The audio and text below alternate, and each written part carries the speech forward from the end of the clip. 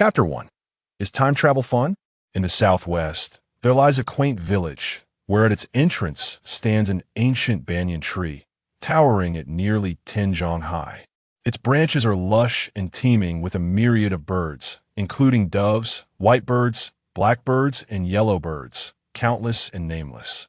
The village is called Fangjia Village, an unremarkable place, named after its inhabitants who all share the surname Fang.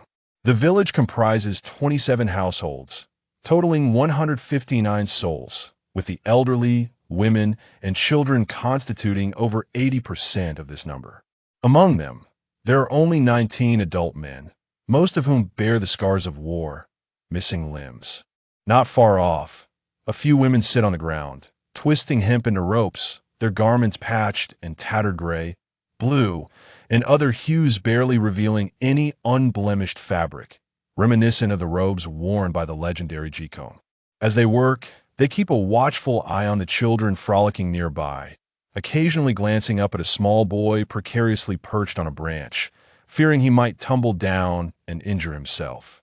From a height of 5 or 6 zhang, a fall could prove fatal. The boy, named Fang Jing, is clad in half-length trousers, his bare torso sprawled across the tree trunk, his gaze fixed upon a large bird's nest nestled among the branches. Within it, 5 fledglings sunk known to him by name are growing, their black feathers nearing maturity. Fang Jing believes they will soon take flight, perhaps within 5 or 6 days. Beneath the banyan tree sits a charming little girl of about 4, barefoot and clad in a short, patched outfit. Word in red, she might resemble a lucky doll. Her name is Fang Yuan, the younger sister of Fang Jing. At 13, Fang Jing appears more like a 16-year-old, standing approximately 1.65 meters tall. Once, Fang Jing and Fang Yuan hailed from a respectable family, blessed with both parents, grandparents, relatives, and friends, along with 85 mu of land, a modest yet comfortable life. However, 4 years ago, the county officials brought news of Fang Jing's father, Fang De, who had perished in battle. The officials merely delivered 3 guan as compensation and departed, leaving the family to grapple with their grief. Upon hearing of their only son's demise, Fang Jing's grandparents fell ill, unable to recover. Fang Jing's mother, Fang Chun, in her effort to care for her ailing parents, exhausted the family's savings on medical expenses, but to no avail. Following the death of her parents, her heart shattered by sorrow over her husband's loss, she too succumbed to illness, leaving Fang Jing and Fang Yuan orphaned. Fang Chun, known affectionately as Xiao Hui, was a devoted daughter, nurturing her parents and raising her children. Her illness plunged the family into dire poverty, forcing Fang Jing to sell all valuables to procure medicine for her mother. Yet, as if cursed, Fang Chun departed this world 6 months later, leaving Fang Jing to hastily arrange her burial with the assistance of villagers. What was once a modestly prosperous household fell into despair, with grief echoing through their home, a fate shared by many families in the village. At this moment, Fang Jing suddenly grasped a branch and climbed, soon catching hold of the 5 fledglings. He contemplated roasting one for his little sister that evening, a grin lighting up his face, akin to a monkey clutching a peach. Just as Fang Jing prepared to descend, his foot slipped, and he plummeted downwards with a thud, startling the nearby women who rushed to investigate, while the children fled the scene in terror. The women found Fang Jing lying motionless on the hard, dry earth, blood trickling from his mouth and nose, his eyes barely closed, fear gripping them as they hesitated to approach. "Dogwa, hurry and summon the village chief. Jing is dead," shouted an older woman. A small boy, around 7 or 8, dashed towards the village, calling out, village chief, Jing brother is dead. Brother, please don't die." Fang Yuan scrambled to Fang Jing's side, clutching his head as she wept uncontrollably. An elder picked up Fang Jing, carrying him back to the village, while the women and children followed suit. Fang Yuan, tears streaming down her face, trailed behind, wiping her nose and eyes. They reached Fang Jing's home, laying him on the only wooden bed in the room, a straw mat beneath him. The village chief instructed dog. Chapter 2. Poor, truly poor Feng Yuan gazed at her brother as he awoke, a wave of relief washing over her, tears of joy streaming down her face as she laughed heartily. Her heart brimmed with happiness. Evident in the deep dimples etched upon her cherubic cheeks, Feng Jing, observing her little sister's innocent smile, was enveloped in tenderness. She had always cherished her younger sibling, often taking her along for play during their childhood. As Feng Jing noticed that the village head and the villagers had departed, leaving only her little sister, Feng Yuan, she pondered the solitude of their household, feeling a sense of melancholy. Little sister, where are our parents? Feng Jing inquired in Mandarin, for her Cantonese was lacking. Feng Yuan listened to her brother's peculiar intonation, comprehending his words despite the unfamiliarity of the dialect. Brother, both father and mother are gone, Feng Yuan replied, resting her head against his chest, her large eyes wide with innocence. Upon hearing this, Feng Jing's heart constricted. Was it truly just the two of them left in this world? Little sister, please fetch me some water. I am parched. Feng Jing hesitated to ask further questions, fearing that such inquiries might provoke tears from the little girl that in a flurry. Feng Yuan clambered off the wooden bed, her small feet pattering as she made her way to the kitchen. She returned with a small, worn bamboo bowl filled with water, presenting it to her brother. Brother, drink. Feng Jing looked at the old bowl, struggled to rise, and drank eagerly, then requested another bowl from her sister.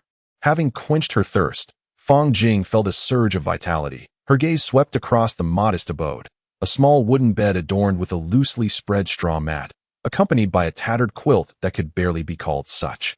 In the center of the room stood a low wooden table, less than half a meter in height, upon which lay 3 bamboo bowls, one cracked. Aside from these, the room contained no other furnishings. After a moment, Feng Jing regained some strength and descended from the bed, searching for shoes, only to realize there were none. The absence of footwear became apparent as she noted her sister's bare feet. She ventured into the kitchen, where, aside from some firewood, she discovered a small earthen stove, a ceramic pot, a wooden bucket, a small square stool, a bamboo spoon, and an iron knife, the sum total of their possessions.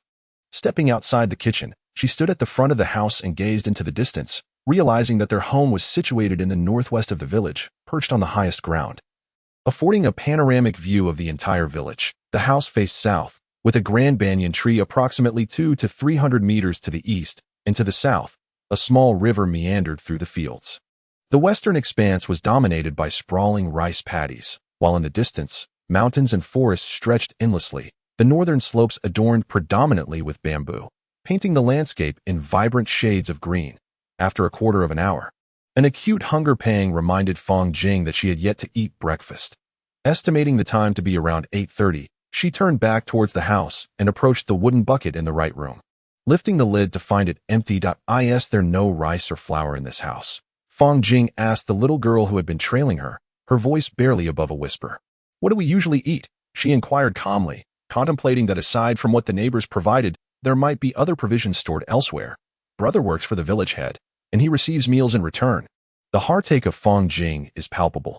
At such a tender age, and with such a frail physique, she must toil to earn a meager meal that has come to the point where she has to labor for sustenance.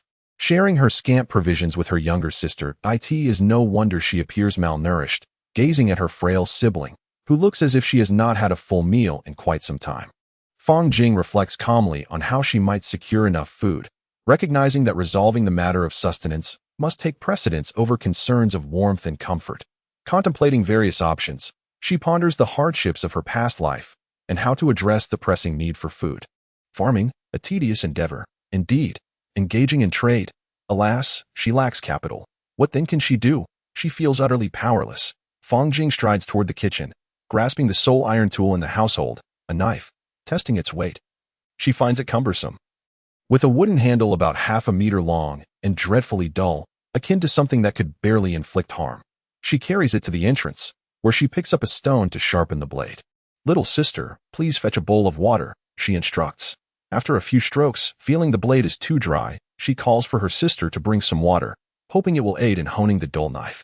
What are you doing sharpening the knife, brother? Inquires the innocent Feng Yuan, as she approaches with water and squats to watch her brother. Naively, she cannot comprehend the purpose of sharpening a knife, but she nods earnestly. her heart silently wishing for her brother's survival. Perhaps this is the deepest yearning of her tender heart. Once Fang Jing has managed to sharpen the knife, albeit in a rather haphazard manner, sufficient for cutting branches, she heads toward the right side of their home. Her thoughts drift to the nearby woods, where she hopes to find some wild hemp or vine to strip for making rope, thereby ensuring they have a durable and sturdy means for various tasks. Upon reaching the edge of the forest, she finds an ample supply of wild hemp, and she carelessly cuts a handful. Sitting on the ground, she begins to peel the hemp, using the knife to remove the outer layer and setting it aside to continue her work. It takes her about half an hour to prepare the wild hemp, which she then gathers in her arms as she makes her way home. She is anxious about leaving her little sister alone in their empty house. Fearing the child might feel frightened and abandoned at least, she thinks, her presence might bring some comfort to the little one, who is left to endure hunger. "Fear not, little sister. I am here, and I shall ensure you are well fed." Fang Jing reassures her as she approaches, gently embracing her sibling. This, perhaps, is the promise that a brother ought to make to his sister. After sorting the wild hemp, Fang Jing instructs his sister to gather some firewood to start a fire. Obediently, Fang Yuan heads to the kitchen to fetch kindling. Moments later, she returns, cradling a bundle of burning twigs in her hands. "Come, little sister, let us venture into the woods to set some traps and catch a rabbit for you." Fang Jing exclaims joyfully, wishing to uplift her sister's spirits, hoping to alleviate the helpless gaze she often casts upon him. Fang Yuan, though unsure of what a trap entails, is undeterred and happily follows her only kin into the woods. "What shall we use to start the fire?"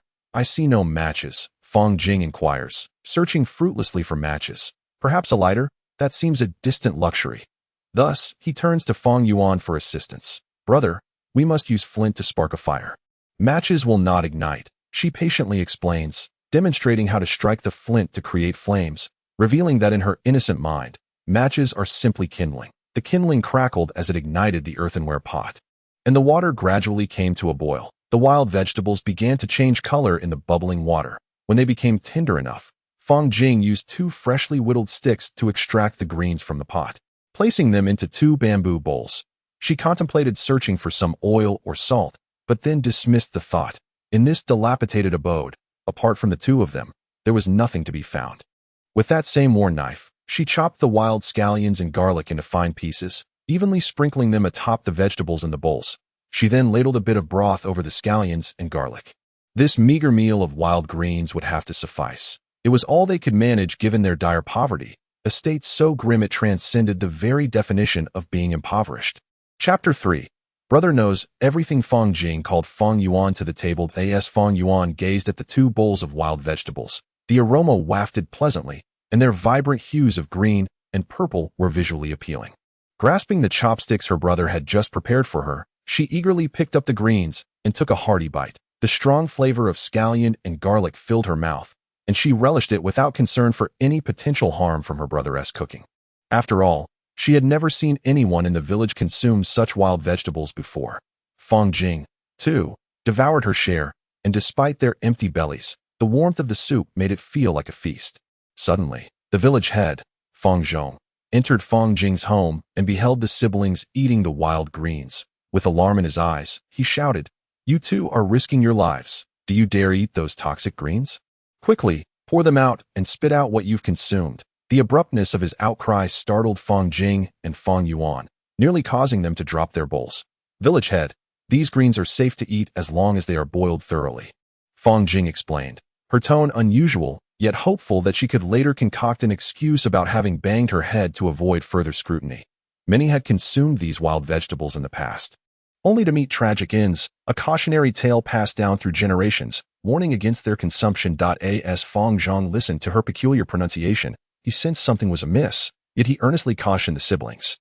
"Your family is so impoverished that you cannot afford to trouble the villagers any further. Once boiled, the poison dissipates, allowing them to be consumed safely. You, who have received an education, should understand that boiling water neutralizes toxins." Fang Jing struggled to articulate which greens were toxic and which were not, ultimately whispering, "Your words hold merit, but moderation is key. If you find yourselves in need of rice, come to my home. I still have a bit."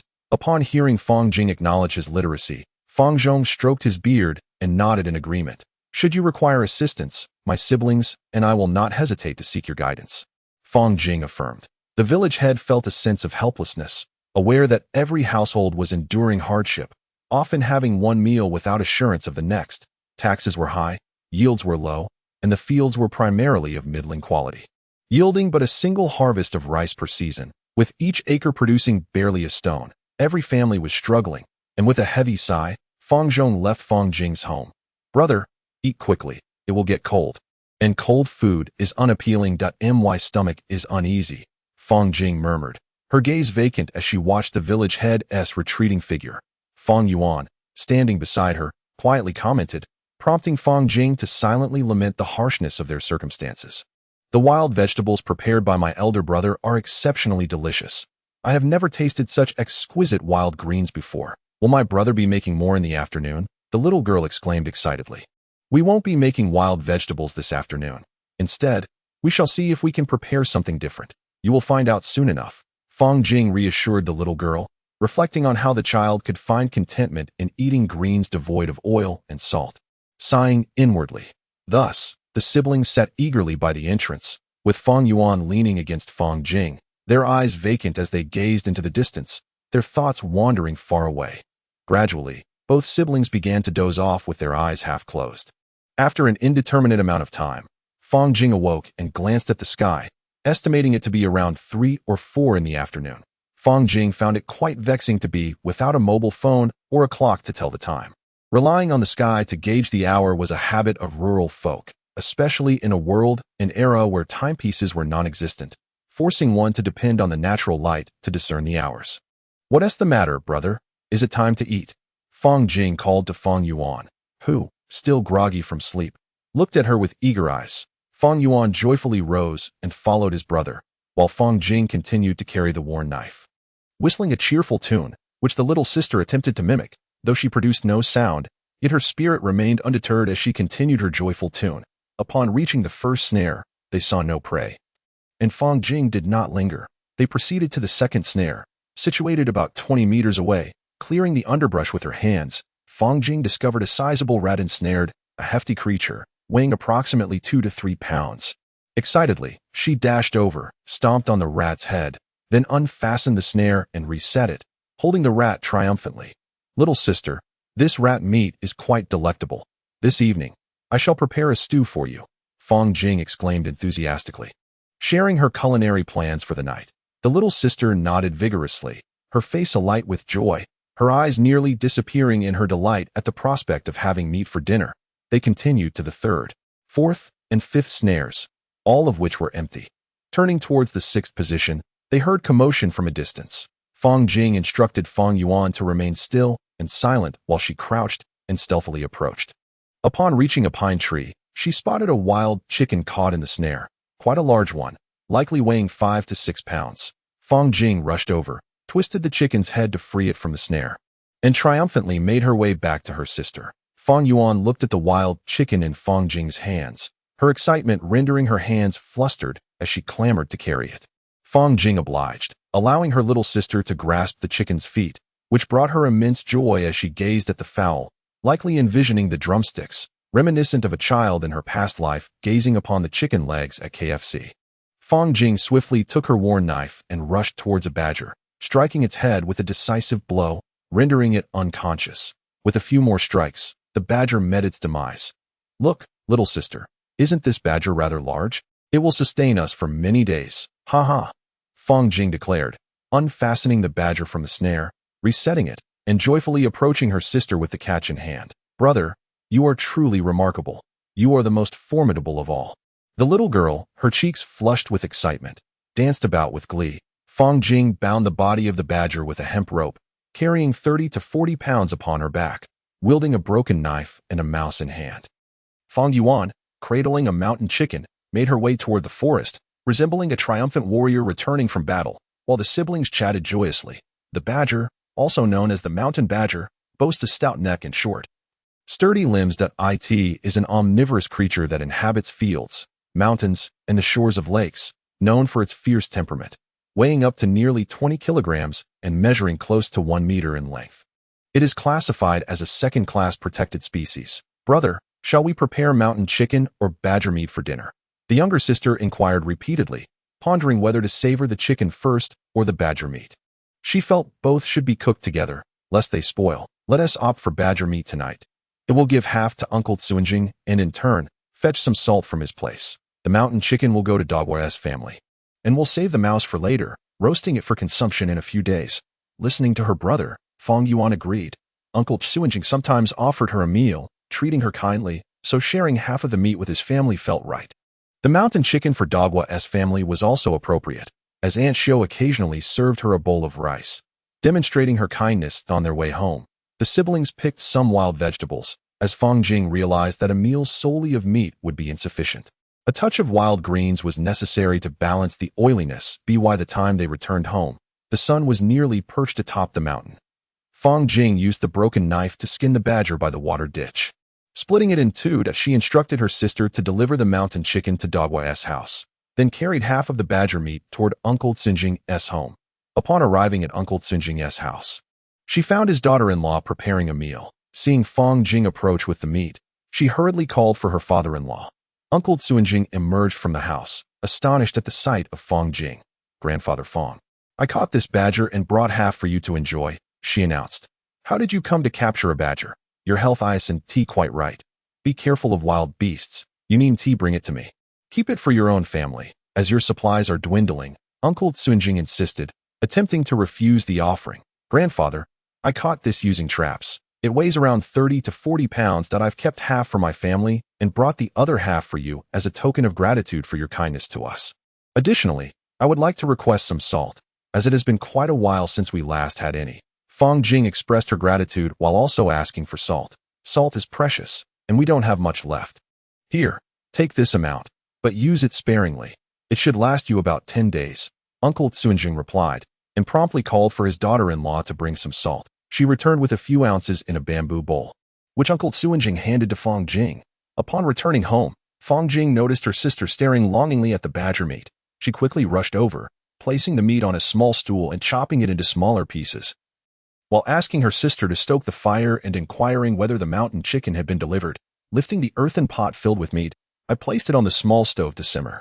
I then sliced some wild ginger and garlic, adding them into the pot to saute gently, stirring with a small bamboo spoon as the enticing aroma began to waft through the air. My younger sister stood before the stove, her little nose twitching as she savored the delightful scent, her face alight with anticipation. When the meat was nearly cooked, I ladled some water from a small bamboo bowl into the pot, seasoning it with a pinch of salt, allowing it to simmer slowly. After about half an hour, the fragrance had fully developed, and I felt it was time to add the previously boiled wild vegetables. "Little sister, you can stop the fire now and bring the bowls and chopsticks that I shall serve you some meat," I said. "Brother, it smells wonderful. Here's your bowl. I want plenty of meat. I want to eat a lot of meat." My sister exclaimed joyfully, fearing that the meat might be devoured by others. Fortunately, tonight, the meat was hers to enjoy without limit.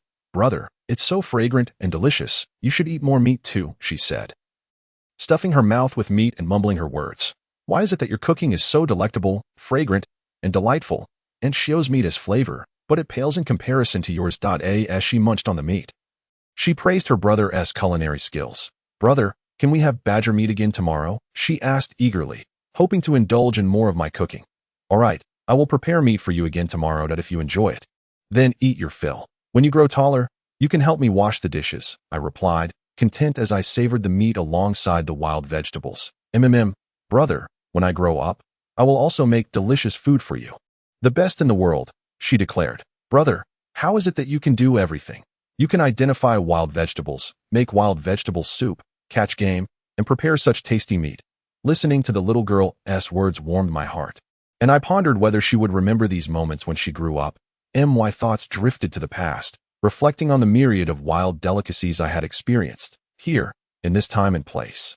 I vowed never to let her go hungry again. Chapter 4. The little sister's joy. After resting for about 15 minutes, I rose, carrying the earthen pot and 2 bamboo bowls to the stream to wash them. My sister followed closely behind, the darkness of night enveloping us, rendering the air devoid of warmth. Yet I could feel the subtle dependence of the little one trailing behind me. I tied the badger meat with hemp rope and hung it on a small stick inserted into the earthen wall, placing it high enough to deter any rodents. That I thought about finishing both pieces of meat tomorrow. "Brother, are you hanging it up to eat tomorrow?" my sister inquired, gazing up at the meat. Yes, we will finish it tomorrow. If there's any left over, we'll give it to the dog family to prevent it from spoiling the day after, I explained. Are there bamboo shoots in the bamboo grove? Have you ever seen bamboo rats? I asked patiently. Is there anyone in the village who dries bamboo shoots? I didn't see any at the Zheng family's house, I curiously inquired. There are no dried bamboo shoots, but there are fresh ones. However, it seems that no one is currently digging for fresh bamboo shoots, my sister replied, puzzled by my questions, perhaps wondering if I had forgotten. Dear sister, tomorrow we shall venture into the bamboo grove to gather some bamboo for weaving a few baskets. Lest we find ourselves without receptacles for our belongings, making even the simplest task of washing vegetables quite troublesome. After a considerable pause, Fang Jing turned to Fang Yuan and said, Hoo. Regrettably, the little one beside her had already succumbed to slumber. In the darkness, Fang Jing gazed in the direction of her sister, feeling Fang Yuan's presence only through her right side.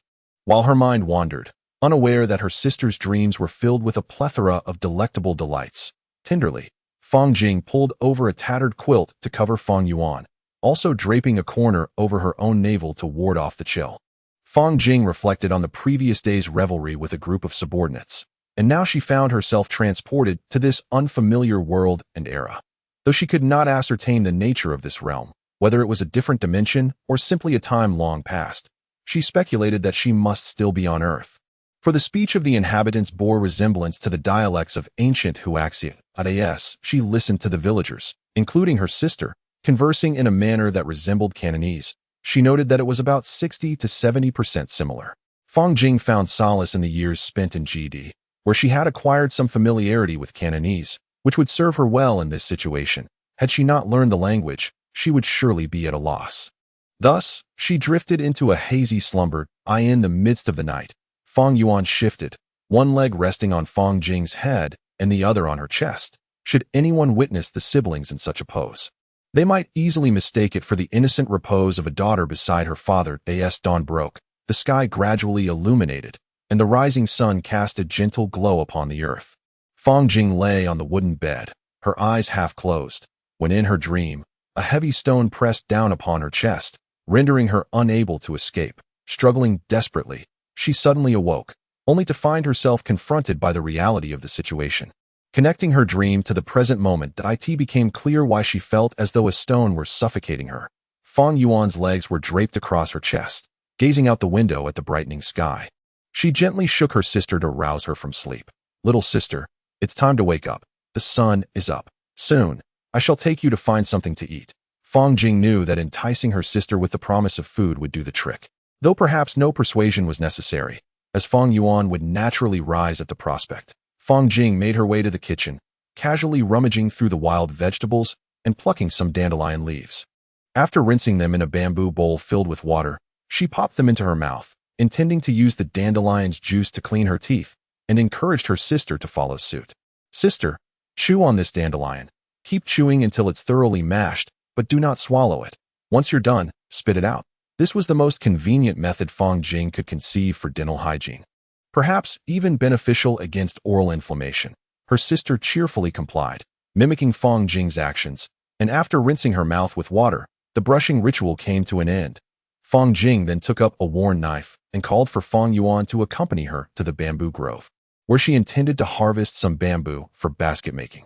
While she lacked the finesse for intricate weaving, crafting a simple basket was within her capabilities. In her previous life, rural folk had to possess a variety of skills, not seeking perfection but breadth of knowledge, ensuring they would not go hungry during times of calamity.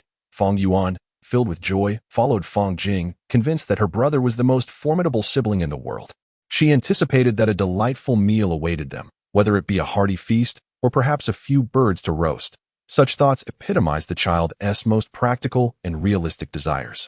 Satisfying her hunger was of utmost importance, while all else could momentarily take a back seat. As Fang Jing ambled along, she turned her head to survey her surroundings, spotting various edible plants and fruits. However, the fruits were still green and unripe, leaving them for another day.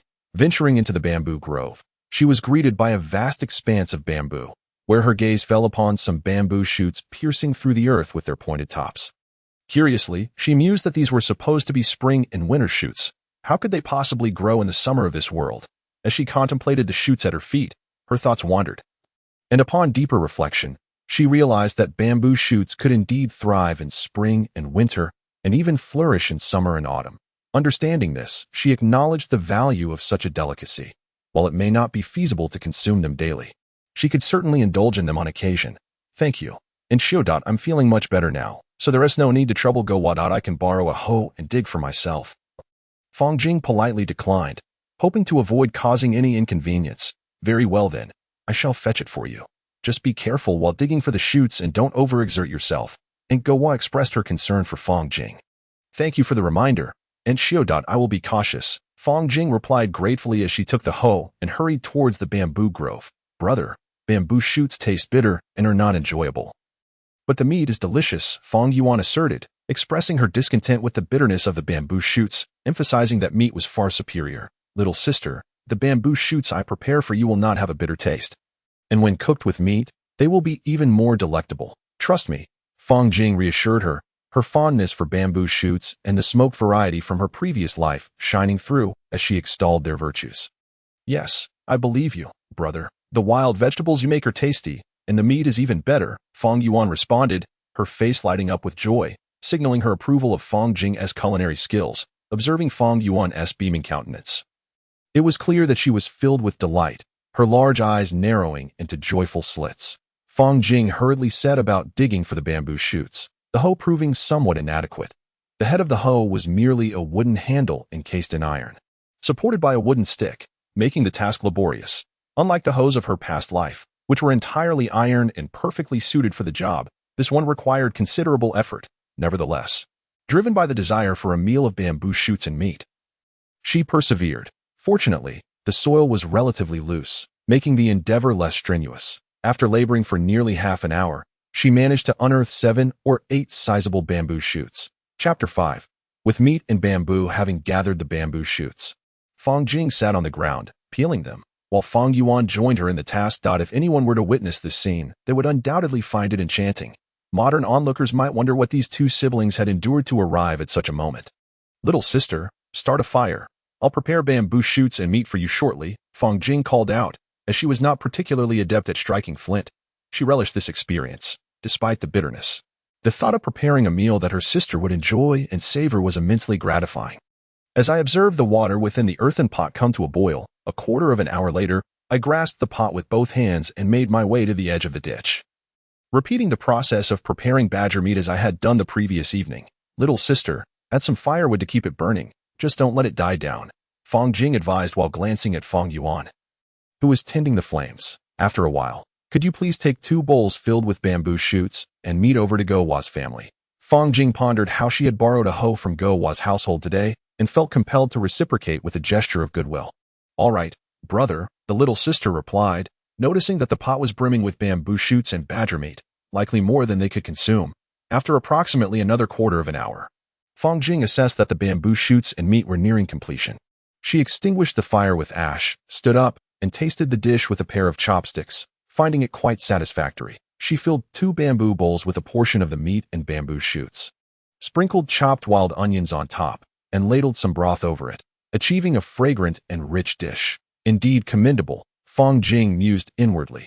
Little sister, come, you carry 1 bowl, and I shall carry another to Go-Wa's family, she instructed, inviting her sister to accompany her. The siblings walked to Go-Wa's home, where they discovered Go-Wa's mother sipping a bowl of thin rice porridge. Fang Jing glanced into the bowl and noted how watery it was, scarcely containing a few grains of rice. And Shio, this is the bamboo shoots and meat I prepared for you to sample. Fang Jing quickly took the bamboo bowl from her sister and offered it, concerned that the bowl was too hot for her sister to hold for long.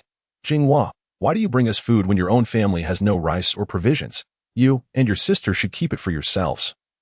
And Shio hesitated to accept the offering, but Go-Wa, who had rushed out from behind her, eagerly took the bowl. And Shio, since we caught a badger yesterday, it would spoil if we do not eat it today. My sister and I cannot finish such a quantity. We fear it may go to waste, Fang Jing quickly explained. Thank you, Jinghua. If you need anything, just let me know. When your mother was around. Both our families fared well, and Shio's mention of Fang Jing's mother touched her heart deeply. Though she had never met her mother in this life, the thought brought her a sense of solace. Jinggu, where did you find the badger or mountain chicken? Take me with you. I wish to catch one for my mother and younger brother as well. Gowa's inquiry stirred a mix of emotions within Fang Jing. It was disconcerting to see such a young child, not yet 8, already thinking of providing for his own mother and younger siblings. And Sho's family struggled, with a husband who was lame, an elderly mother-in-law, and 3 children to care for. Gowa was the eldest at around 8, followed by a 6-year-old sister and a 3-year-old brother. The family depended solely on Aunt Shio and her mother-in-law for sustenance, as her husband could only perform light tasks. The sight of the watery porridge revealed the hardships they faced. "All right, Jingo," Gowa exclaimed with excitement. His enthusiasm palpable, he eagerly tasted the bamboo shoots, finding them devoid of bitterness and exceptionally delicious, devouring mouthfuls with fervor. He felt as though he had never encountered such delectable bamboo shoots before. It truly was organic food, free from contamination. Bowing her head to observe her little sister, whose face was smeared with broth, Fang Jing couldn't help but burst into laughter, finding the scene profoundly picturesque. The little sister glanced up at her brother, offered a smile, and then returned to her meal. "Little sister, is the bamboo shoot stew delicious?" Fang Jing inquired, voicing her most pressing question. The siblings continued to stand as they finished every morsel from the earthenware pot. Fang Jing gently patted her belly, feeling satiated, and Fang Yuan imitated her brother, rubbing her small tummy and letting out a burp. Fang Jing, pointing at her little sister, erupted into laughter, and Fang Yuan giggled, covering her mouth. After their meal, the siblings leaned against the earthen wall of their house, gazing into the distance. Fang Jing mused that if only she had a jacket, a pair of shoes, and a cup of tea, it would be utterly perfect. The sun hung in the sky, just past 11 o'clock. It had yet to reach its zenith, leaving Fang Jing uncertain of the exact time, yet she sensed it was around that hour. They remained seated for about a quarter of an hour until they spotted Gowa, a boy, approaching from the path by the corner of the house, a basket in hand. Fang Jing stood up, awaiting his arrival. Gowa approached, carrying a basket 2 or 3 times his size, and upon seeing Fang Jing, he grinned broadly. "Gowa is here. Let's take a short break first, then come with me to the woods over there," Fang Jing said, gesturing towards the distant mountains and forests. "Brother Jing, will you take me to catch mountain chickens and badgers? I have strength, and I can help carry them," Gowa exclaimed, excited at the prospect of hunting in the forest, eager to assist. Fang Yuan and Gowa joyfully trailed behind Fang Jing as they headed towards the woods where traps had been set the day before. Fang Yuan was particularly delighted, having enjoyed the most filling meal yet, and it involved meat. "Gowa, yesterday my brother caught a mountain chicken in the forest ahead, the very one we delivered to your home. It was quite large. There was also a badger and even a mouse," the little sister recounted with pride, emphasizing that only her brother could procure such game. Chapter 6. The leopard arrives. Listening to the little sister recount the previous day's spoils, Gowa's eyes sparkled with admiration as he gazed at Fang Jing, pondering how splendid it would be if he could catch prey himself. Fang Jing remained silent, merely listening to her little sister's tales, while Gowa nodded enthusiastically, believing that accompanying Brother Jing today might yield some quarry. That eye in his eyes, only the hunt mattered. Everything else paled in comparison, and the prospect of feasting on meat was a tremendous joy, far preferable to subsisting on a bowl of thin gruel that left one's stomach growling. As they ventured deeper into the woods, the slope was gentle, and the underbrush was lush. Occasionally, they heard rustling nearby, the sounds of various animals dashing away, large and small, a myriad of creatures. Though they remained unseen, one could infer their presence with reasonable certainty. Fang Jing led the way, with the 2 little ones following closely. Upon reaching one of the trap sites, they discovered a lifeless gray-black rabbit hanging from a snare. Fang Jing carefully detached the deceased creature, lifting it to gauge its weight, estimating it to be around 6 or 7 pounds. She thought to herself, not bad, not bad. This rabbit, paired with some wild greens, should suffice for 2 meals for the siblings. The 2 little children rushed over, their eyes gleaming with delight at the sight of such a large rabbit. Particularly, the boy, with his eyes fixed intently on the rabbit, was likely imagining all the delicious meat it could provide. "Look, Dogwa, isn't my brother remarkable? He has caught a big rabbit," the younger sister proclaimed with a proud expression, eager to showcase her brother as the best in the world. "Indeed, Jinga is truly impressive. He has managed to capture such a sizable rabbit," Dogwa replied, his face a mixture of admiration and confusion, unable to fathom how Jing had caught the rabbit, which appeared to have been dead for quite some time. Yet, he could not deny Jing's skill. Had it been him, he doubted he would have even grasped a single strand of rabbit fur. Jing expertly tied the rabbit's hind legs with a piece of twine, flinging it over his shoulder while gripping the rope that draped across his back. He then proceeded to the next trap location. Having set a total of 11 traps that he estimated that at least 5 should yield some quarry, after capturing 3 the previous day, it would be disappointing not to catch at least 5 today. As he pushed through the tall grass, he discovered a squirrel dangling from one of the traps. It resembled a squirrel at first glance, though something felt amiss. Upon closer inspection, he confirmed it was indeed a large squirrel. Albeit long deceased, as he freed the squirrel from the trap, he noted its lengthy tail, which felt rather meager, weighing no more than 2 pounds. Jing was perplexed. Squirrels typically scurry through trees, so what had compelled this one to wander on the ground? The younger sister approached, her curiosity piqued by the large tail. She reached out to touch it, finding it quite pleasing to the touch. Brother, can I have the squirrel's tail? She implored Jing. Oh, little sister, it would serve you no purpose. It will shed fur and become quite unsightly. How about I skin it, and we can trade the pelt for some candy for you? Jing resorted to this ruse, primarily because he lacked the materials to tan the pelt. And even if he did, he wasn't particularly skilled at it. He handed the squirrel to his eagerly awaiting sister, who entertained herself by playing with the tail, leaving Jing with a pained expression. Continuing onward to the next trap location, he found himself amidst a thicket of weeds. Such a dense growth was a rarity in modern times, and Jing estimated that these weeds had thrived here for centuries. The ground was covered with a thick layer of dried grass, which would cause one to sink to their ankle if stepped upon. Thankfully, Jing had grown accustomed to this terrain. Upon reaching the trap's location, he was disappointed to find yet another dead rabbit. Why is it another rabbit? He mused, wishing for a badger as he had caught the day before, which would provide more meat and allow him to trade for some oil and salt at the market. He untied the rabbit and secured it to his rope, continuing on his quest for more game, or rather, his hunting expedition. The fourth trap, he found it empty and undisturbed, leading him to ponder whether this animal path was an old one, devoid of smaller creatures that might have been too timid to traverse it. Resolute, he decided to locate another animal path and set up a new trap. After doing so, he turned left, recalling that he had spotted something peculiar while setting the traps. Approaching a patch of thorns, he scrutinized the plants before him, feeling an uncanny sense of familiarity, yet unable to place it. Little sister, Dogwa, have you ever seen anything like this? Fang Jing pointed at the plants before her and inquired of the 2 little ones. Well, as long as we have some. This afternoon we shall dig up these curiosities and see what they are. As she indicated this vine-like plant, uncertainty lingered in her heart about whether she had encountered it before. Yet an instinct compelled her to excavate it nonetheless. After expressing her thoughts, Fang Jing led the 2 children to the next trap's location, where they discovered yet another deceased rabbit, followed by another. And yet another, 3 traps ensnaring rabbits in succession. Fang Jing mused that the rabbits seemed to harbor a grudge against her, brazenly showcasing their true nature, as if testing the efficacy of her traps by burrowing into them. Curious to see if their necks could withstand the noose, with a blank expression, she felt a sense of invincibility in her rabbits, gallantly marching toward their demise, embodying their resolve.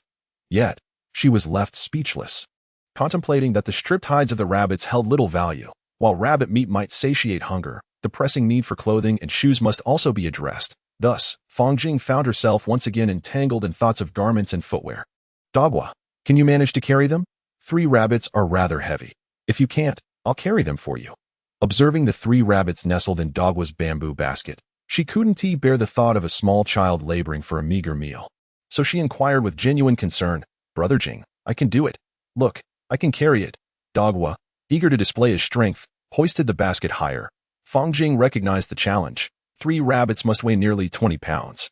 The 8-year-old child was indeed making an effort for a bite to eat, and she resolved to assist Dogwa shortly. Continuing their journey, they found the next 3 traps empty, devoid of any prey, necessitating the removal of the traps to explore new locations. From a distance, Fang Jing spotted an animal sprawled out near one of the traps and quickly crouched down, gently urging the 2 children to do the same. She perceived the distant creature as resembling both a tiger and a leopard.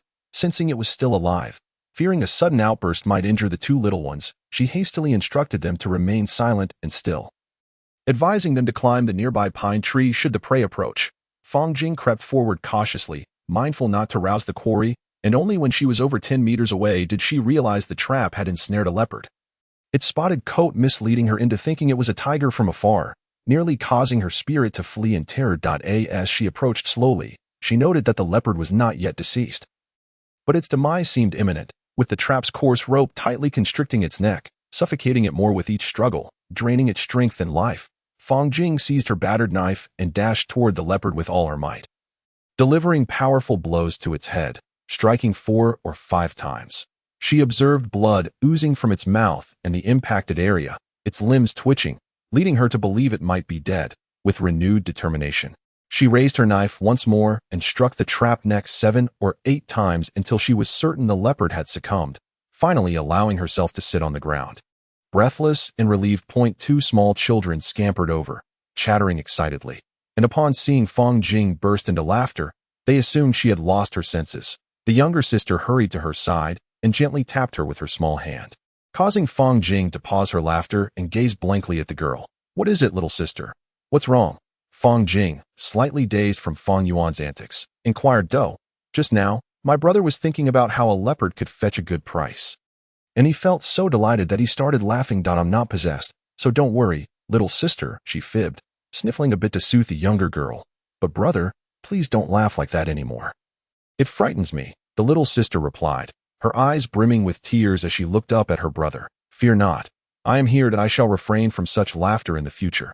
If I must laugh, it shall be alongside you," Fang Jing reassured her gently, enveloping Fang Yuan in a comforting embrace. The leopard, also known as the golden leopard, is named for the varying sizes of its spots that resemble coins. While its form is similar to that of a tiger, it is merely 1/3 its size. It is a medium-sized, fierce carnivore inhabiting forests, thickets, wetlands, and deserts, typically nocturnal. It rests during the day in trees or caves and is classified as a first-class protected species. Chapter 7.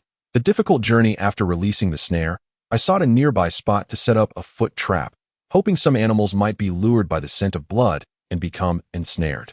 I handed a rabbit to Go Hua, instructing him to place it in the basket and see if he could manage it. Clearly, I underestimated Go Hua's strength. This little rascal indeed possessed considerable muscle, managing to carry the basket with 5 rabbits, weighing over 30 pounds, on his arm. Concerned for Go Hua's stamina, I took another rabbit and handed it to my little sister to carry, while I secured a squirrel with a hemp rope and hung it on myself.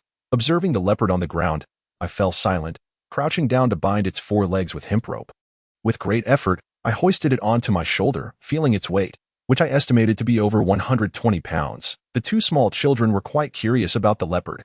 Perhaps they had never encountered such a large wild creature. Or perhaps they simply found its fur strikingly beautiful. They kept staring at it and occasionally posed questions, leading me to gain a deeper understanding of the perceptions of children in this era. As we made our way back, we walked slowly, stopping several times to rest before finally emerging from the forest, still a few hundred meters from home. I called for the 2 little ones to sit and catch their breath, primarily because I was utterly exhausted. Carrying the nearly 100-pound leopard was indeed a formidable task. After resting, I hoisted the leopard once more and resumed our journey home. The little sister walked ahead, cradling a dead rabbit in her arms and humming cheerfully, while Go Hua struggled behind with the basket. I trudged along, my head bowed, bearing the lifeless leopard, its blood dripping steadily from its mouth, and the wound on its head oozing as well. My entire appearance was stained red. Had any villagers seen me in this state, they would surely have been terrified. "Little sister, why do you keep staring at me? I haven't lost any flesh. The leopard is dead, and it cannot bite me. Worry not," I reassured her, still oblivious to my own alarming state. "Brother, you are bleeding. There is so much blood," she exclaimed. The younger sister remained anxious about her brother's injuries, observing him covered in blood and mistakenly believing he had been harmed. "That is not my brother's blood. It is the blood of the leopard that has splattered onto me. Fear not, dear sister, for I am unscathed. Look, the leopard's head is injured and bleeding, and the blood has merely splattered upon me." It was only then that Fang Jing belatedly realized she was drenched in blood, pointing to the leopard's wound to reassure her sister that the blood did not originate from her own injuries.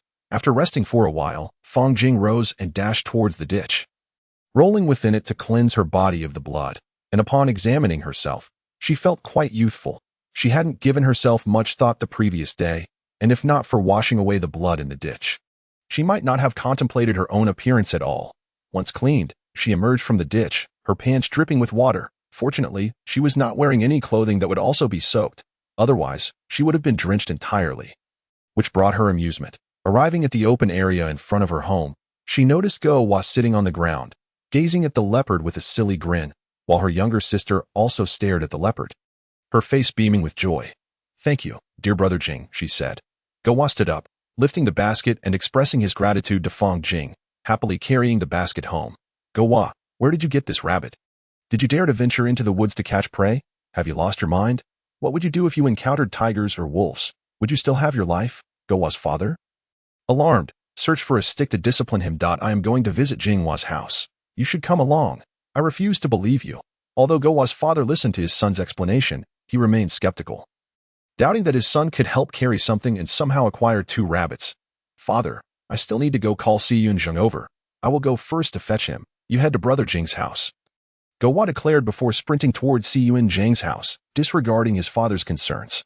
Watching his son run off, Go-wa's father grew increasingly distrustful, convinced that his son had been deceived, and hurriedly hobbled towards Fong Jing's home with his cane, worrying about whether Fong Jing was safe, recalling how close he had come to danger just a few days prior. Si Yun-jung, brother Jing sent me to call for you. He has captured a large spotted leopard," Go-wa shouted as he raced to Si Yun-jang's house, calling out from a distance. Si Yun-jung emerged from his dwelling, followed by his eldest grandson, puzzled by the commotion. Having caught a badger yesterday and now hearing of a leopard today, he wondered about the extent of Fong Jing's capabilities. As Go-wa approached, panting and speaking rapidly, he relayed the day's exploits. "What? A spotted leopard? Are you out of your mind? The mountains are rife with tigers, wolves, and wild boars. What would you do if you were eaten?" Upon hearing Go-wa's account, Si Yun-jung felt a surge of anxiety. He paid no heed to Go-wa or his grandson trailing behind, hastily making his way to Fong Jing's residence, concerned for her safety and wondering if she had been injured by the leopard, and if so, how severely. As Si Yun-jung arrived at the open space before Fong Jing's home, he witnessed her pouring water over the leopard's head, washing away the blood from its wounds, with Fong Deyong, Go-wa's father, and Fong Yuan standing nearby. As Murakami approached, he lowered his head to observe Fong Jing, and upon noticing no signs of injury, the weight in his heart finally lifted. "Jing, have you captured a flower leopard? How daring you are! A flower leopard, when enraged, can tear open one's belly. Why must you provoke such concern? If you were to be harmed, what would your sister do?" Murakami earnestly advised Fong Jing, his eyes and heart filled with worry, while the father of Go-wa stood by, equally anxious. "Do not fret, Murakami, that I did not confront the flower leopard directly. It was caught in a snare yesterday.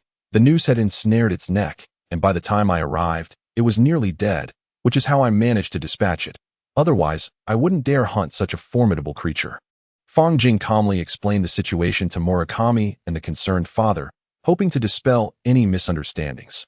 "Well, that is good to hear, but you must refrain from frequenting the mountains. It is far too perilous." Murakami still wished for Fong Jing to avoid unnecessary risks, especially since only 2 members remained in her family, and he did not want to see any more losses in the village. "I understand, Murakami. Is there any value in this flower leopard? Its pelt is intact, save for a small wound on its head that I inflicted. Murakami, can this be exchanged for grain?" Fong Jing attempted to shift the conversation, inquiring about the leopard's worth. "A flower leopard of such size would fetch a handsome price in Jinzhou, and even in the county town, it would be worth a considerable sum. However, the county is too far from our village. We can only sell it at the town." Murakami lamented the lost opportunity of selling the leopard in Jinzhou. "If we hurry, we should be able to reach the market in the town." "Murakami, which family in the village has a small cart?" Fong Jing did not wish to carry the leopard on a long journey via bus. "You can borrow my family's donkey cart to transport the flower leopard. It will be more convenient." Murakami generously offered his donkey cart, recognizing that Fong Jing could not manage the weight of the leopard over such a distance. "Jing, go to my house and fetch little Shirtu. Take him along to the town." Murakami believed that since Fong Jing had never ventured beyond the village, she might be unfamiliar with the outside world, so he suggested taking his youngest son, little Shirtu, to accompany her for added support. Grateful, Fong Jing hurriedly made her way to Murakami's home, carrying 2 rabbits. Having inquired about the village's situation from her younger sister yesterday, she knew that Murakami had 3 sons. The eldest, Dashi, had perished in battle, and the second, Urshidu, had also fallen, leaving only the youngest, little Shirtu Fongin, the sole able-bodied man in the village. Upon arriving at Murakami's home, she saw little Shirtu and his wife and greeted them quickly, handing over the rabbits. Uncle Shirtu, Murakami sent me to ask you to accompany me to the town to transport the flower leopard I hunted today using the donkey cart. Fang Jing addressed little Shirtu Fangen. Jing, these rabbits are quite plump. Thank you. You have indeed captured a flower leopard. How impressive. I shall fetch the cart. Please wait for me here. Little Shirtu Fangen promptly handed the rabbits to his wife. Entered the donkey shed and brought out a donkey, preparing the cart attached to it, before leading the donkey cart towards Fang Jing's home. The donkey was diminutive in stature, of a moderate height. The cart it pulled was similarly small. Yet it appeared quite capable of accommodating the leopard it was meant to transport. Fang Jing trailed behind. Her curiosity piqued as she observed the scene with bated breath, having never encountered a donkey cart in her previous life. She was now finally witnessing one, her expression a mixture of wonder and intrigue as she fixated on the donkey and the cart. Upon arriving at Fang Jing's residence, a throng of onlookers gathered to gaze at the leopard. As the small donkey cart approached, the crowd parted, allowing Fang Jing and Fangen to hastily lift the leopard and place it onto the cart. The little donkey, upon catching sight of the leopard, nearly erupted in panic. Fortunately, the village chief, quick on his feet, held its reins to soothe it. Had the donkey bolted, it would have certainly caused a considerable commotion. Fang Jing approached Gowa's father, contemplating a request for him to look after her younger sister for the day. No trouble at all. Go ahead. I shall take good care of the little one. You may attend to your business in the market without worry. Gowa's father felt obliged to reciprocate Fang Jing's previous gift of 2 rabbits. And considering that her father had once saved him on the battlefield, it was only right to care for the little girl. The donkey cart passed by the village chief's residence. He stepped inside to fetch a bamboo bucket for Fangen, whispering some instructions that Fang Jing could not discern, but likely contained words of caution. Following the little donkey cart, they ambled past the ancient banyan tree, exiting the village and meandering along a narrow path toward the market. Earlier, she had overheard Uncle De Yong refer to her sister as Little Dumpling, which endeared her to the name. She mused over the charm of her own name. Jinghua contrasted with her sister's affectionate moniker, finding it quite delightful. After half an hour of travel, the village had long vanished from sight, and the path was increasingly obscured by the encroaching thickets and trees. The little donkey occasionally nibbled on the grass at the roadside. Fang Jing gazed into the distance, contemplating the path they traversed, more akin to a serpentine trail through brambles than a proper road.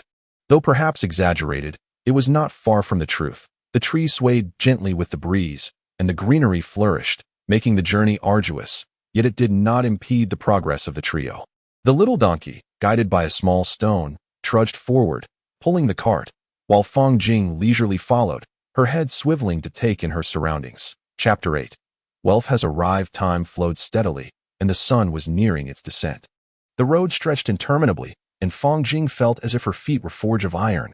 After such a lengthy trek, her soles bore no blisters, leading her to believe she possessed feet of steel, capable of traversing volcanoes and icy seas. In truth, her lifelong habit of going barefoot had toughened her feet against the rocky paths, rendering her fearless. Having set out around 2 o'clock in the afternoon, it was now past 8 in the evening when they finally reached the entrance of the market town. Fang Jing beheld the flickering lights within, likely oil lamps illuminating the darkness. Fangen led the donkey cart into the town, with Fang Jing trailing behind, her gaze wandering about. The market was modest, characterized by a long street stretching from north to south, lined with wooden houses of 1 or 2 stories, none reaching 3.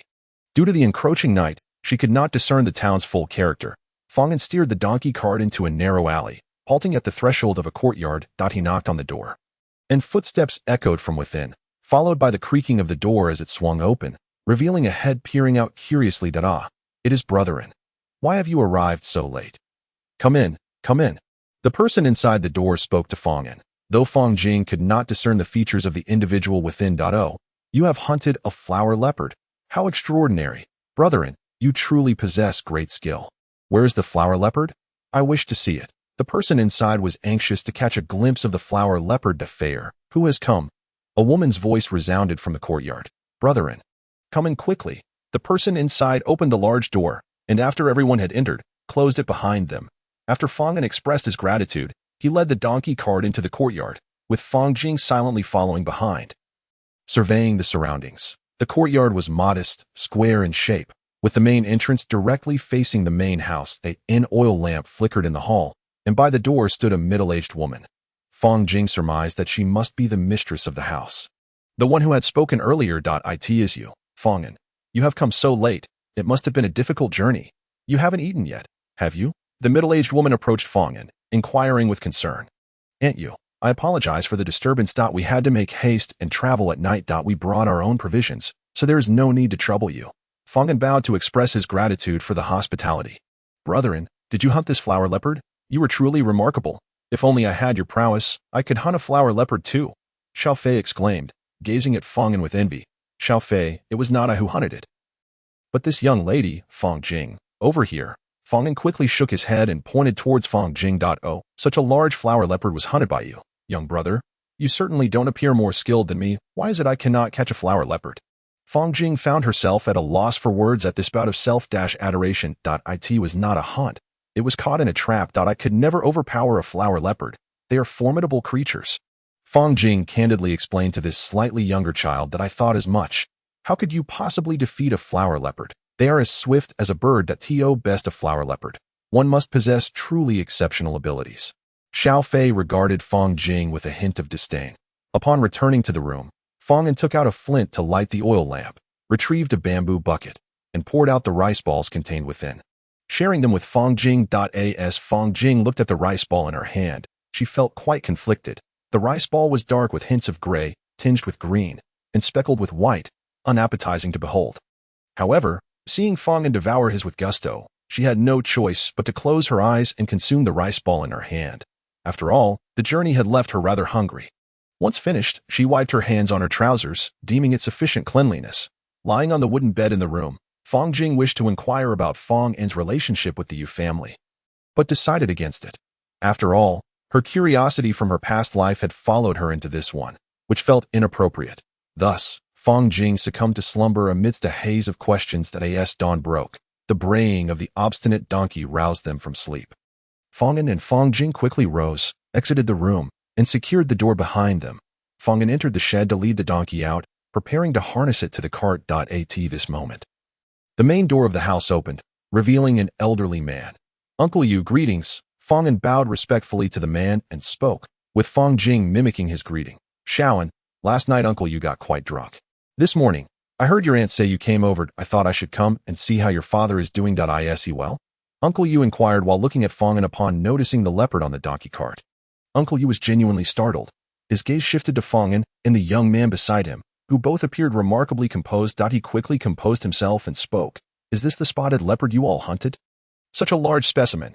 Your village has some remarkable talents.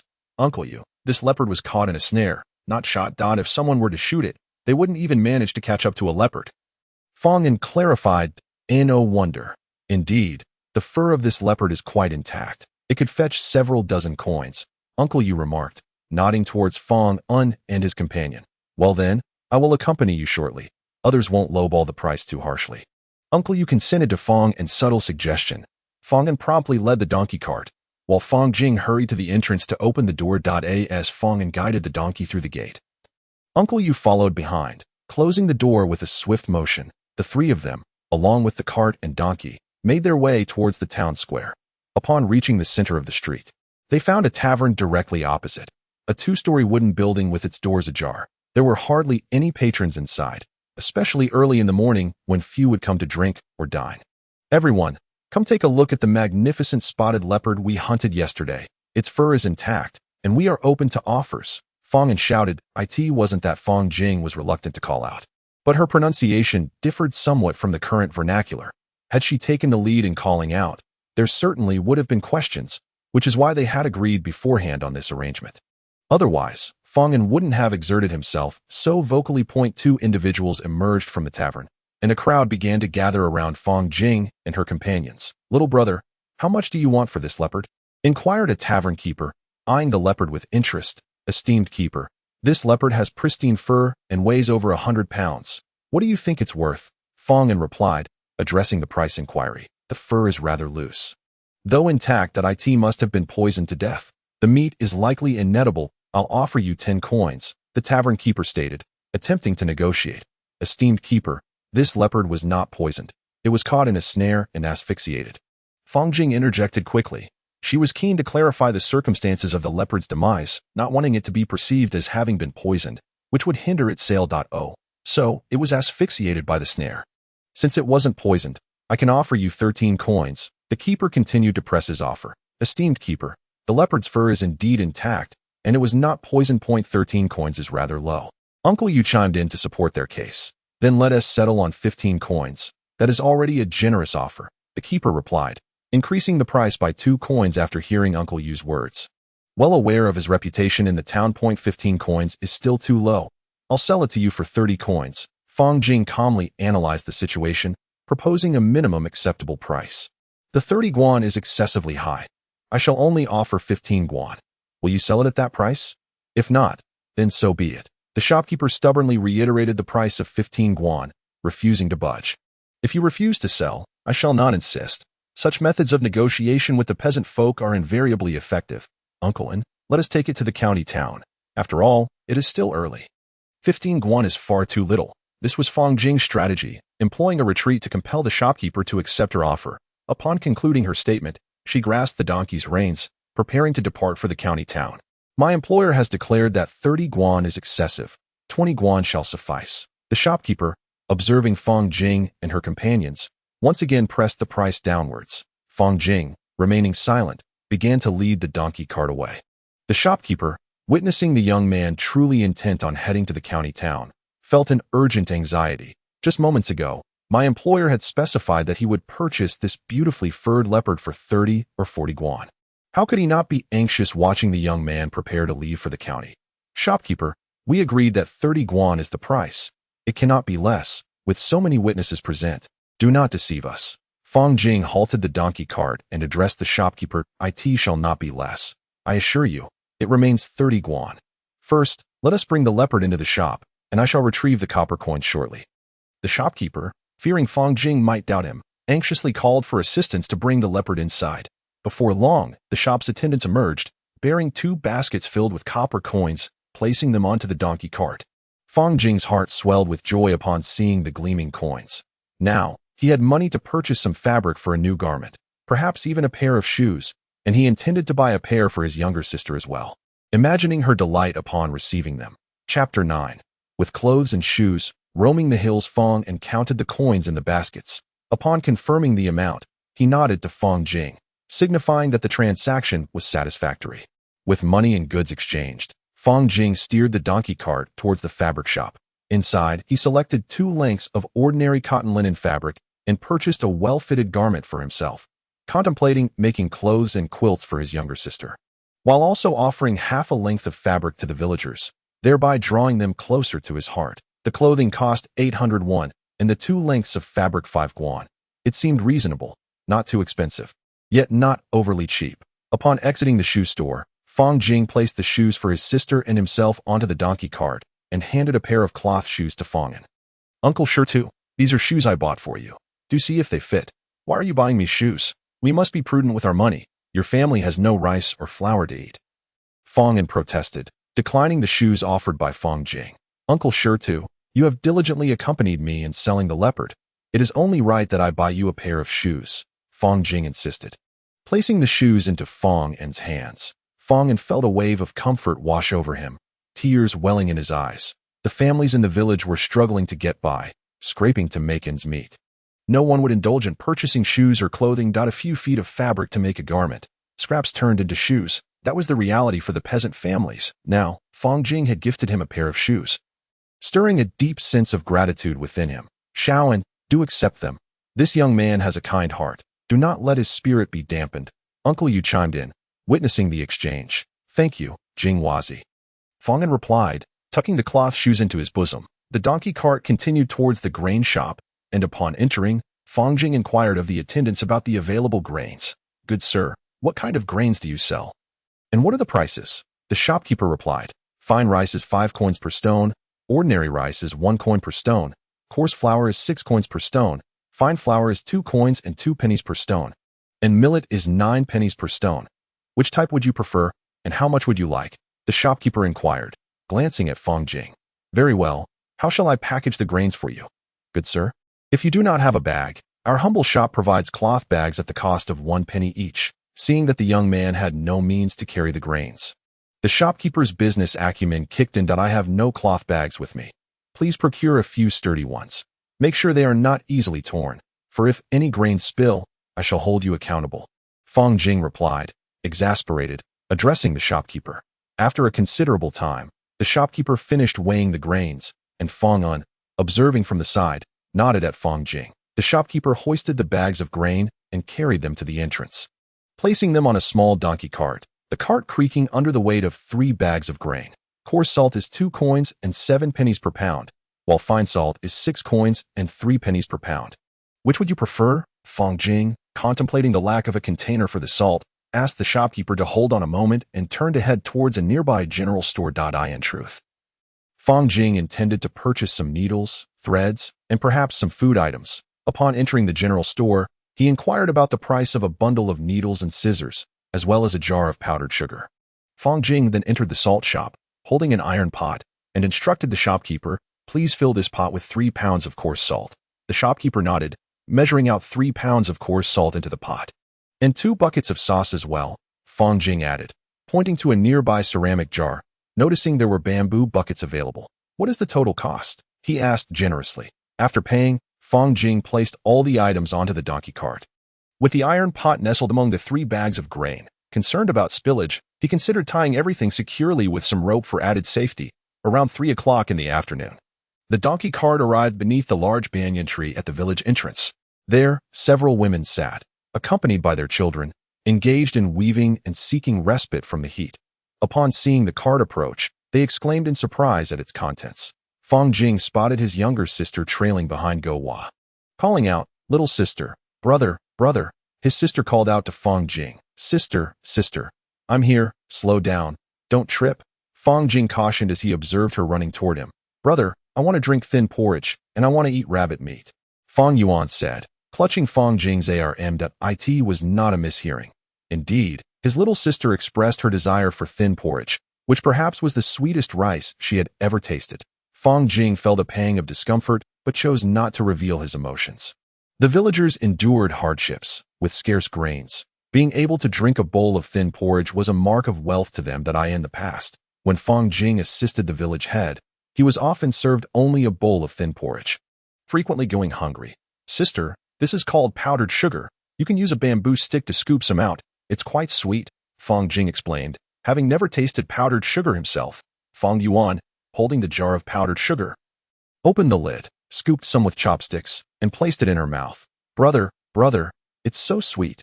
You must try it, she urged, offering some to Fang Jing. He took a small taste, but found it less sweet than he had expected. After all, he had savored peanut candy and milk toffee before, and could hardly be impressed by the sweetness of this modest treat. Little sister, come here. I bought you these 2 pairs of lovely floral shoes. Try them on, and see if they fit. Fang Jing presented 2 pairs of charming cloth shoes to her younger sister Do. Brother, you bought me shoes too? They are so beautiful. The little sister set down the jar of frosting and eagerly picked up the floral shoes to try them on. Wait a moment, let me fetch some water for you to wash your feet before you try them on, Fang Jing said, noticing that her sister's small feet were so dirty that her original skin color was barely visible. Come, sit on this stone and dip your feet in the bucket. I'll help you clean them, she urged, calling for Fang Yuan to assist with the foot washing. The little sister, clutching both pairs of floral shoes, hurried over and quietly sat on the stone. Following her brother's instructions, she dipped her feet into the wooden bucket, allowing her brother to scrub her tiny feet, tears streaming down her cheeks. Little sister, what's wrong? Why are you crying? If you cry, you want to look good. My little sister is the most adorable and beautiful, Fang Jing reassured her, observing the tears cascading down her sister's face. While the nearby dog was enviously eyeing the 2 pairs of floral shoes in Fang Yuan's arms. Brother, it's been such a long time since anyone has helped me wash my feet. When mother was here, she washed my feet every day. I miss her so much, the little sister sobbed, her words choked with emotion. Fang Jing found it hard to comprehend this state of distress. But reflecting on how young the child was, she realized that their mother had passed away several years ago. It was puzzling how the little girl could still remember her mother. Perhaps those memories were indeed tucked away in the depths of her mind. Or perhaps the hardships of the years had made her long for the time when her mother was still alive. Listening to Fang Yuan, Fang Jing felt a chill in her heart, her nose tingling with unshed tears, unsure how to comfort her little sister.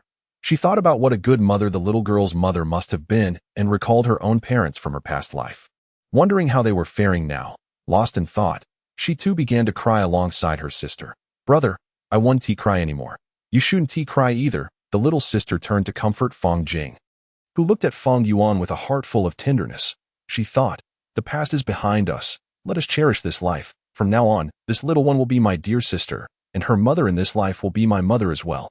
Yes, brother won't cry anymore. Besides buying you shoes, I also got some fabric. When the time comes, I'll ask Dogwa's mother to make you a few sets of clothes, so you can wear beautiful outfits and play with the other children in the village.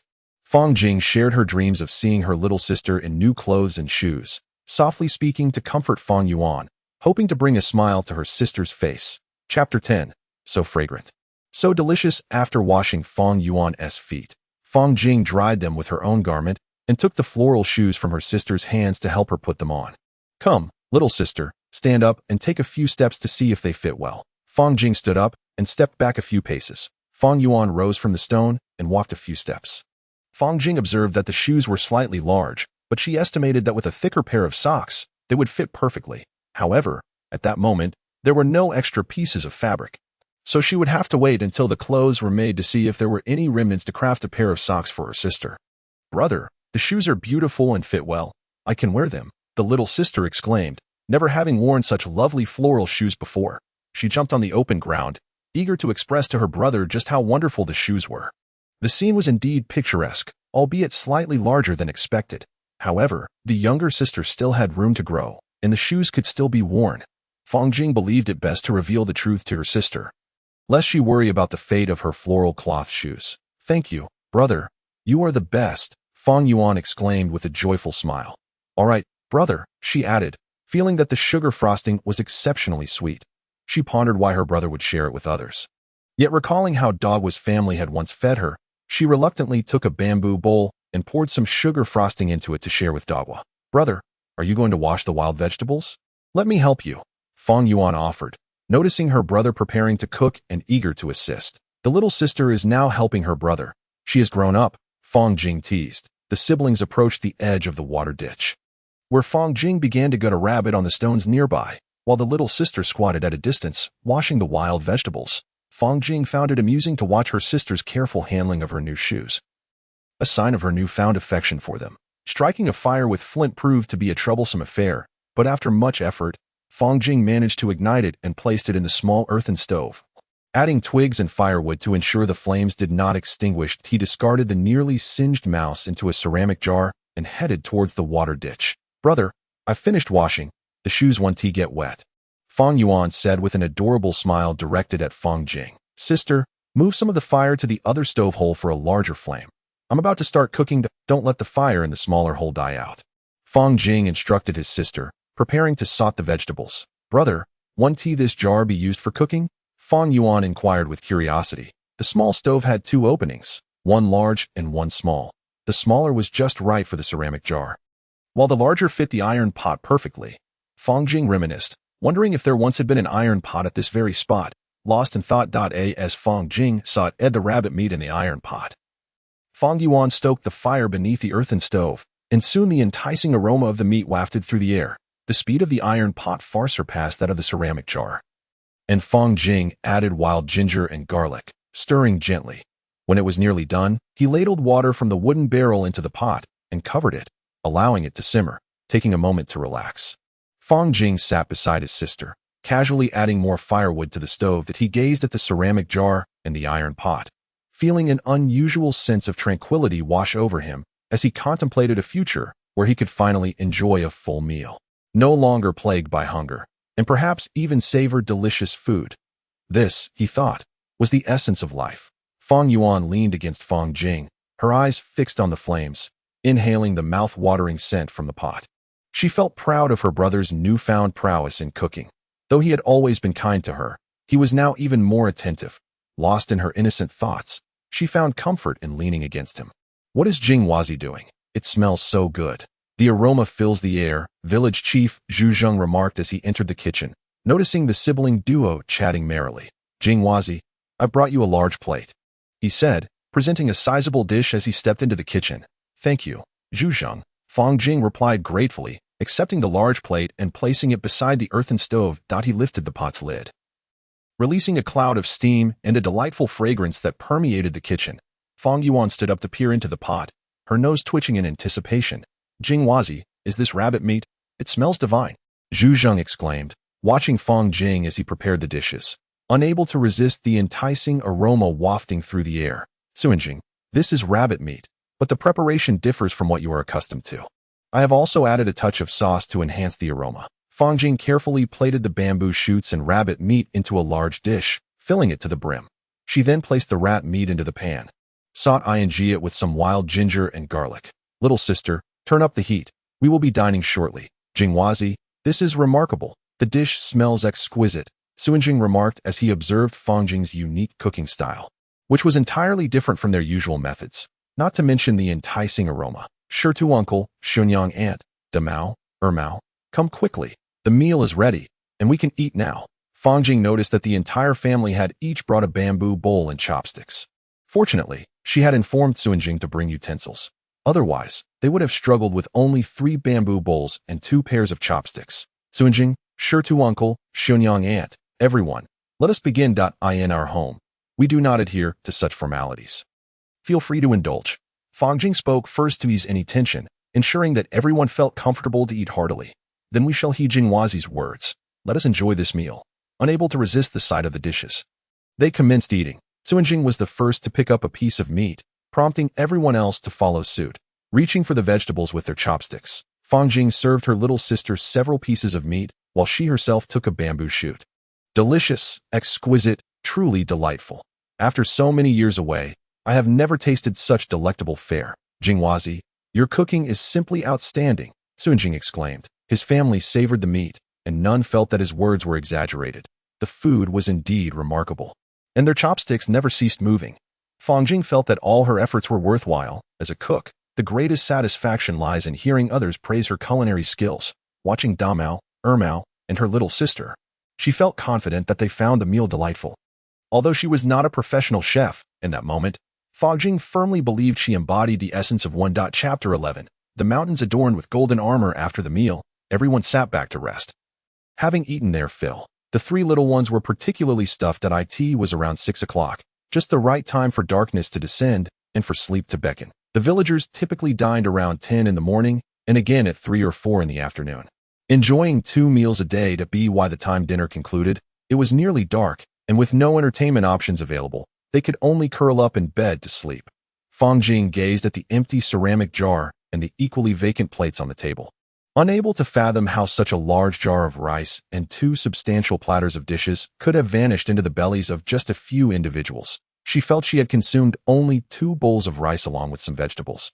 A normal amount, yet the jar contained enough rice for 10 people. "Jingwazi, your cooking is truly exceptional. Look, you've cleared every morsel. It seems we left you all wanting for more, and I must apologize," Suanjing said, his gaze reflecting his remorse. "Suanjing, I am satisfied. Having finished the meal is a blessing, and no food has gone to waste," Fang Jing reassured him. The Suanjing family felt that this gathering was the most satisfying and fulfilling meal they had ever enjoyed, especially with the white rice complemented by meat and vegetables. "Suanjing, I remember. Today, Shitu uncle and I purchased 3 stones of grain in town, enough for me and my little sister to eat, so we shall not go hungry again." Fang Jing held a deep regard for the 3 large bags of grain within the dwelling. Having heard from Xiao Shitu that grain had been procured, she pondered the necessity of such consumption on a daily basis. For the grain was indeed finite, and must be rationed wisely. The village chief could only admonish Fang Jing with gentle reminders. "Very well, village chief." Fang Jing acquiesced with a nod. "Little sister, you rest here while I go wash the pots and pans," she instructed. Observing the departure of the village chief's family, she called out to Fang Yuan, then rose to carry the earthen jar to the water ditch for cleaning. "Brother, allow me to assist you." The little sister chimed in, rising to grab 2 bowls and chopsticks. Following closely behind Fang Jing, it was evident that the little sister had matured, eager to help her brother with his tasks. Fang Jing ventured into the kitchen, lifting the iron pot and praising Fang Yuan. She placed the needle and thread on the bedside, set the sauce beside the grain, and picked up 2 pairs of cloth shoes. Examining them before tossing them onto the bed, she cradled the fabric, placing it on the bed, her eyes filled with uncertainty, unsure of how to proceed. "Little sister, tomorrow we shall invite Aunt Xiao to help you make some clothing. And we must also prepare a quilt, lest we suffer from the cold without proper bedding," Fang Jing reasoned. believing it prudent to organize the fabric first, especially since the needle and thread had already been procured. "Brother, I have a garment," the little sister exclaimed, tugging at the small short jacket she wore to show Fang Jing. "You possess but a single piece of clothing, and it has seen better days. You ought to have several beautiful new outfits to wear," Fang Jing remarked, noting the state of the little sister's jacket, which was indeed rather soiled that it seemed few would assist in washing it. And such was the norm among the village children. The adults likely paid little mind, possibly due to a lack of time or adequate clothing to spare. Fang Jing glanced at her own attire. The long-sleeved gown she had purchased that day, feeling it cumbersome for her tasks. She contemplated asking Aunt Xiao to modify it, shortening the sleeves and hem for greater ease of movement. "Tomorrow, when Aunt Xiao comes to our home to make clothing, we must ensure that you receive a lovely new outfit as well," the little sister suggested, observing Fang Jing with admiration for her new garments, believing her brother too deserved some fresh apparel. "Indeed, if we both acquire new clothing, we shall be well matched," Fang Jing agreed. Her gaze fell upon the woven basket beside the bed, where 3 strings of copper coins lay, alongside a scattering of loose change. She hastily poured the coins onto the bed. "Brother, such a wealth of coins. Are they all ours?" Fang Yuan exclaimed, eyes gleaming with excitement at the sight of the pile. "Yes, brother, the money stems from the sale of the flowered leopard today. Aside from purchasing grain and fabric, this is the remainder," Fang Jing explained, retrieving a fine hemp string to string together 100 loose coins into a pendant. Once the coins were secured, she placed them beneath the grass mat at the head of the bed for safekeeping. With no cabinet to conceal their wealth, the mat beneath the bed had become a habitual refuge for their coins, perhaps a remnant of past practices, a source of comfort for the soul. "Little sister, you remain here while I wash my feet," she instructed, noticing the dusk settling outside. Fang Jing carried a pair of shoes towards the water ditch to cleanse her feet. It was a rare occasion to possess a pair of shoes, and she felt the need to try them on, ensuring her feet were clean to avoid soiling them as dawn broke outside the window. Fang Jing slowly opened her eyes. She had enjoyed a restful and dreamless slumber the previous night. Rising from her bed, she slipped on her shoes, opened the wooden door, and stepped outside into the open space. A gentle breeze caressed her, and as she pondered the tasks that awaited her that day, she settled on a stone in front of the clearing. Today, she ought to invite Aunt Xiao to sew some garments and bedding, and perhaps have her family over for a meal as a token of gratitude for their kindness. Additionally, she intended to weave some baskets, though she regretted her inability to craft pottery, which would require enlisting someone's help or purchasing a piece. Furthermore, she planned to venture into the mountains to see what game might be ensnared and to gather some wild hemp. The multitude of tasks overwhelmed her thoughts. As Fang Jing sat in contemplation on the stone, Fang Yuan emerged from the main house. Upon noticing her brother sitting there, she smiled joyfully, having initially feared he was absent that morning, which had stirred a pang of sorrow within her that nearly brought her to tears. Now, seeing him outside, her heart swelled with delight. The day brightened considerably, around 7 o'clock, and Fang Jing set off with her little sister towards Go Wa's home. With so many matters to attend to, her primary concern was the sewing of garments and bedding. Upon arriving at Go Wa's house, the family was already awake. Aunt Xiao was in the process of opening the chicken coop, from which 2 hens scurried out. Uncle De Yong sat on the ground, skillfully slicing bamboo with a knife. Noticing Fang Jing had come early with her sister, Aunt Xiao inquired eagerly, "Jinghua, what brings you here so early?" Fang Jing promptly greeted her. "Aunt Xiao, today I would like to request your assistance in making a few outfits for me and my sister, as well as a quilt that I would also appreciate Uncle De Yong's help in crafting a few baskets. And I would like to invite your family over for a meal at my home." Feeling somewhat embarrassed, Fang Jing expressed her wishes to enlist Aunt Xiao's help. "Oh, this is no trouble at all. There is no need to prepare a meal. Just bring a few baskets from home," Aunt Xiao replied, dismissing the notion of a family gathering at Fang Jing's house as an unnecessary extravagance. "Aunt Xiao, that won't do.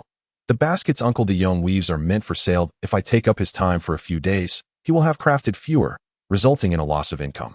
We must share a meal together to express our gratitude for all the assistance you and your family have provided us siblings," Fang Jing insisted, mustering her courage to voice her heartfelt sentiments.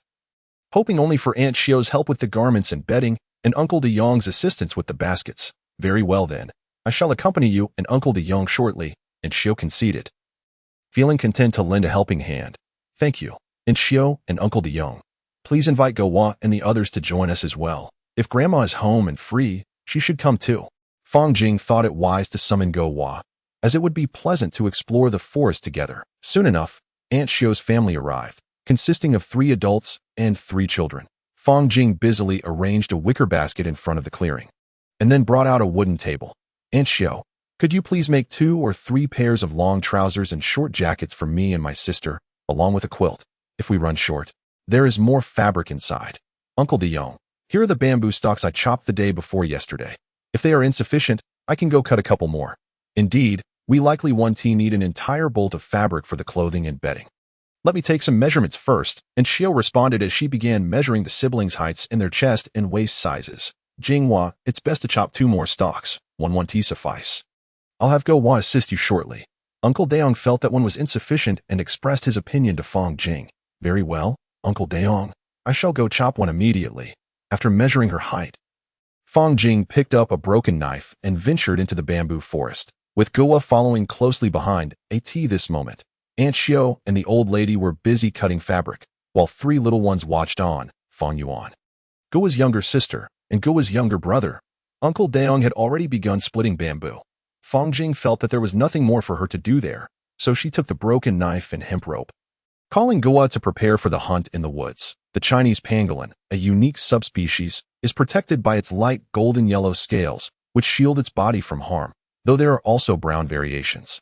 It digs deep burrows that can extend for several meters, primarily feeding on insects and small animals, but it is also omnivorous, consuming plants as well. It is a class of protected animal in China, and reports indicate that it is nearing extinction. Chapter 12.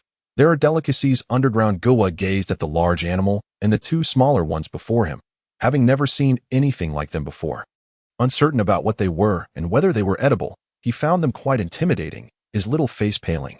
Jingge, what is this creature? It looks rather frightening, he called out to Fang Jing from a distance.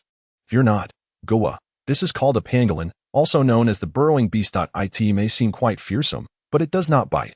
However, they are timid creatures, curling up into a ball at the slightest disturbance, just as it is doing now. Fang Jing was at a loss for how to explain further to Go-Wa, so she shared what she knew. Continuing towards the traps, Fang Jing found several empty ones. Ultimately, out of 11 traps, she only caught a rabbit and a large pangolin. Sighing, she pondered that she would likely need to set traps in other areas, as the commotion here had already disrupted the animals' paths. Upon returning home, she carelessly placed the items on the ground.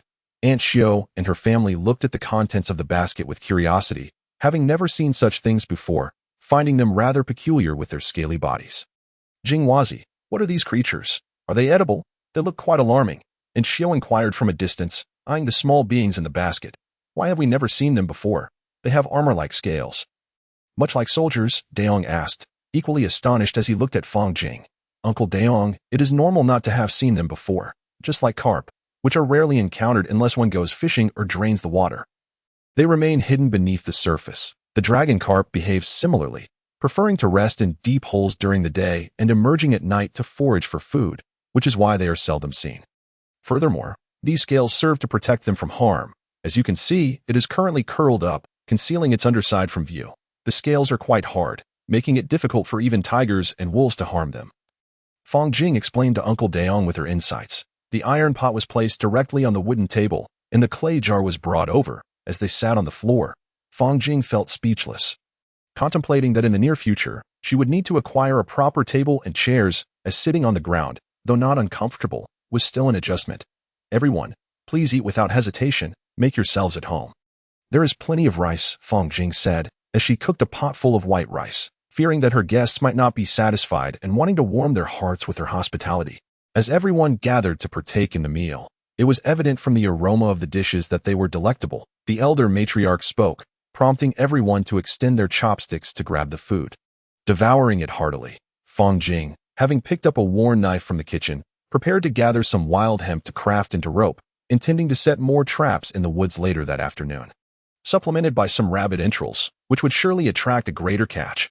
Jinghua, do take a moment to rest and catch your breath. There is no need to rush, and Xiao called out to Fang Jing, concerned that her full stomach might be troubled by returning to labor so soon. This Jinghua's family is certainly better off now. Just look at these several bags of grain, sufficient for the 2 siblings for an entire year. It is a pity that Xiao Hui was not destined to enjoy such fortune, sighed the elder matriarch as she gazed at the provisions within the home. Indeed, Xiao Hui's fate was unfortunate. Leaving behind 2 young ones without ever savoring a day of happiness, Aunt Xiao lamented, reflecting on how Fang Jing's family now fared far better than before, living as if in paradise. Having roasted the wild hemp vines and twisted them into ropes of varying sizes, smaller ones suitable for ensnaring wild chickens. While the larger could easily capture a badger, Fang Jing busied herself with her tasks, while in the inner room, preparations for tailoring garments had commenced.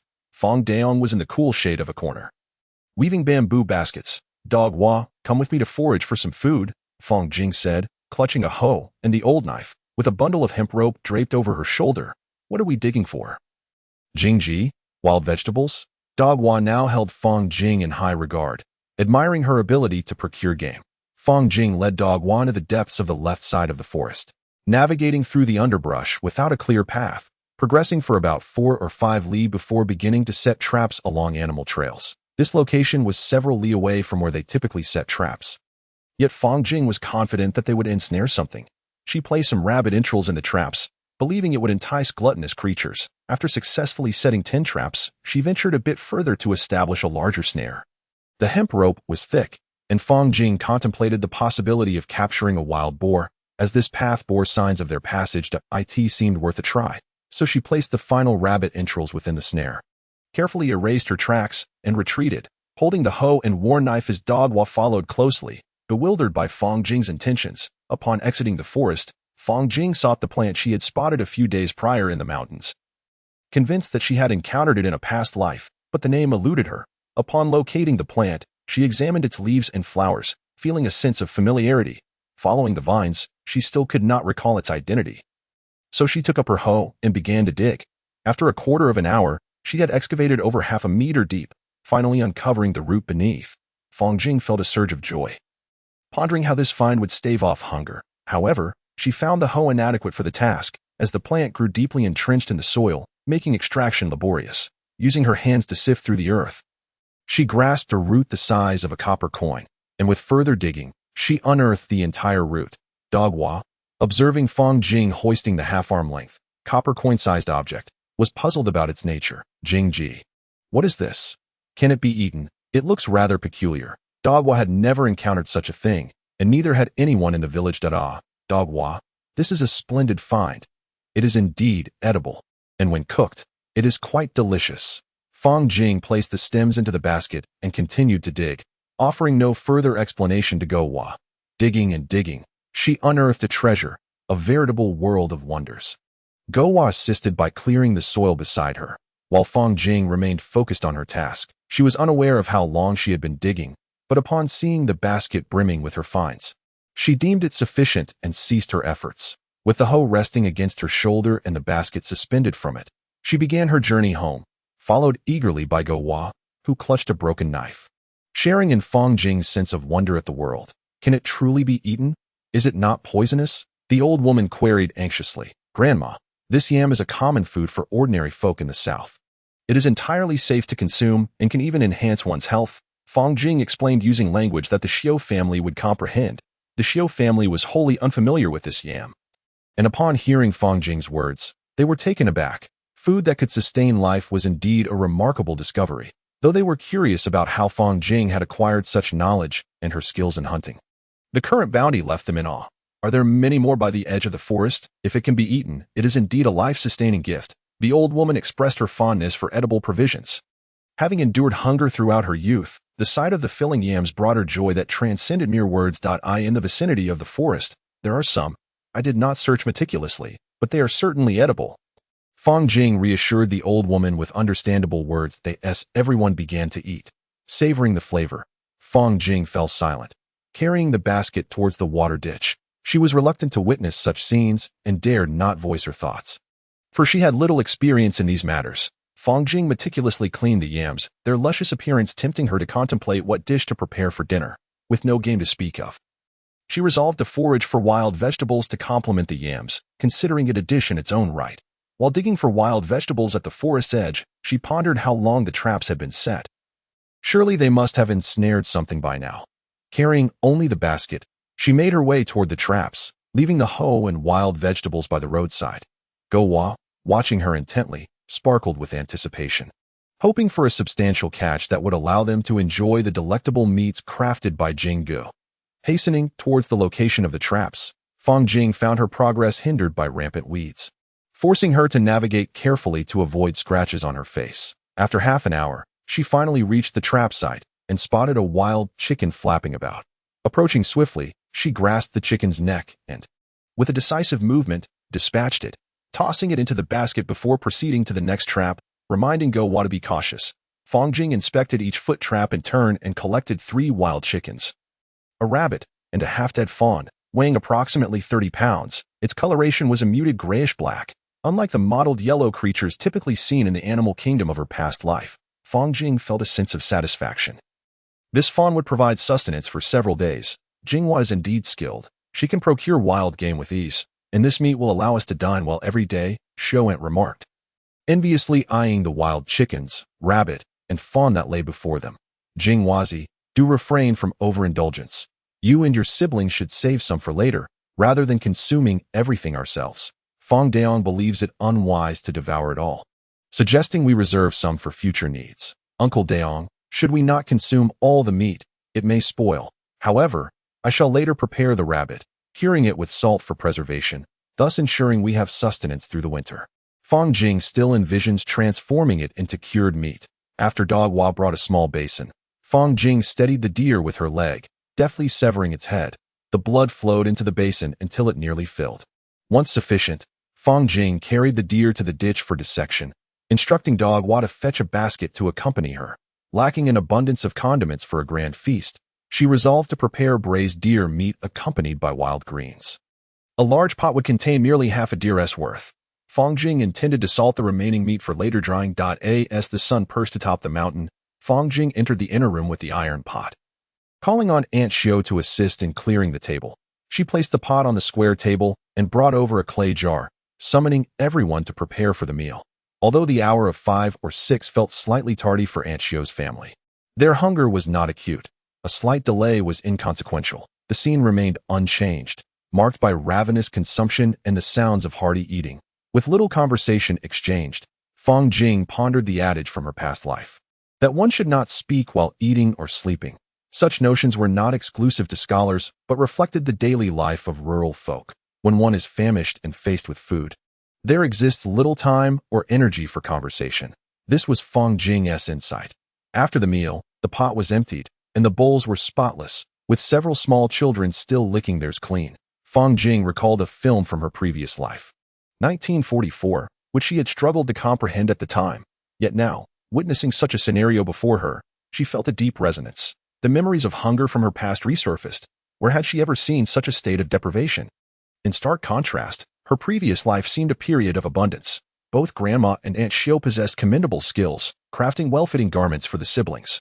After trying on the newly made clothes, Fang Jing and Fang Yuan were quite pleased. Aunt Xiao, I must trouble you again tomorrow to make a quilt, and perhaps a few outfits for Dog-Wa, Deya, and Erwa as well. Uncle Daong, I would appreciate your assistance in crafting some larger bamboo baskets for our home. Fang Jing once more mustered her courage to appeal to Aunt Xiao's family. The task of making a quilt and baskets was not overly burdensome. Dog-Wa and the others already had clothes and required nothing further. Aunt Xiao felt that today's 2 meals were ample, and providing additional garments for the 3 little ones would be quite embarrassing. Aunt Xiao, that would not be ideal. My sister and I already possess new attire. Yet Dog-Wa, Deya, and Erwa do not, which may evoke envy. It would not be proper to trouble you for such things. Moreover, I have extra fabric, initially intended to make clothes for them. Fang Jing wished to avoid imposing on Aunt Xiao's family without cause, feeling somewhat guilty otherwise. Then let us heed Jinghuazi's words. You 3 must express your gratitude to your brother Jing for providing so much fabric for your new garments. Aunt Xiao had no choice but to acquiesce to Fang Jing's suggestion, hastily urging the 3 little ones to thank her. Thank you, brother Jing. You are the best, Dog-Wa exclaimed after offering his gratitude. Thank you, brother Jing. You are truly remarkable. I am deeply grateful. Thank you, brother Jing. Your delicacies are exquisite. Thank you, Erwa. Listening to Deya's words was not particularly troubling for Fang Jing, but the utterances of the 3-year-old Erwa sent chills down her spine, as it sounded as though Erwa wished to partake of brother Jing's flesh. Alas, let us not dwell on such thoughts. Uncle Daong, we have more guests coming tomorrow. it would be best not to gather the bowls now, lest we need to bring them out again tomorrow. Observing Uncle Daong preparing to fetch the bowls and chopsticks from the table, Fong Jing hastily interjected, "It would cause you further trouble, and that would be quite inappropriate." Uncle Daong felt a twinge of embarrassment, thinking that the family had indulged a bit too much today. Oh, Uncle Daong, it is of no concern. We are merely neighbors, helping one another with a meal. My brother and I have often inconvenienced your family in the past. Fong Jing, bearing a bamboo basket containing nearly 20 jin of millet, presented it to Fong Daong. "This cannot be. To both eat and take.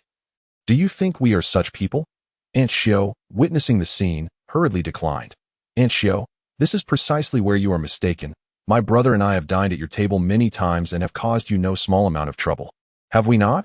If you refuse this, it would sever the bonds of neighborly affection." Fong Jing expounded with a sense of righteousness. "Then I must thank you, Jing Wazi. It is quite embarrassing to both eat and take." Aunt Xiao indeed felt disinclined to accept, and Uncle Daong quickly took the basket from her.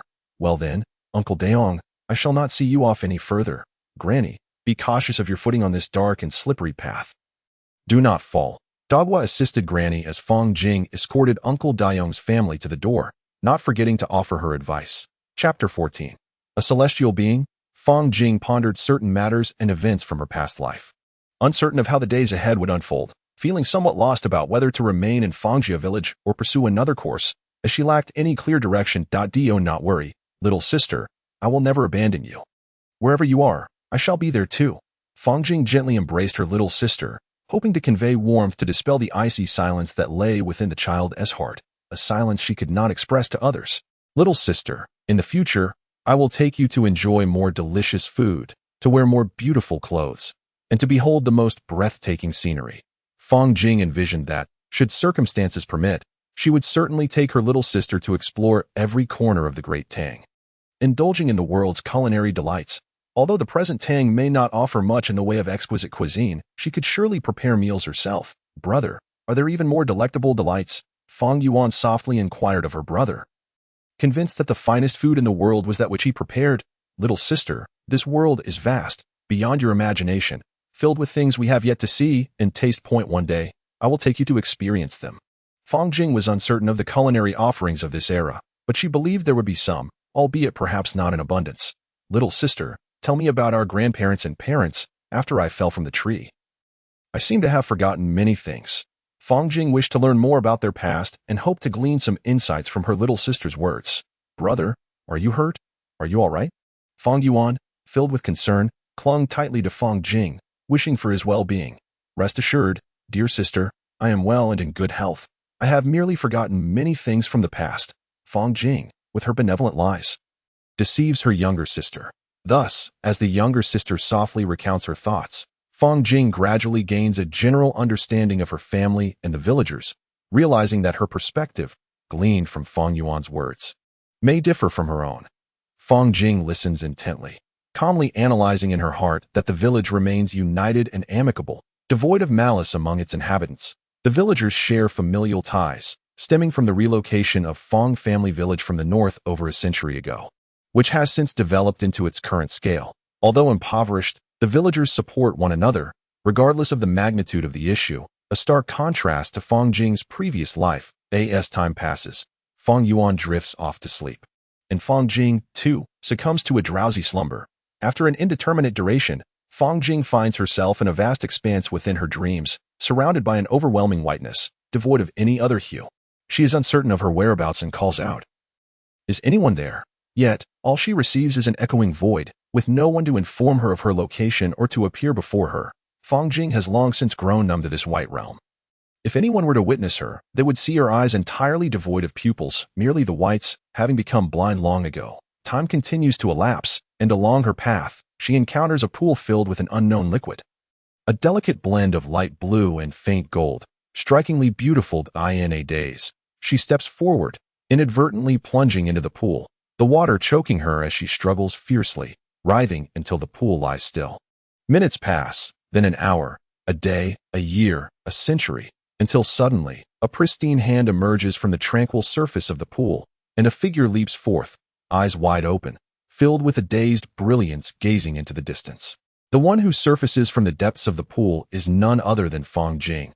who had lain in silence beneath the water as she gazes into the distance. Her heart is engulfed in confusion, an unknown space, an unknown time, an unknown self. Everything remains shrouded in mystery. Deities, Guanyin, Jade Emperor, Tathagata. What is this place? Where am I? Fong Jing cries out to the vast emptiness above the entrance of Fong family village. An ancient banyan tree greets the rising sun. While the hungry birds, having endured a night without sustenance, emerge from their nests to seek food for their young and fill their own bellies, another sunlit morning dawns upon Fong family village. With some villagers already awake, opening their doors to prepare for the day's labor, Fong leads his family to the open space before Fong Jing's home, observing the tightly shut door, and calls out, "Jingwazi, are you awake?" Aunt Xiao directs her voice towards Fong Jing's window. Awakened by the calls from outside, Fong Jing suddenly sits up in bed, and Fong Yuan, too, opens her eyes, gazing at her brother in a daze. She quickly hops out of bed, slips on her shoes, and rushes to open the door. It is then that Fong Jing emerges from her stupor, noticing her younger sister waiting at the entrance. "Thank you, little sister. I can manage on my own. Please fetch me a bowl of water," Fong Jing instructs as she dons her shoes and hurries outside. "Uncle Daong, Aunt Xiao, and grandmother, you have arrived. Allow me to assist by moving some items outside." Fong Jing busily transported the tablecloths and other belongings to the open space in front. "Jing, why did you sleep in today?" Aunt Xiao inquired with concern, noticing Fong Jing's late rising. "You must have been quite exhausted last night. Do take care not to overexert yourself today, and rest a little." Observing the flurry of activity from the Fong Daong family, Fong Jing understood that her assistance was currently limited. She proceeded to the main room, where she pierced a piece of venison with bamboo sticks, threading it with twine to hang on the wall for drying. She then carried the rabbit from yesterday to the waterway for processing. Contemplating a rabbit stew with yam for today's meal, which she believed would be delightful, after finishing with the rabbit, she began preparing the other ingredients. Fong Yuan, seeing her brother bustling about, felt the urge to assist him. Upon observing her brother preparing to wash rice for cooking, she entered the kitchen to tend to the fire. "Little sister, you may go play. You need not assist your brother here. I can manage on my own. And I do not wish for you to become merely a fire tender," Fong Jing said, taking the firewood from Fong Yuan and encouraging her to join her friends. As Fong Jing stoked the fire for cooking, her mind was anything but tranquil. Was last night's dream a figment of her imagination or a reality? It seemed implausible, yet why had her complexion turned so pale? Why did the sensations feel so genuine? Could it be that divine beings truly existed in this world? The opening lines of Li Bai's poem echoed in her mind. "In the jade capital of the heavens, 12 towers and 5 cities. The immortal strokes my crown, granting me eternal life." This left Fong Jing in a state of perplexity. She yearned for it to be true.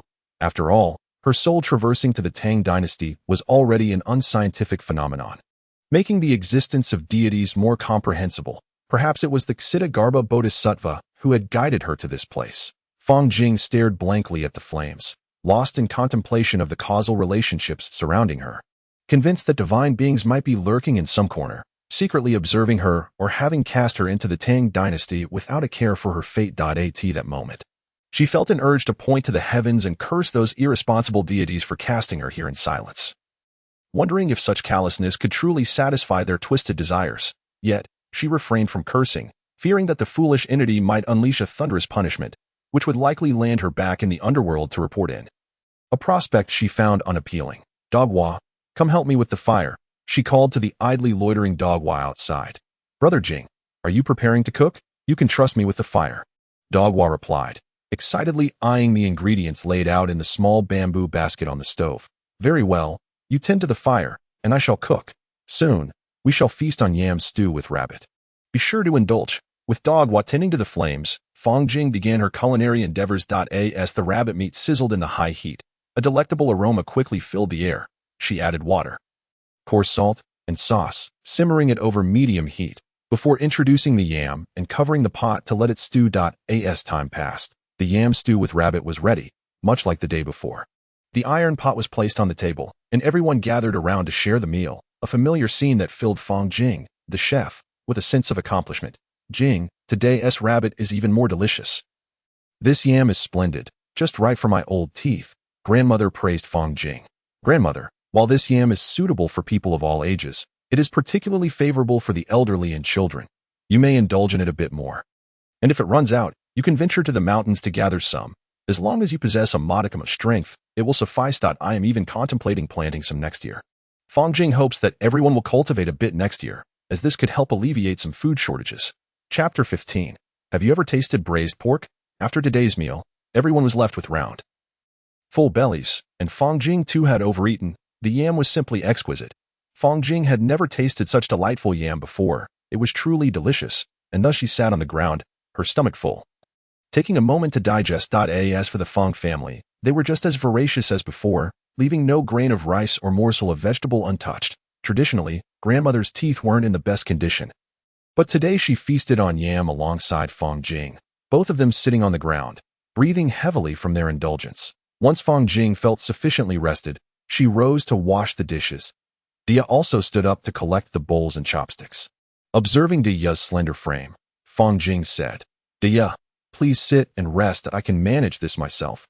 Overindulging and then working might upset your stomach. Brother Jing, I haven't contributed much and have eaten so much. Please allow me to help." This reflects the mindset of children from ordinary peasant families, where eating is often followed by work. They feel a sense of guilt for overindulging and are reluctant to refrain from helping. Such is the nature of a humble farming family. In Fang Jing's previous life, the notion of a child assisting with chores would have been inconceivable. It's all right. How old are you? You can help Brother Jing by tending to the fire when we cook in the afternoon. For now, just relax. Fang Jing had no desire to exploit a 6-year-old as a child laborer. That would indeed make him a heartless master. After washing the dishes, Fang Jing leaned against the entrance. With Fang Yuan sitting beside her, Fang Jing embraced her younger sister, who smiled up at her with a tilted head, and Fang Jing reciprocated the smile to Fang Yuan. Once everyone had rested sufficiently, they began to busily engage in their tasks, some sewing clothes and bedding, others weaving baskets, while the little ones busied themselves with whatever tasks suited them, as long as they did not hinder the adults.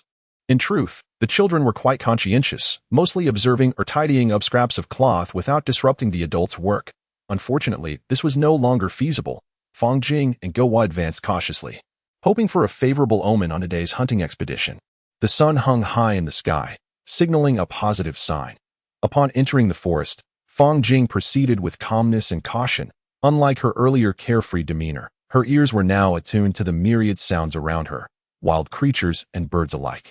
The chirping and buzzing amplified as if her ears had transformed into amplifiers, overwhelming her with a cacophony that startled her. Was something wrong with her hearing? Following the sound of the birds, she turned her gaze and spotted a long-tailed bird perched on a branch, singing. Turning her head to another direction, she noticed a small, grayish bird also chirping at the treetop, which startled Fang Jing into hastily covering her ears with her hands.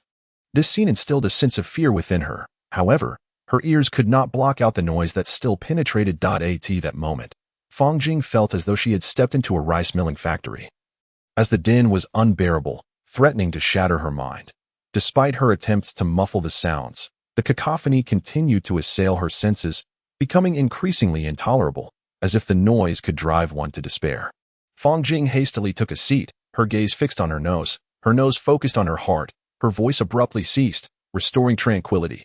She pondered whether her desire to hear had granted her this ability, and thus attempted to listen for sounds from various directions. Indeed, she could discern the distant echoes emanating from afar, which filled her with joy, prompting her to internally praise the deities for their generosity.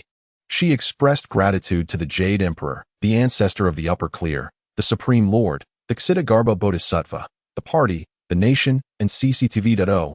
Wait, in this great Tang Dynasty, there was no need to thank CCTV. That contraption was less reliable than a mere rabbit. After paying homage to the pantheon, Fang Jing contemplated whether her eyes could perceive anything, and thus she strained her vision, yet discerned not a single hair, nor any change. Undeterred, she continued to squint, her eyes growing weary, sore, and painful. Eventually, she conceded that possessing ears capable of discerning sound and direction was already a remarkable gift. Dogwa observed Fang Jing with curiosity, unsure of her actions. Was she engaging in some sort of ritual? It didn't seem so. Was she merely resting after exhaustion? Yet, her expression oscillated between pain and joy left Dogwa bewildered, prompting him to sit closely, scrutinizing her, yet unable to fathom her state. Dogwa, why are you so close? You're giving me quite a fright. Fang Jing closed her eyes to rest, allowing her eyes to alleviate their discomfort, and upon reopening them, she found a small face merely 10 centimeters from her own. "Brother Jing, what were you doing just now? Why do you look both sad and happy? Are you tired? If you are, you should rest for a bit." Dog Wa assumed Fang Jing was fatigued. "It's nothing. I simply overindulged at lunch and have a bit of a bellyache. Just a moment's rest, and I shall be fine. Let us set off again." Fang Jing began to weave another tale for the child. "Brother Jing, if you truly are tired, do take a break. There's no rush. It's still early, and if we have no game, we can dig for yams." Dog Wa was reluctant to see his idol wearied. Such a state would mean no meat for him. A lingering question occupied Dog Wa's mind. Ever since Fang Jing had awakened from his fall, he felt as though he was in the presence of a different person. His accent had shifted, he had acquired hunting skills, and he excelled in cooking, producing meals that were simply exquisite. Dog Wa was perplexed as to where Fang Jing had acquired such talents, secretly wishing to learn from him, so he would no longer suffer from hunger. Moreover, it was worth noting that Fang Jing had previously been prone to discipline him, yet now he had not faced such reprimands again. However, his curiosity was overshadowed by his desire for game. Otherwise, he would have inquired about Fang Jing's transformation long ago. It's all right. I've rested enough. Let us proceed. Who knows, a trapped game might gnaw through the rope and escape, and that would be a significant loss. Fang Jing lifted his leg and ventured towards the forest. Dog Wa ceased to dwell on the matter and followed closely behind, acutely aware of Fang Jing's words. He sincerely hoped that no game would escape, for that would indeed mean a lack of meat. After a short while, they finally arrived at the area where the traps were set. Fang Jing, carrying a basket, approached and picked up a dead rabbit. Tossing it into the basket, his expression one of exasperation. "Only rabbits. Do they bear a grudge against me? They seem to prefer the traps, diving in headfirst and ultimately meeting their demise." Fang Jing continued on with her basket in hand. While the dog wished to assist her in carrying it, Fang Jing remarked that she would call upon the dog for help once the prey became too abundant to manage alone. At present, a single dead rabbit weighed only a few pounds, and she had no desire to employ a child laborer. Another dead rabbit appeared, followed by yet another, leading Fang Jing to feel as though she had become entangled in a rabbit hunt. The forest was so vast. Why did the rabbits choose these specific spots to burrow? It seemed that their curiosity and gluttony had led them into trouble once more. Upon reaching another trap, she found it missing, with paw prints scattered across the ground. They appeared to be the marks of a wolf. Fang Jing quickly urged the dog to crouch down and turned her head to survey the surroundings. Her ears perked up. This startled her, for her vision was suddenly keen. At that moment, Fang Jing discovered how to see far away. Wherever she focused her gaze, it seemed to magnify before her eyes. Much like her hearing, she felt an overwhelming urge to leap into the air and then kneel down in profound reverence to the deities above. Fang Jing engaged both her eyes and ears, scanning the area like a radar, and found no sign of wolves within half a mile, which eased her mind. The dog, anxious and apprehensive, glanced around, fearing Fang Jing had spotted a significant prey.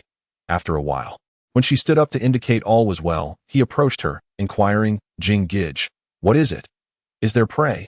"Dog Wa, look, these paw prints are from a wolf. This trap should have caught one, but the wolf managed to bite through the hemp rope and escape," Fang Jing explained, pointing to the claw marks on the ground and the hemp rope tied to a tree.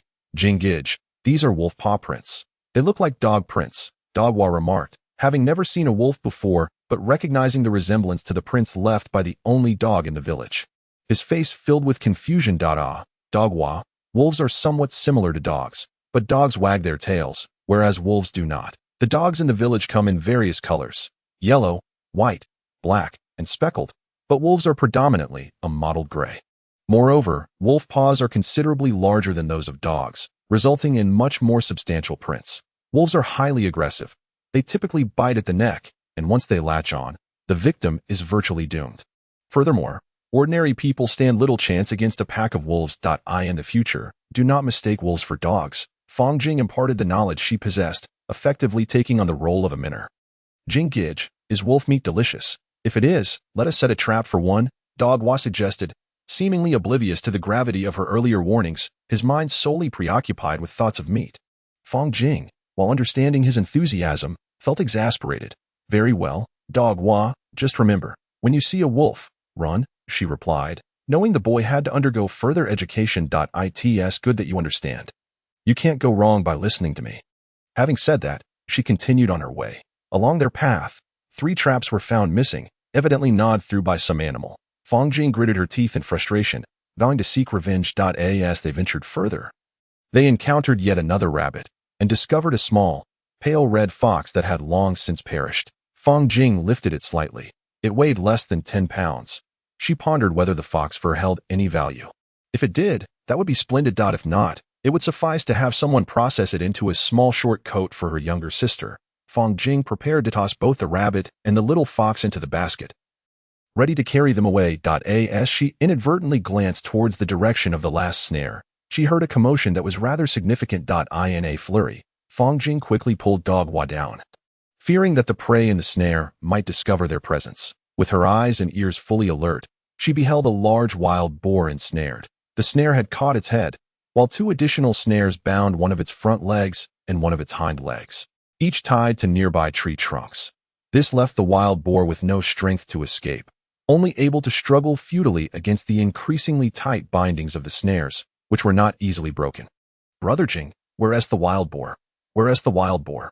What is braised pork? Is it delicious? Dog Hua, excited by Fang Jing's murmurs about the wild boar, felt a surge of enthusiasm upon hearing about braised pork. Despite never having tasted it, he could sense Fang Jing's desire for it and assumed it must be delightful, causing his mouth to water involuntarily. Chapter 16. What a shame about my blood sausage. Fang Jing placed the rabbit and the fox into the basket, cautioning Dog Hua not to approach until she called for him. With the broken knife in hand, she cautiously advanced until she was about 7 or 8 meters from the wild boar. Calculating where to strike, this worn knife could not kill the wild boar. Its skin was too thick and tough, and stabbing it would not suffice. The knife lacked a sharp point, leaving Fang Jing in a state of distress. As she stood there, anxiously observing the wild boar struggling without coming up with a viable solution, an impulsive resolve surged within her. She abruptly rose, knife in hand, charging towards the wild boar. Fang Jing thought that since the boar was trapped and unable to move, she must steel her heart for a close-quarters battle, determined to either slay it or, failing that, incapacitate it. If that too proved impossible, she would resign herself to her own demise. With swift strides, she approached the wild boar, which, sensing her presence, struggled even more fiercely, its eyes bloodshot as it glared at her. Were it not for the snares, it might have charged at this unknown entity. Fang Jing swung the broken knife towards the boar's neck. With a sickening thud, the boar's head fell away, rolling to rest beneath a nearby tree. The body convulsed on the ground, leaving Fang Jing momentarily stunned. Fang Jing calmly crouched down, exerting all her strength to effortlessly hoist the wild boar. This time, she had finally grasped the principle. To lift heavy objects, one must engage their entire body or focus their strength on a specific point. The basket, having felt capable of being lifted at will, had overlooked the necessity of employing force with both hands. This revelation filled Fang Jing with excitement. Could it be that she might one day wield her strength like Wu Song, capturing tigers with her bare hands and lifting immense weights? She chuckled heartily within, realizing that she could potentially become a figure of great renown, perhaps even a world champion in weightlifting, provided there were competitions to showcase such prowess. They exited the forest and approached the edge of the woods. Go Hua, clutching the basket, trudged ahead with great determination. The nearly 40-pound weight left him red-faced, as he summoned every ounce of his resolve to conquer his hunger for meat. Jingo, I can do it, Go Hua declared bravely, though a hint of reluctance lingered in his heart. Fang Jing, bearing the wild boar's body and carrying its head, jogged purposefully toward the village. Go Hua watched in awe as Fang Jing sprinted effortlessly, marveling at her strength and speed despite the burden she carried. Upon reaching the open space in front of her home, she startled everyone busy inside with her blood-stained appearance. Only her small head was visible beneath the massive boar. Jinghua, what happened to you? Are you injured? So much blood. Are you all right? Uncle De Yong approached with a bamboo knife in hand and a cane under his arm, concern etched on his face. Uncle De Yong, I'm perfectly fine. The blood is from the wild boar. I haven't been harmed, Fang Jing quickly reassured him, tossing the boar onto the ground alongside its head, turning her body to indicate her lack of injury. Jinghua, what on earth happened? Grandmother and Aunt Xiao rushed out of the house, their eyes filled with worry. Please don't fret, Grandmother and Aunt Xiao. I'm unscathed. The blood is from the wild boar. Look, I truly am fine. I still need to fetch Go Hua. He is waiting for me at the edge of the woods. So, no need to worry, Fang Jing insisted, patting her chest to emphasize her words. She casually picked up a hoe from beside the house and turned back toward the path. What a massive wild boar. Its head is severed. How on earth did Jinghua manage it? It must weigh at least 300 pounds. That's incredible, grandmother mused, gazing at the boar on the ground. Indeed, since Jinghua fell from the great banyan tree, she has exhibited a remarkable change, displaying more maturity and capability than ever before. It's a pity that Xiaohui will never have the fortune to enjoy Jinghua's blessings, and Xiao lamented, wiping away her tears. Fang Jing, however, could not shake her yearning for pig's blood dumplings. If circumstances allowed, she hoped that during the village's pig slaughter, they might prepare some blood for dumplings. Alas, no one in the village raised pigs, and even purchasing pig's blood from the town seemed a distant possibility. Still, a glimmer of hope lingered. Uncle de Yong, let us borrow a large iron pot from your house to cook this wild boar. Afterward, we can see how much meat we have to share among the families, allowing everyone in the village to taste it. Could you call upon the village chief to help us with the preparations? What do you think? Fang Jing suggested, believing that sharing delicious food with the villagers was only fitting. As was customary in rural life. Yes, Jinghua is right. Come with me to fetch the iron pot, and I will summon the village chief. Uncle de Yong agreed. Fang Daong picked up his cane and made his way homeward, with Fang Jing following closely behind. Observing Fang Daong, who was leaning on his cane, she felt a pang of empathy. It was not that she was unwilling to offer assistance, but rather that she refrained from doing so, fearing it might wound his pride as the head of the family. She understood his resolute spirit. Goa, please help gather some stones, but make sure they are larger. The smaller ones won't suffice. Fang Jing, carrying a basket and a hoe, prepared to dig up some mud for the stove, intending to use it to secure the stones and plug up the small gaps. Jinggu, let's collect them together, she suggested. Daong also followed Goa to collect the stones. That's wonderful. Daong is quite sensible. Fang Jing praised her before hastily heading to the edge of the field to excavate some mud. Chapter 17. The whole village shares the meat. The village head is unscathed, so there's no need to worry. I am in good health, he reassured, that I merely managed to trap the wild boar. Otherwise, I wouldn't have been so fortunate. Fang Jing hoped to swiftly conclude this topic, wishing to avoid any questions regarding the pig's head. Well, as long as you are unharmed, please be extra cautious in the mountains. There are many wild beasts around, and we mustn't let ourselves be injured. The village head felt compelled to issue a few more warnings before he could feel at ease. Village head, I have taken note. I will be careful in the future. Village head, I must trouble everyone to help gather some firewood, so we can clean the wild boar and determine its weight to distribute it among the households in the village. Fang Jing began preparing to construct the earthen stove, but firewood was essential for boiling water. The stove was built up nicely, and fortunately, the stones were sufficiently large. Otherwise, it would have posed a real dilemma. Little Shirtu hurriedly carried a bucket to fetch water from the ditch to pour into the pot, igniting the fire to prepare hot water for skinning the wild boar. Fang Jing sharpened the worn knife by her side, hoping it would suffice for cutting through the pigskin and bones. Otherwise, it would be quite the spectacle. Little Shirtu, along with the villagers, cleaned the thick bristles from the wild boar's head and body. That it was a less than perfect job due to the absence of a sharp scraper, but they made do. Fang Jing wielded the sharpened knife and delivered a decisive cut. Fang Jing was acutely aware that the ancestral hall was a sacred space from which women and children were traditionally excluded. This ancient decree, established by revered sages, dictated that women were forbidden entry during their menstrual cycle, as it was believed that their presence could defile the ancestors. Similarly, children were barred from entering, lest the spirits of their forebears frighten them or the ancestors' ethereal radiance cause harm. This practice has persisted through the ages. Although Fang Jing regarded it with disdain, she wholeheartedly endorsed the veneration of her ancestors. Despite being a child herself, she felt a sense of representation for the Fang family. As she was the sole male heir left, were she to absent herself, the Fang family would effectively be diminished. Fang Jing left behind pig-esh trotters, a pig's head, pig's ears, approximately 30 pounds of meat, along with some offal, ribs, and large bones, while the remainder was prepared for distribution. Village chief, shall we commence the division of the meat? Please summon each household to collect their share. It has all been cut up and does not require weighing. As the sizes are relatively uniform, the quality is comparable as well, she remarked, choosing to be somewhat casual in her approach. Calling out to the village chief, she instructed him to initiate the distribution. The villagers, upon hearing her, gathered in an orderly fashion, each receiving their portion of meat without complaint. Fang Jing observed Uncle Shirtu methodically dispensing the meat, and she was quite astonished by the harmonious atmosphere of the village. Was this how ancient communities functioned? Village chief, please also invite Annie and Damao, and Airmao to join us for a meal shortly. I will prepare the food now, so there is no need for you to cook at home. Additionally, I would appreciate it if you could provide a bowl of wine, for without it, the gamey flavor of the wild boar meat cannot be eradicated, and the dish would not be palatable. Once again, Fang Jing found herself hosting a feast, compelled by the abundance of wild boar meat. Yet lacking wine at home, she turned to the village chief, knowing he possessed a jar of an unknown liquor.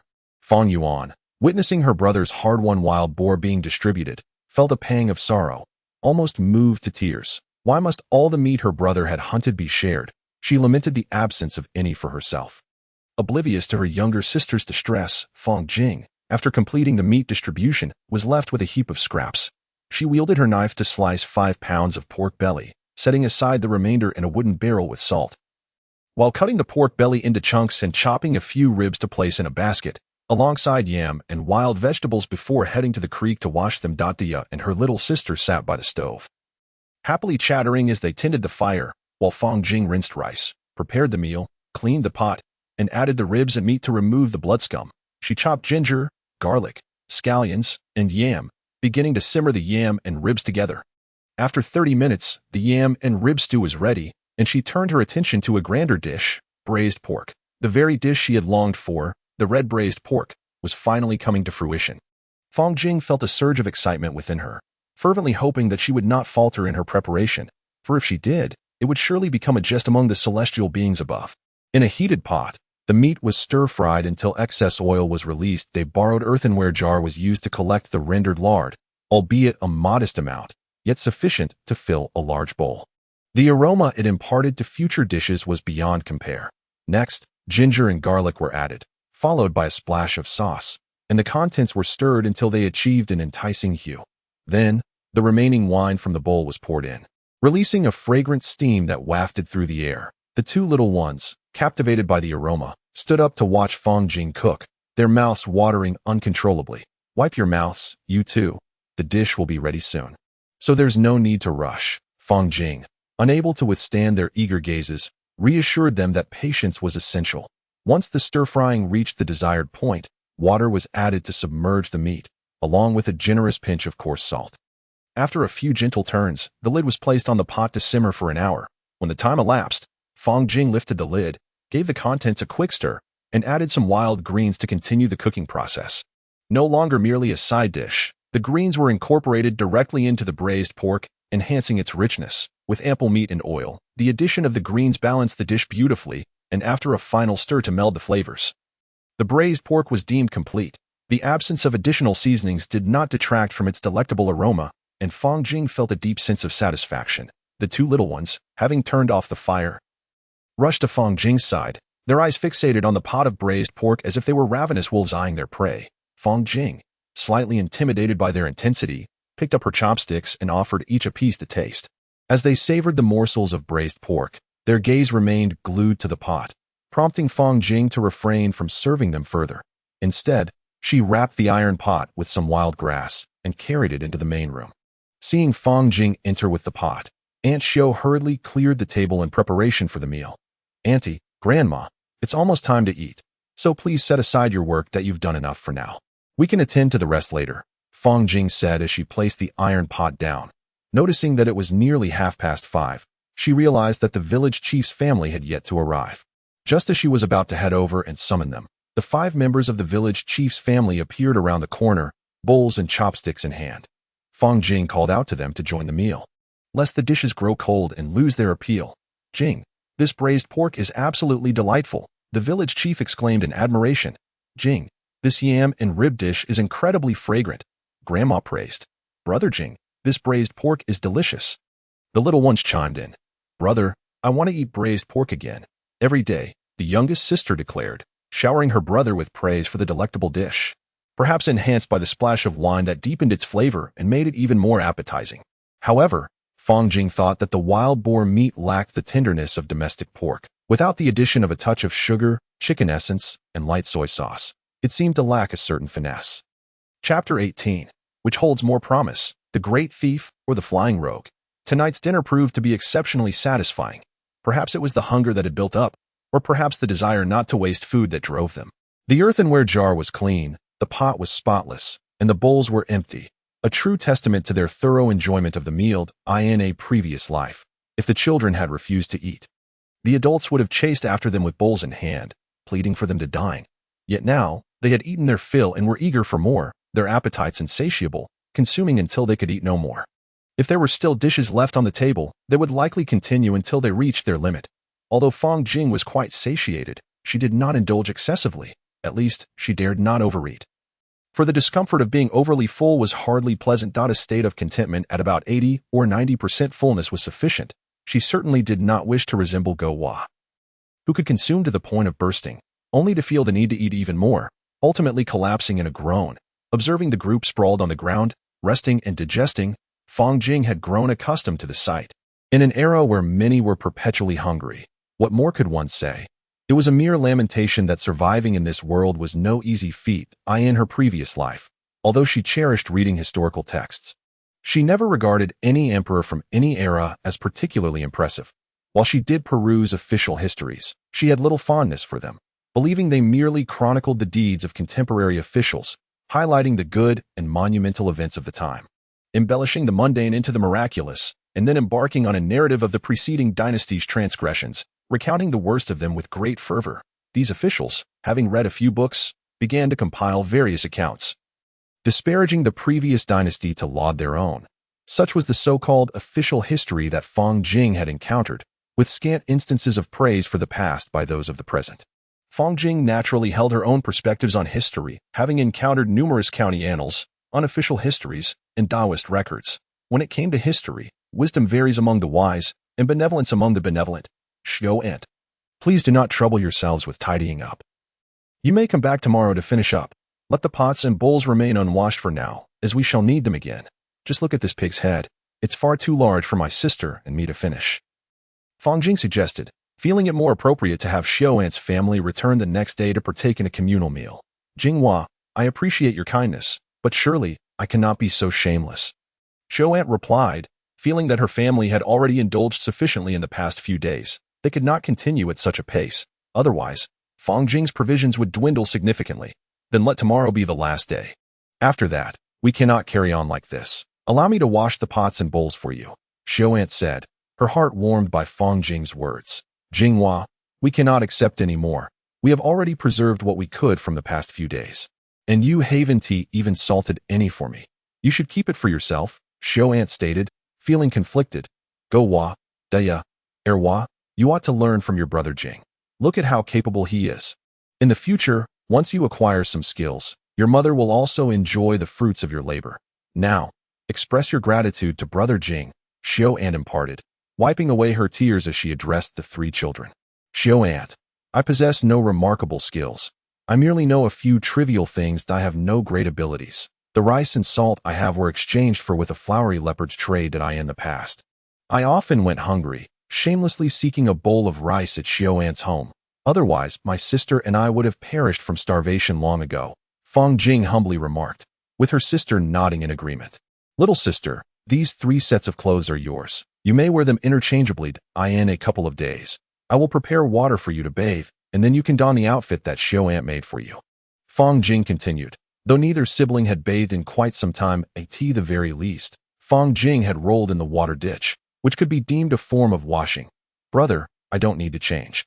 What I am wearing is fine, Fang Yuan said, concerned about the new clothes. Your current outfit is quite dirty. A change is indeed necessary.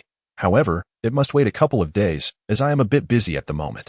In a few days, I will help you bathe, and then you can wear them, Fang Jing reassured her. Fang Jing gazed at her younger sister, whose clothes and pants were soiled, resembling a beggar. It was only in recent days that she began to understand the situation, yet she had not paid much attention to her little sister, for ensuring a full belly was paramount. Everything else could wait. Fang Jing gathered the clothes and glanced at the 2 quilts nearby. Fortunately, it was summer. She pondered how they would manage in winter with just 2 quilt covers. Devoid of any filling, surely they would freeze. She contemplated where to obtain cotton. If that were unavailable, perhaps they could find some wadding, or failing that, some straw. She decided to put away the bedding and think of solutions in a few days. Careful not to soil anything further, Fang Jing also considered acquiring a decent mat for the wooden bed, and thought to inquire tomorrow whether Uncle Daon could weave one. If not, they would have to make do. Brother, this pillow is so comfortable. You should try it, Fang Yuan exclaimed as she climbed onto the bed, resting her head on the pillow and feeling its softness. Yes, I will try it shortly. First, I must take the basket to the right room. Having so many baskets and containers here takes up space. Fang Jing felt that the room was already small, and the baskets occupied a considerable area. Brother, let me help you, Fang Yuan said as she sat up, eager to assist Fang Jing. Once Fang Jing finished tidying up, she closed the door, removed her shoes, and lay down on the bed. Her little sister nestled close, and Fang Jing instinctively embraced the poor child. Today had been filled with too many events, compelling Fang Jing to maintain a facade of calmness amidst the bizarre occurrences, strange sights, sounds, and forces that eluded comprehension. She wondered if there were any other extraordinary abilities she might possess. As her heart began to feel uneasy, fortunately, having seen countless films in her past life, she had encountered all manner of peculiar aliens, ghosts, and zombies. Even if not in person, she had at least been exposed to them. Yet, if such phenomena were to transpire in her own life, it would be utterly unfathomable. Given the day's events, Fang Jing found herself in the role of an unwilling acceptor, with no divine intervention to provide clarity. Otherwise, she would have certainly engaged in a spirited debate with any celestial being, perhaps even gaining a little brother in the process. She mused about possessing extraordinary powers, superhuman strength, the ability to see 1,000 miles, or hear the faintest whisper, wondering if she could one day become a notorious thief. Yes, perhaps she could steal throughout the vast Tang Dynasty, though lacking the ability to fly was a significant drawback. What if I could master lightness skill? She pondered, but that too seemed unattainable. Perhaps I shall attempt it tomorrow. Fang Jing firmly believed that if she possessed such abilities, she would undoubtedly become the most renowned thief in the Tang Dynasty. In her previous life, she had always harbored a dream of being a martial hero, traversing the world with a sword, combating injustice and rescuing countless souls from malevolent forces. Becoming a notorious thief was unfeasible. Taking her little sister along would be akin to leading her into a trap. Well then, I shall strive to become a celestial being instead, she declared. Did not the journey to the West feature characters with extraordinary powers? Though her vision could not span 1,000 miles, a few kilometers would suffice, wouldn't it? Oh Jade Emperor, perhaps grant me a position to fulfill. Little sister, let me tell you a story. Fang Jing suddenly recalled the notion of the 1,000-mile eye and thought of sharing tales from journey to the West with her sister. As she began to weave her narrative, the gentle rhythm of her thoughts lulled her into a drowsy state. And soon, she drifted off to sleep amidst her musings. Chapter 19. Akin of Ice Colo, dear. Why am I here again? Which deity is causing this ruckus? If this escalates, I might end up in a predicament, so please, spare me. Fang Jing once more found herself in this expanse of white, her heart racing with trepidation. During the day, she had invoked the wrath of the deities, and now, she feared for her very existence. Oh heavens! Fang Jing was so agitated she began to jump in frustration. With that leap, she soared into the air, suspended at least 100 meters above the ground, and panic seized her as she yelled out from the heights, "Deities, help me! I'm so high up." Alas, no one came to her aid. With a resounding thud, Fang Jing plummeted down, her legs shattering upon impact, bones exposed, her body reeling from the force of the fall. She was uncertain how many ribs she had broken, and the pain rendered her unconscious, blood seeping from her mouth, nose, and ears. Time passed, but when she awoke, she was met with the same blinding whiteness, and in her mind, 1,000 curses raced forth. What kind of deity are you to bring me here? You must take responsibility for this calamity. She lamented to the heavens and the earth, furious at the absurdity of her situation. Fang Jing lay there, pounding the ground in tears and curses, but no one heeded her cries. To an observer, her plight might resemble a comical act of deception. As she opened her eyes, the relentless white remained, devoid of even a hint of color to soothe her spirit. Yet, as she lay there, she pushed against the ground, attempting to rise. Her legs moved, and upon inspection, they appeared intact. She cautiously lifted one leg, testing for pain, none. She swayed her body, still no discomfort. What on earth is happening? Was I dreaming? Didn't I just break my legs and ribs? Surely, this must be a dream or an illusion.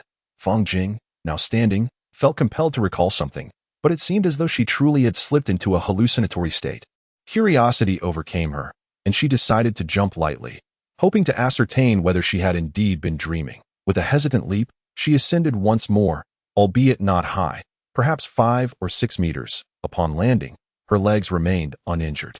She jumped again, and again, her altitude gradually increasing from 5 or 6 meters to 20 or 30, reveling in the newfound joy of bouncing as time passed. Her leaps transformed from vertical to horizontal, and she was lost in a state of blissful play. She could leap 1,000 meters vertically and hundreds horizontally. Fang Jing felt exhilarated, believing she could effortlessly outpace any thief. Oh my, I'm utterly exhausted. If I continue like this, I'll be rendered useless. Finally, she paused, collapsing onto the ground, gasping for breath and grumbling to herself. After such prolonged exertion, she was flushed and panting like a dog, yet her mind buzzed with activity. Her lips never ceasing to murmur, "If only I could travel without the burdens of transportation fees, entrance tickets, and the like. How convenient it would be to roam freely and indulge in spontaneous adventures." Fang Jing often wished she had possessed such extraordinary abilities in her past life. Exhausted and parched, she yearned for a can of ice-cold Coca-Cola. Once again, her imagination took flight. Suddenly, a can of ice-cold Coca-Cola appeared in her hand. Startled, Fang Jing bolted upright, as though she had caught a thief in the act. She glanced at the can in her hand and scanned her surroundings. No one was there, no one at all. But where did this Coca-Cola come from? Who was this deranged individual playing tricks on her? This was madness. Such antics could drive anyone to the brink of insanity. "Show yourself," she shouted. "If you don't appear, I shall resort to detonating a package of C4 explosives right here." Fang Jing's voice echoed in desperation, imploring the peculiar spirit to reveal itself.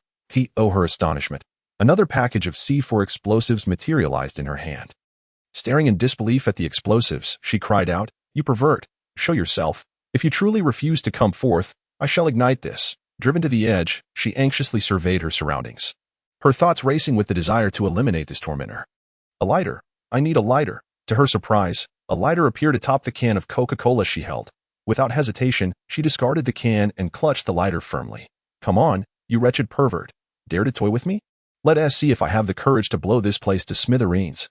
In a fit of madness, Fang Jing ignited the fuse of the C4 explosives and hurled it away. With a resounding explosion, the C4 detonated in midair, the deafening noise causing her to recoil instinctively. Her eyes were fixated on the area where the explosion occurred. She had thrown it quite far, at least 300 to 500 meters away, yet she still could not spot the elusive spirit lurking in her mind. "Damn it, not even an explosion can lure you out.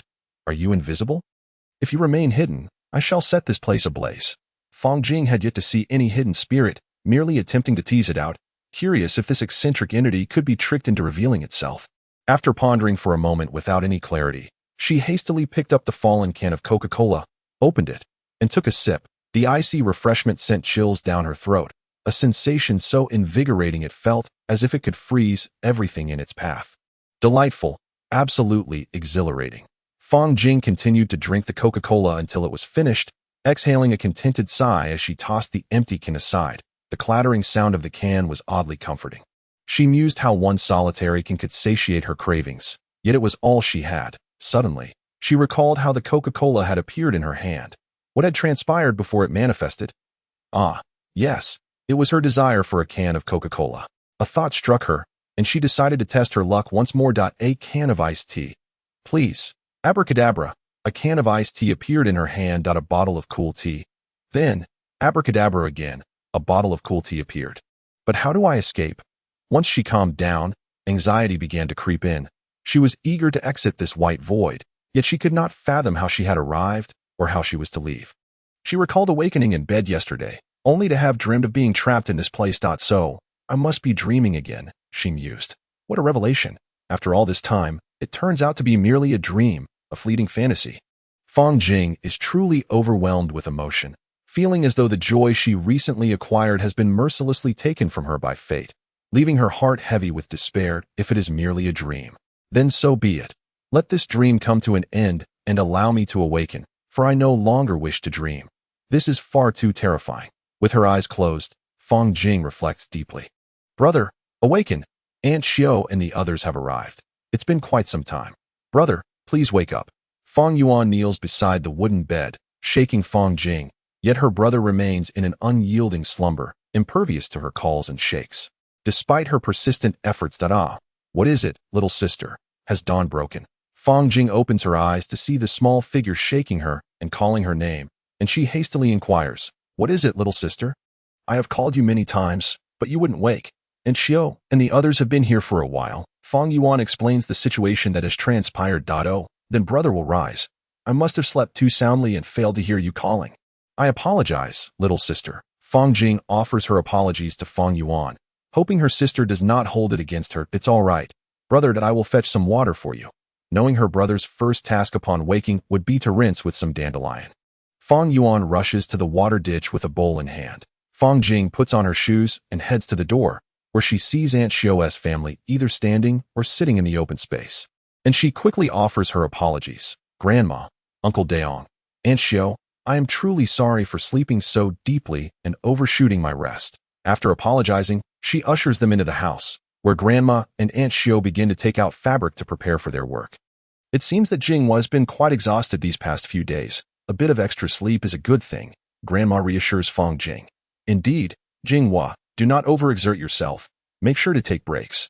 Aunt Xiao nods in agreement. Grandma, Aunt Xiao, today we will not be making clothes. Instead, I would like your assistance in preparing a thick quilt that I am not knowledgeable in such matters, so I must rely on your help. Fong Jing expresses her need for help with making a winter quilt. This should have been prepared in advance. Otherwise, by the time winter arrives, you two siblings will be half frozen. Leave it to us. We will take care of it, Aunt Xiao assures her promptly. Thank you, Grandma and Aunt Xiao.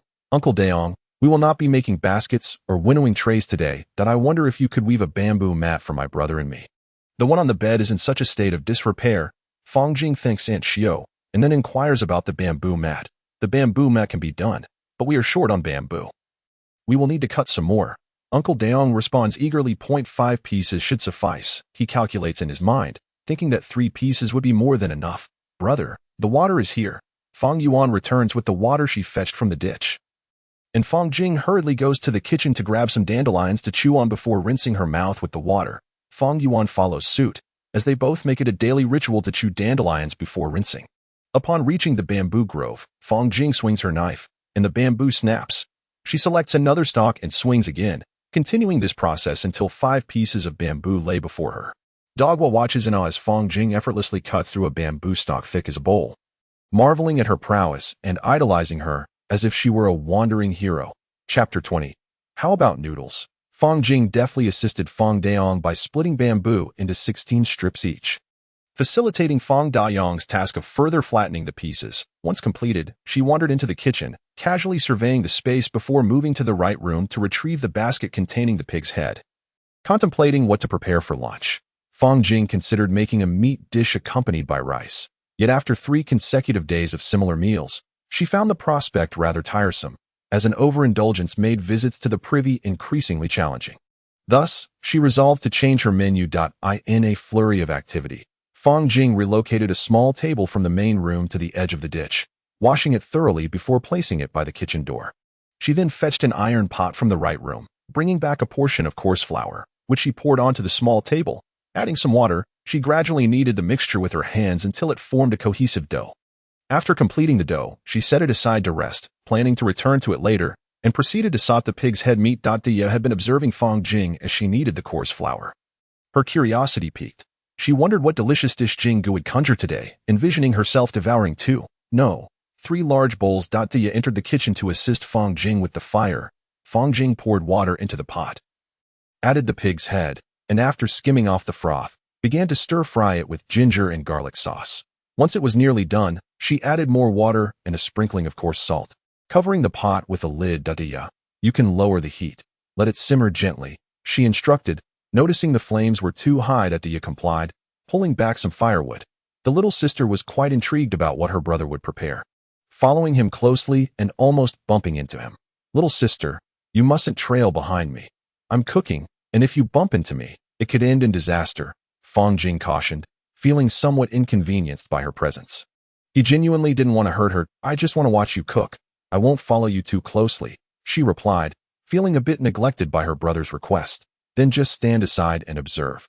I fear for your safety, Fong Jing explained, hoping to avoid upsetting the little girl. All right, I'll stay here and watch you cook.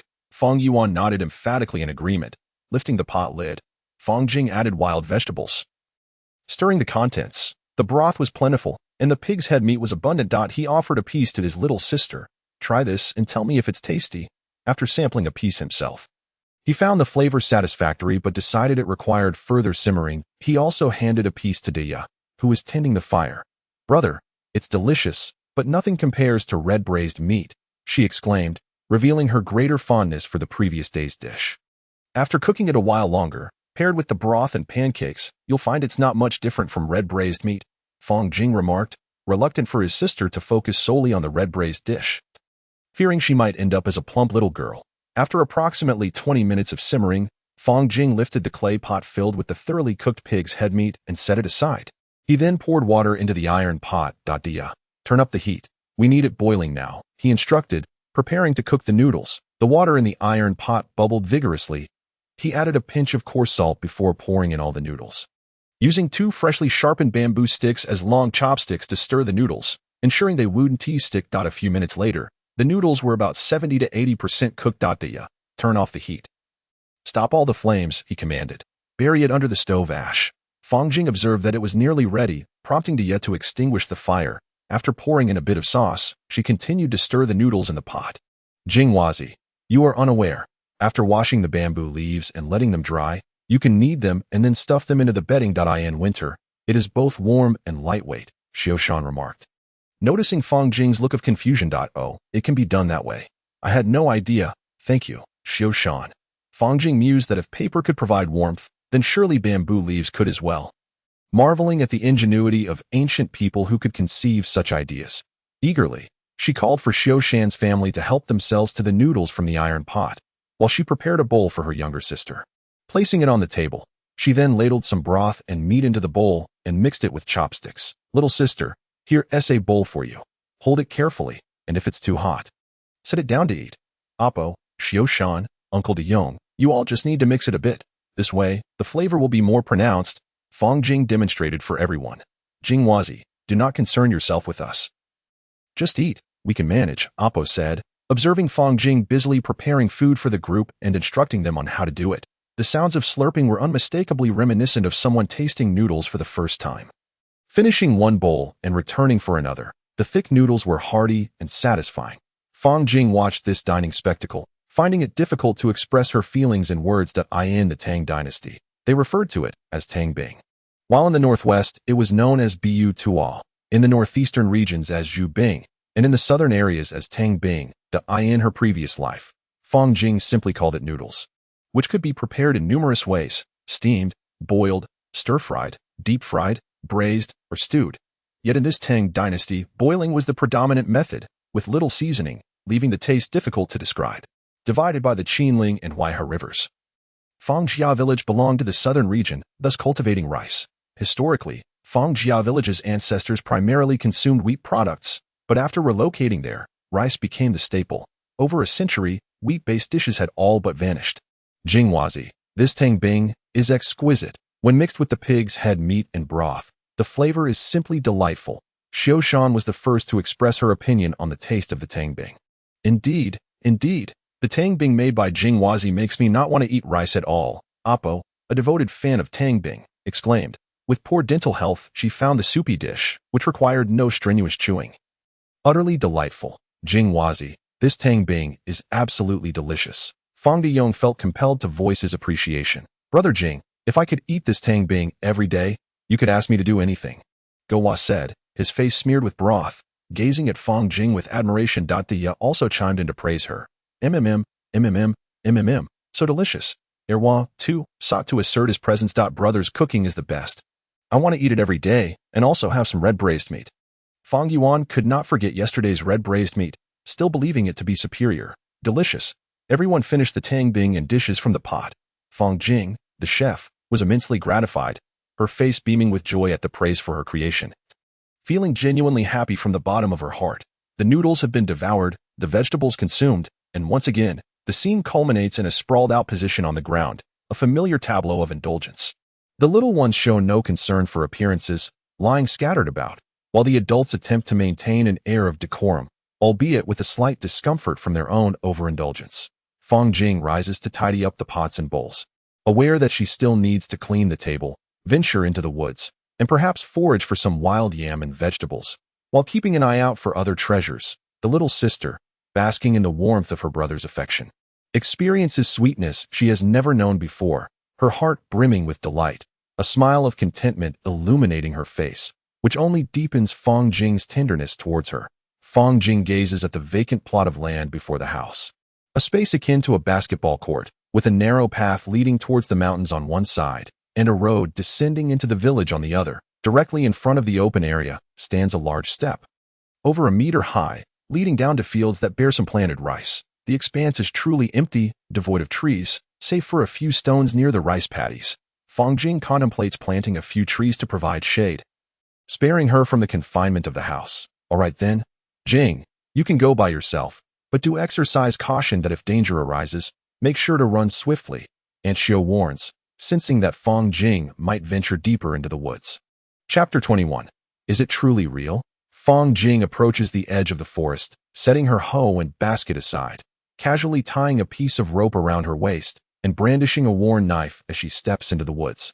Her senses heighten to scan her surroundings, absorbing the myriad flora and fauna around her, while various sounds fill her ears. As she advances, countless small birds and creatures scatter in haste, evading her presence like a formidable predator. Fang Jing shakes her head in disbelief. With such meager frames, you think you can escape me? What a futile effort. In a swift motion, she finds herself several dozen meters away. Wow. Oh my goodness. It's real after all. Not merely an illusion. This is fantastic. Fang Jing exclaims in exuberance, confirming that this is no figment of her imagination. As she leaps in joy, she fails to notice a tree beneath her, and a branch tears at her clothing, leaving her in tatters. If not for her quick reflexes to shield her face with her arm, she might have marred her features. Fortunately, her face remains unscathed, though her attire has suffered, resembling that of a beggar. Fang Jing gazes at her disheveled appearance, speechless, mentally vowing to be more cautious in the future. She continues to bounce forward, leaping until she reaches the summit of a hill, pausing to survey her surroundings. The village of Fangjia has vanished from sight, leaving her in a state of bewilderment, lost and unaware of her location. Without the aid of GPS or a compass to guide her, where am I? She wonders. Thankfully, the sun is shining today, and she recalls that Fangjia is located to the east. Looking up at the sun, she reassures herself that she hasn't completely lost her way, finding solace in this small comfort. Fang Jing turned her head and glanced around. There were indeed a multitude of creatures, birds, beasts, and insects flying about. Suddenly, she noticed an unidentified entity encroaching upon the area, prompting the animals to scatter in all directions, fleeing as swiftly as their legs and wings would allow. Fang Jing, however, paid no heed to these creatures at that moment. She was consumed by excitement, unconcerned with capturing any animals, focusing solely on her own amusement. Her eyes scanned the western horizon, where a large bear was foraging for food accompanied by two small cubs. The cubs were relatively small, perhaps comparable in size to a half-grown piglet. Fang Jing pondered the possibility of bouncing over to stealthily snatch one of the cubs, envisioning the prospect of training it as a mount for future hunts and travels, thereby sparing herself from exertion. With a mischievous grin, she disregarded the likelihood of success and bounded toward the area where the bear was located. Before long, she found herself in close proximity to the bear. With a powerful leap, she swiftly captured one of the cubs in a flash. The bear, sensing the sudden danger, turned to find its cub had vanished. Letting out a series of anguished roars in the direction of the sound, it was left bewildered. Meanwhile, Fang Jing had already distanced herself a couple of miles, cradling the small cub in her arms. The little cub, a male, was baring its teeth and growling at her. Fang Jing noted that the cub had developed teeth, though fortunately, its bite force was likely minimal, sufficient only for nibbling on small insects or decaying flesh. What are you growling at? I could forgive your mother for being fierce, but you, a mere cub, dare to challenge me.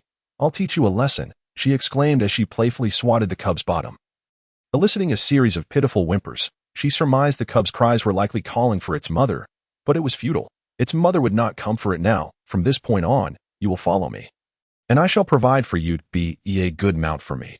She chuckled mischievously as she continued to swat the cub's rear. She couldn't help but revel in the softness of its fur. Despite its whimpering, the cub's pleas fell on deaf ears. Fang Jing then unfastened a length of hemp rope from her waist, fashioning it into a makeshift harness to secure the cub's head and forelegs. Binding it beneath in her mind, she had effectively transformed the cub into a pet. Envisioning the grand spectacle of parading a bear through the streets, she tied the rope high on a tree, ensuring the cub could not gnaw through it. Once I retrieve your brother or sister, you shall have a companion. Your incessant whimpering is giving me a headache. Bring your siblings here, and then you'll have company. If you keep it up, I might just feast on bear paws," she threatened, unconcerned whether the cub understood her words as she continued to taunt it. With a sudden leap, Fang Jing landed a few meters before the bear, which was startled by the noise and the sight of the descending figure that it roared fiercely, attempting to intimidate the unknown entity before it. "What are you shouting about? I can make noise too," Fang Jing retorted with a playful howl, albeit sounding somewhat silly in her imitation. She swiftly finished her taunt and bounded away to a nearby spot. The bear, bewildered by the sudden disappearance of the creature before it, was caught off guard. As it turned to investigate, it felt a sharp pain in its rear, having been ambushed by the very being it had just encountered. In a flurry, it spun around, only to find nothing there. "What on earth?" it exclaimed in confusion. Fang Jing is truly skilled in her playful antics, deftly teasing the Malayan bear with her swift movements. Yet the Malayan bear, unable to catch a glimpse of her, can only pace in circles, roaring in frustration. After a while, having jumped around extensively, Fang Jing, using the back of her knife to deliver several taps, hastily darts towards the cubs, scooping up the remaining little bear and leaping away. The Malayan bear continues to bellow at the elusive creature that has taken flight. Once the mysterious being vanishes from sight, the bear recalls its cubs, but upon realizing the absence of its offspring, it begins to sniff around in search, howling to the heavens in despair. Reaching the edge of a small hillock, Fang Jing glances back. Recognizing this as the site of her initial trap, she then begins to scurry towards the forest's edge, cautious not to leap excessively, fearing that her height may attract unwanted attention. Pausing in the woods, she makes her way to the spot where she had placed her tools. So you didn't leave after all. It appears their sister too. Thus, we have a pair of siblings. How delightful. Fang Jing rises with a mischievous grin, leading two little bear cubs, which at a glance resemble her walking two dogs. However, the cubs refuse to budge, persistently chattering at Fang Jing with their inquisitive sounds, baring their teeth. "Oh dear, it seems you're in a playful mood. But that won't do. You two must serve as steeds for us siblings. You cannot be so fierce if you continue to act so menacingly. I shall have to discipline you," Fang Jing warns, playfully intimidating the little ones. "I shall strike. I shall strike. If you misbehave, you will be punished. And then you shall listen." With a thorny branch in hand, she playfully swats at the cubs, mockingly scolding them. The two cubs, feeling the sting, emit soft whimpers, though they cease their growling, retreating cautiously. Fang Jing, realizing she is at an impasse, decides to sit down and devise a plan. "Look how clever I am, devising a splendid solution for you," she exclaims, laughing at her own audacity. Fang Jing's proposed solution is indeed sound, for bear cubs recently separated from their mother. This is akin to a thunderclap. Forcing them to follow her would be quite the challenge. If she were to confine the cubs for a few days without food and then release them with provisions, their instinctual behavior would lead them to follow her, thus perceiving her as a maternal figure, or rather, a wet nurse. "Jing, where did you acquire these little bear cubs? This is no trivial matter. I hope they haven't bitten you or caused you harm. What has happened to your clothes?" Fang Daong expresses concern for Fang Jing, fully aware of the dangers posed by bears. "Uncle Daong, rest assured, I have a foolproof method to ensure these little rascals do not bite. In the future, I will rely on them to assist in hunting," Fang Jing reassures him, unwilling to relinquish the cubs she has so cleverly captured or to resort to slaughter for sustenance. "Very well, Jing, if you can manage to care for them, then proceed with your endeavor. Should it prove unfeasible, we shall either kill them or release them, which would be preferable to risking injury in the future." Fang Daong replies, still harboring reservations. "Do not worry, Uncle Daong. You need not concern yourself. If these little ones prove disobedient, I shall simply turn them into a meal." Fang Jing hurriedly responded, grasping a small section of bamboo from the ground and striking it into the earth ahead with a stone, driving it 2 or 3 feet deep. She then used a knife to carve a large incision into the bamboo and tied a piece of hemp rope to it, lifting it high to prevent the two bear cubs from gnawing at the rope. "Uncle Fang Daong, please keep an eye on them. Don't let them chew through the rope and escape. I still need to go into the forest to dig some yam, as my grandmother loves it." Fang Jing casually instructed Fang Daong, ensuring that the two cubs did not manage to slip away. Hearing that Fang Jing was digging for yam because of his mother's fondness for it warmed Fang Daong's heart, and he nodded in agreement to watch over the two little cubs. The ma xiong, commonly known as the brown bear or grizzly bear, can weigh up to 1,000 pounds. The large bear Fang Jing encountered earlier weighed approximately 500 pounds.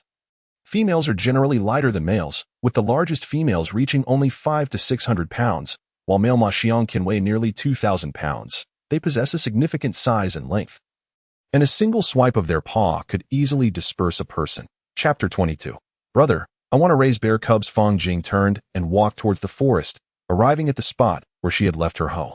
She picked it up and began to search for yam. Swinging the hoe, she found it rather ineffective, and thus had to proceed slowly. As time passed, her basket gradually filled with yam, prompting her to stop digging. However, she still needed to gather some wild onions, garlic, ginger, and wild vegetables, so she resumed her search for them. Fang Jing aimed to gather enough wild ingredients to prepare cured meat, believing that having provisions at home would bring peace of mind. Venturing further into the woods, she began to hop forward, eventually stopping at the location of her traps, her eyes scanning the surroundings. Oh my, why are there so many rabbits? Is it true that I have an enmity with them? Fang Jing exclaimed upon spotting 2 rabbits before her, her frustration truly indescribable. She approached to catch one rabbit and then another, imagining a future where her diet consisted solely of rabbit meat. Her mind swirling with a torrent of thoughts, before her stood a creature resembling a small pig, black and white in color, leaving Fang Jing momentarily stunned. Is that a giant panda? Or perhaps an irresistibly adorable panda cub? How on earth did you end up here? Fang Jing dashed over, marveling at the small creature before her. Little one, where did you come from? Where are you headed? Where's your mother?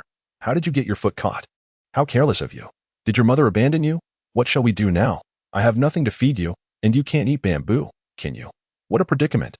Fang Jing entered a mode of concern, squatting on the ground as she examined the little creature, alternating between gazing at it and reaching out to touch it. The small creature, oblivious to the nature of the being before it, continued to back away, emitting sharp, high-pitched cries. Fang Jing, utterly enchanted by the little one, activated her scanning gaze to survey the vicinity. Within a 2-mile radius, there were no signs of any large animals, indicating that the little creature's mother was likely not nearby, or perhaps had abandoned it entirely. The little creature refused to comply with Fang Jing's methods, resisting with bites and struggles, which left her utterly perplexed.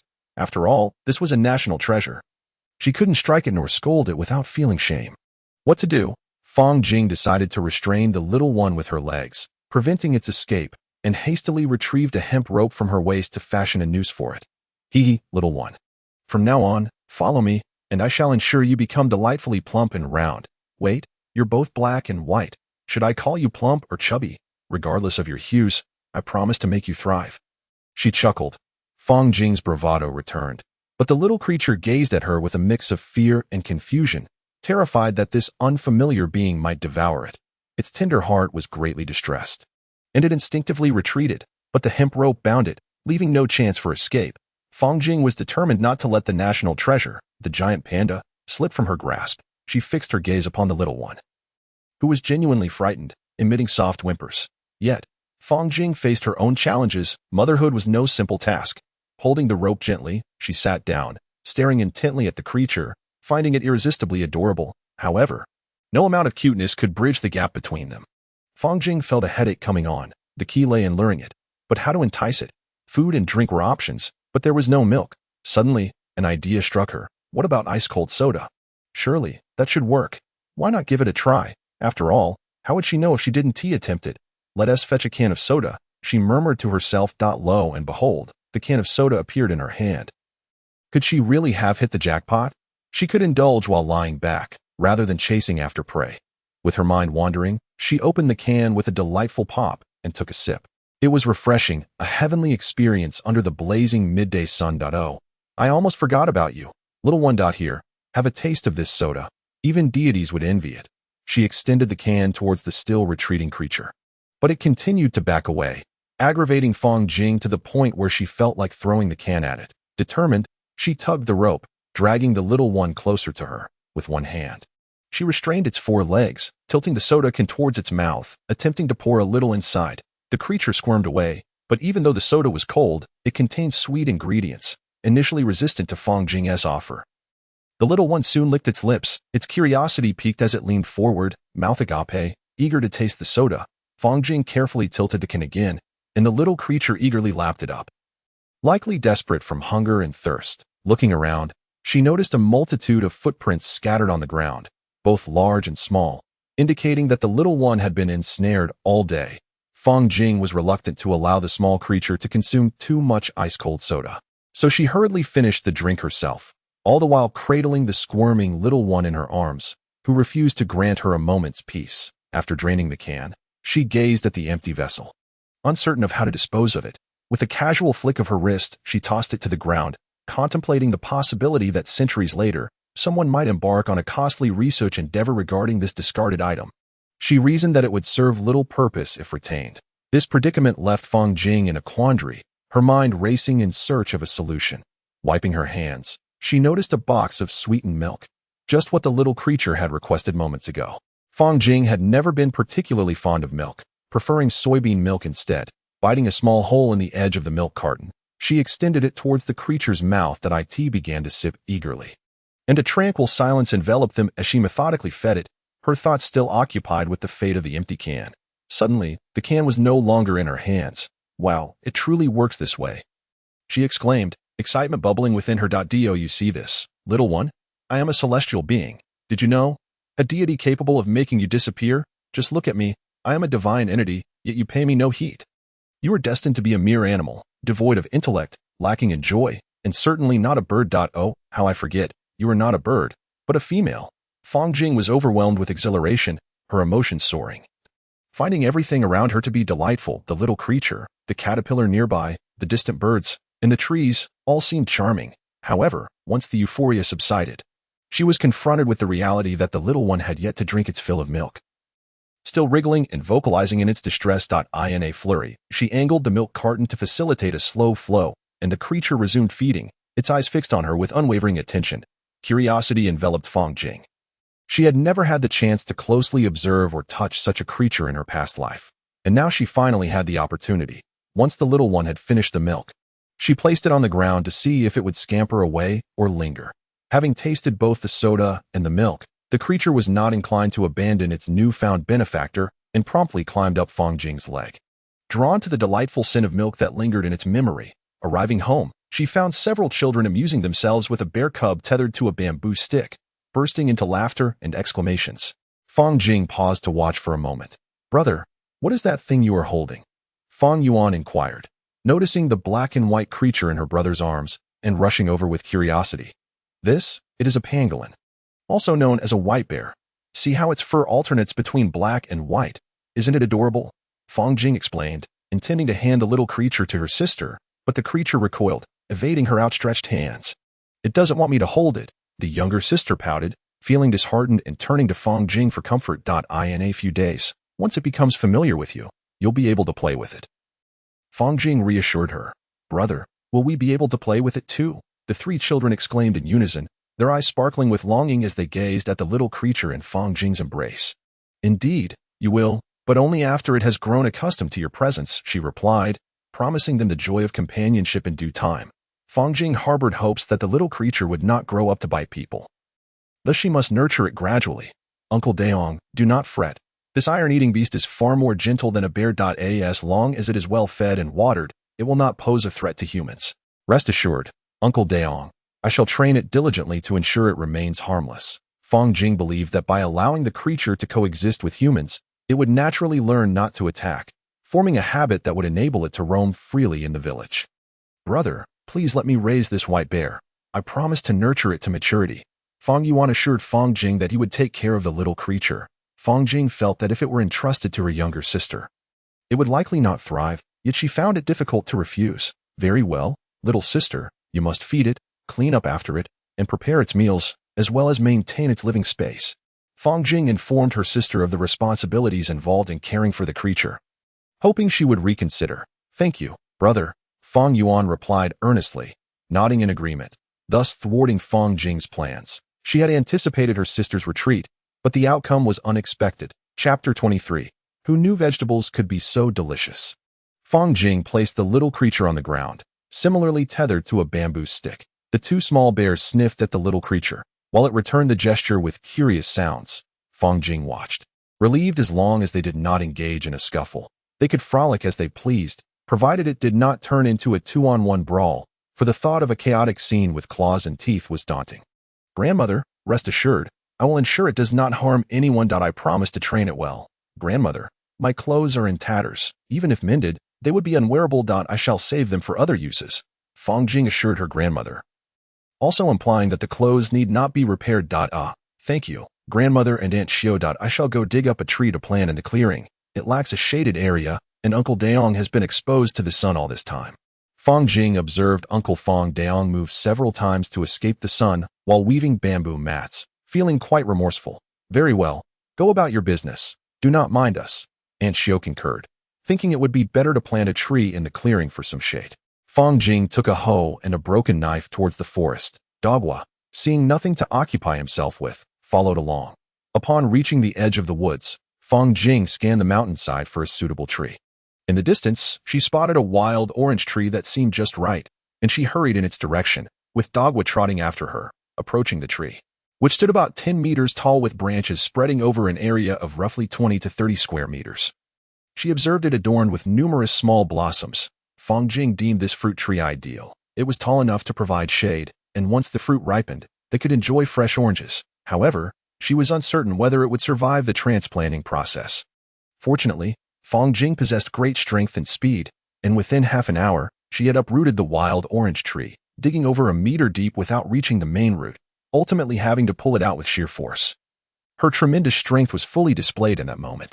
With the tree felled, Fang Jing began to clear away the excess branches from the trunk with her broken knife, facilitating easier handling and ensuring that the branches would maintain a certain height above the ground after planting, thereby enhancing the likelihood of survival, as excess branches could siphon off vital nutrients and moisture. Before returning home, in the vacant lot, I set down the tree and took the hoe handed to me by Dogwa. Resuming the task of digging a hole, the pit measured 1 meter in diameter and 1.5 meters deep. After half an hour, the hole was finally excavated. Fang Jing supported the wild orange tree upright, placing it into the pit, and with her foot, she began to sweep the excavated soil back into the hole. Dogwa, meanwhile, was using the hoe to draw the soil into the pit. After a while, the earth in the pit had accumulated to nearly half a hole's worth, allowing the wild orange tree to stand firm. Fang Jing liberated her hands and quickly snatched the hoe from Dogwa to fill the hole. Working with remarkable speed, from a distance, Fang Daong observed the seamless process of digging, planting, and filling the hole, astonished by the strength, speed, and efficacy displayed by Fang Jing that he marveled at her prowess, recognizing her as an exceptional laborer. Someone who could rival several men in strength. If she were on a battlefield, she would undoubtedly be a valiant warrior. Once the wild orange tree was planted, Fang Jing fetched a water bucket from the kitchen, pouring its contents around the tree trunk. She then removed her shoes and began to stomp down vigorously, using the hoe to bring in more soil to compact it further. She continued this labor until she felt it was adequately packed, then casually used the hoe to push excess soil to the edges. Afterward, she went to the ditch to fetch another bucket of water to complete the task. After planting the tree, Fang Jing stepped back to assess her handiwork. She was pleased with the outcome, though a few clumps of soil at the base of the tree caught her eye, prompting her to grab a bamboo broom resting against the wall to sweep the debris aside. The area now appeared much more pleasing, yet she still found it somewhat jarring.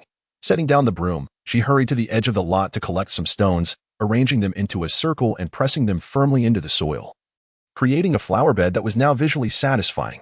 Uncle Daong, you can start working under this tree now. You won't have to endure the sun anymore, Fang Jing exclaimed joyfully.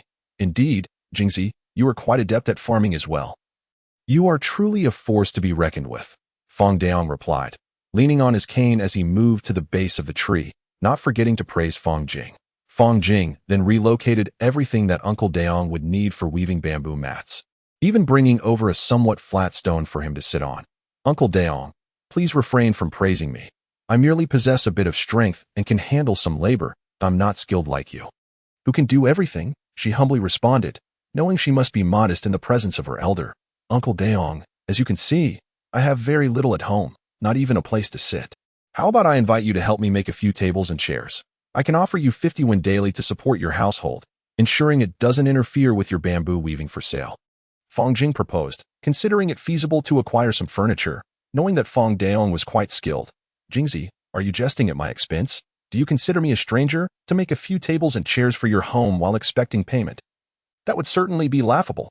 Fang Daong was not keen on the idea of being paid for making furniture, feeling it would be an affront to his dignity. Uncle Daong, that's simply one tea do. Payment must be rendered. And the furniture should indeed be crafted. It's not a matter of being a stranger.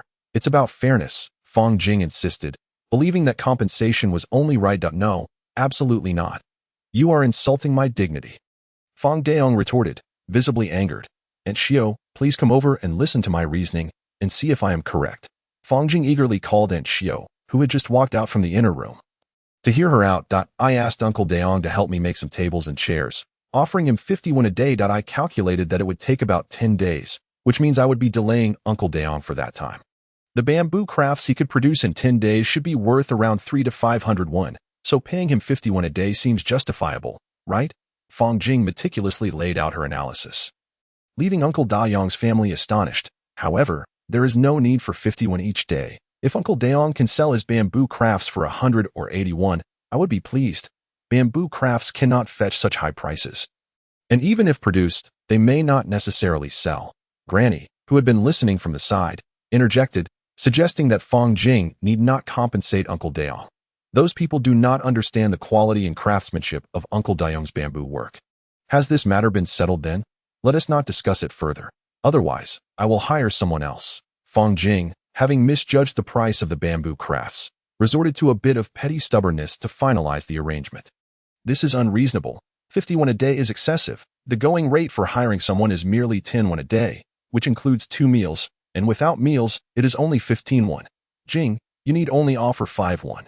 Aunt Xiao felt that 50 won was too much and suggested a lesser amount. Aunt Xiao, let us not argue any further. It shall be 50 won if my brother and I ever find ourselves in need of money. Would you not lend a sum? This matter is settled, and I shall prepare the meal now. Fong Jing, wishing to avoid further discussion, excused herself to the kitchen in haste. Good-hearted Jing, Daong, please put in extra effort in your work and make more tables and chairs. Do not be lazy, advised Granny from the side. Mother, I understand. I will work diligently, replied Fong Daong, tears welling in his eyes as he nodded to Granny, feeling warmth in his heart at Fong Jing's willingness to pay him more. This not only affirms his craftsmanship but also aids his family's financial situation. Fong Daong understood this clearly. Meanwhile, Fong Jing was in the kitchen sorting through the basket of meat, contemplating what to cook next. She held 2 portions of pig liver and wild boar intestines, planning to stir-fry the liver, prepare braised intestines, and make a stew of yam and pork ribs, accompanied by a pot of millet rice. Such a combination should be utterly delightful. Big sister, little sister, come over to start the fire and prepare the meal. I cannot manage with so few hands. Fong Jing called out to her younger sisters, who were still playing with the bear cubs. All right, brother Jing. Big sister hurried into the kitchen to light the fire, and little sister followed her inside. Fong Daong watched Fong Jing and the little ones, his heart filled with reassurance at the thought that as they grew older, they would have Fong Jing's support, wishing for their continued well-being. Flames leapt in the stove, and the aroma wafted throughout the kitchen. The little ones sat closely together, their noses twitching at the enticing scent, eagerly gazing at the pot. Unbeknownst to them, Fong Jing had added soy sauce, chicken essence, and various spices, the fragrance of which drew Aunt Xiao and the others to peek inside, all yearning to know what delightful dishes Fong Jing was preparing. One by one, the dishes were stir-fried and plated, leaving only the yam stew with ribs to be prepared, as the rice took up one of the stove burners, naturally slowing the process. Beneath the orange tree in the open space, a small wooden table was set, surrounded by 8 slightly elevated flat stones. Fong Jing brought the dishes to the table, with the pot of rice set aside. Everyone gathered around, the table adorned with 8 bamboo bowls of varying sizes, already filled with rice, eagerly awaiting Fong Jing's call to commence the meal. Let us eat, Fong Jing announced, and everyone picked up their chopsticks to begin. Delicious, delicious, so fragrant, so exquisite, even better than the previous days, exclaimed Go Hua, the first to voice his delight. This is truly delectable. I doubt even the Emperor of Chang'an has tasted something so good, remarked the grandmother. Indeed, this is far superior to yesterday's meal. So aromatic, echoed Xiao Shu, her mouth full, not forgetting to praise Fong Jing's culinary skills that it's fragrant and delightful. Fong De managed to say between mouthfuls, showing no intention of stopping. Brother Jing's dishes are simply delightful. Added to Ya, brother, I want to eat today's dishes again tomorrow. Fong Yuan thought only of continuing to savor such meals that in Chapter 24, titled A Bear Must Behave Like a Bear, another scene of overindulgence unfolded.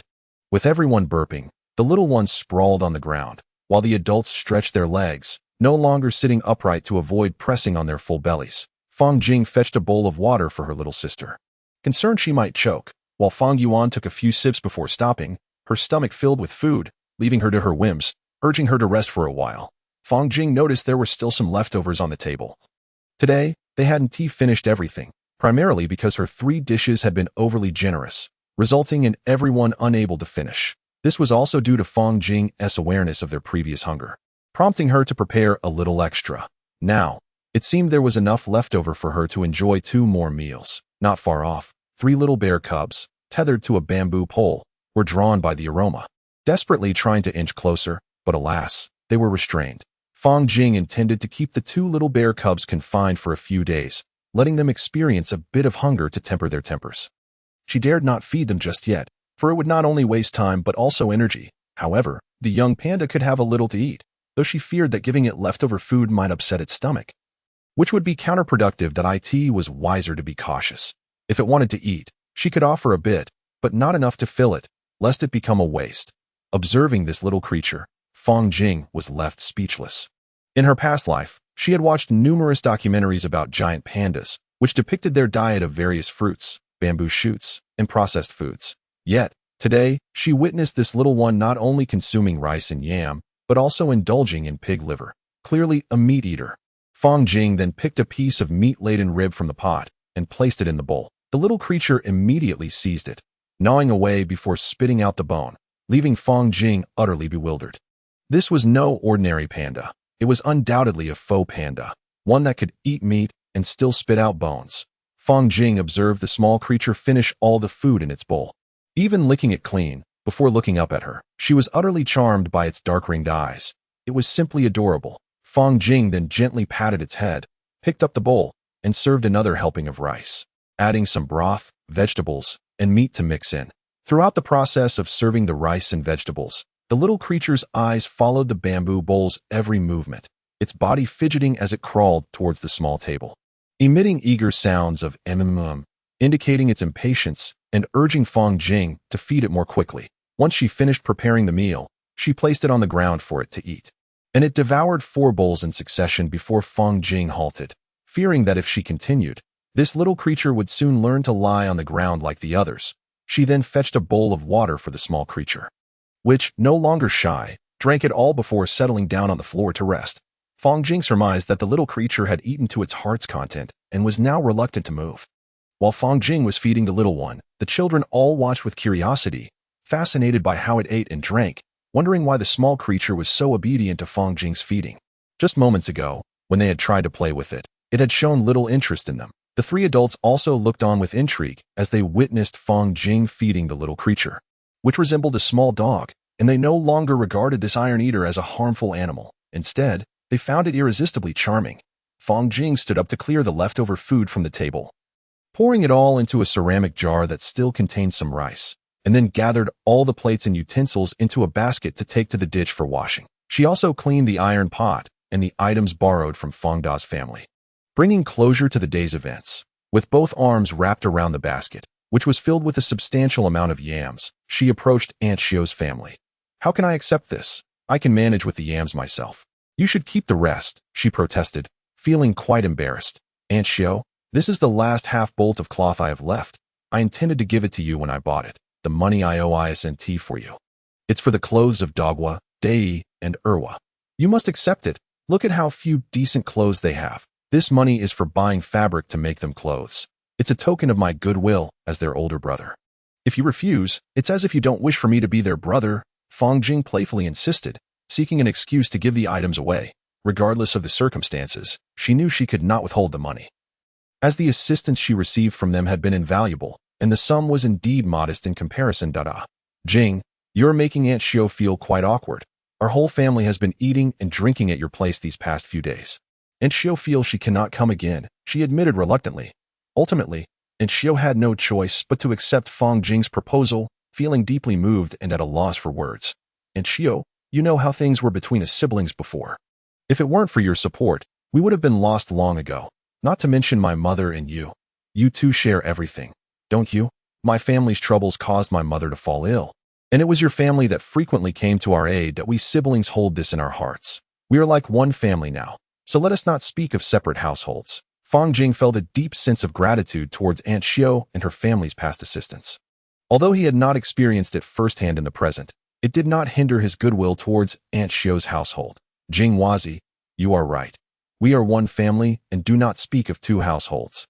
Aunt Xiao responded, though her heart ached. When Xiao Hui was still around, the two families shared a harmonious bond. Now that Xiao Hui was gone, the relationship had grown even closer, yet the sorrow of her absence weighed heavily on her heart. Jing Wazi, Aunt Xiao knows your kind heart. She hopes that you and your sister will continue to thrive together. When Go Hua and the others grow up, with you as their brother, we can rest easy. Children, come over and thank your brother Jing. You must learn a lot from him and never provoke him. Aunt Xiao urged as she gathered the three little ones. Thank you, brother Jing, the trio chimed in unison. And as Fang Jing looked at the children, he felt a pang of discomfort. Being called brother Jing struck a discordant note within him. As an older brother, he felt powerless to effect any change in their lives, leaving him with a sense of loss. This sentiment was tinged with notions from his past life, contrasting sharply with the present circumstances. Fang Jing embraced his younger sister and turned to sit upon a stone. His sister, having eaten too much, dared not sit and instead stood beside him. The little one, having rested, stood up to gaze at Fang Jing, then scampered over, squatting before him like a bear cub. The two shared a serene moment, as if each were communicating something profound. Fang Jing felt it was time to bestow a name upon the little creature, contemplating what would be fitting. After several attempts that satisfied him little, he inquired of Fang Yuan, "What do you think we should name it, brother? How about calling it Xiaohua?" Fang Yuan suggested a rather common name. That won't do. If there is another Xiaohua in the village, we wouldn't know whom to refer to. Fang Jing dismissed the idea. Then what about Xiaobai? Fang Yuan proposed again. No, the white chicken from the village chief's household is also named Xiaobai. Fang Jing reasoned, rejecting this name as well. You choose, brother. I can't think of anything, Fang Yuan admitted, feeling defeated in the naming endeavor at that moment. The little creature leaned against Fang Jing's leg, attempting to climb onto him. Fang Jing, not wishing for a paw to land on him, gently pushed the little one away. The creature tumbled to the ground, quickly sitting up and gazing at Fang Jing with a pitiful expression, emitting soft whimpers that resembled cries. Brother, you pushed it down, and now it's hurt and crying, Fang Yuan observed, her compassion stirring as she longed to comfort the little one, yet felt hesitant that it was my fault for pushing it. Fang Jing remarked, bemused.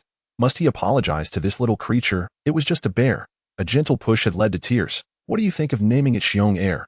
Fang Jing suggested, feeling the name aptly suited the creature's somewhat foolish demeanor. Additionally, recalling an animated series from his previous life featuring two bears named Xiongda and Xiong Air, he found that Xiong Air was a most fitting name for the little one. Xiong Air, what an unappealing name, brother. You find it quite adorable. Why then bestow such an unpleasant name upon it? Fang Yuan expresses her disapproval of the name Xiong Air. Little sister, Xiong Air is a lovely name. From now on, we shall call it Xiong Air, he insists, adding that Xiong Air seems quite pleased, doesn't it? Xiong Air. Fang Jing resolves to name the little creature Xiong Air, gently stroking its head and inquiring whether the name is suitable. Chapter 25. Is it delicious? A night passed in silence and dreams unbidden.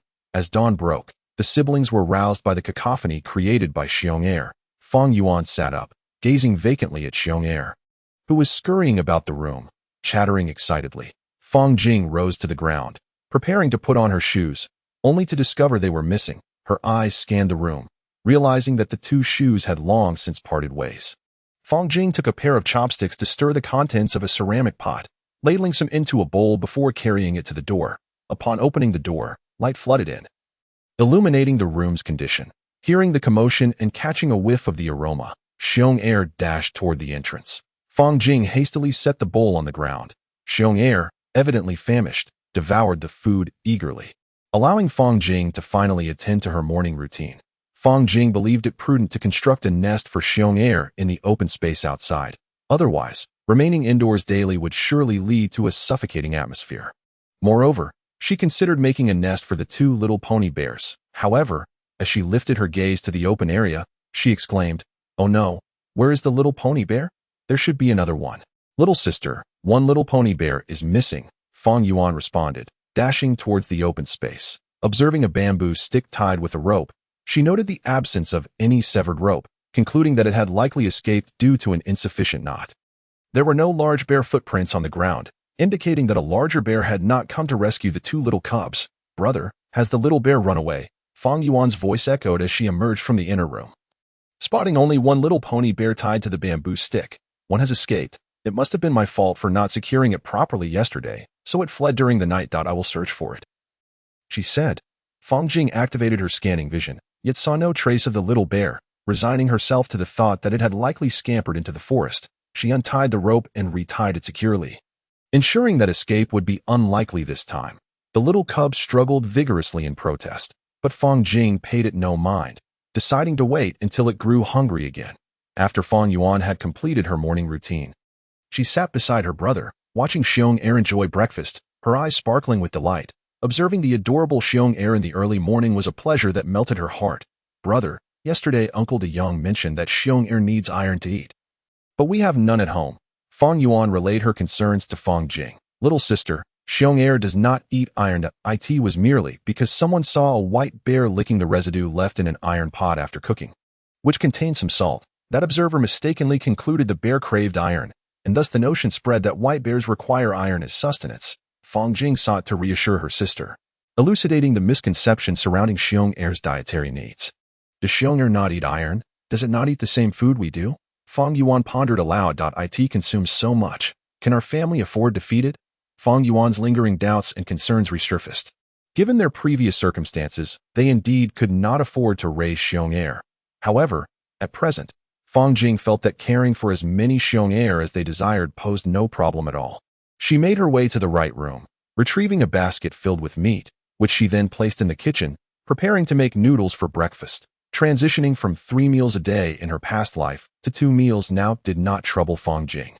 Perhaps it was the habitual nature of this body that dulled her appetite for regular meals, or perhaps she simply wished to adapt naturally to the lifestyle of those around her. Once again, she ventured into the right room, contemplating fetching a box of milk for both Xiong Er and her younger sister Do. "Divine beings, bring forth a large box of sweet milk," Fang Jing whispered, not wanting her younger sister in the main room to overhear, lest she find herself at a loss for words. Grasping a large box of milk, she bit open a corner, then stepped out of the right room. Seizing a small bamboo bowl from the table where Fang Yuan had been eating, and filled it to the brim before handing it to her younger sister. "Here, try this and see if it pleases your palate." She then poured some into Xiong Er's bowl, who immediately plunged his snout into the liquid upon catching its scent. "Brother, what is this? It's white. Can we drink it?" Fang Yuan inquired, eyeing the substance that Fang Jing held and the bowl of white milk. "You'll know once you try it. I assure you it's delightful. Can't you see Xiong Er enjoying it?" Fang Jing pointed to Xiong Er, who was happily lapping up the milk from the ground. Fang Yuan lifted the bowl to her lips and took a sip, savoring the flavor. The moment the milk touched her tongue, a wave of sweet creaminess enveloped her senses, instantly captivating her. She tilted the bowl and gulped down the remainder in one go, then looked at Fang Jing with a gleam in her eyes that clearly expressed her desire for more. Fang Jing promptly filled another bowl for her younger sister and topped off Xiong Er's bowl as well. Fang Yuan raised the bamboo bowl once more, but this time she sipped it more slowly, relishing each mouthful. Having rushed her earlier tasting, she had missed the nuances of flavor, but now, as she savored it sip by sip, she finally discerned the delightful sweetness of the milk, deeming it the most exquisite beverage she had ever encountered. "Is it tasty, little sister?" Fang Jing inquired, observing her sister's reaction. "Brother, what is this? It's simply divine, both fragrant and sweet." Fang Yuan struggled to articulate the deliciousness of the milk, lacking the ornate vocabulary to describe its essence, yet she was certain of its delightful flavor, that it's simply milk, derived from cows, boiled with a bit of sugar. Fang Jing explained, unable to elaborate further on the process of its creation, merely surmising it to be so. "Oh, cow's milk. How can it be so delectable?" Fang Yuan exclaimed, having never tasted milk from a cow before. Her astonishment evident, Fang Jing poured another bowl for Fang Yuan, emptying the last remnants into Xiong Er's bowl. The gluttonous Xiong Er, having already consumed 3 bowls of rice and 2 bowls of milk, was now sniffing around for more of the delightful liquid. Fang Jing contemplated letting Xiong Er forage for bamboo shoots in the forest after a few more months of growth, as the thought of daily cooking and foraging for him was quite daunting. "Brother, why aren't you drinking? You've let Xiong Er have it all." Fang Yuan offered the half-full bowl of milk back to Fang Jing. "You drink it, little sister. I'm not particularly fond of this." "You should finish it all." Fong Jing replied.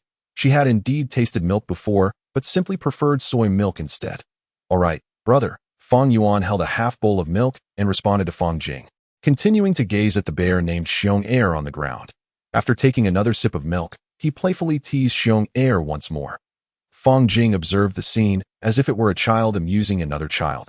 Chuckling softly before proceeding to the bamboo grove to chop bamboo. As Fong Jing walked towards the grove, Fong Yuan was still engaging with Xiong Air when Fong Daong arrived at Fong Jing's house, followed closely by 3 little ones. Little Tuanzi, where's your brother? Why are you all alone?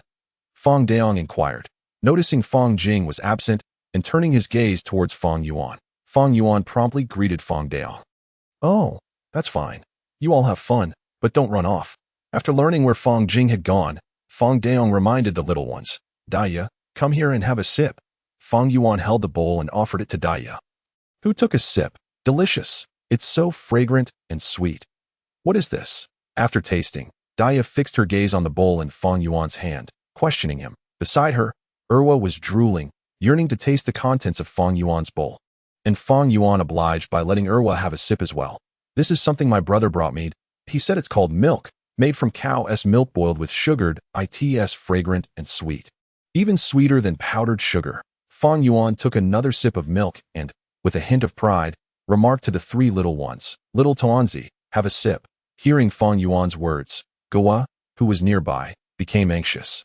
Insisting on trying a taste of the delightful beverage, Fong Yuan extended the bowl to Gowa's lips, who eagerly drank a mouthful of milk, the flavor instantly eclipsing everything he had tasted in his 7 or 8 years of life.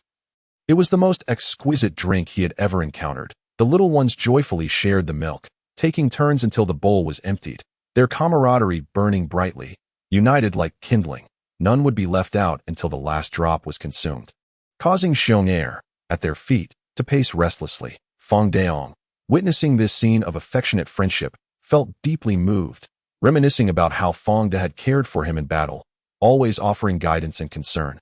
Seeing the little ones so united, he hoped they would grow up to be equally cohesive, standing strong against any adversities from outsiders, filling his heart with joy. Uncle Daong, there's no need to rush. It's not a big deal if you come a little later.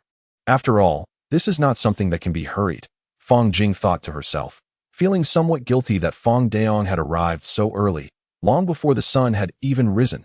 Chapter 26. Building a home. Fong Jing chose not to speak further. What could she possibly say? She left the bamboo behind and returned to the grove to chop more. Gawa, with nothing better to do, picked up a hoe and followed her to the bamboo grove. Brother Jing, just now, Little Tuanzi let me taste that thing called milk, and it was so delicious. Where did you get it? Gawa inquired, trailing behind Fong Jing. Oh, Gawa, that milk isn't something you can just find anywhere. I actually traded a rabbit with a traveling merchant I encountered in the mountains yesterday, Fong Jing offered, crafting a convenient excuse to placate Gawa, hoping he wouldn't press for details, for that would lead to complications. 2 individuals ventured into the bamboo grove. Fong Jing diligently chopped bamboo, while Gawa excavated bamboo shoots, each immersed in their respective tasks. Fong Jing, possessing great strength, felled the bamboo with unparalleled speed, swiftly moving from one clump to another after completing each stalk. Gawa, wielding a hoe with fervor, toiled away at the bamboo shoots. Though small in stature, as a child of impoverished origins, he proved to be a capable little helper. After successfully cutting down 7 bamboo stalks and stripping them of their branches, Fong Jing hoisted them to carry home. Meanwhile, Gawa continued his arduous endeavor of digging for shoots. The bamboo shoots were not particularly difficult to extract. Rather, it was the ineffectiveness of the hoe that hindered progress. Given Gawa's diminutive size and limited strength, his pace was naturally slow. Gawa, hand me the hoe. I shall dig. Your strength is insufficient, making you slow. I am stronger and can work faster. Upon taking the hoe, Fong Jing commenced digging with remarkable speed, filling a basket in a mere quarter of an hour. Yet, she showed no signs of stopping. As one basket was insufficient, she aimed to collect 2, one for each household. Gawa, have you ever contemplated what you wish to do when you grow up? She inquired during the peeling process. Brother Jing, when we grow up, we will surely be assigned land to cultivate, Gawa replied, puzzled by Fong Jing's question, as it seemed rather unnecessary. Everyone in the village aspired to become farmers once they matured. Then, when you grow older, do you only intend to focus on farming? Fong Jing probed further, curious if Gawa harbored any ambitions beyond agriculture. You little rascal, at such a tender age, already dreaming of marrying a wife and having children. Ha ha ha, not a single hair has sprouted, and you're already thinking about a wife. Fong Jing laughed until tears streamed down her face, amused by Gowa's far-reaching thoughts. Brother Jing, please do not mock me. When you grow up, you too will speak of a wife and children. This is what my mother says, Gowa retorted, exasperated. Indeed, when one matures, thoughts of a wife and children will arise. That is indisputable. However, must you think of it at such a young age? Do you genuinely yearn for a wife already, Gowa? Ha! Fong Jing continued to chuckle at the antics of this little boy, that I will not converse with you any longer. Brother Jing merely laughs at me. Gowa huffed, his face flushed, and he turned away to continue peeling bamboo shoots. Very well, Brother Jing shall refrain from teasing you. Do not be upset. It is but a trifling matter. Fong Jing softened her tone, wishing to avoid provoking tears from the young boy, which would be rather awkward. By the way, Gowa, have you ever encountered a bamboo rat in this grove? Fong Jing shifted the topic, inquiring if Gowa had seen one. Bamboo rat? Do you mean bamboo civet? Gowa's mention of bamboo civet left Fong Jing somewhat perplexed. She only knew of bamboo rats and had no idea they might also be called bamboo civets. What is a bamboo civet like? Is it similar to a rat, quite large, weighing about 1 or 2 pounds, plump? Fong Jing gestured to illustrate the size and appearance, hoping to ascertain from Gowa that the bamboo civet was indeed the bamboo rat. Yes, it is quite sizable, plump, resembling a rat, but elusive. Uncle sure once caught one, Gowa described, confirming Fong Jing's suspicions that the bamboo civet was indeed the bamboo rat. Very well, Brother Jing, Gowa obediently replied, lifting the basket as he made his way home. Fong Jing approached Xiong Er, who was surrounded by 3 small children, holding a tender piece of bamboo shoot in her hand. She offered the bamboo shoot, curious to see if Xiong Er would eat it this time. Jinggu, the iron-eating beast does not consume bamboo shoots. It requires iron, Dia remarked, observing Fong Jing as she extended the bamboo shoot towards Xiong Er. Sister Dia, my brother says that the giant panda does not eat iron. It enjoys meals and bamboo shoots. Fong Yuan quickly countered. Little team leader, that's not correct. The iron-eating beast must eat iron. Dia insisted, eager to clarify. Xiong Er, attracted by the aroma of the bamboo shoot, sat down and began to gnaw on it. The shoot was tender enough for Xiong Er to bite into with ease, leaving Dia astonished as she watched the bear devour the bamboo. Fong Jing chose not to elaborate. Action spoke louder than words. Xiong Er's fondness for bamboo shoots was innate. Without bamboo, it would likely perish. Xiong Er remained indifferent to the creatures around it, as long as they did not threaten or steal its food. Jinghua, is it true that this iron-eating beast does not eat iron? Can it survive on meals and bamboo shoots? Fong Deyong inquired, equally perplexed. The consensus had always been that the iron-eating beast required iron for sustenance. Consuming iron would grant it the strength to bite. In truth, the giant panda was originally named cat bear. Historical records referred to it as cat bear before the establishment of the New Xia era, and the records were written from right to left. However, when the naming occurred later, the practice had shifted to left to right, and the name cat bear was transcribed as panda. Indeed, it is quite round, and its body resembles that of a bear. Calling it a cat bear seems fitting, Fong Deyong mused, finding merit in Fong Jing's assertion. Dogwa, stoke the fire, and bring the water to a boil. Soon I shall prepare soup noodles. Fong Jing called to Dogwa, who was tending the fire. Dia, why are you taking Erwa away? We will be having a meal soon. Where are you off to? Fong Jing noticed Dia leading Erwa home and hurriedly called out to her. Dia looked at her father, who silently nodded in approval, and joyfully guided Erwa into the kitchen, eager to assist with the fire. However, Dogwa was already tending to it, leaving her with little to do. Thus, she and Fong Yuan stood by the stove, watching Fong Jing prepare the noodles. Once the noodles were cooked, she added salt, sauce, and a sprinkle of wild scallions. Completing the dish, she instructed Dogwa to extinguish the fire and ran out of the kitchen to clean the table. Moving it beneath the orange tree, she then set out the ceramic pot, iron wok, and bowls and chopsticks, preparing for the meal. The bowls and chopsticks were those Dogwa had just fetched from home. Without them, how could they dine? Uncle Deyong, stop what you're doing, wash your hands, and come to eat. Dogwa will fetch some water for you, Fong Jing urged, anxious for Fong Deyong to cease his work as it was nearly 10 o'clock. And everyone was quite hungry. If they delayed any longer, she felt her younger sister might just consume her instead. Let us eat, Uncle Deyong. Please, do not stand on ceremony. Feel free. Fong Jing dreaded it when Fong Deyong acted overly polite. Every mealtime turned into a back and forth of pleasantries, which she found quite irksome. Eating was a natural affair, especially at home. There was no need for such formality. Very well, let us eat, he replied, and the meal commenced. Fang Daong remained silent, preparing a bowl of soup pancakes for the little ones, along with some bamboo shoots and pig's head meat, enhanced with a splash of broth, and thus the meal commenced. Fang Jing also catered to her younger sister, who, being too young, struggled with such tasks. Brother, look at Xiong. He has already devoured so much this morning and still yearns for more, Fang Yuan reported, pointing an accusing finger at the rambunctious Xiong, who was circling around the table. Xiong, a rotund creature, spent his days indulging in food and slumber. He had a swift digestion, and once we finished our meal, you must prepare some food for him, for you promised your brother to care for him well. Fang Jing, while slurping her noodles, addressed her younger sister, yet Xiong is too mischievous, not only wandering about but also grunting and calling out to the table. All right, brother, I will ensure he is well fed and grows strong, Fang Yuan assured Fang Jing, and then, wielding her chopsticks, she began to consume the soup pancakes with great zeal. Chapter 27. A circle turned. The noodles served this morning were quite delightful. Although no one felt overly stuffed, it was evident that they had eaten their fill, that a small portion remained in the iron pot, prompting Fang Jing to swiftly grab her chopsticks and gather all the noodles, mixing them into a ceramic jar to serve to the nearby Xiong. Xiong did not hesitate to partake. He devoured everything in sight, leaving not a trace of the remaining noodles and meat, thus confirming the reputation of the giant panda as a true gourmand. After the meal, once everything was cleaned and tidied, the little ones found themselves with little to occupy their time. Fang Jing drew various designs on the ground with a bamboo stick, engaging in discussion with Fang Daong. Uncle Daong, see here. This table should stand 3 feet tall, with a length of 3 feet 2 inches and a width of 3 feet 2 inches.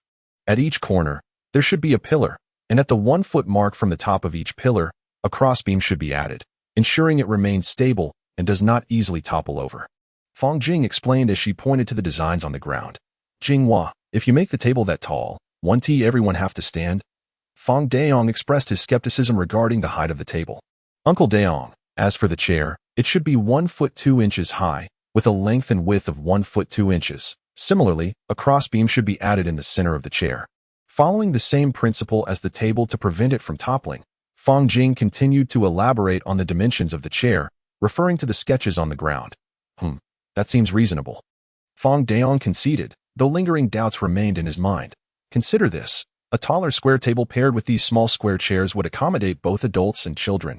Alternatively, we could make it even taller. Uncle Daong, why not attempt to construct the square table first, and then see how the chairs align? Although Fang Jing was not entirely versed in the design of tables and chairs, her exposure to various forms inspired her to start with a square table and then complement it with square chairs.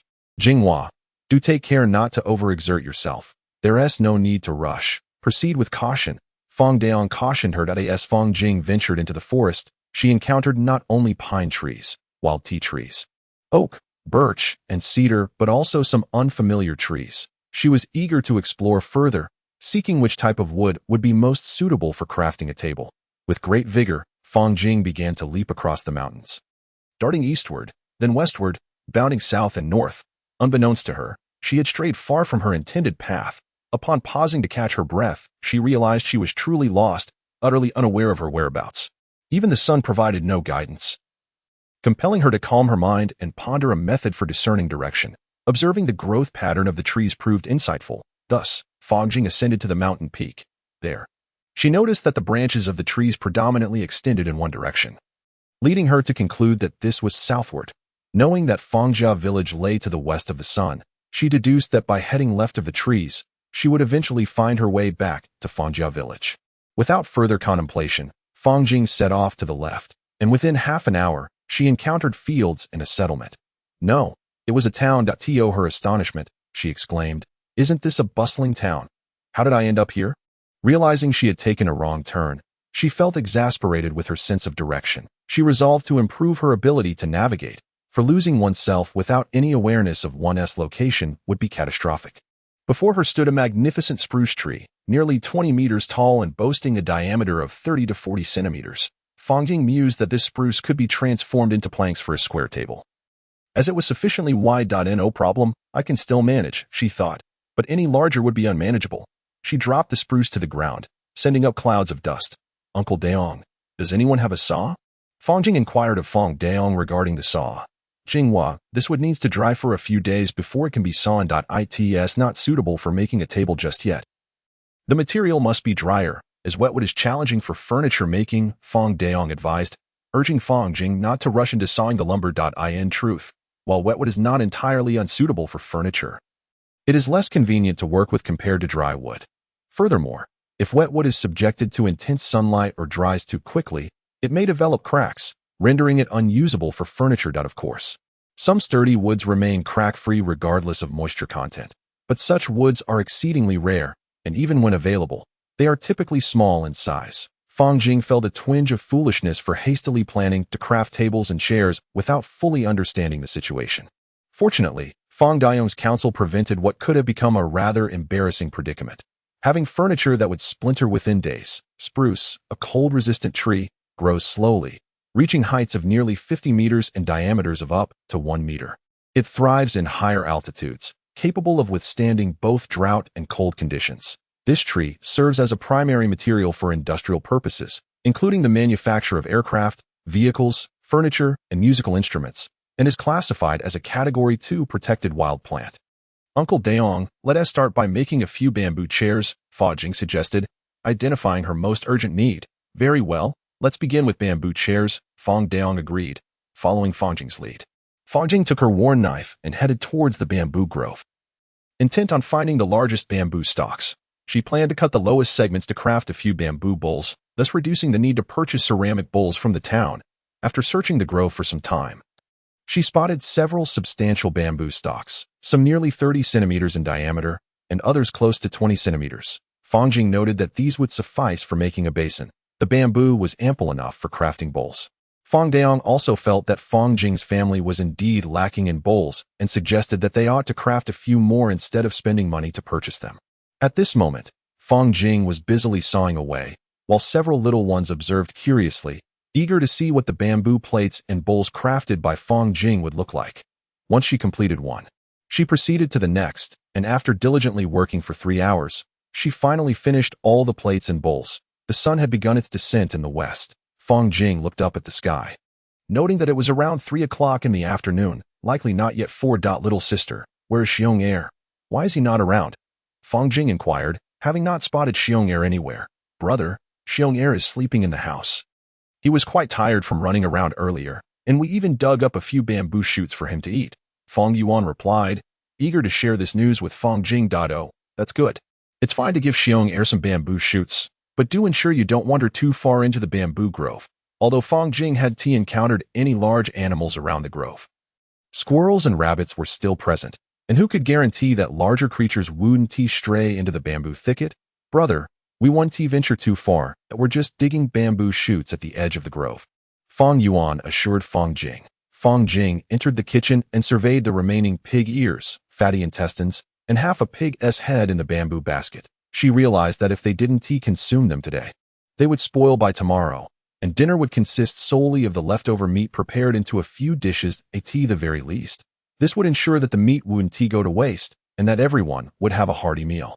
Chapter 28. Something to eat. Daong, come and tend to the fire. After pouring water into the pot, Fong Jing called out to Daong outside. Coming, Brother Jing, what delicious food are we making today? Daong was very much looking forward to Fong Jing's cooking. Seizing the moment when Daong was distracted, Fong Jing added some spices to the pot, covering it quickly to prevent the steam from escaping. She intended to braise the pig's head, ears, and intestines, requiring the pot to maintain its temperature and steam. Brother, it smells so good, the little sister exclaimed as she entered the kitchen and inhaled the fragrant aroma. Soon, Brother will be making the braised dishes, and we will be able to eat dinner.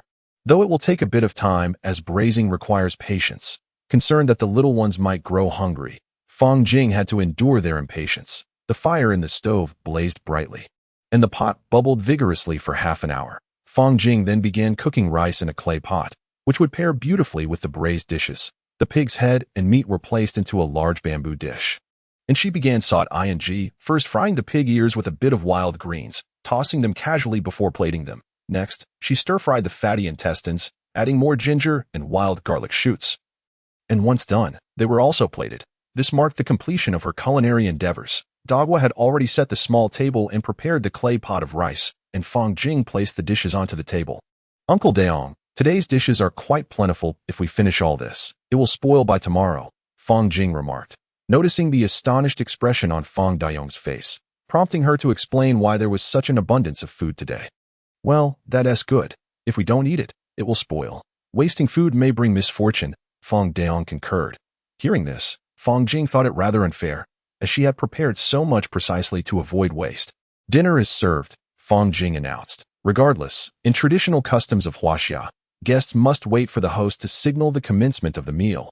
This etiquette, established since ancient times, signifies respect, should the guests begin to eat first.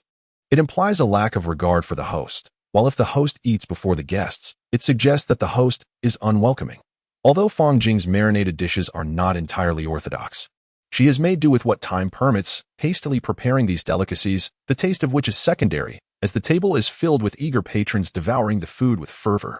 Marinated dishes hold a significant place in the historical narrative of Huaxia.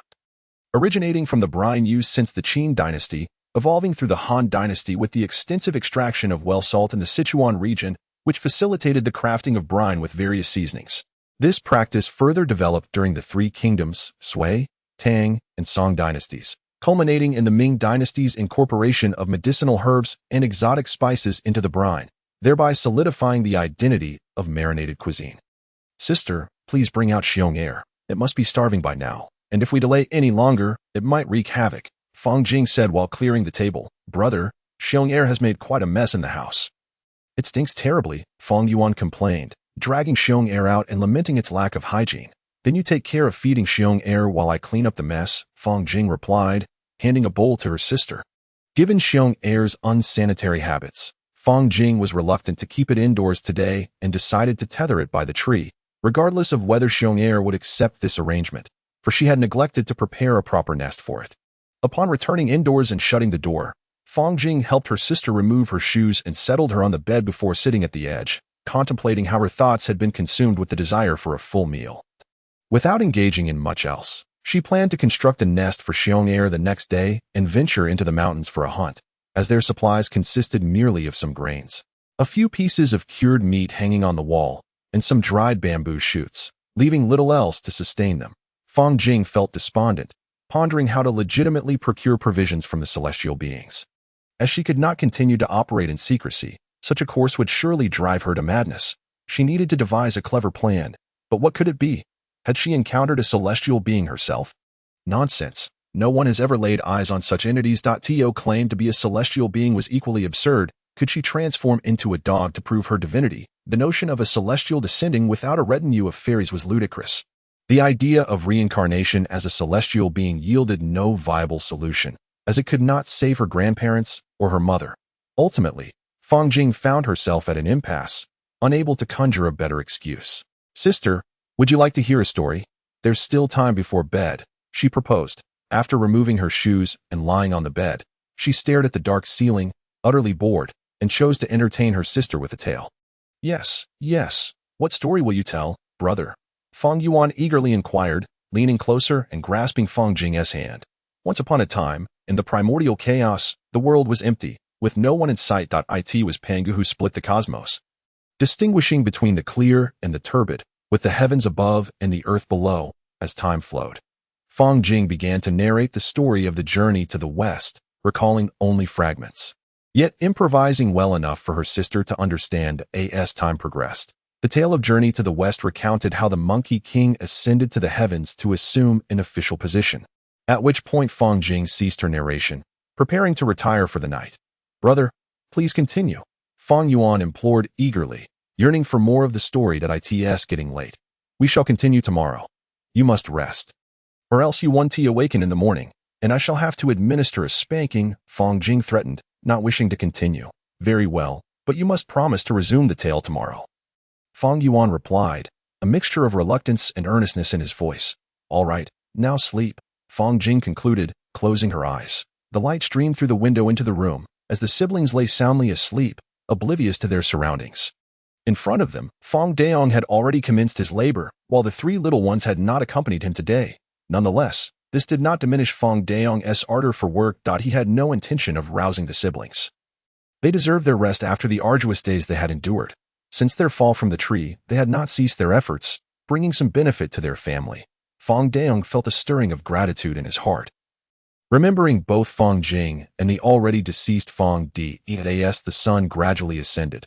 Its rays finally coaxed Fong Jing and her brother from their slumber. They hurriedly donned their shoes and opened the door, only to find Fong Daong, who had been laboring for quite some time. That a flush of embarrassment crept across Fong Jing's face as she greeted him. The early bird catches the worm is a timeless adage, and diligence is a cherished virtue among the people of Huaxia, exemplified vividly by Fong Daong.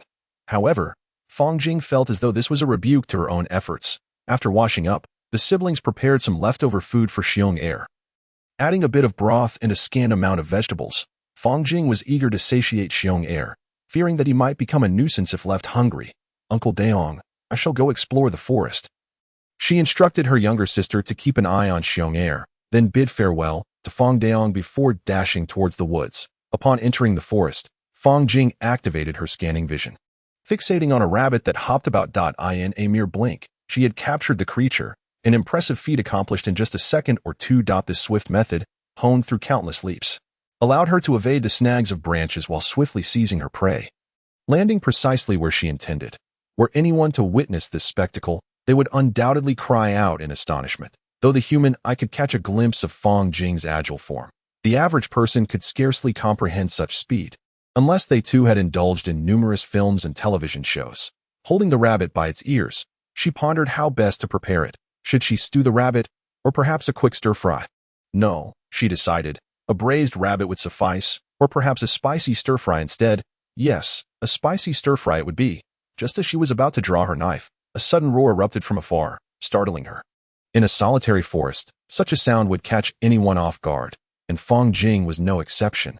Judging by the sound's proximity, she estimated it to be 3 to 5 li away. Without hesitation, Fong Jing sprinted in the direction of the noise, bounding forward. After several leaps, she spotted a sizable stone nearby, behind which lay a rather large striped tiger, while not far from it lounged a bear of similar stature. Fong Jing gazed at the tiger. Yes, it was indeed a tiger. There was no mistaking it, a magnificent beast that had sustained injuries, leaving a pool of blood on the ground. She surmised that the earlier roar must have been the result of a fierce altercation. How unfortunate it was that she had missed the spectacle of a tiger and a bear brawling. Had she possessed a mobile phone to capture the moment and share it online, it would surely have created a sensation. A clash between a tiger and a bear, and it could even end in a stalemate. How formidable this tiger must be, standing there, Fong Jing babbled incessantly, oblivious to the fact that both the bear and the tiger were right in front of her. Though a tinge of fear lingered in her heart, she felt a degree of safety in the distance that separated her from the two formidable creatures. If the tiger and bear were to turn and assault her, she could at least make a swift escape. "Hey, you clumsy bear. Can you not do anything right? Get up and defeat that zebra-striped tiger. If you can't bite it to death, then at least strike it down. If you can't strike it down, then ram into it. Stop lying there pretending to be dead, and get up and fight." Fong Jing shouted towards the bear and tiger in the distance, reveling in the unfolding drama. Suddenly, both animals, alerted by her voice, turned their attention towards her, roaring as they regarded the unfamiliar creature gesticulating wildly before them. It was a comical sight. Neither of them was truly engaging in the battle, merely feigning incapacity. "If you don't rise to fight soon, I might just come over there and take you on myself," she declared, feeling quite put out by their lack of action as they continued to roar at her. Chapter 29. The tiger and the bear. Fong Jing observed as the bear remained sprawled on the ground. In a moment of mischief, she picked up a stone and hurled it at the tiger. The tiger, perceiving the stone as an attack from the bear, immediately leapt to its feet, swiping its front paws in a fervent attempt to pounce on its perceived adversary. Goodness, how fierce it is! Despite its wounds, it fights with such tenacity. How much vigor must it have consumed? She mused. "Oh dear, striped tiger, that swipe was misguided. You should have targeted the bear's neck directly. And you, clumsy bear, your strike was misplaced as well. Aim for the tiger's belly. Oh no, striped tiger, your leap was far too low. You need a ferocious pounce, much like this. Roar. Extend your claws and strike. Come on, bear. Are you even a bear anymore? You ought to be seizing the advantageous position. Lean against a sturdy tree and stand up to fight. Your hide is thick. What do you have to fear?" she encouraged. Yes, just like that. Strike, bear, strike, tiger. You must go for its throat and hold on tight. If you let go, you'll be a fool. Oh dear, this bear is truly incompetent. It's a wonder you are a bear at all. Unable to defeat even a striped tiger, you deserve to perish. Fang Jing continued to watch the scene unfold, providing her own commentary as the battle intensified. Her excitement grew as she witnessed the striped tiger firmly grasping the bear's neck, refusing to relent. Finally, she was witnessing a genuine duel, unlike the usual scenarios in the animal kingdom where a group would gang up on a single opponent or vice versa. This was a true one-on-one confrontation, and it was utterly exhilarating. The ground beneath the tiger and bear was soaked in blood, stones stained crimson, creating a large, vivid patch upon the earth. What a lamentable waste this is, such precious blood. Yet how many tiger blood dumplings or bear blood dumplings could be made from it? Not a shred of appreciation for food, and to think that such a vast area has been sullied. Is there no sense of environmental consciousness? No semblance of civic responsibility? Fang Jing is incessantly chattering away as time trickles by. The bear, having succumbed, breathes its last, while the zebra tiger, utterly exhausted, meets a similar fate. Seizing the opportunity, Fang Jing dashes forward, brandishing her blade with vigor, depriving the zebra tiger of a moment's reprieve, and thus it too follows the bear to the underworld. Brother tiger, do not hold my ruthless hand against you in disdain. I act solely to liberate your spirit. Look at your grievous state. Death is inevitable. Bear, you are truly the most inept. We had spoken of a pig, 2 bears, and 3 tigers. Yet here you are, utterly useless. Surely, you lacked nourishment in your youth, rendering you weak. Had your mother witnessed your present condition, she would have surely put an end to you on the spot. Gazing upon the lifeless forms of the tiger and bear, Fang Jing's eyes gleam with visions of silver. How much might this tiger skin fetch in copper coins? Surely, it could be bartered for 100 or 180 coins. The bear skin is decent too. Alas, it should still be worth 30 to 50 coins. Fang Jing secures the rabbit and her battered blade with a hemp rope at her waist, lifting the carcass of the bear and tiger, which weigh heavily in her grasp, certainly around 700 pounds combined. Feeling the weight, she cradles both bodies in her arms, bouncing towards the village. Reaching the roadside, she cautiously makes her way home, determined not to be seen.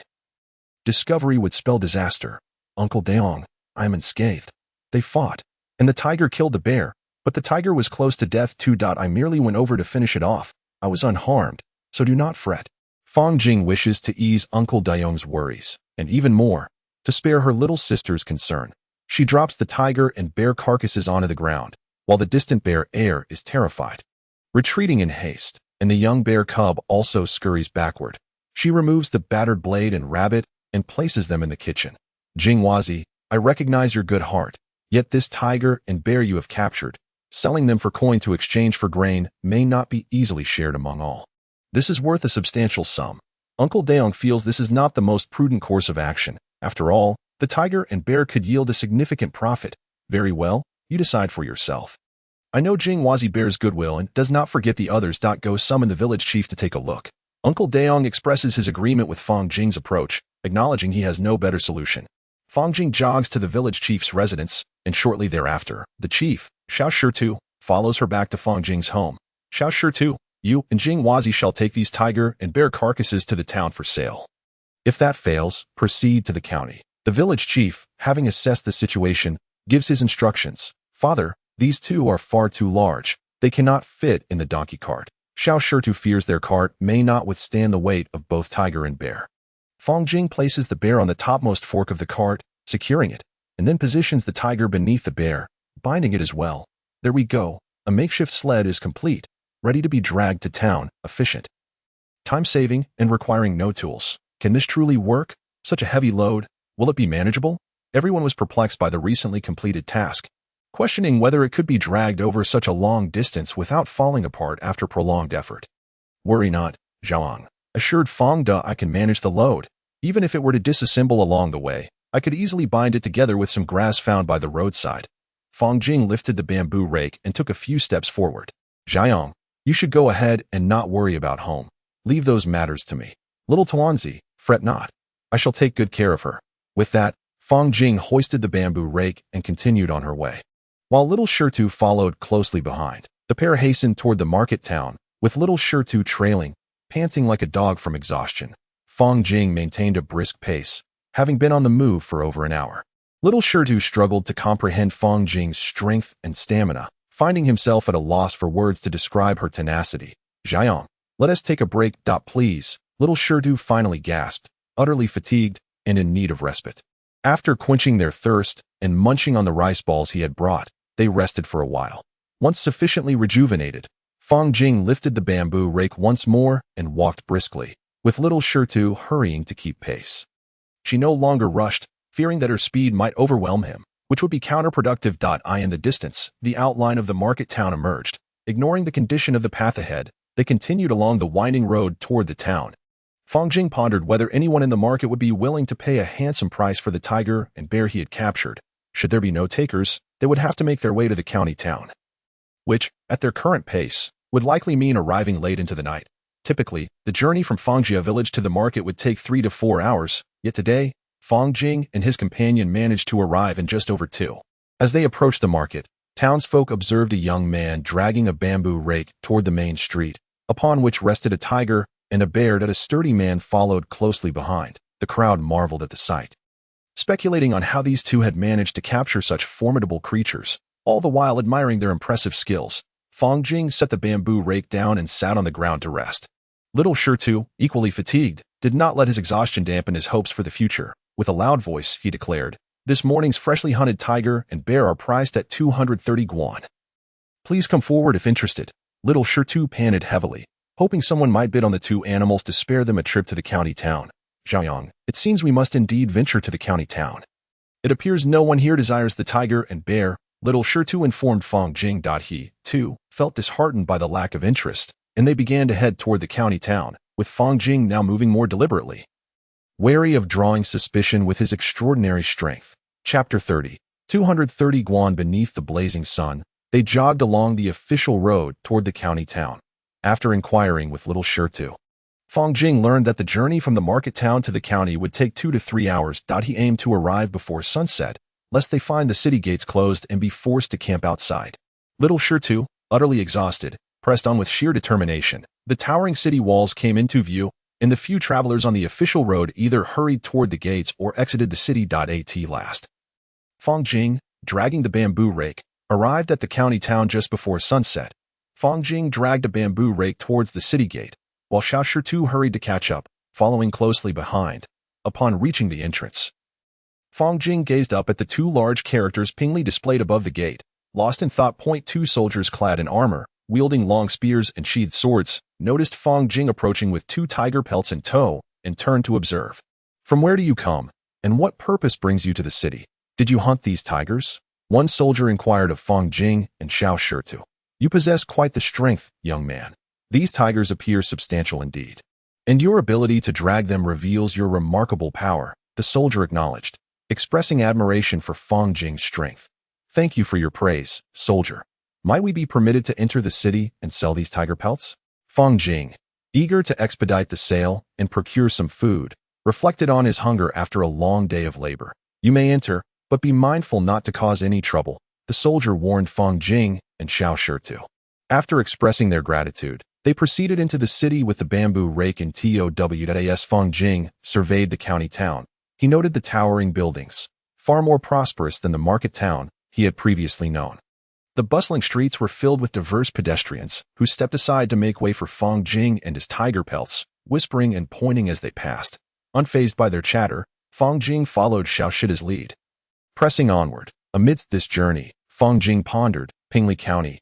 How many Pingli counties exist within Huaxia? Surely, there can only be one. His familiarity with Huaxia's geography stemmed from a passion for travel in his past life. Whenever he had the chance, he would embark on journeys across provinces, driven by the simple desire for sustenance, leading to an intimate understanding of the region's geography. Pingli County lies at the heart of the ancient Huaxia map. Situated in the southern part of Shanxi province, bordered by Hubei to the east, with Sichuan to the west, and the mountainous terrain stretching to the north and south, the county's location is rather precarious. Enveloped by mountains, it is higher in the south and lower in the north, with the Qinling Mountains to the north, the Shenangjia region to the southeast, and the Daba Mountains to the northwest and south. As passers-by took note of the newly hunted tiger pelts, Xiao Shirtu began to hawk their wares. "These tigers are truly magnificent. I wonder how they were captured, and there are 2 of them." "Indeed, Two of such size must weigh at least 700 or 800 pounds. Remarkable, exclaimed one bystander. What could they possibly be worth? Pondered another. Good sirs, were these tigers hunted today? What price do you set? A middle-aged man dressed in merchant attire approached Fang Jing and Xiao Shitu with an inquiry. 230 guan would be a fair price, though the pelts are somewhat damaged and not intact. 230 guan is rather steep, the merchant remarked after inspecting the tigers. You speak wisely, but these tigers surely do not merit 230 guan. He attempted to negotiate a lower price. Young man, I will take them for 230 guan. Bring them along with me, interjected a well-dressed middle-aged man emerging from the crowd. Esteemed guest, I must express my sincerest apologies as this noble individual intends to procure our tiger pelts. Lamented Xiao Shitu to the first customer who inquired about the price. How could you act in such a manner? We have been engaged in discussions, and you suddenly interject with your intention to purchase the tiger pelts. This is indeed a breach of decorum. The customer rebuked the middle-aged man who had just spoken. This young brother has offered 230 guan. You did not acquiesce, yet I am prepared to pay the same amount for the tiger pelts. What objection can there be? The nobleman was unperturbed by the inquiries of the customer. Those gathered to watch the spectacle began to murmur in agreement. Feeling that the middle-aged man's argument held merit. If you are unwilling to spend over 200 guan to acquire the pelts, it is only reasonable that the seller would favor someone willing to pay such a sum. Why would anyone wish to engage in prolonged negotiations? It is quite evident. The earlier customer, upon hearing the chatter, flushed with embarrassment and promptly turned away, too ashamed to endure a debate. Fang Jing lifted her bamboo rake and followed the middle-aged man as he strode forward, and soon they arrived at a three-story tavern, where the sounds of merriment and feasting could already be heard. Xiao Shitu, exhausted and famished, gazed longingly at the scene. Upon noticing the tiger pelts on the bamboo rake, the patrons inside the tavern set down their bowls and cups, rushing to the entrance to witness the commotion, chattering inquisitively. Boss Wang is generous. I shall return tomorrow to savor the tiger meat, declared one diner. Indeed, indeed, responded a chorus of eager patrons, observing the crowd flocking to the entrance. The nobleman waved his hand at the onlookers and instructed Fang Jing and Xiao Shitu to carry the tiger pelts into the tavern's courtyard, realizing that Boss Wang was the proprietor of the establishment. Fang Jing noted his affluence. His every gesture exuded a sense of grandeur, reminiscent of a prodigal heir from a previous life. Yes, indeed, a prodigal heir. Boss Wang, taken aback, initially assumed that the tiger pelts were not hunted by Fang Jing. But he soon realized his misjudgment of the young brother before him. His strength and capability were truly remarkable. You possess admirable skills, young brother. Boss Wang complimented Fang Jing for the tiger pelts priced at 230 guan. Shall the payment be made entirely in copper coins, silk, or fabric? Although Boss Wang praised Fang Jing, he did not linger too long on the matter. It was not that Xiao Shitu and Fang Jing were unwilling to sell at a higher price. Rather, their ignorance of market value led to this predicament. An informed individual would never settle for such a meager sum. 2 tiger pelts should fetch at least 300 or 400 guan. Only someone unfamiliar with the trade would propose such a paltry offer. Boss Wang nodded to the steward inside and proceeded within, while the steward instructed the attendants to bring out numerous baskets filled with copper coins. Placing them by the tavern's edge, Xiao Shitu lowered his gaze to count the coins. Rest assured, young brother, our Wang family tavern will not shortchange you by a single coin. Should there be any discrepancy, you are welcome to seek me out, the steward assured, albeit with a hint of displeasure. My apologies, esteemed steward. It is merely that I have not encountered such a substantial amount of money before, Xiao Shitu replied with a smile. Feeling a tinge of embarrassment, in a moment, I shall hire a carriage. I shall not occupy your premises for too long, he added, understanding the steward's intent. Jing, keep an eye on things here. I shall go hire 2 carriages, Xiao Shitu promptly instructed Fang Jing as he made his way to the opposite side of the street. Uncle Shitu, please go hire a cart. I will keep watch. Fang Jing observed everything with unwavering calmness. Whether it was Boss Wang or the shopkeeper, they both looked down upon the farmers. Fang Jing paid no heed to their disdain, remaining silent and neutral, unconcerned with their actions. As long as they did not provoke her, they could carry on as they pleased. Jing Wazi, load all these coins onto the cart. The city gate will close soon, called out little Shitu to Fang Jing. Uncle Shitu, how much does it cost to hire an ox cart? Fang Jing, seated on the cart and munching on a cake, inquired of little Shitu before leaving the county town. They had purchased some cakes for the journey, with each driver receiving one. While both Little Shirtu and Fong Jing held one in their hands, 6 ox carts cost 180 coins for a single trip. In 2 days, that amounts to 360 coins. Each cart can carry 10 stones of grain, totaling 60 stones, with each stone of rice priced at 1 guan and 1 coin. And millet at 900 coins per stone, they could initially buy 135 stones of rice, 10 stones of millet, 15 pounds of salt, and 5 bolts of cloth. Fong Jing calculated in her mind. Oblivious to Little Shita's own calculations. Chapter 31. Wealth and Grain. A calm heart. Uncle Daong, this rabbit meat is not as tasty as what my brother makes. Fong Yuan pouted as she pushed the rice and rabbit meat around her bowl, occasionally dropping pieces of rabbit meat on the floor, much to the delight of Xiong, who waited eagerly by her side. Little Tuanzi, while Uncle Daong's cooking may not compare to Jingwazi's, you mustn't waste food, admonished Fong Daong, fully aware that his culinary skills paled in comparison to Fong Jing's. But Uncle Daong, is the town large? What about the county town? Are there many people there? Fong Yuan, who had never visited the market or the distant county town, gazed dreamily. Uncle Daong, my brother said he would take me to the county town, to Jianzhou, to Chang'an, and to many places in the Tang Dynasty. He mentioned seeing the bustling Jiangnan, the vast desert under the blazing sun, and the expansive grasslands of the northern wastelands. Uncle Daong, how far is it to Chang'an? How far is Jiangnan? Is the desert far? What about the northern wastelands? Fong Yuan looked at Fong Daong, eager to learn more about what Fong Jing had told her just days prior. It would take a month to travel, she lamented, her little heart filled with disappointment. Uncle Shirtu, have a sip of water. Fong Jing offered the bamboo bucket to Little Shirtu. There's no need to spend all the money. We should save some. Little Shirtu suggested prudently. Uncle Shirtu, let's proceed this way for now. We can discuss future matters later. Fong Jing had no desire to linger on this subject, having already formulated her plans in her mind. The 6 ox carts advanced steadily toward Xia Town. As time passed slowly, the surroundings were cloaked in darkness, illuminated only by the lamps held by the drivers, casting light on the narrow official road. The yoke of oxen moved at a deliberate pace, and the carts laden with coins creaked softly, while the woods echoed with the calls and rustlings of various creatures. The small stone remained ever vigilant. While Fong Jing chose to close her eyes and rest. It was not due to her audacity, but rather because she reasoned that in such pitch darkness, the likelihood of encountering a robber was minimal. At worst, only some oblivious animals might dash past, only to flee in fright moments later, an occurrence she had long grown accustomed to. Perhaps Fong Jing's previous life had been characterized by such exceptional safety that the very thought of a midnight robbery seemed ludicrous. Who would dare to rob someone at such an hour? A fool, indeed, to steal money. With the prevalence of electronic payments, cash had become a rarity. To snatch a phone, such an act would yield little reward. All devices were linked to specific accounts and equipped with tracking capabilities. Even if one were to sell a stolen phone to a fence, the risks outweighed any potential gain, as those engaged in such trades were reluctant to invite trouble. Knowing that capture could lead to years behind bars, what, then, could one hope to rob? Nothing remained to be taken, save perhaps for an inappropriate advance, which often led to dire consequences. Those who attempted such acts found themselves facing a grim fate, subjected to ridicule and torment that could haunt them for the rest of their days. As the clock approached 9 in the evening, they finally arrived at Xiao Town. Small Stone hurriedly dismounted from the ox cart and guided the way to Uncle Yu's residence.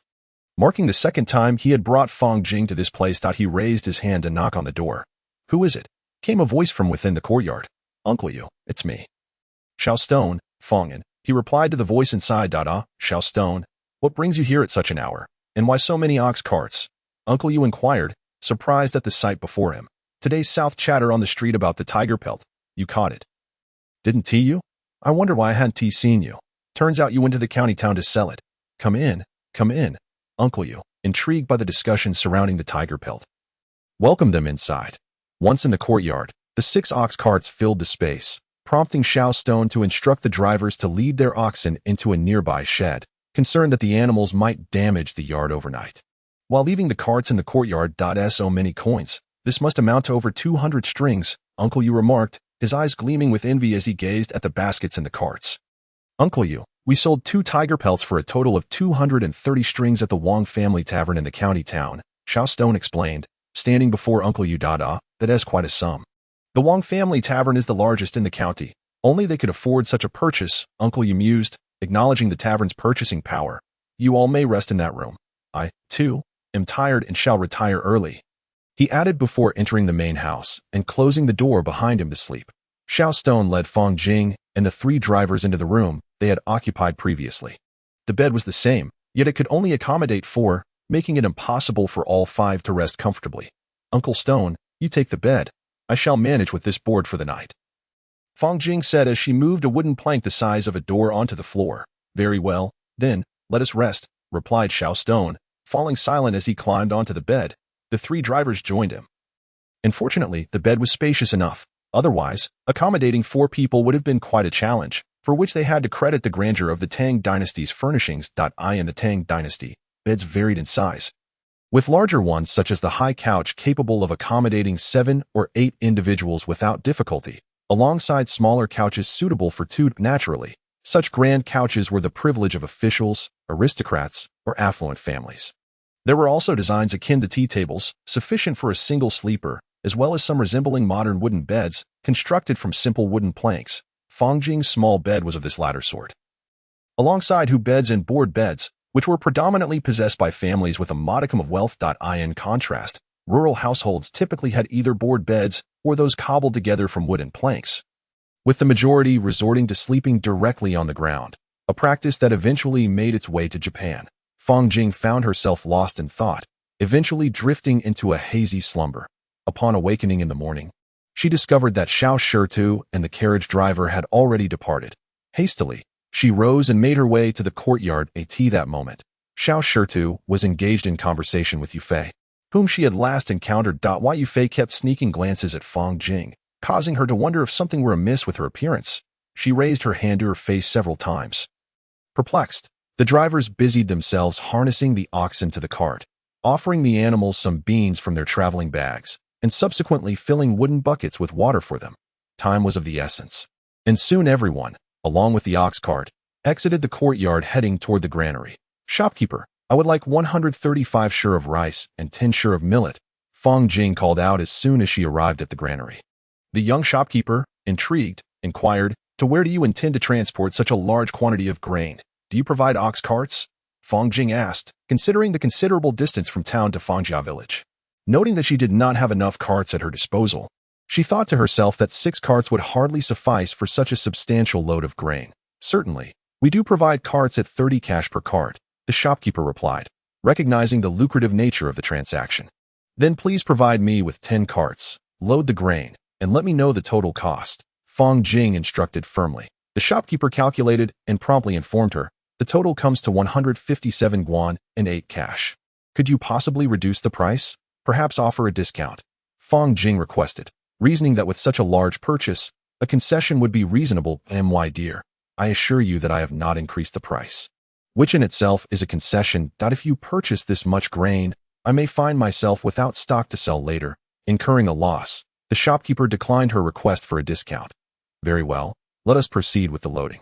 Uncle Shirtu, please assist the shopkeeper with the copper coins," Fang Jing said, her mind already turning to the purchase of cloth and salt. Chapter 32. The distribution of grain in the span of merely 15 minutes. The grain was loaded, and Fang Jing took the lead alongside the carriage driver as they set off toward Fangjia village. The 16 ox carts ambled slowly along the route, which was quite a distance. The last time they sold the flowered leopard, the journey took nearly 3.5 hours. By foot, it would require 3 hours at least. However, one could not measure the journey by Fang Jing's pace, should she decide to leap ahead. She could reach Fangjia village in a mere quarter of an hour. Previously, when she had lost her way in the forest, it had still taken her 2/4 of an hour to spot Fangjia village. And now the ox carts moved at an even more leisurely pace. The roads are bustling with people, vehicles, and provisions, and this journey can be considered relatively tranquil, as there have been no encounters with highwaymen. The region is mountainous, and spotting a fellow traveler is a stroke of luck, let alone brigands. Even yesterday, while traveling from the county town to the market town, there were no signs of bandits. Fang Jing sincerely hopes that nothing untoward occurs along the way, but hope alone cannot avert misfortune. Indeed, a cart has just overturned behind her, spilling bags of grain onto the roadside. Fang Jing gazes at the collapsed cart in exasperation.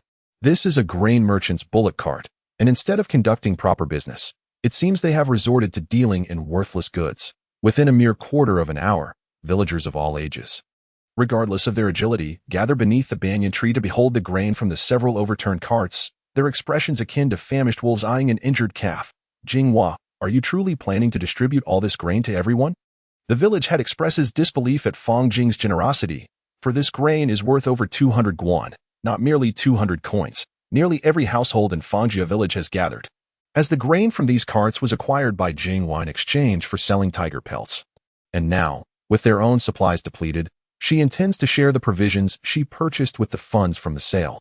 The village head raises his voice to the crowd of over 100. We must remember this kindness from Jinghua. Jinghua, Jinggu, thank you. The entire village echoes in unison. The villagers are not particularly loquacious, primarily uncertain of what to say. They all share a bond of mutual support, and expressions of gratitude feel unnecessary. Fang Jing finds joy in witnessing such unity and cooperation. Little sister, slow down. Be careful not to fall. Fang Jing exclaims as she spots Fang Yuan running towards her. She rushes to the side of the cart to catch the little one, fearing for her safety. Ascending the slope with the bullock cart is indeed a laborious task, and Fang Jing must exert herself to push from behind. Eventually, the cart arrives smoothly at the open space in front of her home. Fang Yuan, leading Xiong Er, trails closely behind, curiously examining the cart from left to right, likely wishing they had a cart of their own at home. Fang Jing begins to lift the grain sacks. 10 she of millet translates to 10 bags, which she quickly moves into the right room of her house. She proceeds to transfer rice, totaling 4 she. And like the villagers, this quantity has been prearranged. Lastly, she brings in 5 pieces of cloth and concludes with 3 bamboo barrels containing 1.5 gin of coarse salt. After completing her tasks, she follows the cart to the banyan tree at the village entrance, noticing that a significant portion of the grain remains to be moved. She places the basket containing 3 guan of coins beside her little sister for safekeeping and begins assisting nearby villagers in transporting the grain. Given Fang Jing's strength, she can easily manage an entire household's worth, carrying 2 or 3 bags of rice while jogging. Meanwhile, Fang Yuan watches her brother counting coins, feeling disheartened by her lack of copper coins. She gazes at Fang Jing, hoping for a few coins to be bestowed upon her. What? You wish for copper coins? Here you go, Fang Jing replies, handing over the remaining 330 coins tied with a string. As Fang Yuan reaches out to take the money, it slips from her grasp and falls to the ground. Fang Jing quickly scoops it up again. Look, these coins are quite heavy. I in the future. If you need money, just ask your brother. You, little one, can hardly manage to carry them, Fang Jing insists, dissuading her sister from her desire for coins. The elder brother gave me a few coins. Even Goa has a coin now. And he showed it to me today. How delightful it was. Fang Yuan also found these copper coins rather heavy and felt unable to carry them herself, yet it did not prevent her from taking a few coins. Uncle Li, let us tally the money. You have a total of 6 bullock carts, amounting to 2 loads, which means I should give you 360 coins, correct, Uncle Li? Fang Jing announced the figure to old Li. Indeed, 360 coins, that is accurate. Old Li listened closely, ensuring the amount was correct. Fang Jing untied the string of a single coin and took down half without counting, handing it directly to old Li. Young Master Fang, this amount is incorrect. It is excessive. Thank you, young Master Fang. Thank you. Should you ever need assistance in the county, do not hesitate to seek out old Li. While I may not be able to provide much, I can certainly offer bullock carts. Old Li and the others expressed their heartfelt gratitude to Fang Jing, not merely for the surplus coins but for the respect they received in return. Fang Jing carried a basket filled with copper coins in his left hand, while his right hand held on to his little sister, who in turn grasped the hand of Xiong Er. Xiong Er ran joyfully, greeting the villagers as they made their way home. Upon returning home, they found Aunt Xiao and her family standing in the open space. Fang Jing was puzzled as to why Aunt Xiao and her family had come at this hour. Jinghua, Aunt Xiao doesn't know how to express her gratitude. She brought her family to thank you. Aunt Xiao is not very eloquent, so please do not take offense. Aunt Xiao, what is this? It is not proper for our families to exchange pleasantries like this. Fang Jing finally understood the purpose of their visit, and it warmed his heart to realize they had come specifically to express their thanks. You're right, Jinghua. Families should not speak as if they are strangers. Goa, you all should come over often to help your brother Jing with some tasks, the old woman interjected, attempting to alleviate the awkwardness. Since you have come, and Xiao, do stay a while. Let us prepare and share dinner together. I have only had 2 pancakes today, and I am quite hungry. I will need to trouble Aunt Xiao to cook. Fang Jing felt that they should indulge in a hearty meal to reward themselves for their labor over the past few days. Very well, Aunt Xiao will cook. You rest. Aunt Xiao made her way to the kitchen. Aunt Xiao, Please rinse the rice and cook it. Grandma, you can take a break. Little sister and Dia, come help with the fire. And Goa, you must run errands for me. Fang Jing retrieved a preserved rabbit from the wall, glancing sideways at the little bear cub resting limply on the bamboo stick. He contemplated making a stew of preserved rabbit meat and bamboo shoots for dinner. The thought alone made his mouth water. For Fang Jing, the taste of cured meat was an irreplaceable delight in life. Throughout history, in Huaxia, cured meat has symbolized culture, even before the Qin and Han dynasties. Cured meat existed, referred to then as laxi meat. During ancient rituals, offerings were made to the heavens, ancestors, and deities, and the ancients prepared dried meat as a tribute, hence the term laxi meat. Chapter 33. The entire village launches an assault after Fang Jing meticulously prepared the cured rabbit. She proceeded to wash it after boiling it in a large pot, and then began to stir-fried in less than 30 minutes. A generous plate of bamboo shoots braised with cured rabbit meat was served. The combination of rice with cured rabbit meat was undoubtedly a quintessential dish for any household. Fang Jing savored at least 3 substantial bowls of rice, relishing the exquisite flavor. Xiong Er, oblivious to the identities of those around him, clambered over the people in front and made his way toward the table, irresistibly drawn by the tantalizing aroma wafting from the feast. Although he could not ascend to the table, it did not deter him from lunging toward the delectable morsels. Brother, look, Xiong Er is stepping on me. Fang Yuan complained to Fang Jing. Then get up and smack him. If he is being disobedient, he needs a good reprimand until he listens, Fang Jing replied, unperturbed by Xiong Er's antics. As her desire for the meal was insatiable. Humph, bad brother, Fang Yuan muttered at Fang Jing. Fang Jing chose to ignore the little one, instead offering some rice and gravy to Xiong Er, who devoured it joyfully. Having been neglected for the past couple of days, he had only nibbled at bamboo shoots out of hunger. Now he could finally indulge in a hearty feast, his heart brimming with joy as he grunted in satisfaction. Fang Jing turned her gaze to the little bear cub sprawled on the ground, who had been rushing towards the source of the aroma earlier but was now tied up, lying there like a dead dog. Presumably exhausted from his earlier enthusiasm, Fang Jing paid him no mind, deciding to deal with him tomorrow or the day after, once everyone had rested adequately, and Xiu began cleaning the pots and dishes, with the old lady lending a hand. Meanwhile, several children engaged in playful antics with the well-fed Xiong Er. Fang Jing and Fang De sat quietly, observing the lively scene of the little ones at play.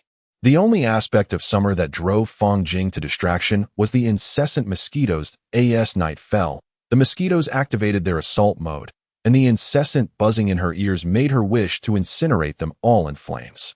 Brother, where are my coins? Fang Yuan suddenly inquired about the copper coins, catching Fang Jing off guard, who had thought her little sister had forgotten. To her surprise, the little one still remembered. Brother, tell me a story. You didn't finish the last one, Fang Yuan implored, eager to hear her brother's tale of the monkey. Once upon a time, the great sage equal to heaven, Sun Wukong, was summoned to the heavenly court by the star of Venus. As Fang Jing recounted the story of Journey to the West, she lost track of time. Fang Yuan, no longer hearing her brother's voice, called out a couple of times, only to be met with his gentle snores. Realizing her brother had fallen asleep, Fang Yuan too began to close her eyes and drift off. As dawn broke, the siblings remained fast asleep on their wooden bed. Outside, a crowd of villagers, young and old, stood silently in the open space, with only a few of the elderly seated on chairs, patiently waiting for Fang Jing and her brother to awaken. Unaware of the happenings outside, the siblings continued to slumber peacefully. Fang Jing eventually rose from her bed, slipped on her shoes, and opened the door, rubbing her eyes as she took in the sight of the multitude in the yard. Startled, she quickly closed the door. Are they here to rob us? What on earth is happening? Did I reveal something? Surely not. I haven't made any missteps. They think I am a demon and intend to bind me for a sacrificial offering. This is utterly terrifying. I certainly don't wish to be turned into roasted pork. What should I do? What should I do? Fang Jing shut the door and, hiding behind it, contemplated the villagers' intentions, anxious about the potential for an unexpected attack. Feeling cornered with no escape, Sister, quickly rise, for the villagers have come to seize us. Fang Jing gently roused her little sister, still deep in slumber, dressing her in shoes before cradling her in her arms. Brother, what is the matter? Fang Yuan, still bleary-eyed, gazed up at her brother, inquiring. There are many villagers outside, seeking to capture us. Fang Jing softly conveyed the situation to her sister, herself bewildered as to why the villagers wished to apprehend them. Brother, why do they want to catch us? Fang Yuan, perplexed, found it difficult to comprehend, for the villagers had always treated her kindly. Why then would they pursue her and her brother, equally at a loss? Urged, hold on tightly to me, and we shall dash out shortly. Fang Jing cautioned her sister not to stray away in their haste. Yes, brother, I am frightened. Fang Yuan, entirely ignorant of the villagers' intentions, could only comply with her brother's directives. Her small heart filled with trepidation. Fang Jing, holding Fang Yuan, carefully opened the door, preparing to rush out to avoid capture by the villagers, for that would spell trouble indeed. Jinghua, Jingge.as Fang Jing opened the door and prepared to flee. The entire village called out to her, their voices a haunting melody in her ears. Jinghua, we thank you. The village chief, accompanied by several of the eldest villagers, stepped forward, bowing in gratitude towards Fang Jing. With all present following suit in reverence, Fang Jing stood frozen in the doorway, cradling Fang Yuan, utterly bewildered, her mind racing with questions. Were they here to rob, to arrest, or perhaps to express their gratitude? Fang Yuan turned to observe the village chief and the others, her eyes wide with astonishment. From the crowd emerged several women, carrying baskets and hampers, approaching the siblings. Jinghua, we are grateful for your generosity in sharing food, preventing us from going hungry. The women presented the baskets to Fang Jing, expressing their heartfelt thanks. As Fang Jing gazed into the baskets, and then at the village chief, she surveyed the sea of villagers before her, all wearing expressions of gratitude. Relief washed over her. They were not here to rob or to apprehend them, and she exhaled deeply. Brother, the village chief did not come to capture us. Fang Yuan eagerly slipped from her brother's embrace, tugging at Fang Jing's sleeve. Jinghua, why would we come to capture you? Have you misunderstood? The village chief, equally perplexed, could only smile wryly at Fang Yuan's assertion. Forgive me, I had just awakened and my mind was still clouded. Fang Jing hastily explained, eager to avoid further embarrassment, for the morning's misunderstanding had already been rather significant. Jinghua, this misunderstanding arose from our failure to inform you in advance, the village chief acknowledged, relieved that the situation had not escalated further, especially since Fang Jing had not truly fled with Fang Yuan. Jinghua, this is a small token of our appreciation. Please accept it. And Xiao, along with several village women, extended the baskets and hampers toward her. Fang Jing surmised that these items had been collectively gathered by the villagers, with perhaps only 20 or 30 eggs in total, given the scarcity of chickens in the village. It was uncertain how long these eggs had been stored, and Fang Jing would never dare to accept them. Jinghuazi, you sold the grain acquired from the tiger exchange to everyone, and they are grateful. You are well aware of the circumstances of each household. These offerings are merely a token of goodwill, so please accept them. The village head, observing Fang Jing's reluctance to accept the items, felt compelled to say a few words to ease the tension. Chapter 34. The disappearing mount. The villagers gradually departed from the open space in front of Fang Jing's home, their hearts heavy with a sense of indebtedness, not due to past grievances, but rather an overwhelming feeling of gratitude towards Fang Jing, which they found difficult to express, leaving them with a sense of emptiness. The village head and Aunt Xiao, along with other villagers, remained, silently watching the siblings. Fang Yuan ran to the tree to untie the rope and picked up the frightened bear heir, who, overwhelmed by the crowd at Fang Jing's home, had been so terrified that he clung to his head with his front paws. Lying flat on the ground, bear heir was utterly petrified by the throngs of villagers, unsure of how to react, and could only cover his eyes and lie down. Jinghuazi, Andy used to wrong you and even struck you. Do not hold any resentment. You must accept this dried fish. And he finally voiced the words she had been holding back. Very well, if you siblings wish for dried fish, come to Auntie's house to collect some. Seeing Fang Jing pick up 2 pieces of dried fish, Aunt E felt a sense of relief. Jinghuazi, please refrain from venturing deep into the forest again. Yesterday morning, while we were working, we heard the roar of a bear in the mountains. Such a sound could frighten anyone to death. The village head watched as the siblings munched on wild grasses, admonishing Fang Jing, though he did not comprehend why they were consuming wild grass so early in the day. What? You heard the bear roaring in the forest yesterday morning. Fang Jing was astonished by the village head's revelation, glancing towards the distant mountains, pondering whether a congregation of wild beasts was taking place. As she gazed at the mountains, her mind raced with thoughts, while Fangda was already at work, beginning to break bamboo with his tools, setting down her hoe and basket at the forest's edge. Fang Jing ventured into the woods, bounding deeper within, her eyes and ears attuned to her surroundings, never pausing her pace. She scanned the area within a mile, finding nothing, then leapt onward. searching fervently for the bear that had roared the previous morning. After traversing nearly 20 miles in the forest, she had yet to encounter the bear. However, she did spot a tiger accompanied by 3 cubs in search of food, as well as a few wolves in a nearby ravine hunting a chamois. On another hill, 3 antelopes grazed leisurely on grass. The forest teemed with smaller creatures. Rabbits were so numerous that Fang Jing lost count, with one appearing every 10 or 20 meters. Foxes, squirrels, mountain mice, and wild chickens were also in abundance. Yet Fang Jing was not there for hunting. Fang Jing rose once more, darting deeper into the wilderness, having encountered an innumerable array of creatures along the way, yet failing to spot the mother of the bear cubs. She paused to rest atop a large boulder, contemplating the distance she had traversed from Fangjia village, estimating it to be around 60 to 70 miles. Earlier, during her hurried journey, she had indeed seen several black bears. Their fur a deep shade of ebony, as well as wild cattle, leopards, deer, roe deer, antelope, martens, and foxes. Of course, the presence of giant pandas was not to be overlooked, alongside a troop of striking golden snub-nosed monkeys. While Fang Jing held an affection for these golden monkeys, her heart belonged to the Yunnan golden snub-nosed monkey. This trek had offered her a glimpse into the grandeur of the mountains.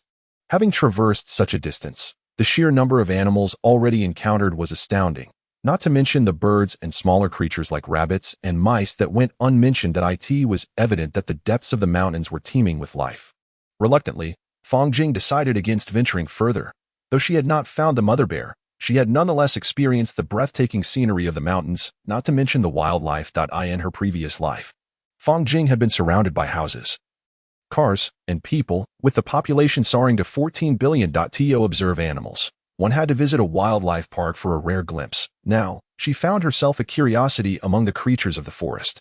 Indeed, in the present-day Tang Dynasty, humans existed in the eyes of animals, with a population of merely 10 to 20 million, contrasted by an abundance of wildlife. Should there ever be an animal siege, humanity would be left to wield pitchforks atop city walls, watching in astonishment as countless animals advanced. Fang Jing envisioned this scene, likening it to a video game, her imagination running wild. The journey from Fangjia village to the nearby town took around 6 to 7 hours, followed by another 4 to 5 hours from the town to the county seat. She began to grasp the current reality. With a smaller population, compassion was abundant, yet the mountains were plentiful, and animals thrived in groups. Logically, the distance from her village to the town would exceed 20 kilometers, with treacherous paths, especially in the mountains. The route from the town to the county seat was also nearly 20 kilometers, and the official road was a bumpy dirt track. Lost in contemplation, Fang Jing sat silently upon the boulder, gazing into the distance of the mountain forest. Oh, divine being, akin of iced red tea, if you please. Imagining herself enjoying a refreshing drink, she felt immensely grateful for a benevolent deity. Otherwise, life would be unbearable. Fang Jing found great delight in her circumstances. Oh, divine being, reveal yourself, or at least grant me a phone for a photograph together. To her astonishment, an unactivated phone appeared in her hand, still with its protective film intact, prompting her to exclaim in surprise. Oh, divine being, does this mean you agree? Let us take a picture for a keepsake. She peeled off the film, pressed the power button to turn it on, navigated the settings, and activated the camera mode. My goodness, is this truly my appearance? She marveled at her hairstyle and looks, feeling utterly handsome. After switching to selfie mode, the screen displayed a youthful face framed by long hair, a fair complexion, truly the epitome of youthful beauty. This was the first time Fang Jing had seen her visage so clearly. Though not conventionally handsome, she lavished compliments upon herself, a testament to her unabashed self-love. As time passed, and the divine being remained elusive, Fang Jing grew frustrated, having posed for what seemed an eternity without result.